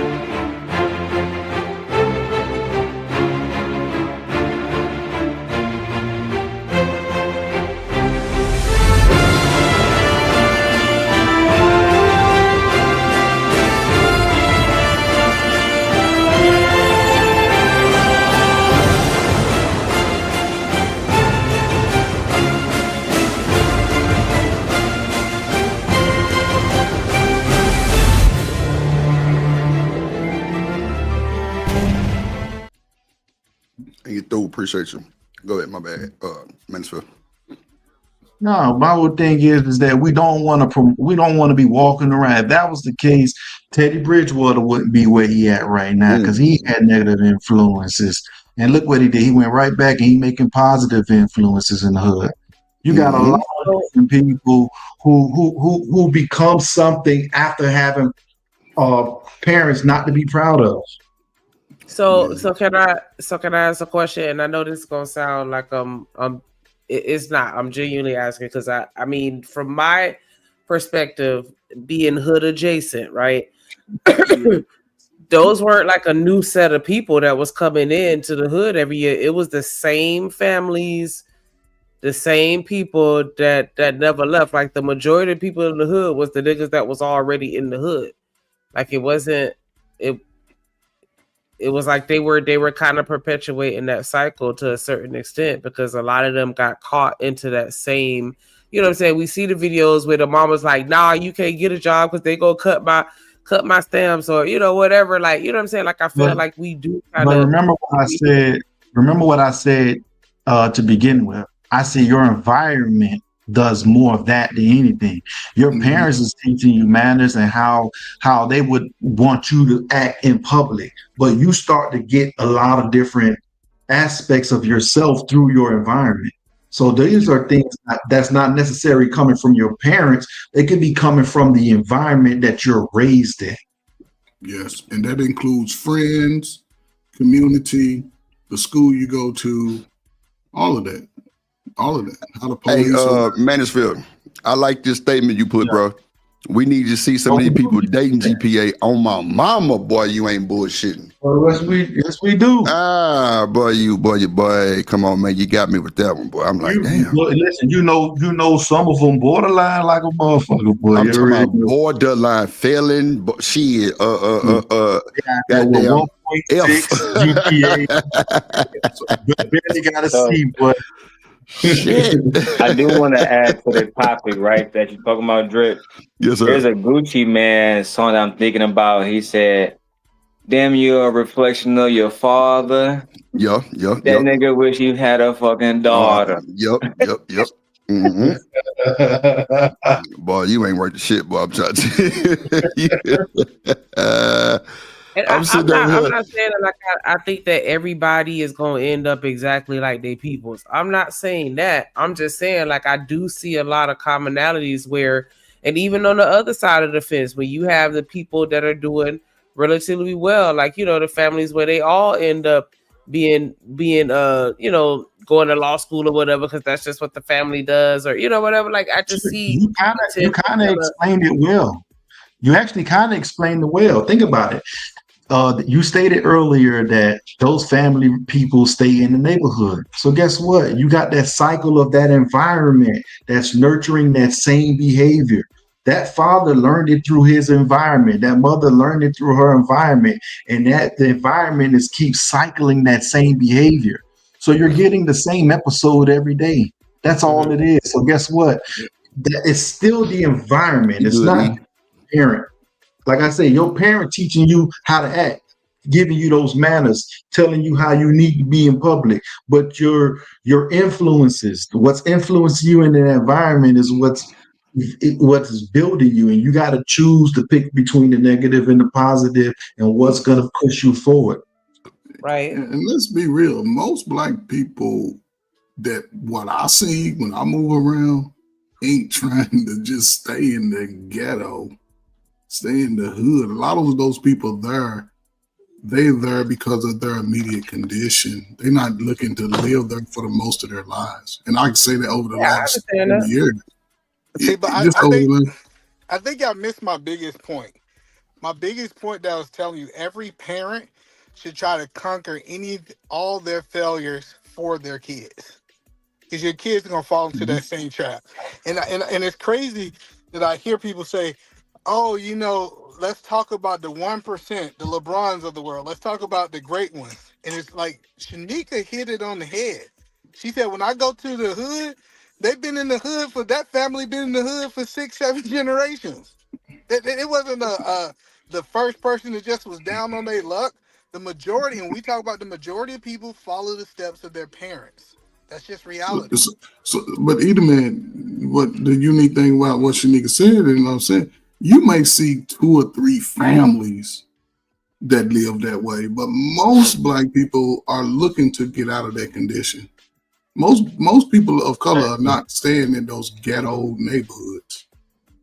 Yeah, not everybody want to keep breaking their TV down in Walmart before they bring it to the house for nobody won't steal it. Not everybody. Right? No, I you think just it, can't throw the box away in the garbage. That's the thing. You just can't have the box. I think if we be honest, most of us is like our father. Most men are like their father, and most women are like their mama. It's just one of those things. Now, I'm not saying that your father couldn't evolve and become somebody different, and you become that new version of your father. But most of us are like our parents.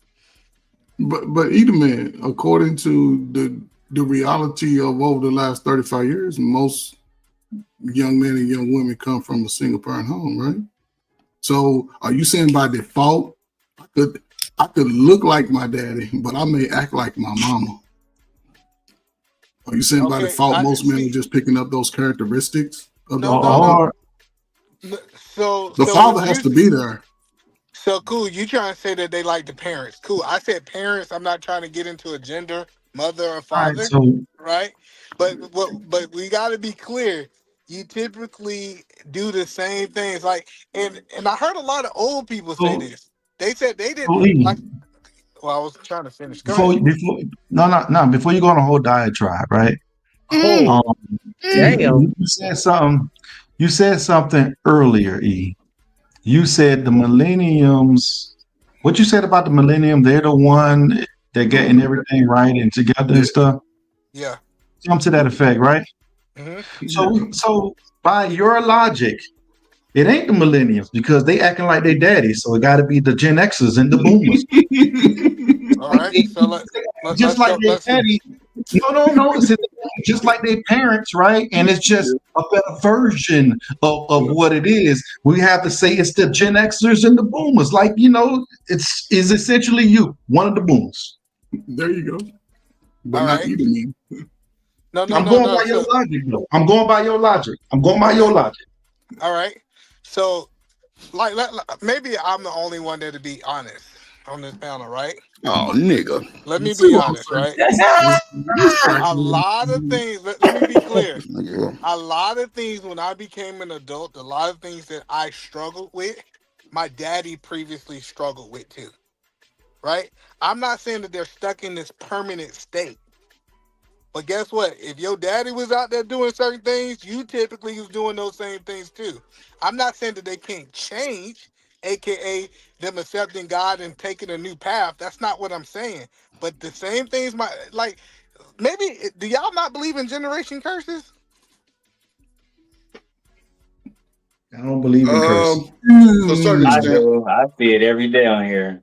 Yeah, that's what I'm saying. To a certain extent. That's what I'm saying. It's like y'all acting like we But don't. you saying majority though, bro? Majority. I'm saying the majority of people have to deal with the sins of their parents. That's why it's so crucial as a parent is for you to conquer these Dealing things. with the sins of your parents and being exactly who your parents are I two didn't say different. exact. See, that's what I'm saying. You trying to take a lot of No, stuff out of context. I didn't say exact. I didn't say everything. I heard you say. I said with the comment everything your that you parents just do. I didn't made, say those things. with the comments that you just made, you say dealing with the sins have nothing to do with the conversation that we just had. You saying that you're just like your parents or you're somewhat like your parents have nothing with dealing with the sins of your parents. Those are two different comments. Let me give you an example. If your daddy was a hoe, you gonna be a hoe too. No, he could be. Your mama was a hoe too. Come on, eat a man, bro.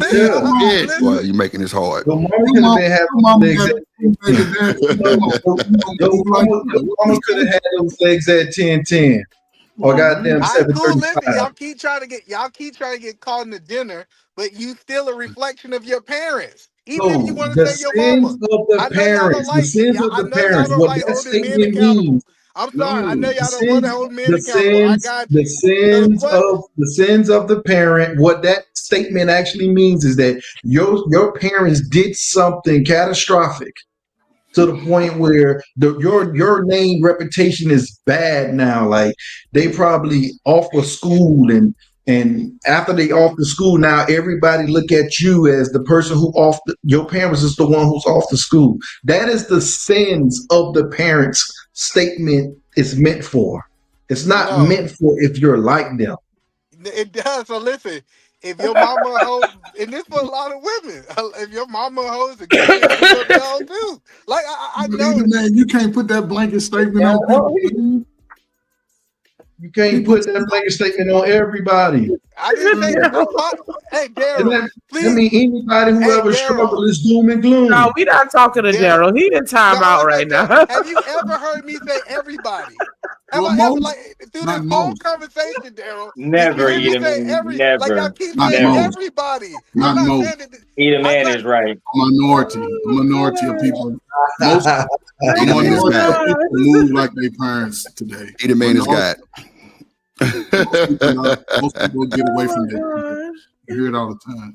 They get Hey, away the from funny part about it is either man think that Daryl actually paying him attention right now. Yes, It's okay. crazy. Listen, the whole. I heard the whole argument. I just don't want to interrupt him while he cooking. Please continue. Man, come on, Daryl, man. You don't act nothing like your parents did, man.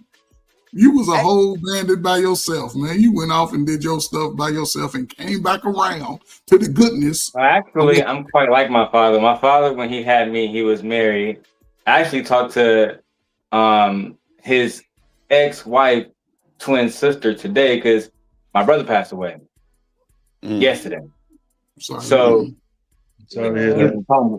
Oh, thank you. He was in a coma. But nevertheless, right? So like while we were raising all these different stuff, I mean, like we have a lot of similarities. Like, you know what I'm saying? We was cheating, we was fucking, we was doing all kind of stuff, man. We're just both degenerates who just want to just act like we're doing the right thing. But it is what it is. So, hey, hello. Let me ask Coach Ferg. I want to see if Coach Ferg telling the truth. Do you think your kids? You think your sons act like you, Coach Ferg? At the age he's at, I think he's a little bit more disciplined than me. When it comes to in general, do you think that your son act like you, or you think that's somebody else's kid? I think he acts like an argument. No, listen. I see my kids have similarity. Of course, your kids have similarities with you, but to say you're going to be just like them is crazy. I don't know why we keep saying just like. I don't know why we try to make absolute statements. Let me give you an example. Maybe it's just me. I just saw my little daughter jumped off the couch and like she was Superwoman, right? Mm-hmm. And then my wife was like, "Why she do that?" I say, "Well, I used to do stuff like that too."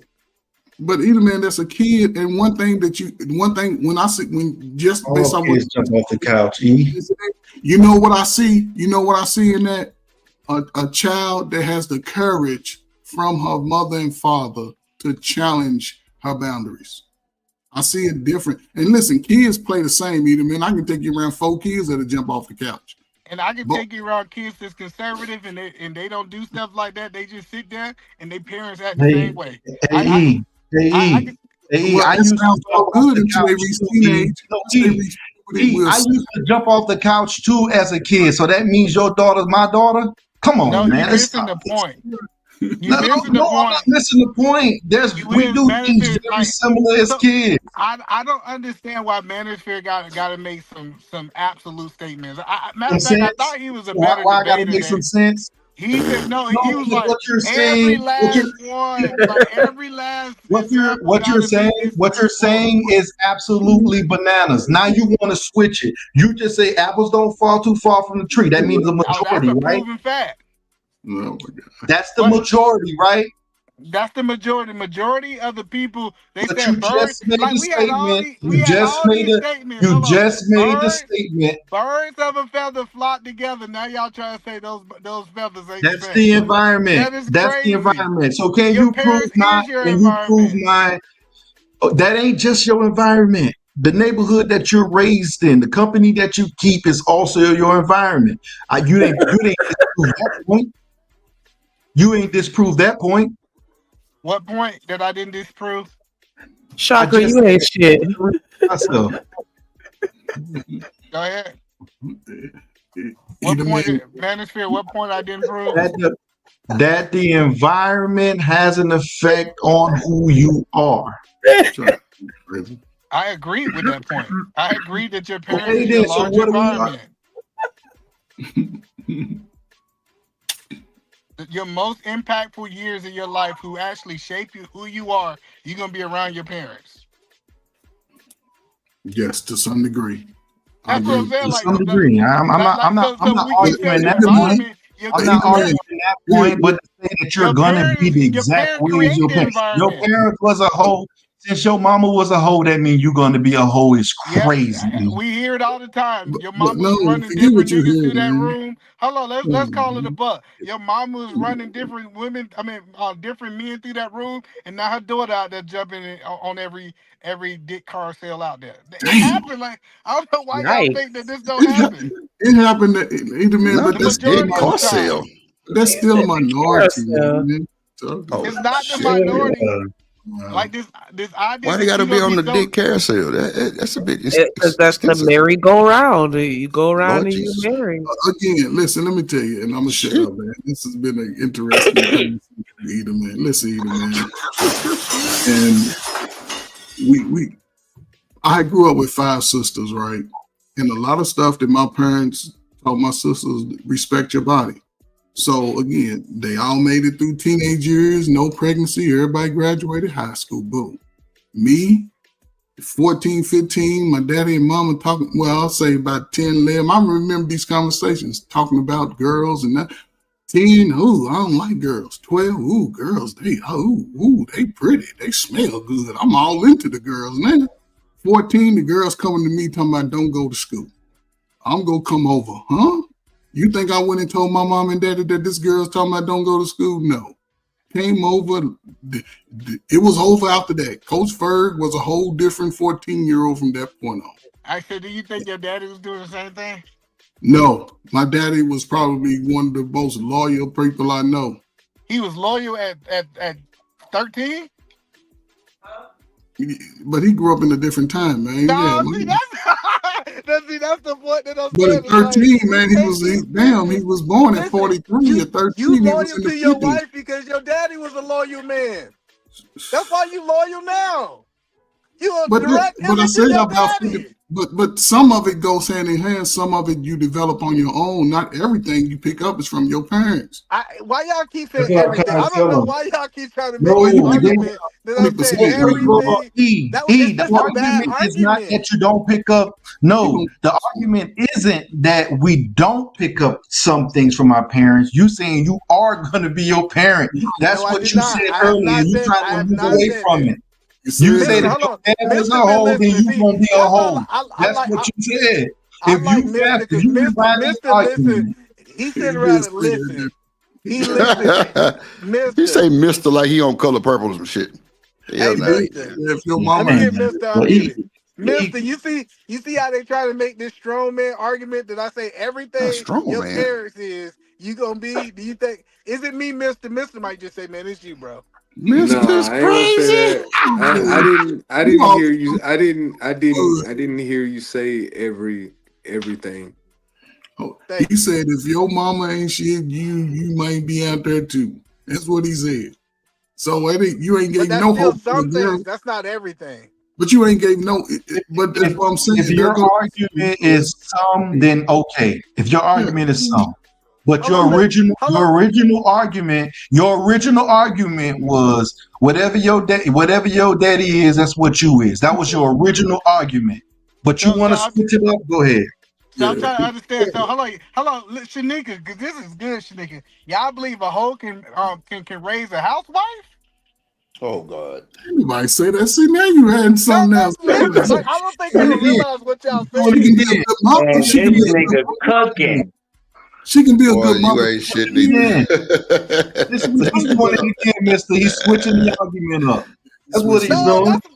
Go ahead and switch it up again. That's not what we said. That's not what we said. We said the environment also has an effect on how your kids are raised. That's what I said. Don't switch it up. That has nothing to do with I being a got you. hoe. So why y'all won't answer my question? Can a hoe raise because the it's a whole new housewife. question. So You build we're the moving mother. on this conversation, and this is a new conversation. Is that what No, this it's is? the same This is a whole conversation. new conversation. No, it Why ain't. y'all Then skating? guess They what? skating like they at Stardust in Nah, Atlanta. no, Listen, it's not I'm the same asking a Not question. conversation. Stardust. Can It's not the a same hoe? conversation. It's a similar conversation, but it's not the same conversation. Well, Now, that's how are we done with conversations the fact evolve. that That's how are we done conversations The evolve. if principles we're are the done with same. that?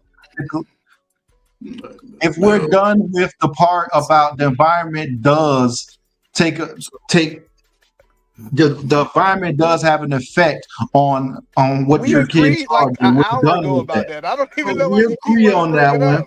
If I we didn't, agree Mister. on Let that, me ask then Mister now we again. can ask the next Mister, question. Okay, the Mister, next didn't I subject. agree with that 45 minutes ago that the environment and It your wasn't. parents? It Okay, wasn't all right, 45 okay. minutes ago. That boy high as hell, So, but it's Mister, cool. let me ask But we Mister can because end maybe it. he'll be Hold on, honest. man. Hold on. Let me Nope, ask you this because question. He Coach high Mister, as you hell. don't want to That answer was my like question. 5 minutes Hey, ago. Mister, let me We ask can move Mister. to the next Mister, conversation.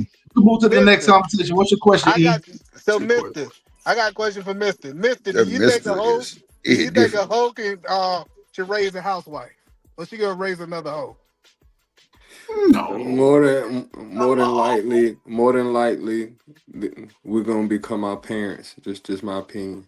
Ooh, checkmate! I'm about to hear. Hold on, Y'all hold on, have hold a on, hold good on, night, hold on. Mister. So They no, they so got here's to my hear from another here's my black man to question. believe it. Here's my question to the panel.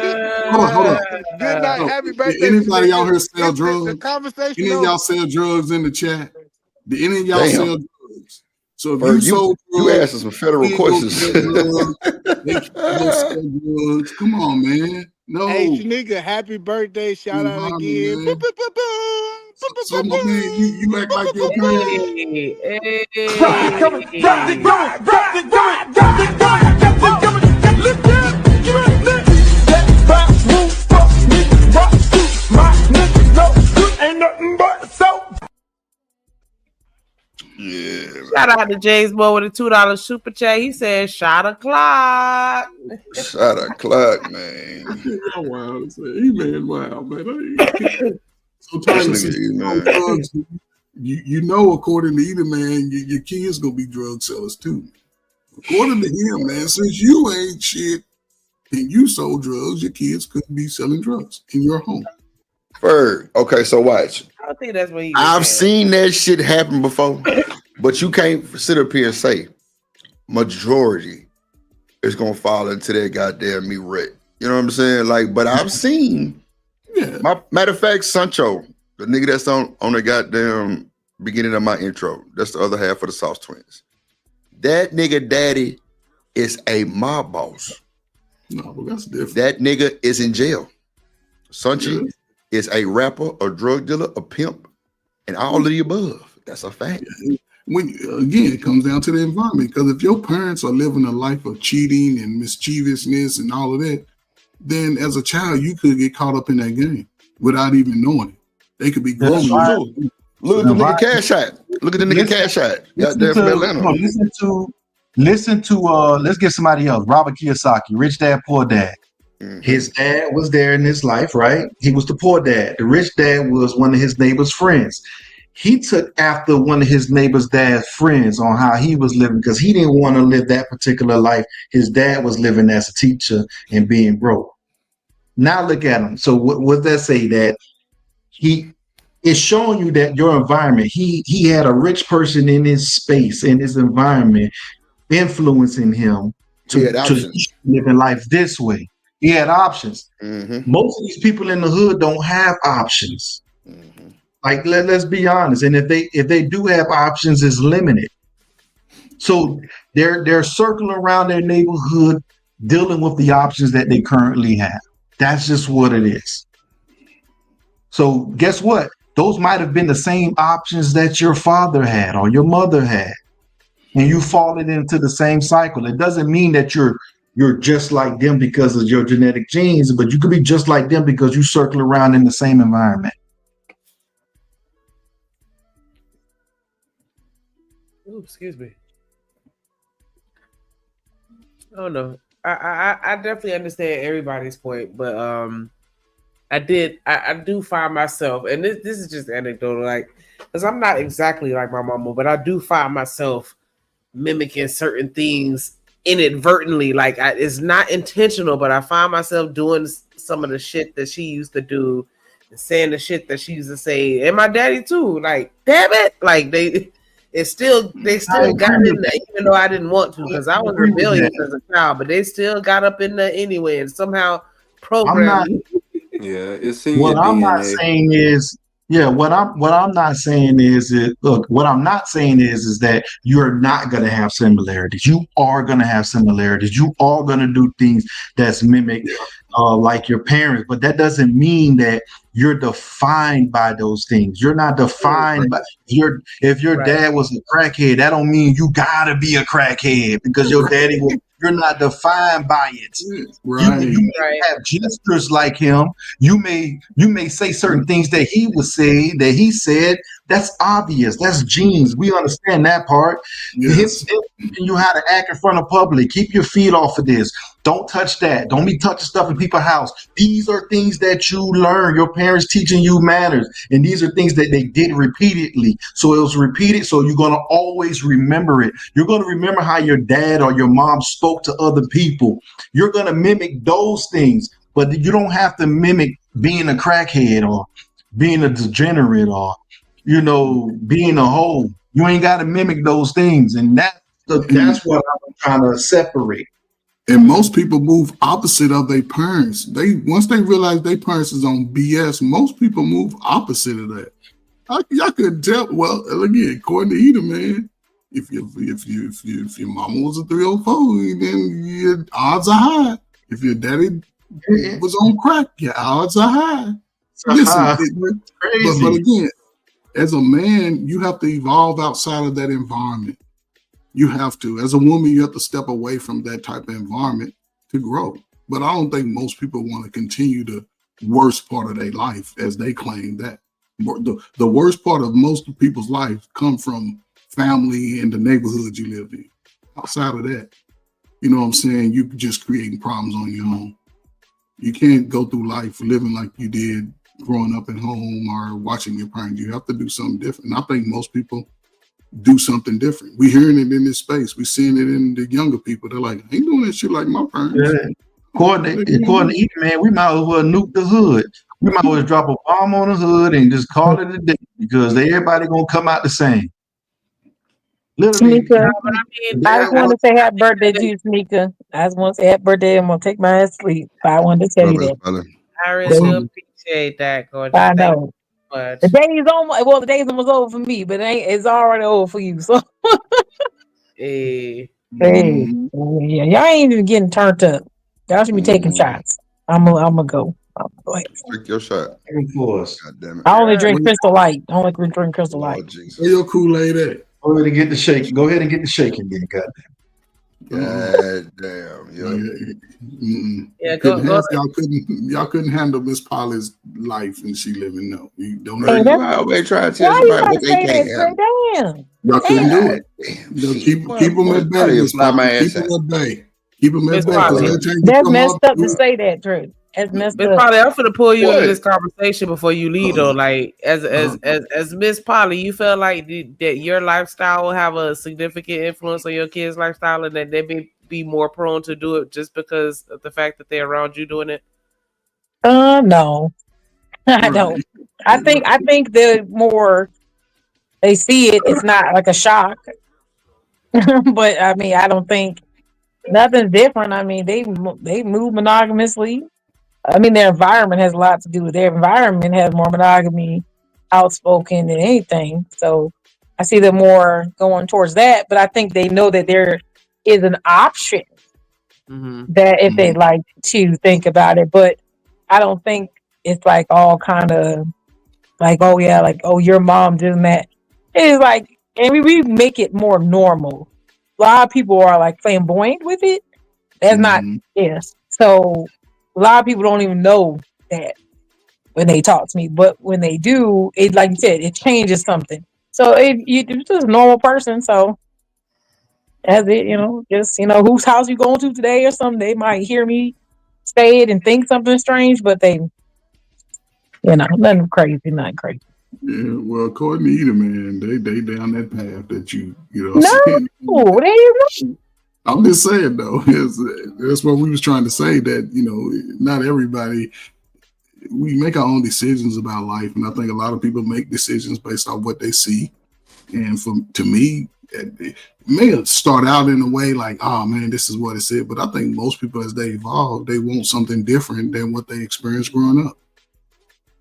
People say we were struggling, love, poor, but now everybody's getting away from the family aspect. Everybody's trying to do individual growth, and it hinders you at a certain point because you need somebody to sort of keep you balanced on the other side. And ain't necessarily saying it's a man or woman, but you may need a friend.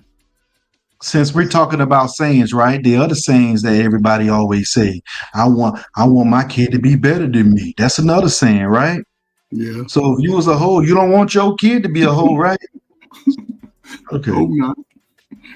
Well, I think the thing is, a lot of people want everybody to be cookie cutter. All these conversations to me sound like cookie cutter. Everybody thinks everybody needs the same thing. Everybody has to have this. There's not one way to do things. There's several ways to make a damn piece of chicken. Okay, so we all aren't meant to do the same thing. We're not all meant to go down the same road. Just because it didn't work for your mom doesn't mean it's not going to work for you. Just because it didn't work for that person doesn't mean it ain't going to work for you.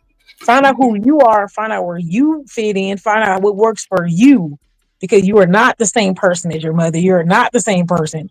There are some tendencies, I'll give you that. Like if you were born under the crack, you might have a little addiction issue. That's something different. We're talking about your head, wake up every day, same thing. You may not like that. You may say, hey, this doesn't work for me. Being a person with not a lot of family, not a lot of friends doesn't work for me. I like to have a community of people around me. That works better for me. Maybe it didn't work for my mom. Like my mom she don't like a lot of kids. She thinks I'm crazy. But I couldn't see my life without many. We are not the same person. And what works for her, what works for me, works for me. And we gotta stop telling people there's only this way that it works. I think that's an issue because you're telling everybody they need to have a 6-foot man, just in general. I'm not trying to change that, but you're telling men they have to have this. Some of these, not gonna say bitches, but I want to. Don't need a nigga with 6 fucking digits because they can't even fucking manage themselves, let alone somebody else's motherfucking money. Some of them don't need a nigga who look good because half of them can't deal with the fact that they don't look that fucking good and everything sets them off. You don't need what someone else has. The first thing they say, even if it goes to the Bible, stop looking over at the neighbor and fucking trying to get the neighbor shit. You don't need what the fucking neighbor needs. You need what you need. Why are we so focused on what everybody else needs instead of what we actually need? It doesn't make sense. Miss Polly, you need I'm gonna let you go. Okay. Now I'm gonna go to bed. You need to bottle it up. You need to bottle it up and sell it. You need to put it in a bottle and sell it. But that's what I'm talking about, Polly. That's what I'm talking about. I think that just naturally the things that your parents have going on as far as how they operate in their life is going to have an impact heavily on the environment that you're a part of, which is why it's easy to correlate the things that your parents, if your parents are drug dealers, then they're gonna have you in a drug dealing environment, which is gonna influence you. If your parents are pimps and hoes, and then they have you around a whole bunch of pimps and hoes, it don't mean that you're gonna be a pimp or a hoe, but you may be a little more free sexually, or you know what I'm saying? Like it's going to affect how you see things and your perception. And so, because your parents put you in that environment that influences you. And it's not a situation where you're guaranteed to go down any path, because a lot of people see things and they like, nah, I'm not gonna be like this. And they use that as their motivation to do better and be better. And so of course it's all on you as an individual, but a lot of the average American, man, a lot of people are sheep and they don't have a mind of their own and they don't know how to make their own decisions. And so they end up just allowing, and they, fall victim to the people that's in their ears. And we see that a lot of times people let other people control their life more than they control their own life. And so I'm just saying I can understand where either man is coming from, because a lot of people end up perpetuating the same cycle. And I hate to take it there, but look at, with racism, like a lot of these white folks, they grow up in these families that's racist as fuck, and then they just turn around being racist as fuck, and then they teach it to their kids, and they don't see it as a bad thing because this is how they grew up, and so it's normal to them. And so they don't know, like, hey, yo, that's not cool what you're doing, or whatever the case may be. And so they think it's fine. And even in 2025, that is still being taught to the children. You know what I'm saying? But they don't see nothing wrong with it. Now, the sheep comment, right? You're 100% accurate. The news prove it every day that this world is full of sheep. There's more sheep than anything. You're 100% accurate, but it's people like me, people like you that has to guide the herd into a better direction. You're going to have those sheep, but that herd has to be guided. And when it's guided incorrectly, this is when you fall into a lot of the stuff that societies have to offer right now. So it's not one of those things where you could just sit here and be quiet because you could be overtaken. It's one of those things where you got to try to put your voice out there and move that herd into a better direction. So you're right. And the news is one of those things that prove it every single time. So, but I wasn't really speaking on the sheep. I was speaking on the goats. But yeah, I mean, it's definitely always going to be a combination of factors, and it's never going to be a clear cut, like if you grow up in the hood, you're destined to stay in the hood forever. I don't think anybody was ever saying that. It's just it does seem like the probability is going to be high if you end up in those type of situations. But I don't know. I can't say I've done the research to know the statistics. So I'm just speaking on what I think and how I feel. But that's one of the unique ways young people trauma bond, right? Because when they get to talking about it, they realize they come from the same type of toxic environment. And most want to get away from that. Now, they may use that as an excuse to not apply themselves, but that's what a catch-22 is for a man, because you can't afford to stay in that mindset in your 20s and 30s and 40s talking about shit that happened with mama and daddy and what they didn't teach you. Because everybody goes through education, everybody goes through a self-knowledge time, and everybody goes through life outside of their parents. So you have to find a way to recognize, like, damn, my parents wasn't shit. So I like Sabrina. She want to give me we have a baby. I have to be willing to be different. And just because, listen, some people say they had shitty parents, but their parents was together until their death. They had a house for the kid, right? Parents do have discipline, and regardless, what I learned early is that some of the things my parents said that hurt my feelings were the things that protected me the most. By the 10th grade, I could come in the house at 6 or 7 o'clock in the morning. I was coming in when my father was going to work because they trusted what they gave me in being protected. I wasn't out in the streets doing dumb shit. Yeah. I wasn't harassing people, selling. I didn't do all of that. I used to try to talk to my friends like, man, don't sell that. They're like, man, it's too much money. You got a father. You got things going on. We don't. All right, bro. Just don't sell it. I just say just don't sell it to certain people. Look what we do now as parents. Look at what we do now as parents. If we see someone coming to the house hanging out with our kids that we feel is a negative influence, we like, you can't hang around that dude right there. Right. I don't like what he got there, because you want to remove him from that environment. Because you don't want that influence him. But most fathers can recognize that when they're in the home. That's the thing. That's why I think a lot of young men get lost, because a father, I can be a shitty dude to a woman, but most fathers, son or daughter, and again, if I'm wrong, then we ain't got a chance out here to making it better. But most fathers who are active, who are being a part of raising and rearing the child, would not make it okay for their son or daughter to just go out here and be wild as hell in the streets. There's no way anybody can convince me of that. There's no way. If that's the case, our wealth will be at zero at 2050. And it's going to come to who is parenting a child right now. Who has a 9-year-old, a 10-year-old, an 11-year-old, and you're going to accept your child being a failure?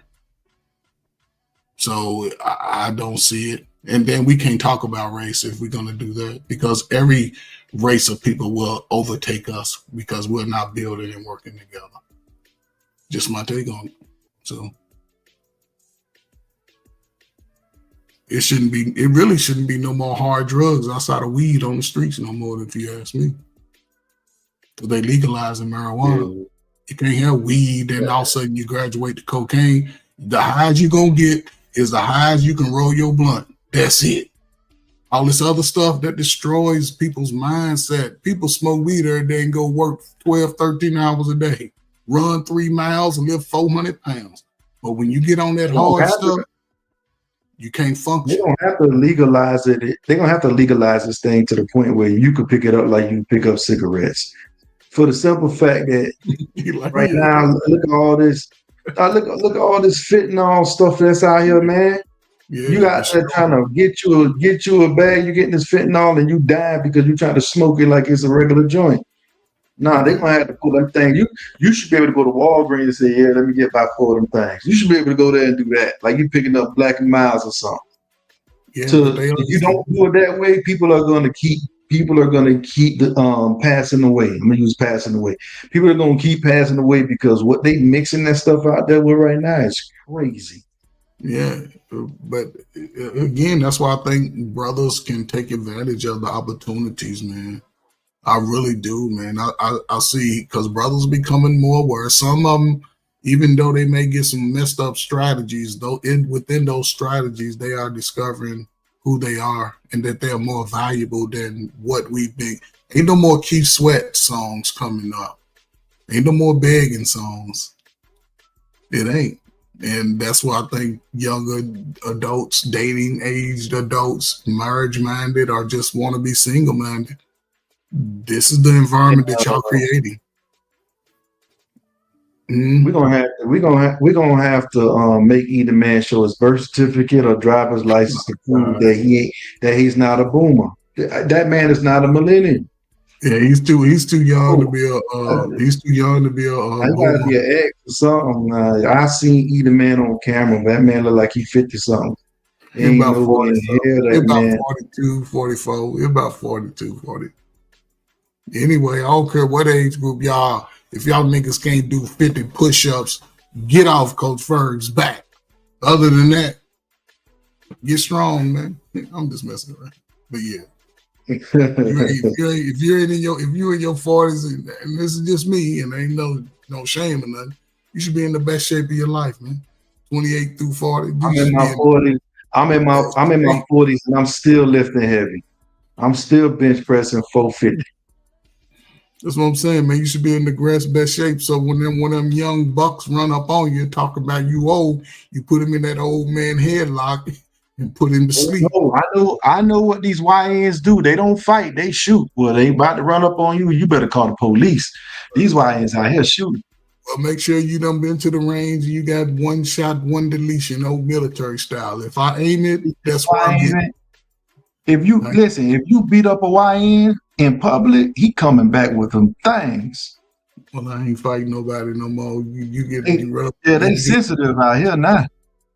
Back then, you could fight and go play basketball in a couple of hours. We be on fault to play basketball back then. Nah.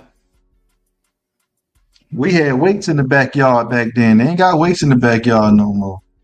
Yeah, that's what I'm saying. So who raising them? Who raising these young YNs that are more violent, they take more risk? They don't care about the future. They don't care about the family. They women with muscles. That's what they are. Women with muscles. So who raised heavily sensitive? But again, those brothers can be saved too. I believe it. Yes, they can. They can. So no. Salute, man. You know, I'm gonna go to my grave trying to help young people, man, that need the help. You old folks, I can just talk shit to y'all, but the younger people, yeah, let's do it. I'll put everything up to show them because they need and want somebody to tell them that they better than what society is saying about a black man. Shoot, yeah. 3-strike rule. Any of y'all live under the 3-strike rule? Any of y'all was adults? What you mean? If you got locked up 3 times, they can give you 5 to 10 to 15 to 20. Nah, we down here in Florida, we just had 10, 20 life. That's all we had. You know what I'm saying? Just imagine you 16, 17 years old, you ain't listen. The crime, and this is why the crime results have gone down over the last 10 years. They are not as strict on the drug policy as they used to be.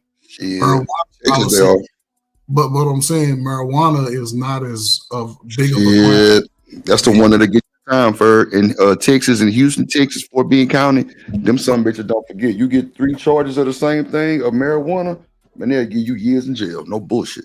And Drip, y'all right down on the Mexican border, so y'all getting in Mexican homegrown. So that's different. That's why Texas would never be legal. But Drip, they used to lock you up in the day if you had a dime bag. They lock your ass up now for a time. See, first it's on. See, it's okay. Like so, in Houston, it's decriminalized at the officer's discretion. Yes, so if you got a motherfucking vet with that motherfucking Z06 and he got a vet with us nothing, nigga, he gonna take your motherfucking ass to jail. Or if it's a female, bro, I'm telling you, I was a pastor one time. Nigga was trying to talk to the chick I was fucking with, and she wasn't giving him no play. Nigga told her to get out the car and search that motherfucker and everything. You could tell he was heartbroken. She curved him.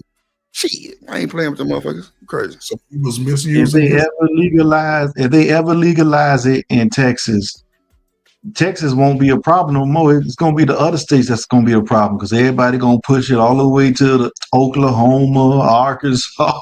That's gonna be like the new drug on war border. Bro, they make too much. In Louisiana, they make too much money. Legalize Texas. Yeah, shit. As long as Greg Abbott got wheels on the goddamn wheelchair, we ain't gonna never be legal. Yeah, but some states are not affected as much. I mean, as far as income, like they legalize it in, I know it's in Tennessee, Ohio, Michigan, Illinois. They got some legalizations in Kentucky. So you know what I want to tell you? It's legal in DC too. Oh, it's legal in DC. How long has it been legal in DC? Few years. Yeah, see, it's starting to. I think, very honestly, them motherfuckers would do some whole shit like this. Let me show you what they'll do. They'll legalize Texas, right? But you know it's really not legal, right? Federally, right? Yeah, them niggas will follow Rico type shit. I swear, bro, I'm telling you, let Jay Prince from Rap-A-Lot open up a goddamn dispensary. Man, they gonna fall in that nigga shit like a goddamn, man, I'm telling you, bro. They going federal. Yeah, but you can't have like felonies or nothing like that. You can't. I'm just heard. Okay, so look, let me go and tell you. Sauce Walker, Sauce Twins. And in Houston, Texas, right across the street from the NRG Arena, bro, there's a Papados or Papacitos that every celebrity goes to. Right next to it is the House of Bud. You ain't supposed to have no goddamn dispensary, but they claim they sell what is called Delta somebody, Delta AKA whatever that bullshit is. Delta 8. Yeah, Delta's 88 something and all of that other bullshit. Bro, them niggas big Zai. Big Zai, bird. Like them niggas been busted 4 times and the owner is from California. He not from Houston.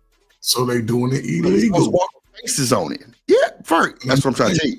They gonna bust his ass if I'm telling you, if they fucking with it so much now. Even with smoke shops, they got legal weed in these motherfucking smoke shops now. Look, you said they will come with the feds, bro, in Houston, Texas. I'm trying to you said an NFL player's name, right? No, I said Sauce Walker is the face of it, but the nigga that own it is from California. What I'm saying is the face of it. Is he in the NFL? He's a rapper. Okay. So you're a rapper. Okay. So that's part of that lifestyle. But again, when that shit hit the fan and they get tired of playing that game, who do you think they coming after first?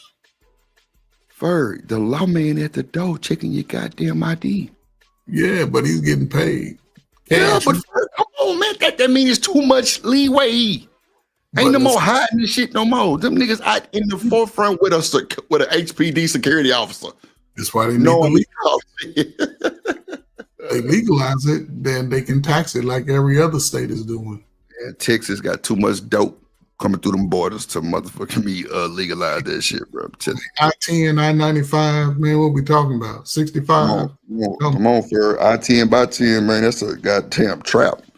Man, like 95. So many niggas that got busted with all kind of shit on that motherfucker. From bodies to drink. Yes, you hit the main highways, you can be good. You can be good in 3 days. Shit. You gotta get to that motherfucking 3 days first. But it's so much. Which is, kind of okay, but shit, shit happens. Yeah, it's so much though. The conditions are right for marijuana in the United States. It's already right. That's why the Indians smoked it. I'm just saying, you know what? You right about them Indians, because I done been to a corner store before a long time ago. The Indians always was smoking. I'm like, what the fuck they smoking? They was smoking that weed. But look, them hoes will pull you over for and find a Dino, a goddamn, not even a dime, because nowadays it's like a gram. So they'll do under 28 grams, right? And weigh you like a zip and throw your ass in jail. Yeah, it's money. But then, Ferg, they can also do this, give you a fucking ticket too. Yeah. And then, Ferg, they can also impound your car and take your ass to jail. Or they can let you go home. And Yeah, not to my team that tell you to throw it out. Take your weed. Let you go and take your weed. Yeah, take your weed. Don't have no Zai. Straight take that shit. You know what Zai have is. no Zai, bro. Yeah. They know what Zai is, Ferg. Them hoes will take your shit. Yeah. No So bullshit. Do you want us go to take the package, or you want to get charged for this distribution? I don't want to be on you motherfuckers' radar at all. Because it's a 50, it ain't even a 50% chance. It's like a 17% you'll go home. But that's the cat and mouse game of that. They It's a understand cat and mouse game, Ferg. You're absolutely right. Yep. But they understand that it's not legal on the federal level, right? So every state has different little nuances about it. When I went to Tennessee, they putting it right together right there. When I go to Ohio, it's like a whole laboratory. It's like a whole different setup. It's a different. In LA, there's a smoking section at the airport. That's a fact. You know what I'm saying? You smoking, you can smoke, you can get nice and right sitting in the airport. Right at LAX. You can put it in your bag in LAX. Yes, sir. See what I'm saying? But can you see what I'm saying? Come on, man. But what make it illegal, Drip, when you come across Texas goddamn border, you're through. Hold up. So I can put it in my bag and get on the plane. You get on the plane, your ass is definitely flying out of state. So when I land and go through the next airport, I can't get here. They really lock me up. Watch this. Do you know how many complaints and goddamn well, I ain't gonna say complaints. How many, customer service, complaints have been filed for people that come from LA baggage being tampered with? They know the dope in there. The people at the airline who get your bags, they tampering. They in your, man, you know how many times I've been at the baggage claim in Texas or LA and the nigga bag open coming through the thing? Come on, Ferg. They know the dope in there. Yeah, that's why they need to go on it. So American Tradesman said he can fly from LAX to Las Vegas, Colorado, DC. Yes, those are legal states. Fly your ass in Texas and see what happened. Look what happened to old boy, that motherfucker, Tiana Trump, not Trump, goddamn, Tiana Taylor husband. Man, that nigga thought he was a G coming through the goddamn airport with QPs. Nigga, you can't go in Dallas with no bullshit like that from LA, nigga. Those are all illegal. Those are all legal states. Yeah. From Vegas to LA, yeah, you can do that shit, but not LA to Texas. But you can leave LA with it though. You're gonna have to drive to Texas. Telling you, Ferg, you get your ass on that plane and them folks find or smell. See, bro, Ferg, this thing, folks get too comfortable. They get too comfortable. Yeah, see, the planes are sort of federally backed. They federally backed, and the states, it's almost a setup. You fly, you got to go specific states that legalize it, right? So I didn't did the same thing. You ain't telling me nothing. I keep the package that them hoes deliver my shit in. You call that little number to tell them boys to come bring your weed to your hotel. Shit, I keep that. That's a smell proof package. Yeah, People don't even know that. That's a smell proof package. I wrap my shit in pants leg and be through. I'm talking about zip, goddamn, all kind of shit. Boy, I'm trying to zip. Shit, I'm telling you, I ain't finna play with them because I know what time it is. 9 times out of 10, you're not. First, I bought this $42 pouch that looked like some shit that we put like our clippers, our shaving cream and shit in from Amazon. It got all types of Teflon inserts in that motherfucker that guarantees you a K9 dog can't smell it. Ferg, I went to Cabo San Lucas on the boat. Emperor, the Royal Emperor Regency. Kojak giving it up, man. He The Royal Regency, Ferg. I seen the dog smell the goddamn man, the shit coming right through. Shit coming right through the mail, man. UPS. That too, Ferg. That too. Shit coming right through the mail, bro. Watch this. You ain't gotta go. You ain't gotta go no goddamn where. They fuck you up with the mail. Let me tell you what they're using. Foam. Yeah, but not if you use pictures. Don't use no words. No type of text. Just use pictures. What you mean? So fellas, I'll put y'all. So listen to what y'all saying though, right? Think about it. Now go back 25 years. Everything y'all said, y'all done caught a case.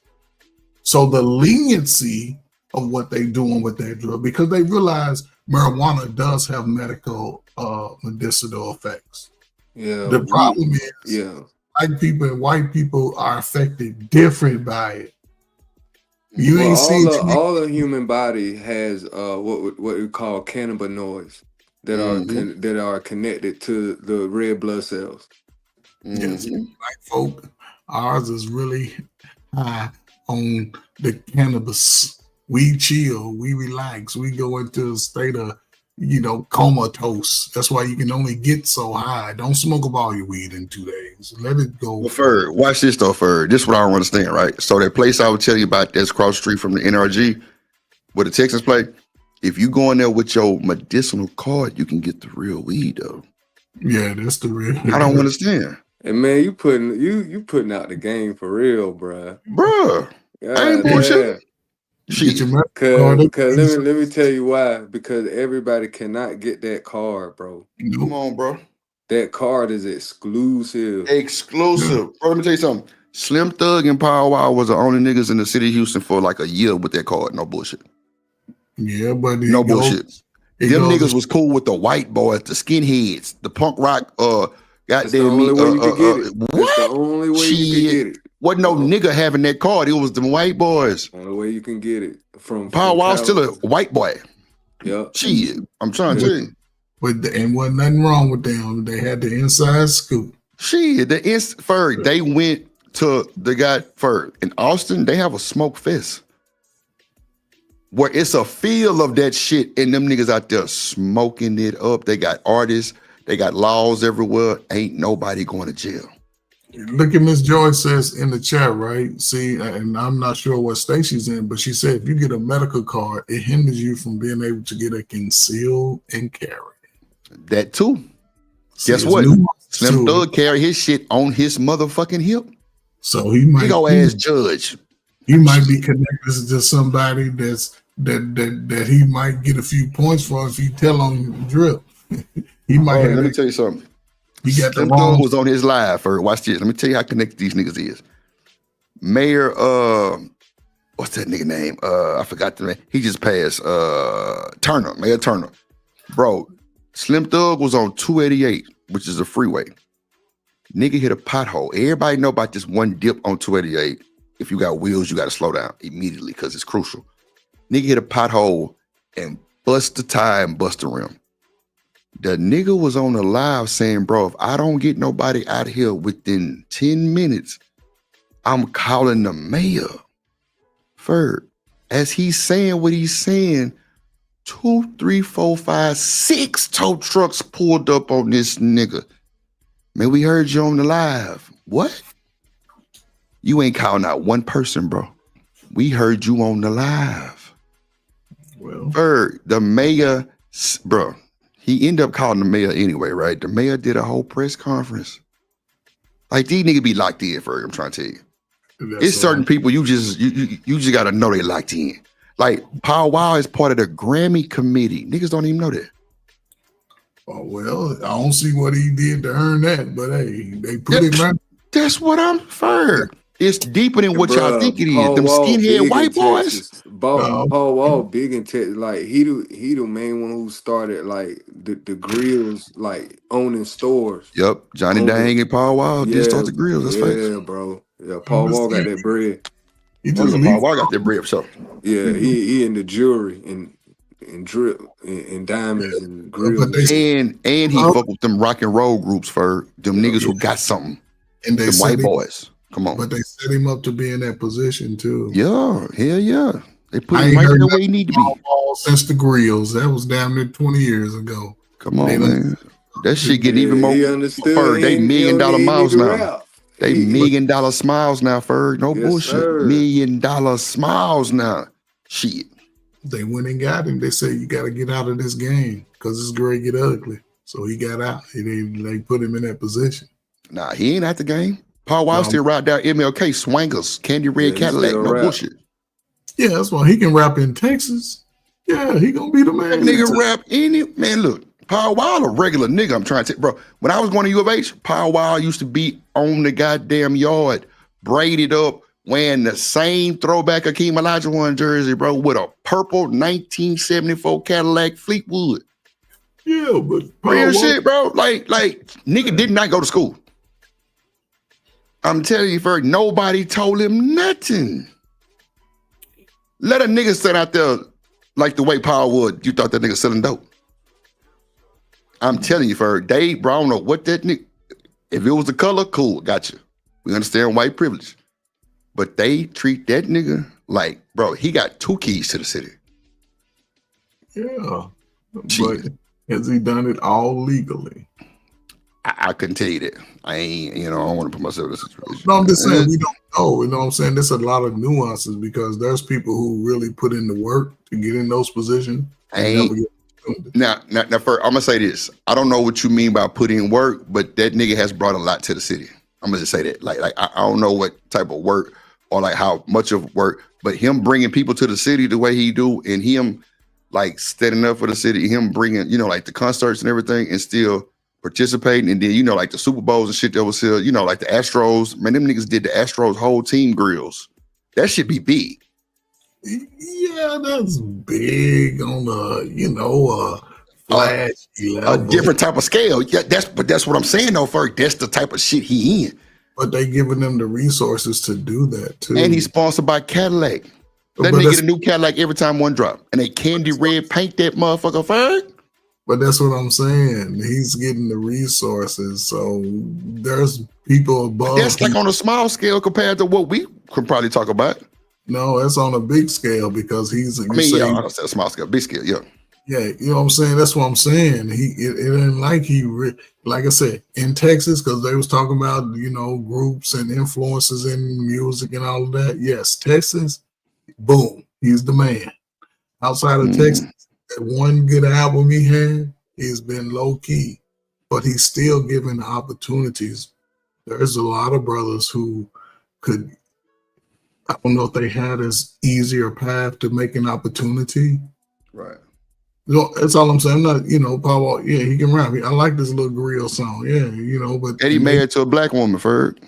Yeah, and so again, if he can find one, why come everybody Paul Wall's age and under are struggling to find them a good sister? Ferg, you know what? Mister, I'm finna show Ferg the shit I was showing y'all last night. I'm finna show Ferg something real quick. I'm finna show Ferg how this motherfucker party bus shit. Y'all like Paul Ferg, Wall. when I tell you this, bro, y'all like you gonna be like, Drew, I ain't no fucking way niggas is having problems in the city of Houston, bro. I don't see it, Ferg. Like the weakest niggas will pull up to the scene with a nice little John. I ain't bullshit. Like, Ferg, this is what goes on my party bus, right? I'm gonna play this shit for y'all. You know what? The reason why I ain't do content on this shit because like all the music, I would definitely get kicked out of YouTube immediately. because it's a bunch of bullshit. There's a bunch of mixes and music and a lot of shit. But I was cutting up on the member stream last night. I'm talking about I was showing everything. Niggas was like, damn. But Ferg, if I pull up with a bus that sit 45 motherfucking folks, and it ain't nothing, and Mr. Contest for it, he seen it, he was like, damn, Drew, with 45, 50 women, nothing but women, Ferg, on the bus. Single mamas. Fine, too, wasn't it? Nice. I'm finna pull a picture up and show you. I ain't got time. None of them fine. Wasn't no good millions is around for no. Ferg, it was not one nigga on their bus. It was a AKA founder day or some shit like that. I can't fucking remember. But Ferg, I'm trying to bro. I'm trying to tell you, these women were bad to the bone, Ferg. Like women, like grown ass women. Like what? If a nigga can't touch nothing, Ferg, you shoulder to shoulder, first of all. Hey, well.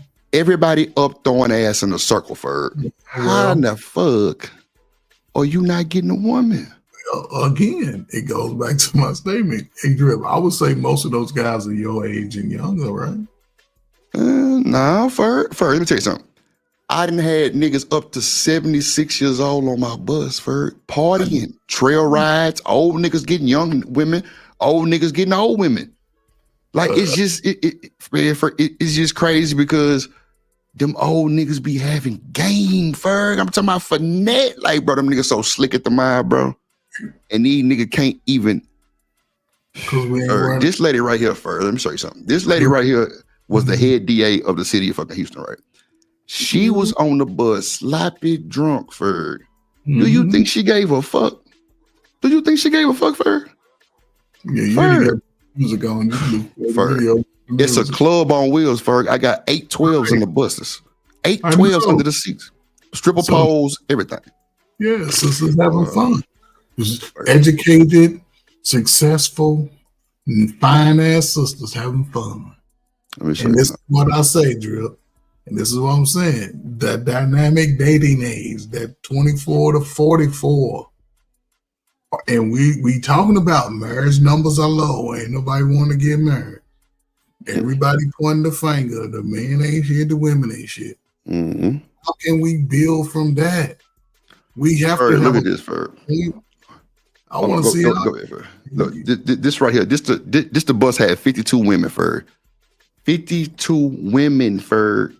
You the man 44. 52 women, Ferg. Look. What a man's at. None of them. They ain't on. Bro, come on. What a man's at. Ferg, I ain't got to bullshit you, my guy. It get real, bro. Nobody find 52 women, bro. Ain't no wife in that bunch right there. Look like at least 2 or 3 wives. You know, it possibly was, Ferg, but they got off that motherfucker drunk and ratchet and ready to go. Yeah. Every club they went to, they shut that motherfucker down. They went to like 4 clubs at night. They was in that house stepping, doing their little line dances and shit, ski-weeing and G-weeing and all that old shit. And them motherfucker was fit. Boy, I'm talking about Ferg. All of them nice. I know, sophisticated. 52 women. No, Ferg, they might look sophisticated, but when that old Don Julio get the hooligan, yeah, like the Yahooligans on Yahoo, shit. So how many of them? How many of them parents? How many of them y'all think had parents that was actually like? I don't know, Ferg. I'm just saying. I wasn't even trying to ask about the parents. None of that shit. They was just according to you, like they parents. If they was parents, they was probably. Ferg, let me tell you something. These women lost their stuff that night. They was lit, Ferg. They was still kind of, in their element, but Ferg, look. So you get a grown women cutting up like that, boy, it's a sight to see. You got 40 women coming to a club, all of them coming in single, tipsy. Pull up in the club. It's 42 dudes on YouTube. I think everybody gonna walk out there paired up about 10%. Because on dudes on YouTube, everybody got it together. Everybody can pull a chick. Man, I ain't gonna. That's what they say. Chakra. Look, Chakra. This was my tricking days. This little chick I was talking to. Look, that motherfucker wore them shoes one time, Ferg. One time, bro. It's my too narrow. That was nice, man. Man, One time, bro. I ain't Very never nice. wore them again. Boy, I'm mad at the motherfucker. Most sisters got wide footses anyway, man. Yeah, you're right, bro. You're right, bro. Toes You're right. and little sausage toes and You're right. man. You're right. You're right. You're right. You're right. You're right. That's gotta be painful to stand up on them little sausage toes that long. Ooh, for boy, that motherfucker went in the little ball because the Houston, not the Texans, but the Rockets had this thing for New Year's called Tux and Tennies, where you could wear, exclusive shoes in your tuxedo. Boy, I was cleaning the bitch.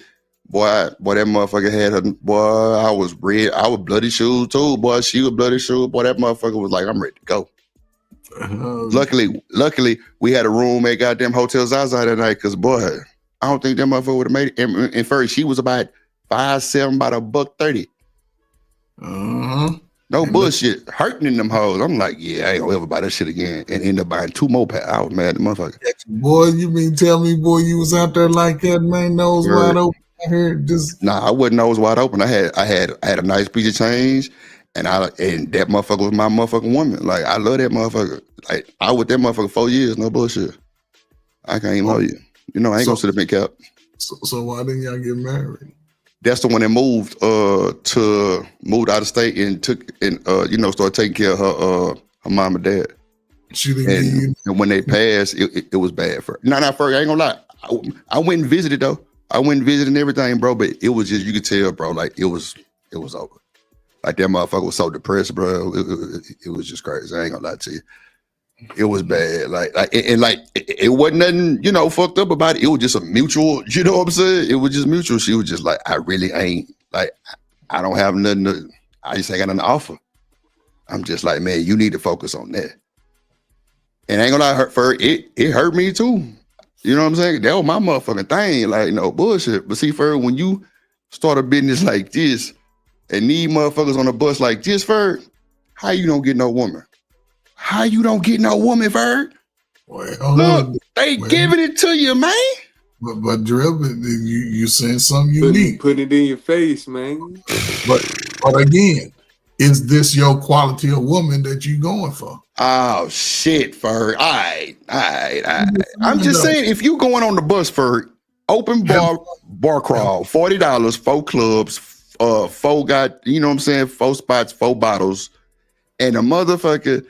Bro, like that. Okay, Ferg, that right there might not have been the quality, but that's how you can meet motherfuckers, though, Ferg. How you gonna say that? No. Ferg, come on, Ferg. We grown men. That right there might not have been somebody's quality. You know what I'm saying? But anything bent over like that, I wouldn't want neither. But at the same time, you can meet people though. It ain't man. Look, it's a shitload of motherfuckers on the bus besides her. Yes, it is. Again, because this is a shift in the going out phase. When I was coming up every Friday and Saturday night, everybody's auntie and mama, they was at the club. You meet people, you interact, and not saying you went to the club just to meet a woman or meet a man. Sometimes you just got out just to get your boogie on. Gangsters got their boogie on too. You know what I'm saying? The dope boys got their boogie on too. It wasn't about, oh man, I gotta hook up. I mean, I try to talk to this girl because you might get shot down 3 times in the club. You ain't gonna be over. You did. Oh man, shit. If you had swag, you moved. This person ain't looking at me right, but I turn my head. This is over, giving me that little eye. Let me go over here. You better. A woman is a part of the life game as a man. A woman sometimes sharpen your tool. I don't understand why. I agree with you, big dog. I swear I agree to that.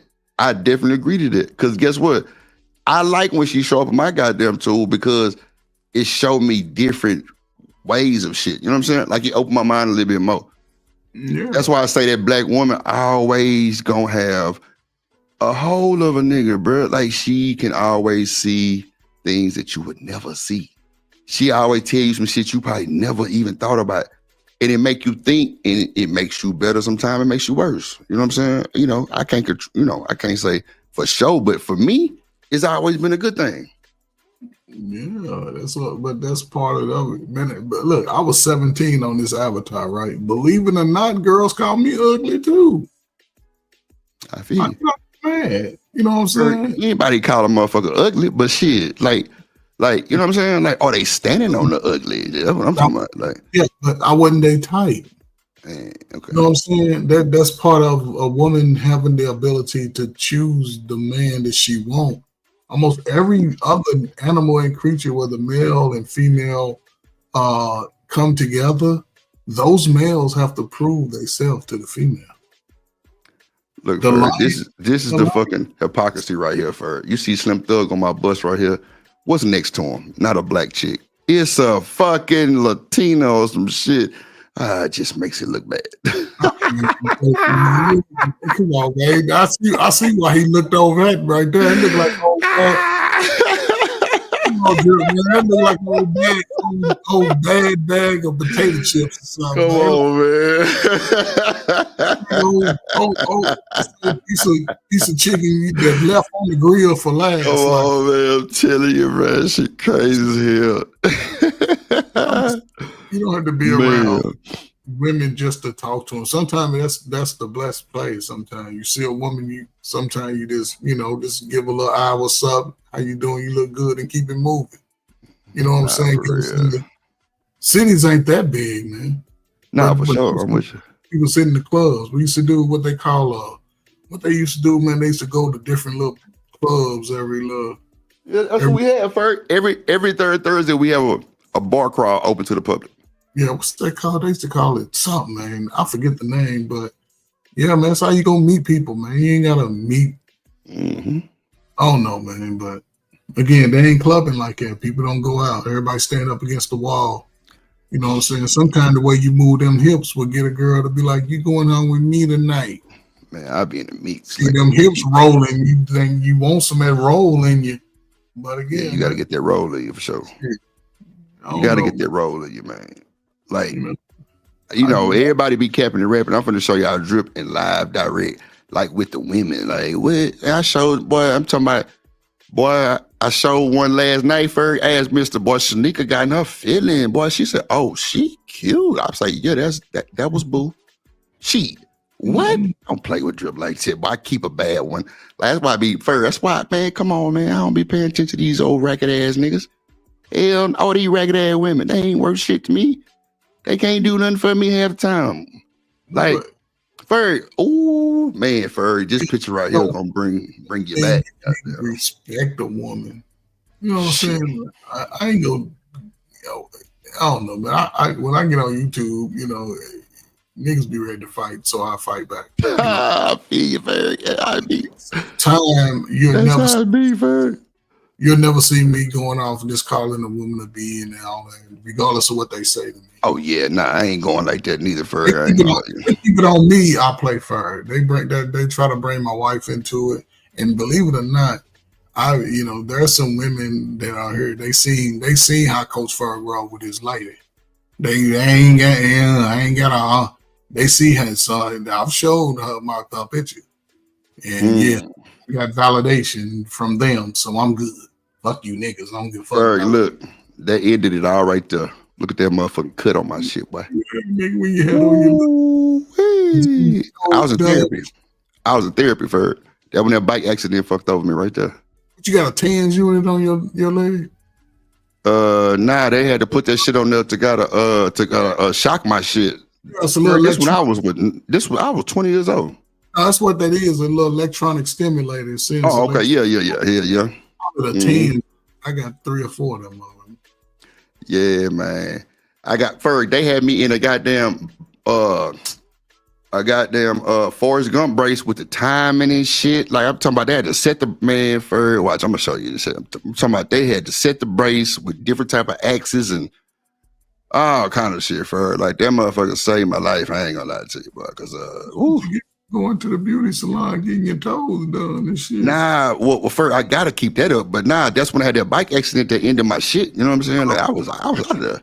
So I was out of there. Yeah, okay. So it messed up on a bike accident. What got your knee toe up? Yeah, hell yeah.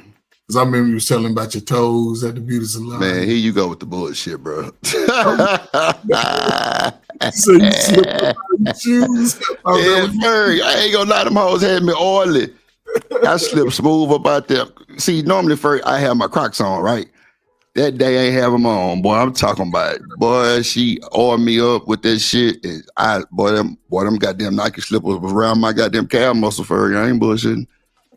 I was doing Kaepernick. I was on the knee. I was hot. Wow, man, the motherfucker. I'm like, this motherfucker ain't getting no tip today. Hell no. Nah.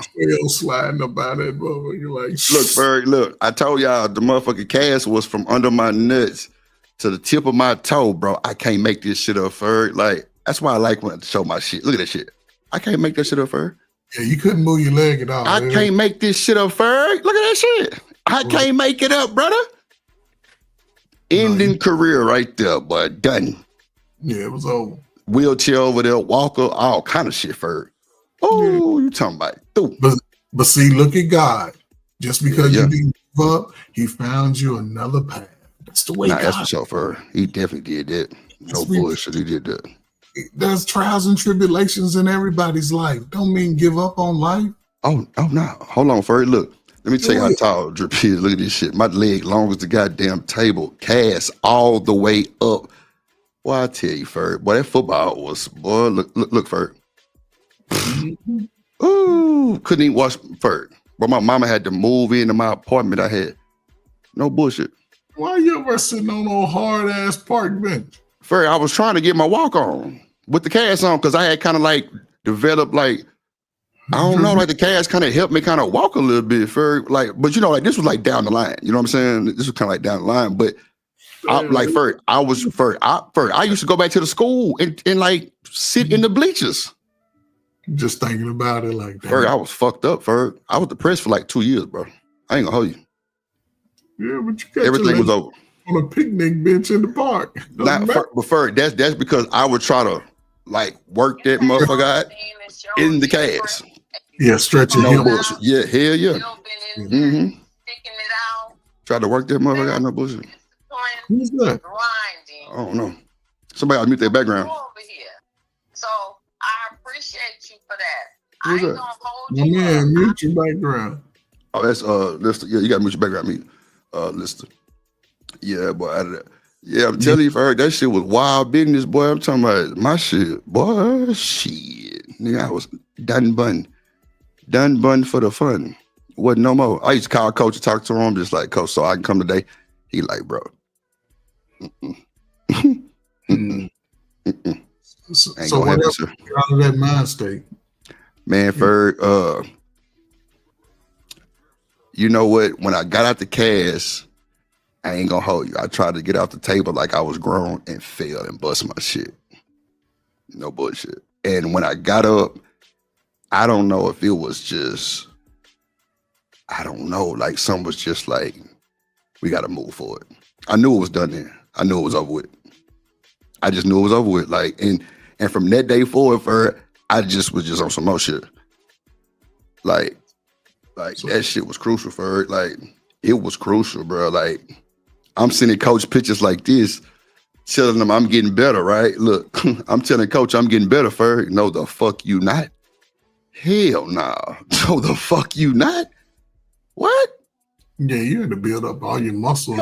Coach, Ferg, I still got number strength in my shit. No bullshit. Yeah, you got to build all that up, man. That takes time. Ferg, my shit was split in two. It was split in two. No bullshit. Like split in two. What bears most of your weight? Your legs, your hip. So once those things are compromised, you sort of have to take a different career path. Yeah, I was over. It was over. So I had a similar experience. I was a freshman. Yep. It's over. I was like, let me think about just going to school. Look, Ferg, this shit right here, that motherfucking bionic goddamn with the goddamn temperaments and measurements and the do's and don'ts and oohs and ahs. Look at this shit.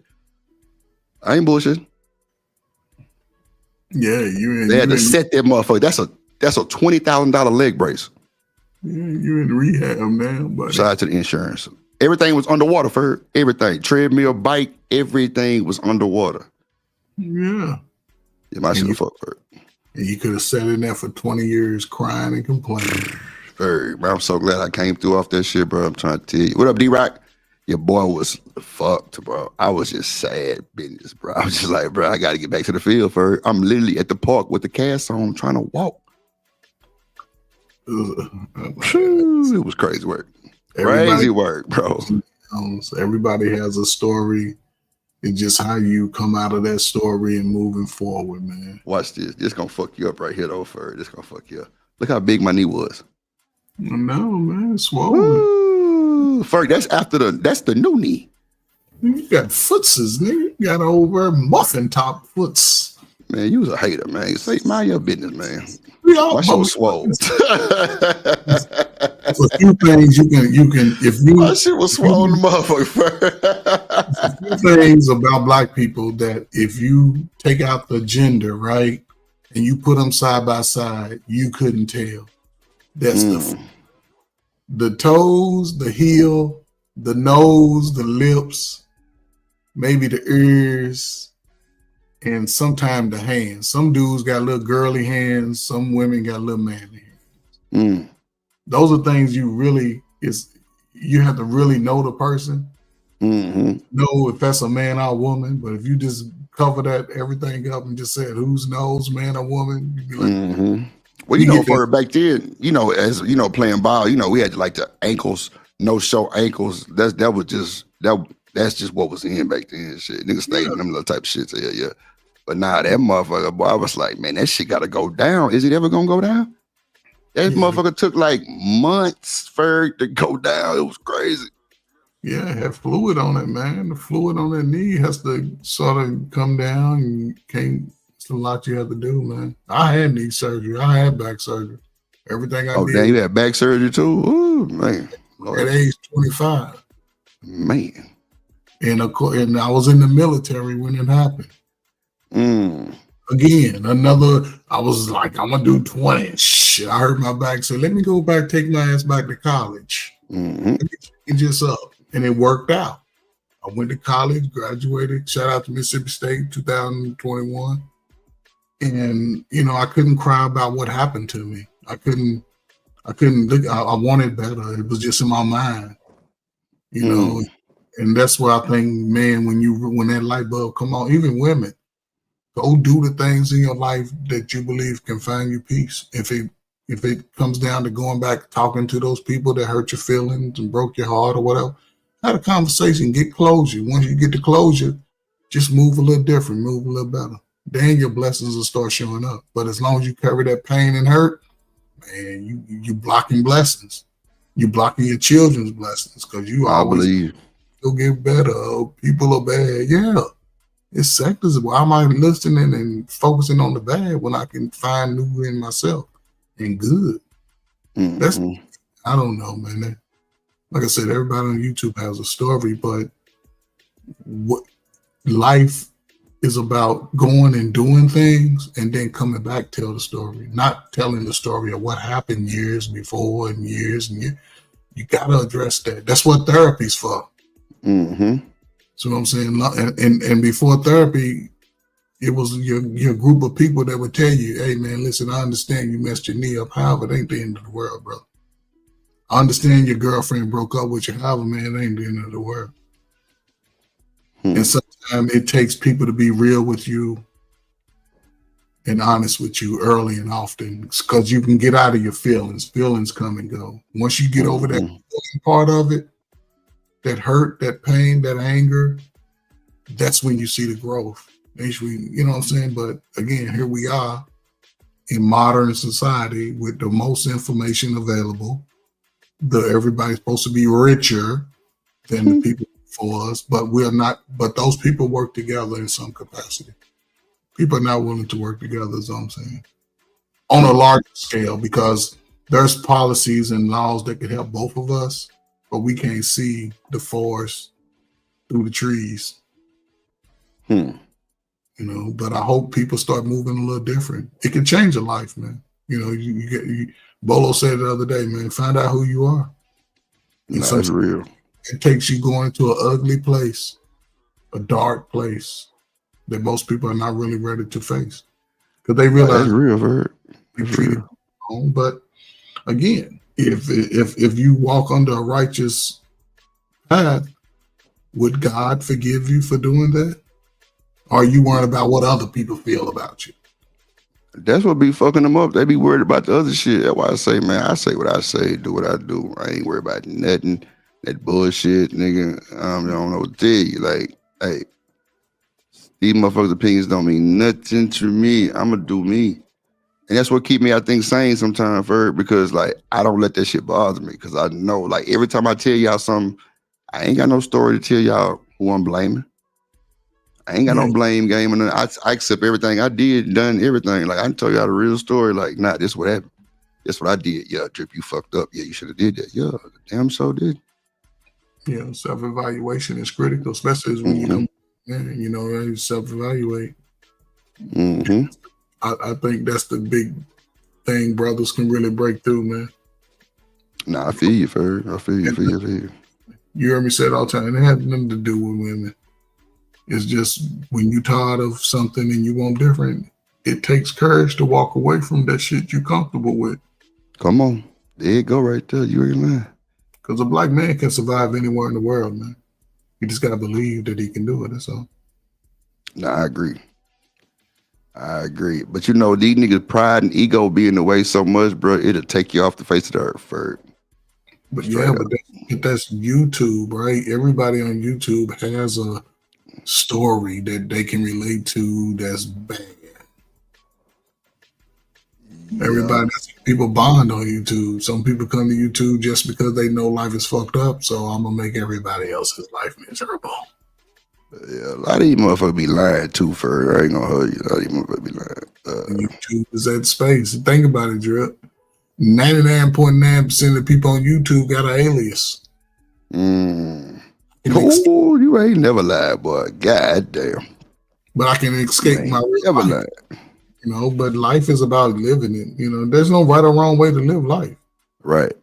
But as long as you live it righteously, though, meaning don't manipulate people, don't cheat people, don't do bad business, don't belittle your family, don't belittle people, It's a lot of things that just as a man and a woman you can do to alleviate a lot of extra stressors. Mm-hmm. If you got clothes, you can't fit, go give them to somebody who need it, regardless of what they do. Just go ahead, man. I got a bag of a little something over here, man. Maybe you can wear this, or just do. Yep. Maybe you can wear this. Yep, you ain't lying. But it ain't for everybody, because Jesus did everything. He just gave. He just walked and received blessings, but he gave a lot. So I feel you. It's back. Right, you got 6 minutes with me, then I'm going to bed. Yeah, I ain't finna build long either. Go ahead, Ferg. Eat a man, what up? Not much, man. I just came up here and seen Coach Ferg full of crap, man. He up here talking all that. Yeah, I'm full of crap, man. For sure. Shit. I'm full of crap, man. Shit. Damn. Eat a man ain't shit. Shit. This is a good show, man. Good show, man. I just think we gotta start checking the sources, man, and we gotta be the best humans we possibly can, because the stuff that we do come back in the next generation, man. I don't understand how we don't see that. Nah, I ain't saying that you was absolutely wrong with that, because I have seen, the pattern for sure. I just didn't think it was a majority like that, though. But I think I could be dead wrong. It's the majority, man. The majority. I agree with 100%, man. That you got, as a man or woman, whatever, wherever we are, we have to strive to be better. But that's a never-ending story that you must continue. I don't look at my life as though I made it. No, I'll make it when I go. Everything behind me is taken care of. And somebody brought to my attention, shout out to JT, man. A successful marriage is to death. Nah, that's for sure. So So Drip, time you go in and drop down on one knee, meet me at your altar. Nah, it's got to come soon. It's got to come soon. I ain't gonna lie. Like, I got a little few things, you know what I'm saying? I'm in like the tuck. 50. You know what I'm You saying? talking about I'm you just have 52 women on the bus and can't fire one drip? Come on, Jizzle. nah. That's I didn't say high. me. I didn't say me, sir. I said it was 52 women on the bus, and they all got back on the bus every time, but not one nigga. Like I was on everything. Of course, they was harassing my ass. I was the only nigga on that motherfucker, but 52, you it was supposed to be just about to lock something down, man. it was just the fact that like nobody was getting back on the bus. Like it'd be a bunch of niggas outside the bus asking them, "Yeah, let me, woo, woo, woo," and they wasn't going, or either it was just the bullshit lame ass niggas. They wasn't doing no. They was kind of lame. Like it wasn't no game. Like it was just kind of big. And I'm like, wow, y'all niggas crazy as hell. Ain't no way. But I Drip, tell you right now, most men though, men are different, man. Men ain't chasing these women like these YouTube people say they is. Clearly, dudes ain't chasing no women either, man. You know, dudes ain't chasing no women. That's what I'm saying. The whole shift of keep sweat is changing. Ain't no more keep sweat. I'm begging. These dudes are moving different because they are reacting off what they've been told. And that's the problem. You can't live life based off a woman. You have to compete against brothers like Eater Man. Eater Man ain't going nowhere out here in this world making money. So y'all gonna have to compete against him. What you mean he ain't going nowhere making money? But what I'm saying is Eater Man is in the heart of building. He's okay, right. yeah. He ain't going nowhere. But he already got his shit set up though, right, Ferg? He ain't finished yet. That's what I'm trying to say. Okay, I got you. That's what I'm saying. Life, it's ebbs and flows. It ain't finished until it's finished. And he's in the prime. I'm just saying most brothers can get ahead of, like Edelman said, from the generation before. Get ahead of it. Start early. Focusing on self. Be accountable for your decisions. Don't make no babies out of wedlock. Pay all your bills. Save your money. Do some push-ups. Eat right. All of these things pay big dividends when you reach 40 years old. When you start getting gray hair on your knuckles and shit, and you Eater Man. Put in that work, man. So Eater Man still up here. Hold on, Ferg. Let me show Eater Man motherfucking ass something because he be talking that shit about his shoe game. Eater Man, you ain't fucking with Drip. You ain't fucking with Drip, Eater Man. You ain't fucking with Drip, brother. I'm trying to tell you. You ain't fucking with Drip. Nigga, I'm telling you, look, bro. This was NCAA Final Four. That nigga Jamie Foxx say, boy, that's a clean, big nigga there, boy. I say, yeah, appreciate you. We in the club, but nigga Jamie Foxx and that motherfucker, I'm all white, godly. With the Jimmy Choo, stop playing. Yeah, we were rocking. Like, we were rocking, bro. I'm telling you, yeah, you come show the Deons, in the bronze, yeah, we had that too. But Drip was a shit, boy. I had that plug at Saks. He said he was a showstopper. Drip pulled out the showstoppers. I mean, that was for special occasions, Eater Man. I ain't gonna cap and say I wear that shit every day because, them Euro shoes ain't for niggas like us, bro. I ain't gonna hold you. The balls ain't for us, for real.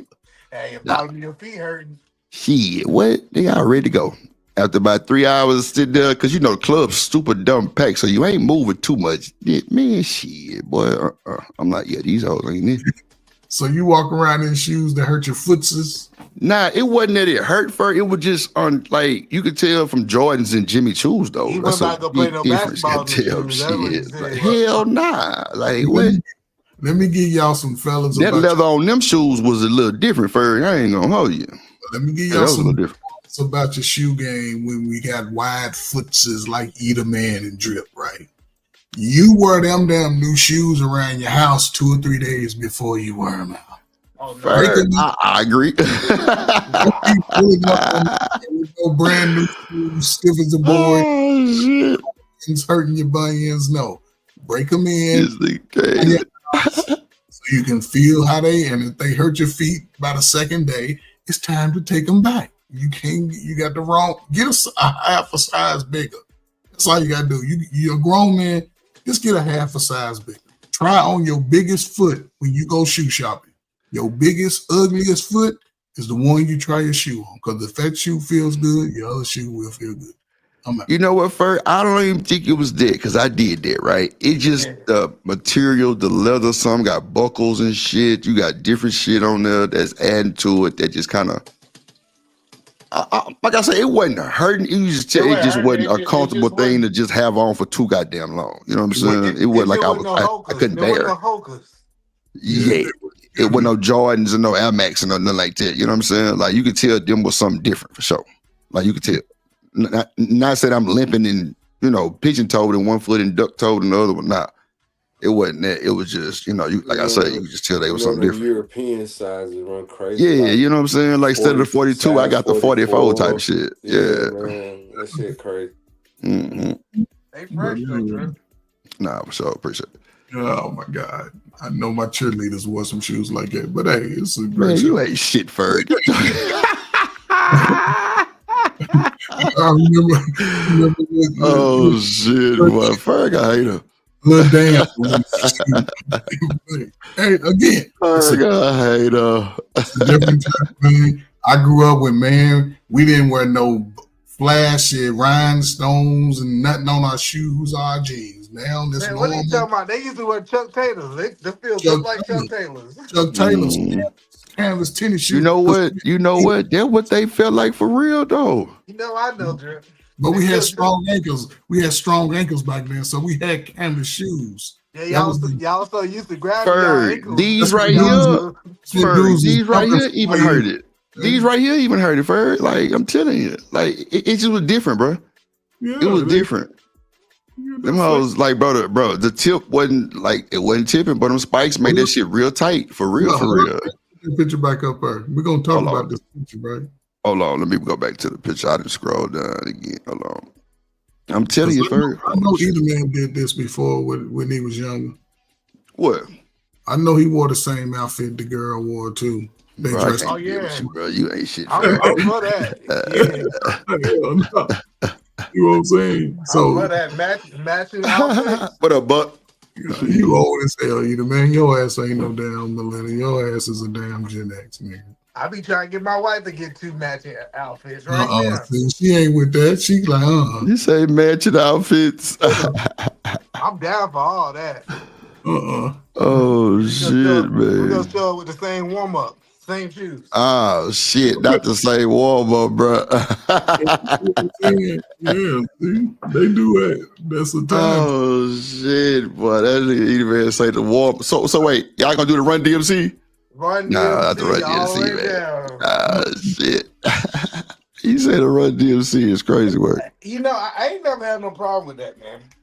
Like, What's that? I was having this conversation with the dude. He was like, your wife be buying outfits and dressing you. I said, yeah, bro, that's her job. She supposed to make sure I step out right. What we talking about?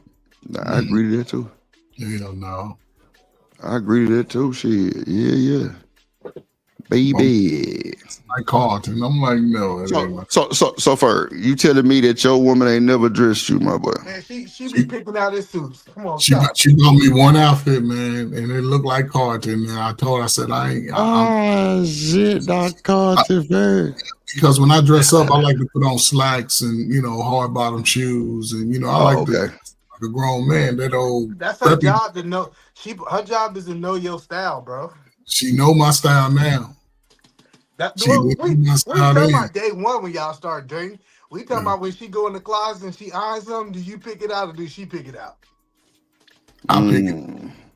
Oh, that's crazy. That's crazy, boy. I pick it out because she know I like to dress. She always tell me you always putting on your go to church clothes. Not your go to church. First, let me find out you wear slacks and Stacey Adams every day during the day. No, if I'm going to places that require that, if I go to an interview, now they sort of soften it up. I'm always going on interviews. Hold up, Eda, man. I still coach. I'm a coach. I can coach my team to run out straight over Eda Man's whole squad. But anyway, damn. I go to a funeral. I give the respect of making sure I put my best foot forward for that occasion. I dress to the occasion. I got you iron your own clothes? No, she don't wash my clothes. She don't iron my clothes. That's crazy. She'll iron my stuff if I ask her to. I never let a woman iron my stuff ever. That's crazy. But I'll fold my wife's clothes. Boop, boop, boop. I know you're something. You will fold her clothes. I'll fold her clothes. Shit. Damn, Ferg. She Shit. does her duty, everything I asked her for. Shit, I ain't got no problem. Hey, mister, I told you you gotta start checking the fruit on the tree before we get all this advice. God damn, boy. Shit. Yeah, fold her clothes. You a wild boy, bro. Mother and father talk. Shit. Hey, mister, he been there folding her drawers and bras. Nigga, I fold all that shit. I fold all that shit. Hell yeah, I fold that shit. I'm a simp for my Ferg wife. say he folded draws too. My man Goddamn. said he a simp for his old lady. To the day I Shit. die. Well, I ain't gonna You live better my simp shit. based off of a nigga and tell him how he know. Nigga, shit. Shit, I'm gonna fold up clothes, make a sandwich and everything. He acting like them dudes in the penitentiary over there. Yeah, yeah. My wife, I'm a penitentiary. She gonna penitentiary pimp me every time. You say she gonna penetrate. Wait a minute, Ferg. Shit, boy. Penitentiary. I got you, Ferg. You know I'm fucking with you. I'm just saying, man. Listen, man. Everything I got, man, she can have. She can leave me tomorrow. Guess what I'm gonna do? I'm gonna rebuild that shit. I don't know about that, man. You tripping. Shit, I can rebuild it. I'm an engineer. I can do that. I ain't gonna cry about it. It might take me long. I'll tell you this, I ain't gonna be crying about it and be like act like I can't move forward. I'm gonna be like, yeah, well, that's her loss. But my wife can do anything she wants except sleep with one of you greasy motherfuckers out here in the world. God damn. He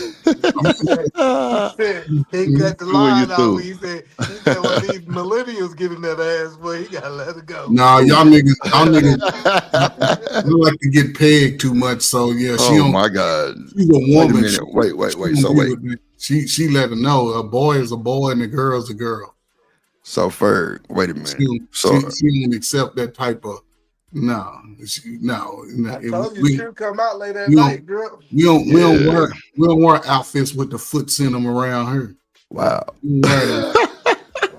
Ferg, so look, we don't do that. We don't wear onesies around here. Damn, not onesies, not the goddamn Christmas outfits. Ferg, so look, we had Hustle and Muscle up here earlier, right? So Shanika was saying, any nigga that don't rub her booty while they chilling, you know what I'm saying? She gotta let him go, right? So Hustle and Muscle was like, you know what I'm saying? I don't rub ass. We like, huh? You don't rub ass? The fuck going on? So, you know what? Never mind. I ain't finna. You gotta let me tell the story. Go ahead, E. Go ahead, because I don't even want to put. Hey, so Hustle and Muscle was like, oh shit. So she was like, what's wrong with rubbing booty? Hustle and Muscle was like, my homeboy was rubbing booty and she farted in his face. I said, whoa. Why did rubbing booty make you think about your homeboy getting farted in the face by another woman? And then we said, put your head down there, not your nose down there. And he was like, yeah, I don't want no woman to fart on me. I said, boy, you might be greener than we thought you was.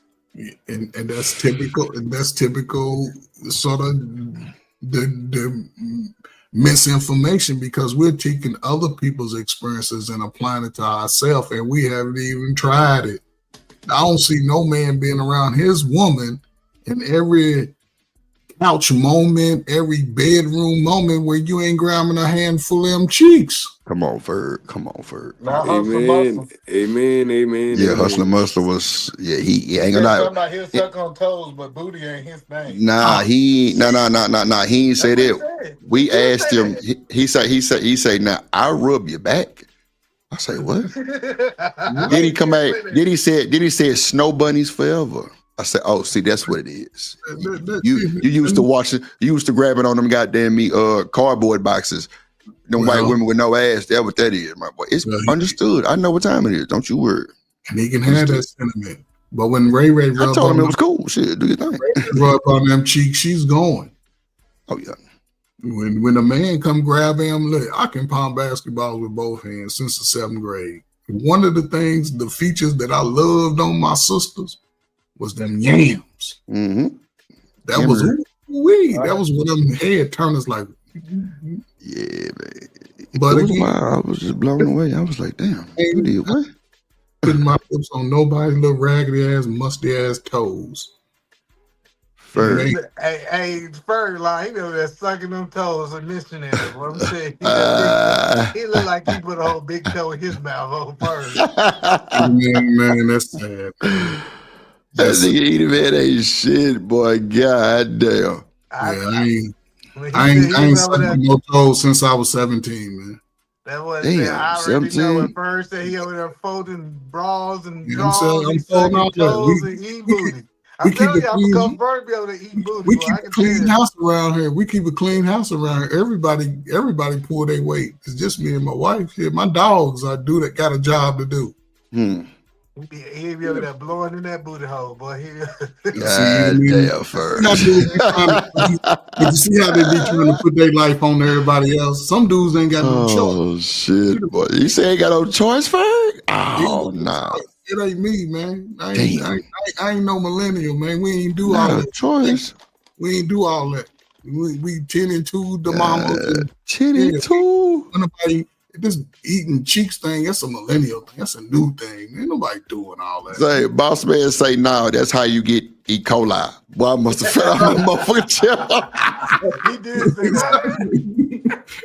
Nobody want all that. Hey, boy, I'm gonna fell out my chair. I swear to God. I'm like, what? E. coli. Boy, I must have, boy, that shit was too funny. Shit can't grow. That's why they got all kinds of funny looking shit around their lips. Oh, shit. Boy, that shit was too funny, Ferg. I was laughing.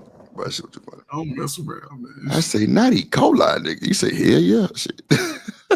He was dead serious. That's what made it funny. Oh, fuck, boy. I couldn't do it but laugh so hard at that bullshit, boy. I was like, yeah, y'all niggas crazy.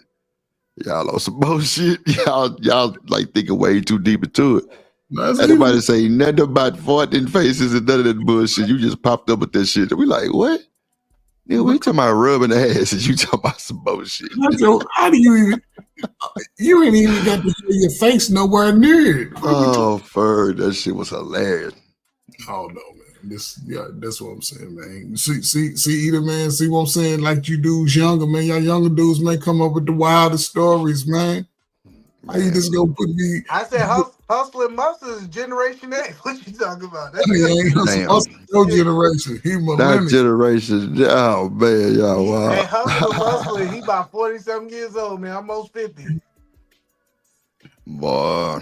Yeah, he did say that too. He did. He damn sure did say that too. You know my generation ain't scared. Y'all generation was scared. What you talking about? He's scared of the booty. Scared? No. Gen X ain't scared. That's why we the baby daddy generation. We wasn't scared of none of y'all. The baby daddy. Daddy generation. Lord Jesus. Not the baby daddy. Yeah. Goddamn. Yeah, we wasn't afraid of the man. Yeah, man, please, man. The fine as the women was when we was growing up, man, please. That's all they had was yams. I said the women finer nowadays. No, come on, man. Stop it. Come on, man. That's why your whole generation. Either man, stop it, man. Stop it. Stop it. Either man, stop it. Listen. Stop it. Either man confirmed it. He confirmed it. You go back 30 years, man. Look at the women, man. Come on, man. These women today. He said, 170. Women back then was 130. What are we talking about? They ain't no comparison. You said they were 130 in what generation? I guess it's the breakdown nowadays. Hey, listen, hey, Drill.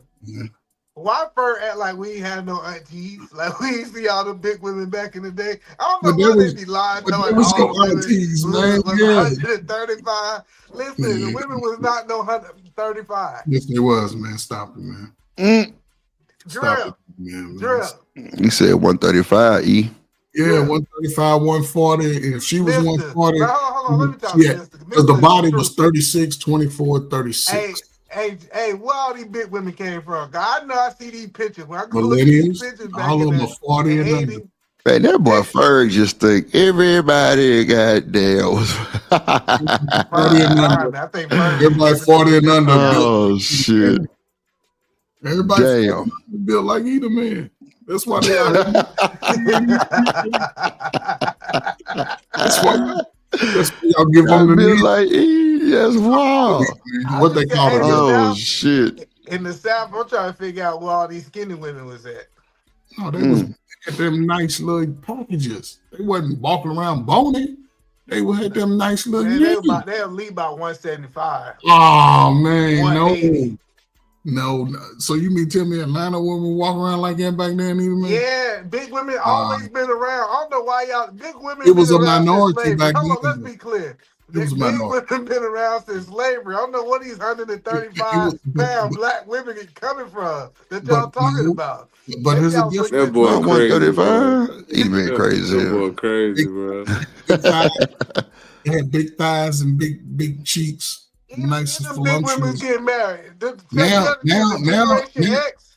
half Generation of X them married got a all the big stomach women. Big women was bigger taking than off you, the either, market. man. Now the women got stomachs. They got them stomachs, and they let you know this is what you get. Lord Jesus, God And y'all get damn, them boy. fupas that women won't walk around Not with. the fupas. Hey, first. Ferg ain't worth the shit, boy. I'm trying to tell you. Now y'all dealing with fupas. Y'all mad at the fupa. The Listen, fupa. I'm telling you, big women. That's why they had them nightgowns, because they couldn't win the Oh damn my bucket, God. right? That's But her max weight was 135 pounds in the Oh nightgown. shit. What are we talking about? But you Oh did my have God.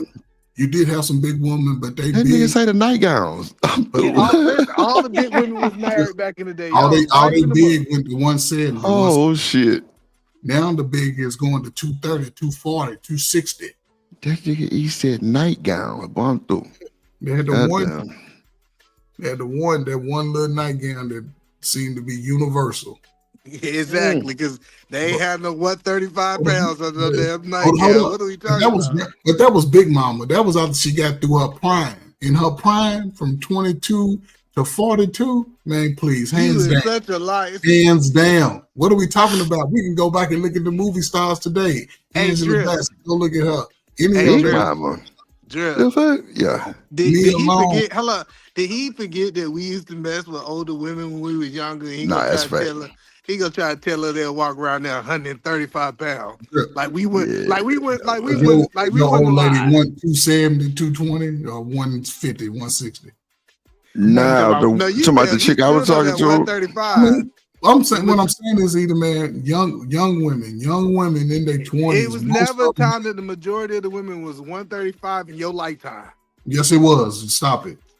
I can pull up everybody's. I was looking at my old high school pictures. I'm like, damn, it's only Oh, he's about. talking about in high school. My bad. I thought he was No, talking about grown ups. even in college, even in the military, either man, even in the military, you know The that. military is it's Hold always on, no. 100. The women in the military right now is 135 pounds. No, They're either not a man. reflection. They're not I a go to reflection Fort. on reality. I go to Fort Knox all the time. It ain't the crazy. same. It's not You the are same. out of your mind. You are out I of go your to mind. If you the military is the most in shape people in the United States. What are we talking either about? man down, but the weight classes change. It's No, it different. haven't. Yes, Not man, like what you I'm telling talking I'm about. looking at wild hips every Ain't day. nobody no 270 pounds in no damn military. What you come Man. on? You just be lying. Listen, Nah, you do. Nah, for real. You do have to pass a physical fitness test. I went to military school and I went to basic training, and you do have to pass a physical fitness test. Oh no, everybody you talking to right now ain't been in the military. That's fact. Yeah. Here's So the thing, bro. Hold up. Either man, no, ain't nobody in the military 270. No, you know that. No, I'm saying that even those women. Listen, next time I go to Fort Knox, I'm gonna try to. Man, everybody walking around with wide hips. The men's got wide hips, and the sisters. Damn, not the men's. I don't know. Listen, hey, The Coach weight Bird, is I only was different, brother. It's different. what I'm trying to tell you is, I go work out on base, right? Yesterday I was out at the gym working out. Only fat person in the gym was me. Let's be honest. It wasn't no whole bunch of wide hip people in the gym. Damn. I went to the PS. It's not. I'm telling you, and I'm right by Joint Base Lewis McCord. It's not a whole bunch of fat people walking around the military. Let's stop that. Ain't nobody say no fat people either, man. I'm saying the military is a whole different grade from civilian women. It's a whole different grade. You know Well, that. why you trying to make that argument that What there's I'm fat saying people in the is, military? even the weight, wide hip people. but the weight requirements have changed too. It's not the same restrictions. Even the workout regimen is different because they're a little bit more lazy, a little bit more overweight. It's different, man. They can't even do the push-ups and the sit-ups and the run no more because people were complaining. And they're in the military? Yes. Oh wow. They changed it. They got some more type training now, and it's not as. It won't get you as in good a shape. It allows a lot of leeway. So like military, like DEI now. No, he lying. He lying. I just pulled up the chart. I wanted to pull up the chart to see what he was lying. The weight requirement have changed for women 6 pounds. The requirement changed by 6 pounds. What are we talking about? He checked it. So did it check it? Hold up. No, did it check you can't tell 6 pounds on a girl. Okay, you can. No. No, my God. Okay. She could go to bed at 135, wake up at 141. You ain't gonna know the difference. Man, come on, man. Anybody see something? Listen, if anybody get a chance to go on base, right? Look at the soldiers. Look at these commissioned soldiers. I just went one day and I went to Fort Knox like last Tuesday or something. Man, I'm looking at sergeants, man, they sitting over chunky as hell. I'm like, damn, what happened to the nice physical fit person? I don't know what part of base you go to, but you must go where they do remedial what a PT or something. I don't know where the real soldiers be. I'm seeing Fort. When last time you been on base? I just said last Wednesday. And every time I go in the PX, you got the basic trainees. You got all these. Okay, yeah, you full of it now. You trying to tell me people coming out of base and training overweight? They came out of base and training overweight? The weight requirement is different. So I didn't know you could come out of basic training. Okay, he lied. You gotta. He said they came out of basic training. That means they just been trained by the military for the last 8 weeks and they overweight? Like I said, the weight requirements today compared to uncle. Years ago is a lot different. They're a lot chunkier than they were 25 years ago. They're a lot different. Damn. I'm talking to sergeants. I'm like, damn, your damn uniform shirt is rolling up on the sides. It was never a time when your shit was sort of stuck on the side like a tight ass shirt. It always has some. So let me give you an example. When I was in the military, the weight requirement was 181. The weight requirement for my same height right now is 185. Like, I promise you, the military requirement is a talking point. It have not changed like people. No, don't get me wrong. You got that boy says a a talking point. Damn. You got a minority of people who overweight, and it's been fat people in the military from the beginning of time. If he tell you with no fat people back then, when you talking to the recruiter tell you have to be a certain weight to even get in the military. That's what I thought right there. That's what I thought, you had to be a certain weight to get in. Yeah, you gotta pass a physical. You gotta go have a physical and pass and have a actual regiment. You have to complete and a written test. IQ test, all that shit, just to get in. Ooh, Ferg out here saying all these women out here and men. And we had Stan. Stan was just talking about he believed that the new physical test is actually harder than the old one. Stan just left the military a year ago. Man, these dudes can't even do 40 push-ups in the military today. Damn. I don't know why we let Ferg come up here and lie. I told y'all about that. But why would I lie when I'm actually seeing this and talking to these people? I'm in their face talking to them, and I'm looking like. I'm saying you talking about the guy that's on remedial PT. I don't know why you keep running to the person on. Come on, Eater man. Now you know you was on remedial PT when you were. You know they held you over in the FAT program for 2 extra weeks. Stop it. Damn. The whole point that I'm telling you is, out your ass. I'm just telling you, when I go on base, it's inspiring. Everybody in shape. Now I don't know what's going on in Fort Knox. Man, okay. I don't know what's going on over there, but when I go over to Joint Base Lewis McCord, they in shape. I've been trying to talk to, and I go to Fort Bragg on base every day. So that's a military base in North Carolina. Mm-hmm. Most female sisters that you see, are they nice and physically fit, slim? Yes. Or do they have the yams and the thighs and all that? Because it's a different. Back in the day, you ain't have nothing. You ain't have no sides. I'm seeing dudes with hips. Like, where this shit come from? And you know the funny part about it, we just gave him 2 military bases with 2 different realities. I don't know But what they my got. man didn't say. He didn't say what type. What he see. He said he seen them in shape. Yeah, ain't nobody over 200. Ain't nobody 200 pounds. Yeah, I ain't say 200, but Yeah. you know, ain't nobody. What you saying you in then, the bro? military, What's the weight you see? What's the weight you see on women? About 150, 60, something like that. Yeah, that's not a shape, huh? What else, Stan? Most women 30, 40. They was nice and physically. Stan. Blasphemy. Hey, salute everybody. Salute. What else, Stan? In the building, my boy Stan, the man, in the motherfucker. What else, Stan? Goddamn, Eater Man, I need to talk to you when you got time tomorrow about the email you sent me. And but yeah, salute Coach Ferg and everybody on panel. Shanika, happy birthday. But yeah, but go ahead and ask me the question you ready to ask me, Eater Man. Go ahead. Yeah, Stan gonna tell the truth. Come on, Stan.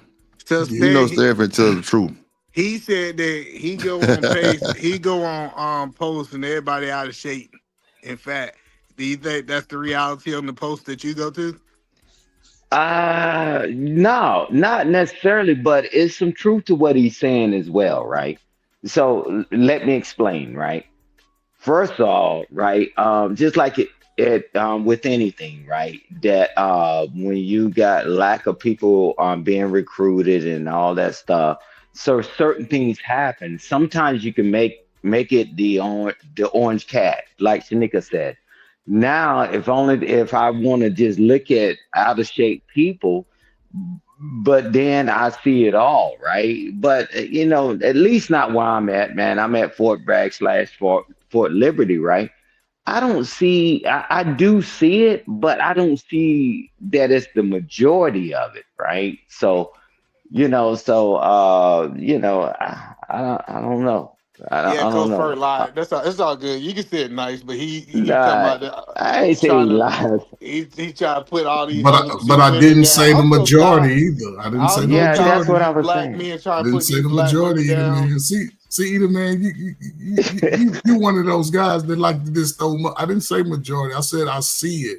Yes, I'm looking at these people who are young, and into my eyes, maybe I see it under the old military standard, and from that, you didn't have a lot of wide backs, as I see.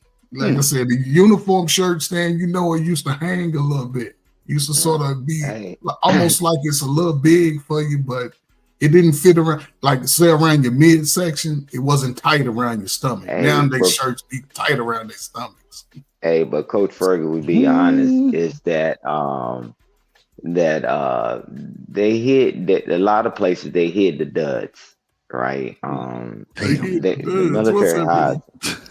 They would hide them, You They on motor hit the pool, duds is crazy. yeah. I mean, you go on the motor pool, man. You hang out over there. We getting Damn. inspected. We getting a company inspection, a battalion This is inspection, or staying brigade crazy. inspection. No, you do because they're useful for something.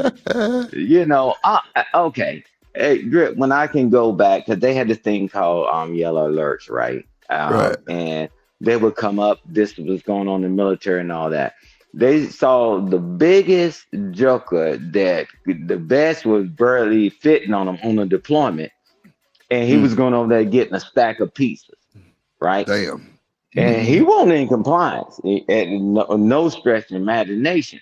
But guess what, right? This guy did some heroic act that was on a convoy. He did all this great stuff and saved lives, right? They couldn't give him an award. Hey, if you're out of compliance, bruh, you don't get an award. You don't get anything, right? But yeah, I mean, And Coach Ferg, like you said, you never said a majority. It's just that what we see. But the guy that did the biggest thing than any dang on Ranger, Delta Forces guy you want to do, that joke was probably like twice your, well, not twice your size, Drip, but I'm talking about in stature. That guy saved all these people's lives, right? So it's all relevant, but I understand what Coach Ferg is saying and trust me, Coach Ferg, them people that sit around there that you see, they give it to get chaptered out. But they can't chapter them out now because you see that the Secretary of Defense, he's changing all this stuff, and he said you're going to be fit and all that. Well, you still got to have somebody in place before you replace them, right? So it's just going to take time to weed it out, so. Yes. So Stan, let me ask you about the old military test compared to the new test, right? If you was basing it off, which test got you in the best physical condition and shape? Would it be this new test or the old test? I definitely say the new one. Why would you say the new one? Yeah, because the new one, it put you through rigorous exercise. The reason why they changed it is because doing push-ups, sit-ups, and a run, man, throw that crap in the garbage. Because when they found out them guys couldn't drag, right? And that's why they do the kettlebells. You drag, pull the straps, and all that. They couldn't function that way. They couldn't function. So they put a variety in that they testing and treating all your muscles. That's just like a guy that cheat on leg day, right? Drip, you seen it, Coach Ferg, them jokers throwing up weight all day, and they walking on stilts, right? I'm telling you, it's more involved and more intense. Not saying you, but you still got to go to the gym, right? But what it was, everybody just wanted to run, do push-ups, and sit-ups. They like, man, that wasn't enough because we were failing out there. Them jokers couldn't do anything. You couldn't drag a person. You couldn't pick them up. You couldn't do this. Just because you look like Popeye don't mean you can live like Popeye. So these new tests is testing you on every level of it. And they base it off of what really happened in combat. So Stan, how do they prepare in between tests? Because tests about every 6 months. So how are they preparing on a daily basis, getting ready for the test? Because you can't do the test every day doing PT. So what are they doing? Do you have to do extra outside of the regular routine PT with your company? Yeah, well, yes, you gotta run. Yeah, man, take that run and throw it in the trash. I went through basic training myself. Yeah, no, we ain't talking about basic. We talking about after you go through basic training, AIT, you gotta run, and going to your PCI. You still gotta run, and I'm talking about with gear bags, 100-pound gear with everything on. You conflating what we're talking about. He asking me compared to the new ACFT. I don't know how long you've been in the military and when you got out. I can't see your name on the screen. I did 4 years in the Navy. Yeah, when you get out? 08. Okay. Yeah. Throw that shit in the trash. So, because they realized all that stuff they were doing didn't help us when we went to combat. It didn't help us at all. You couldn't do all those physical things you need to do. I mean, you can run. You think this Forrest Gump? You ain't know what a damn run. And I'm telling you that's why they do the drag and pull. I'm telling you, brother, just look up the ACFT, all the exercise you have to do. And it's totally different from the typical APFT. It's a reason for that. But to answer your question, Coach Ferg, yeah. But what they do, they start doing the tire thing with the sledgehammers, right? and they started doing pulling exercises. Now all that stuff is coming out. Most people, and I guarantee you, most of y'all that got in the military and got to your PCS, and when your PCS and you got to your permanent duty station, you weren't out there with no sledgehammer. You weren't doing no tire roll. You weren't doing none of the stuff that they're doing now with the ropes and all that stuff that they're doing now. That's what they're doing to prepare you for the ACFT. Most of y'all ain't did any of that. Y'all just prepared for the PT test. They run the dog snot out of you, do your sit-ups, and you do your push-ups. But that's how to prepare you for the ACFT, because all that physical strength you're gonna need when you're actually in a combat role. They realize that's why they're doing all that. You tell me when you saw a tire, when you flipped a tire when you was in. Man, you don't even got to be in the military. They do that now in a regular gym. No, I'm asking you Or in if the you're an athlete, military. sledges, tire I'm lifts asking you with while you tractors. was in the military, did As you far as ever what he do it? was saying, yes, after PT, after in between basic training, you still have to run and do extra What up, shit B-Rock? outside Hey, of. man, can you answer the question? I said, while you was in as a service member, did you ever flip tires? Did you Yes, ever use a absolutely. sledgehammer? That shit is Did you old. do the Yes. rope? They Yeah. was doing that before I got in the military. That shit is Watch old. this. Watch this. And guess what? And it failed.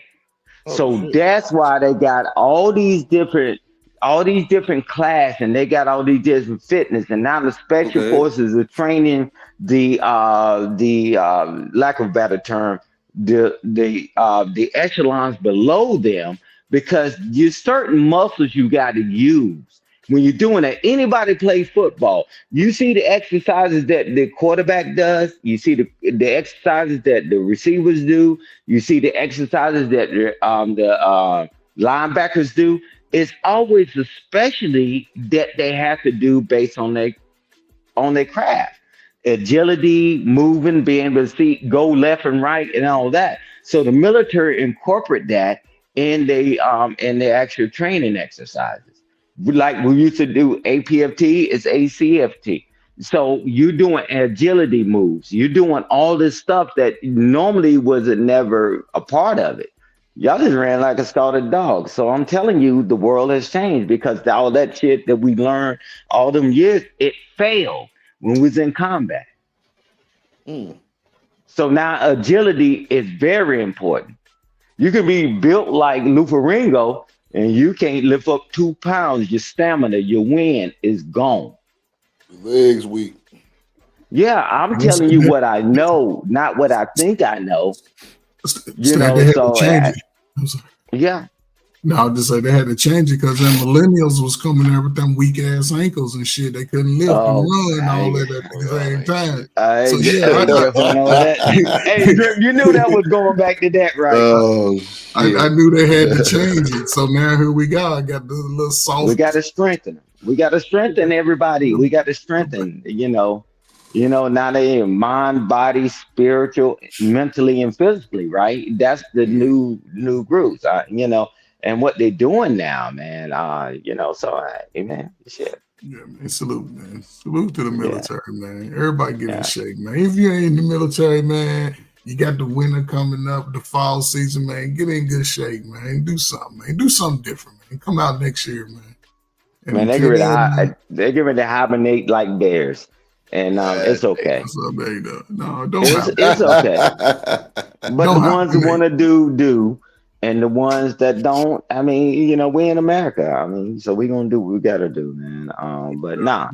But I'm telling you what I do know, and not what somebody think the world is, because man, I've been through all these transitions, the changing uniform, TTPs, all these planning, strategic planning, and all that stuff. And I'm talking about this physical fitness thing, man. That's why they didn't make it mandatory to go to the new one, because it took years for them to implement it. But although they put it in, but they couldn't make it mandatory until they changed some things. They kept tweaking it and all that. So, hey, man, y'all can sit on the sideline and tell me where you see the world and what you think the world is, but this is in my wheelhouse. respectfully. Yeah, man. Salute to all the weak ankles out there, man. You know, get your ankle game up, get you some calf muscle. Get your ankle game up. And get you some calf muscles. Get you some Coach calf Bird, muscle. you ain't shit. Oh shit, boy. Listen, man, maybe it's just me, man. I came up with a time, man, where you wanted to be in good shape.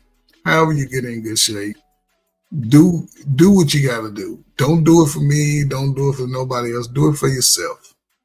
That's the greatest thing you can do. Just do things for yourself. And come on here and challenge me to a push-up contest, man. Maybe you'll win. Maybe I'll let you win. Maybe I'm not. Hey, Coach Berg, but you got to understand, round is a shape. So, right. All right. So, boy, you ain't shit stand for that one, boy. Yeah. God damn.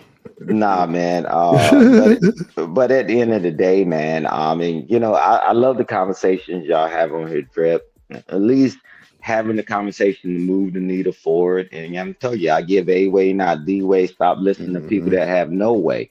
So I see you doing your business thing, your business venture, what you're getting ready to do. And man, Coach Ferg been working in the back along with Eda Man, you know, and the others, man, get ready to make my business thing, man. And shout out to Stanley, salute to you. So, man, it's just all about, man. We talk about moving forward, and we actually putting in the work and putting in the pain to do it, right? Real talk. So we're gonna go. I mean, everybody can talk all that clickety clack bullshit. You keep sitting on your ass. And I broke the rear view mirror off my car because I ain't looking back. So you better, you get on the train, you get on, get off, or get up under it. The train is leaving the station. And I'm telling you, all aboard is getting ready to be the call here in the next few weeks. Go. Aboard. All aboard. Shit. Ain't bullshit. Ain't bullshit.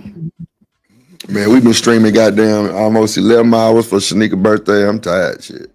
That motherfucker already fell asleep 3 hours ago, goddamn shit. Yeah, I just came up here to chop it up with y'all fellas, man. I see y'all out What there. you got on your mind, D-Rock? What you got on your mind? What you got on your mind, my boy? Shit, man, I'm tired as hell. I'm jet lagged. Like that boy say jet lag. Ain't nothing wrong with that. Man, we touched down this morning, man, coming out of Miami. The film festival was lit. Oh, no shit. Oh, I already know. South Beach. I already know. But I like what the conversation was earlier when I came up here, because Coach Ferg was actually, he wasn't. Coach Ferg was right, man. These folk be letting themselves go. Like, if you didn't, you can go through basic training, and I think all of us have, been in the military, right? When you go through basic training, you can lie to everybody else, but you can't lie to yourself. If you don't push yourself, or you don't keep pushing yourself after these trainings and all that shit, they ain't gonna make you get in shape. You gotta want to be in shape. And a lot of times, like, once you pass them little PTs or whatever like that, folks don't do no more than that. They do just enough to get past them PTs or whatever like that. The bare minimum. Hell yeah. But back to my week. I just wanted to say that before I forget, man, because it's a lot of folks I known in the military for 20 plus years, and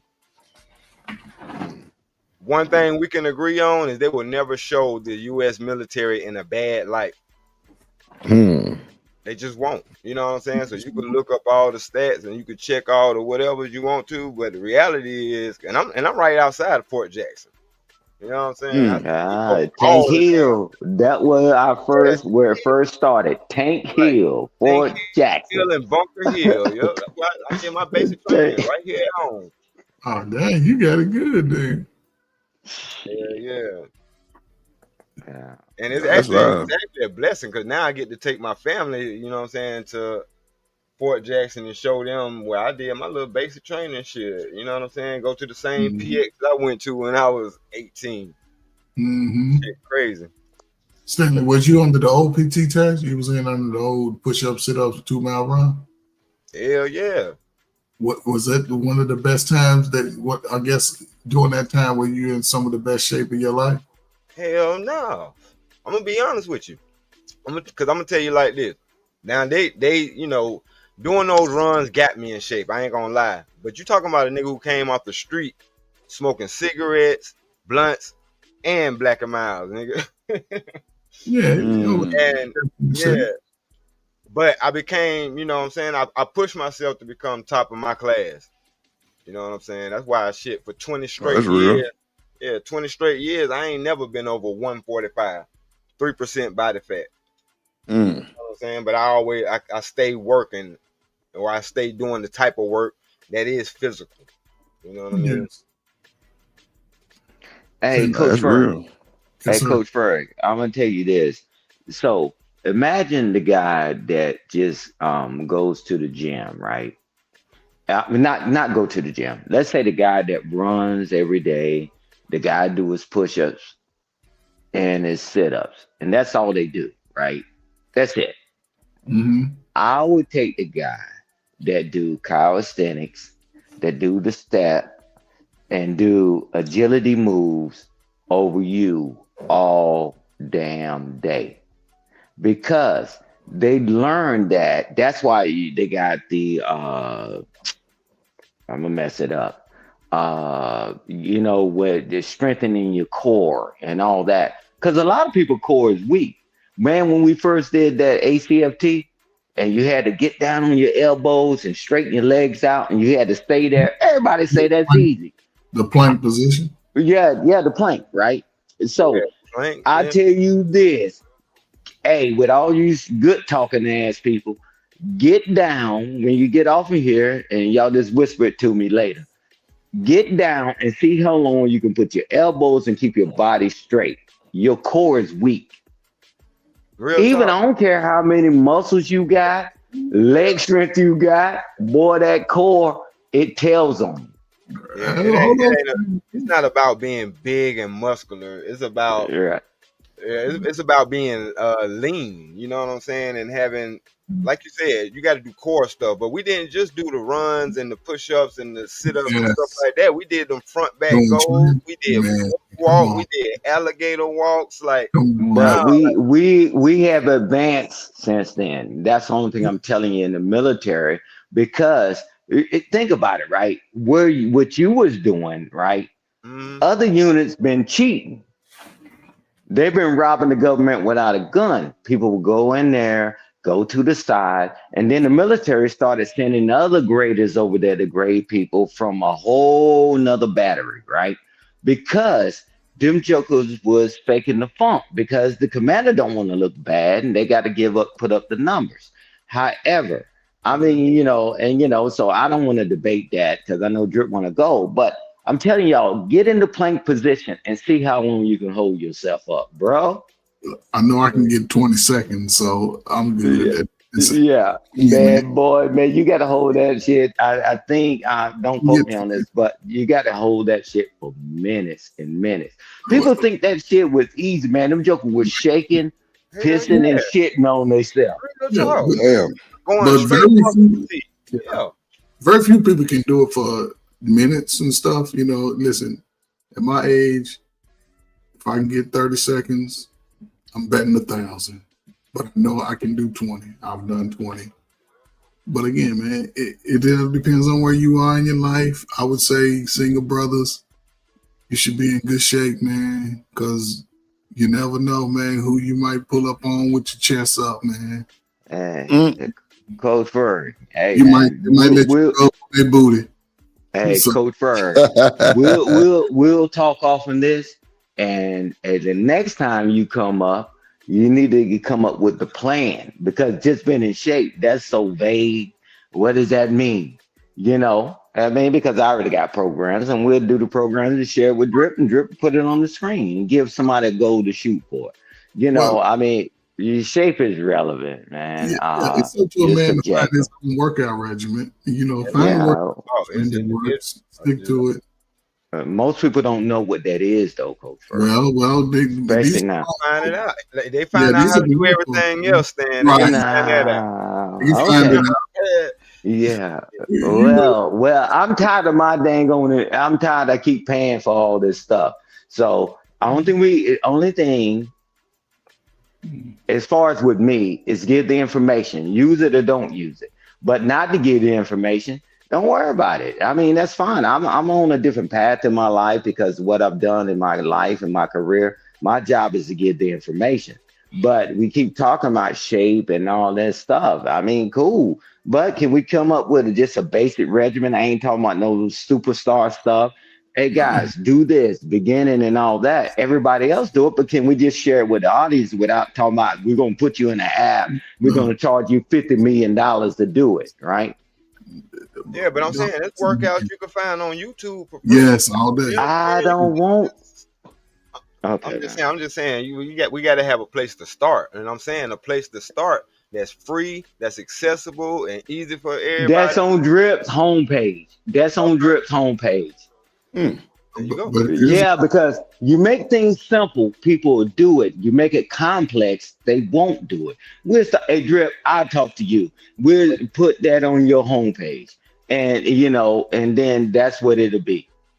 So Stan, what you're saying is you're gonna show us a workout regimen that people can borrow and sort of.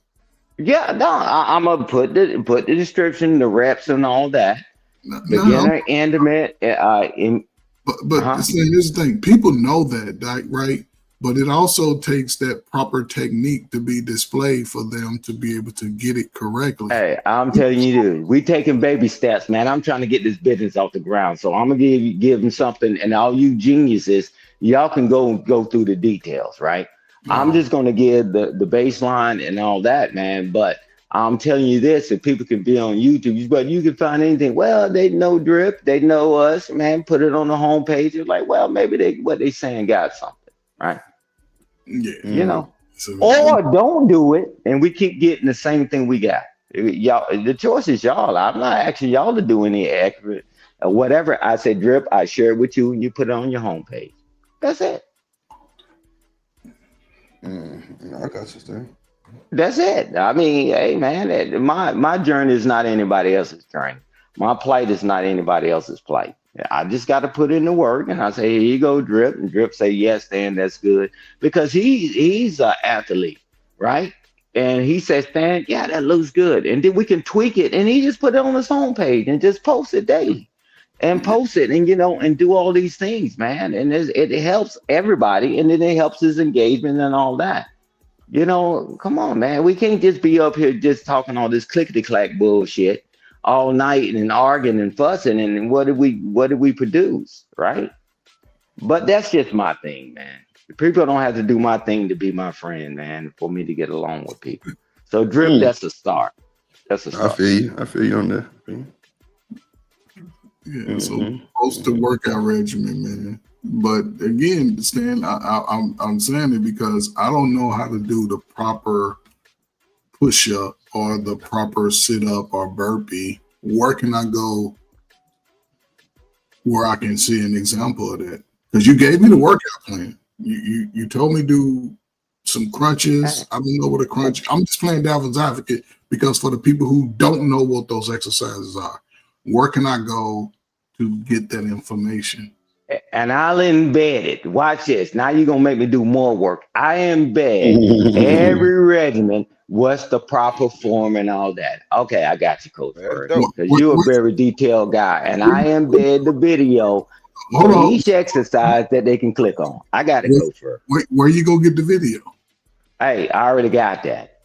Okay, yeah. But see, again, for somebody who don't have that video, and again, I give it to them. No, that's what I like about it because you have a regiment plan, right? But also Stan has a regiment plan, and the technique that you do for certain eyes can be slightly different than Stan does that yields similar but different results. Is what I'm saying. I'm just saying, hands-on, Stan. You know the military. They talk about it. They give you a demonstration. Hey, Coach Bird. Understand this. When I do things, it's not based on Stan. It's about the population because I know there's going to be people that never did a push-up a day in their life and all that. But I'm going to give them the regiment, give them goal setting, right? Which is very important. And I embed the video. I'm not basing things on me. That would be disingenuous and that'd be unrealistic.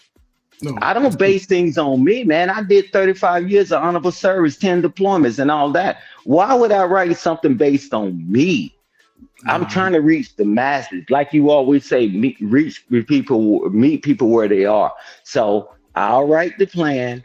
Me and Drip will go through it, and I embed the videos, and I say this is what the proper thing is. And me and Drip, we can say yes, and that, yeah, okay, because I'm gonna give him several things to shoot at. He said yes, Dan, that's a good video or whatever. That's fine. I got it. Yeah, but I'm not basing things on me. No, it's what I'm saying. What you understand was saying was both correct. You know, so he just used YouTube as the platform, but the videos also demonstrating what those exercises are play a big I big got role. it. That's all it is. Yeah. I've been taking care of y'all for 35 years. I think this is the easier task. So I'll do that. Any more requests, Coach Ferg? No, man, I'm excited. Listen, Coach Ferg, that's my brother. Coach Ferg, that's my brother. Regimen that you come up with, man, so we can get people in better shape, so everybody can be in good Stanley military shape. 140. Everybody walk around 140, 150. Yeah. I be wanting to gain weight. I think I gotta drink some creatine. Yeah, I weigh about that now. Really, you take some creatine. 140 pounds, man. Oh shit! I'm about to go to work at I weigh about 160. I gotta go to work at 4:00 my time. You know what I'm saying? And this particular job that I do is setting up for events. So I flip tables and chairs. You know what I mean? Right. I don't just when I go in there and grab them chairs, I don't and tables and shit, I don't just pick them up. I use it as my workout. Yeah. And I have to do that shit several times a week. You know what I'm saying? On top of the other stuff that I be having to do, because film work is hard too. You talking about trying to hold carrying all that shit, yeah, and carrying holding all that it steady and all kind of shit, location. You might have to pack up. You might have to pack up an equipment van 3-4 times in a day. Yep. You know about that, boy. I wish. Listen, that's good exercise for any young man, any young woman. Get your exercise on, man. Stan got a video coming out, man. Take it. It's a military regiment, I'm sure. Listen, man, get that military stuff, man. Man, most people, man, less than 1 to 2% ever serve in the military. So I got to make it user friendly, man. That's all. Listen, it's still gonna come down to the same old tactics that we use. We're gonna work on rigs. But when it came down to user friendly, I think that's why they started off with the runs, push ups, and pull ups. Hey, bro. Man, these jokers are weak. They never did a push up a day in their life. I got to make sure that I'm looking at them just like in basic training. They had a program. They didn't ramp that thing up. Day one, day zero. It was progression. It was progression. Baby steps, right? Yeah. Walk, crawl, run. That's the military philosophy. Anybody can look it up. They didn't make y'all run 5 miles the first day of basic training. No, you ran 3. Yeah. No, you didn't run no damn 3. Oh man, you crazy, man. Shit, man, not the first day. Not the first day.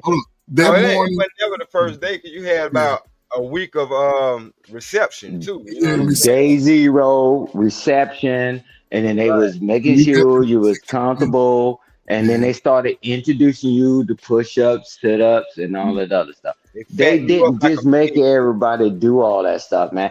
Man, y'all take that old mentality out your head, man, because they started seeing it fail. It failed the new generation, yes, because they had no calf muscles. Okay, well, we got to deal with the people with no calf muscles to get them calf muscles. I'm saying, but you can't, hold on, Stan. You know what I'm saying? You know, I rock with you, bro, but you can't just be telling folks to go slanging no sledgehammers at no tires because they're going to bust out all their damn teeth. I know. That's what I'm saying. It's progression, Stanley. You're right, man, because I seen it happen. They hit that thing on sledgehammer and that thing bounced back. What they tell you? To stand to the side when you do it. Right. I seen folks knock themselves the fuck out, bro. Stupid ass. Like, it's a way to do that shit. But see, guess what? Though, Stan? We did that shit when we was in the country. Right. So we had to move that goddamn tractor tire because you know what I mean? Because it's in the way. I'm going to eat, man. We didn't even realize that. Oh, they gonna use this shit as a workout later on in life. You know what I'm saying? Climbing trees. Like, to be honest with you, niggas be talking about lifting weights and bodybuilding and all that shit. That don't even impress me because I know if the weight that you need to learn how to lift is your own. Yes. If you do these arm push-ups, you know what I'm saying, with nothing in your hands, I guarantee your ass will get tired after a while. You ain't got no weight. No. That's the workout. Yeah, salute. Everybody get that shit. Man. So that's why I'm saying, like, when you said we got to start at the ground for something for generalized for everybody, it's a workout that don't cost no money. You know what I'm saying? That you ain't got to buy no equipment for.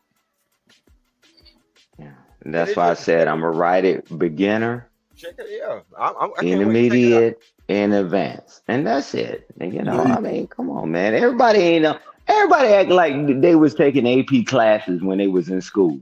Man, god dang, man, shit. If that based on y'all philosophy, nobody should learn. Throw them all in the field. No, I ain't saying that. Man, ain't nobody said that, Steve. I'm just messing with y'all, man. I'm just messing with Man, I'm saying put their ass out there and let them do some push-ups, sit-ups, run, the circuit drill, do all that because think about it, Stan. In basic training, you just didn't do the run. We used to do arm twists. We used to do burpees. We used to do bicycles, man, 6 inches. I'm telling you, 6 inches. That 6 core, inches boy. man, come on, man. We used to do all kinds of different. Did y'all ever remember doing aerobics for PT? Yeah. That's what I'm saying, man. All that's part of it. And that's when you find out that stretching is the most important part of the damn workout. Yes, the most important part. That's the way I look at it. Hey, Drip. Yes, sir. Is my account still open? Because I'm ordering pumpkin heads for everybody on this tab. I got you. I'm gone, man. You say pumpkin heads. Don't close my tab, man. I'm ordering pumpkin heads for everybody on this panel, man. But we got the same common goal. We want people to be better, and not just physically, mentally, spiritually, and financially, man. So man, I enjoy coming over here though, Drip. I mean, because that stuff is very important, man. I'm looking forward to your paperwork on your group home too, man. What you got planned and all that, so we can chop it up. Like I'm chopping up stuff with you about my business and stuff like that. Man, we're just trying to find out where the holes are, right? So we can plan for it. SWOT, right? SWOT analysis, man. But it is what it is, man. But I always appreciate all of y'all, man. But Coach Ferg, he want everybody to get calf muscle. So everybody go buy you some calf muscle. Go get you, instead of BBL, get you some calf muscle. Stan, you don't buy calf muscles. You got to put in the work, brother. Yeah, you got to put in the work, man. You don't buy no calf muscle, man. You got to put in the work is all I'm saying. Put in the work while y'all asses are young before you get old and gray like me. And then you have to prove to these young dudes that you can still do more push-ups than them. You see how Big Rook just hit me? I woke up the stand handing out pumpkin heads. Shit, what he do? Pumpkin heads. What up, gas mask? Yeah, man, we're gonna give our final. Oh shit! Wait a minute. Oh my god. Peace of my mind. Ooh. Man, I told you everybody come through Drip when you on, man. Boy. People been missing you, bro. Nah, you know what piece of my mind here first, then. You know what she here first. Yeah, I know. I know. I'm standing by. What up, piece of my mind? Hey, man, y'all get our final thoughts so we get up out of here, man. It's been 11 hours. I'm tired. Shit. Let's go. Yeah, man. You're too young to be tired. You're too young to be tired. Well, yeah, you're right, Stan. I ain't tired. I just need to get some rest. Yeah, that makes sense. Hey, before everybody get their final thoughts, Coach Ferg, if you got 5 minutes after you get off here, I need to run something by you real quick before we talk later on tomorrow. Man, that's my last words, man. Just call me, man. Call me now. Okay, I will. Yeah. Okay, bro. Appreciate it. Hold up, Stan. My phone is dead. So yeah, man, you gotta do. You might have to email me. Charge, put it on the charger. The It phone was. works on the charger. That motherfucker dead right now, man. Give me. I'm gonna be up for about another hour or so, but yeah. Okay, I only need 5. All right. Once I get some charge, I'll hit you up. Okay, that'll work, brother. Appreciate you. Mr. Lister, you want to give your 5,000 G? Man, blessings to everybody, man. Happy birthday again to Shanika, man. Hey, yo, Drip, hold it down, bro. Salute to the panel, man. Sure, bro. I appreciate you, my guy. Yes, sir. Let me see. D-Rock, you want to go ahead and bless us one time? For sure. Appreciate you having me up here. Happy birthday, Shanika. You know what I'm saying? Shout out to the chat. You know what I'm saying? Y'all, hey, you held it down for 10 hours, bro. Keep doing your thing, Drip. Yeah, man. It was crazy work, boy. It was shit. Nigga, I didn't. Whoo, shit. It was crazy. Me and, boy, look.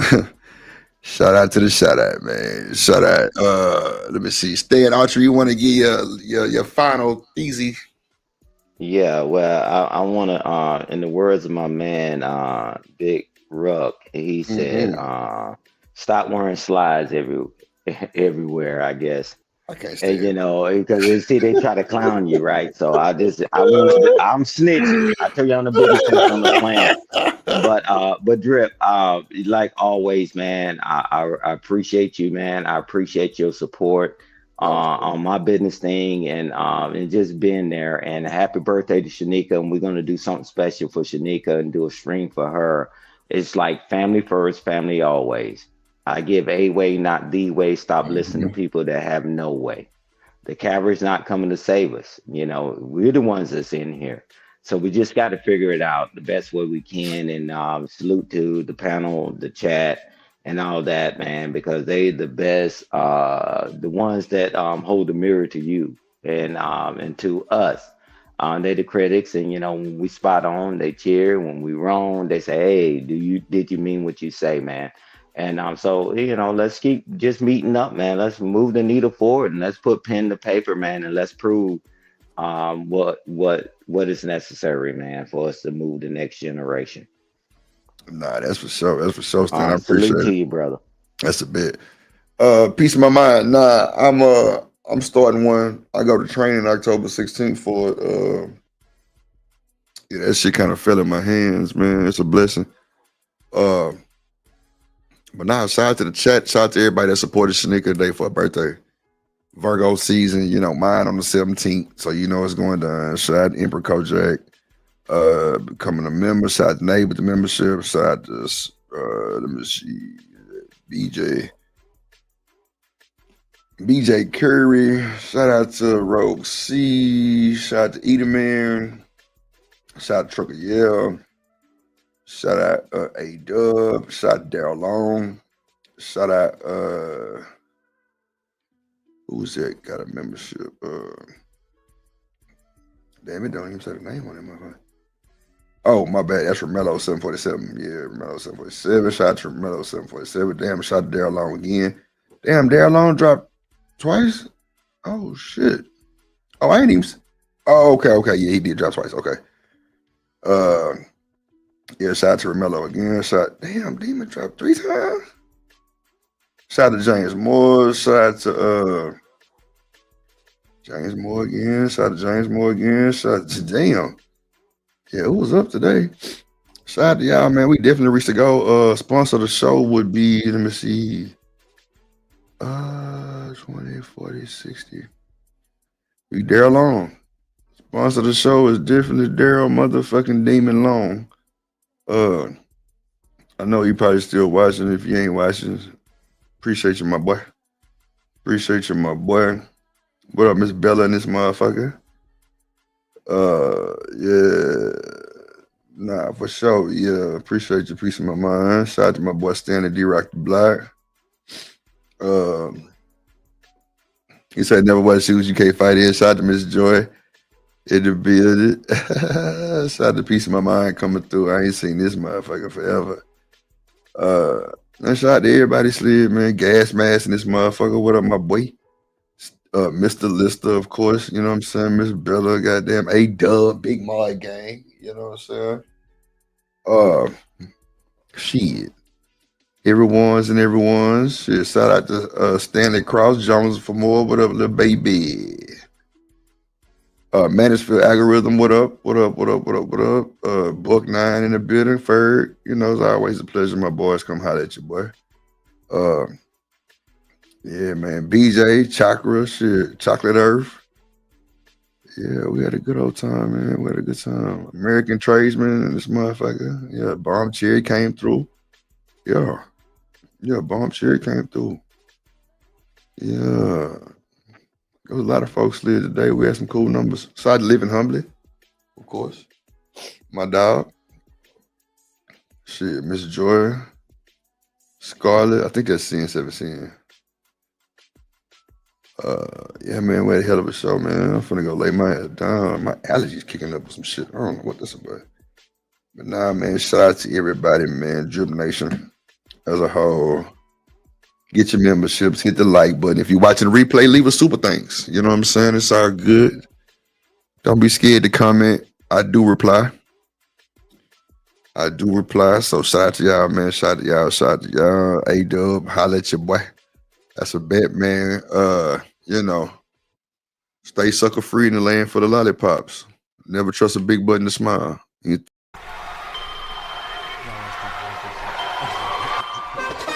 Drip Nation, let's go. Coming to the stage.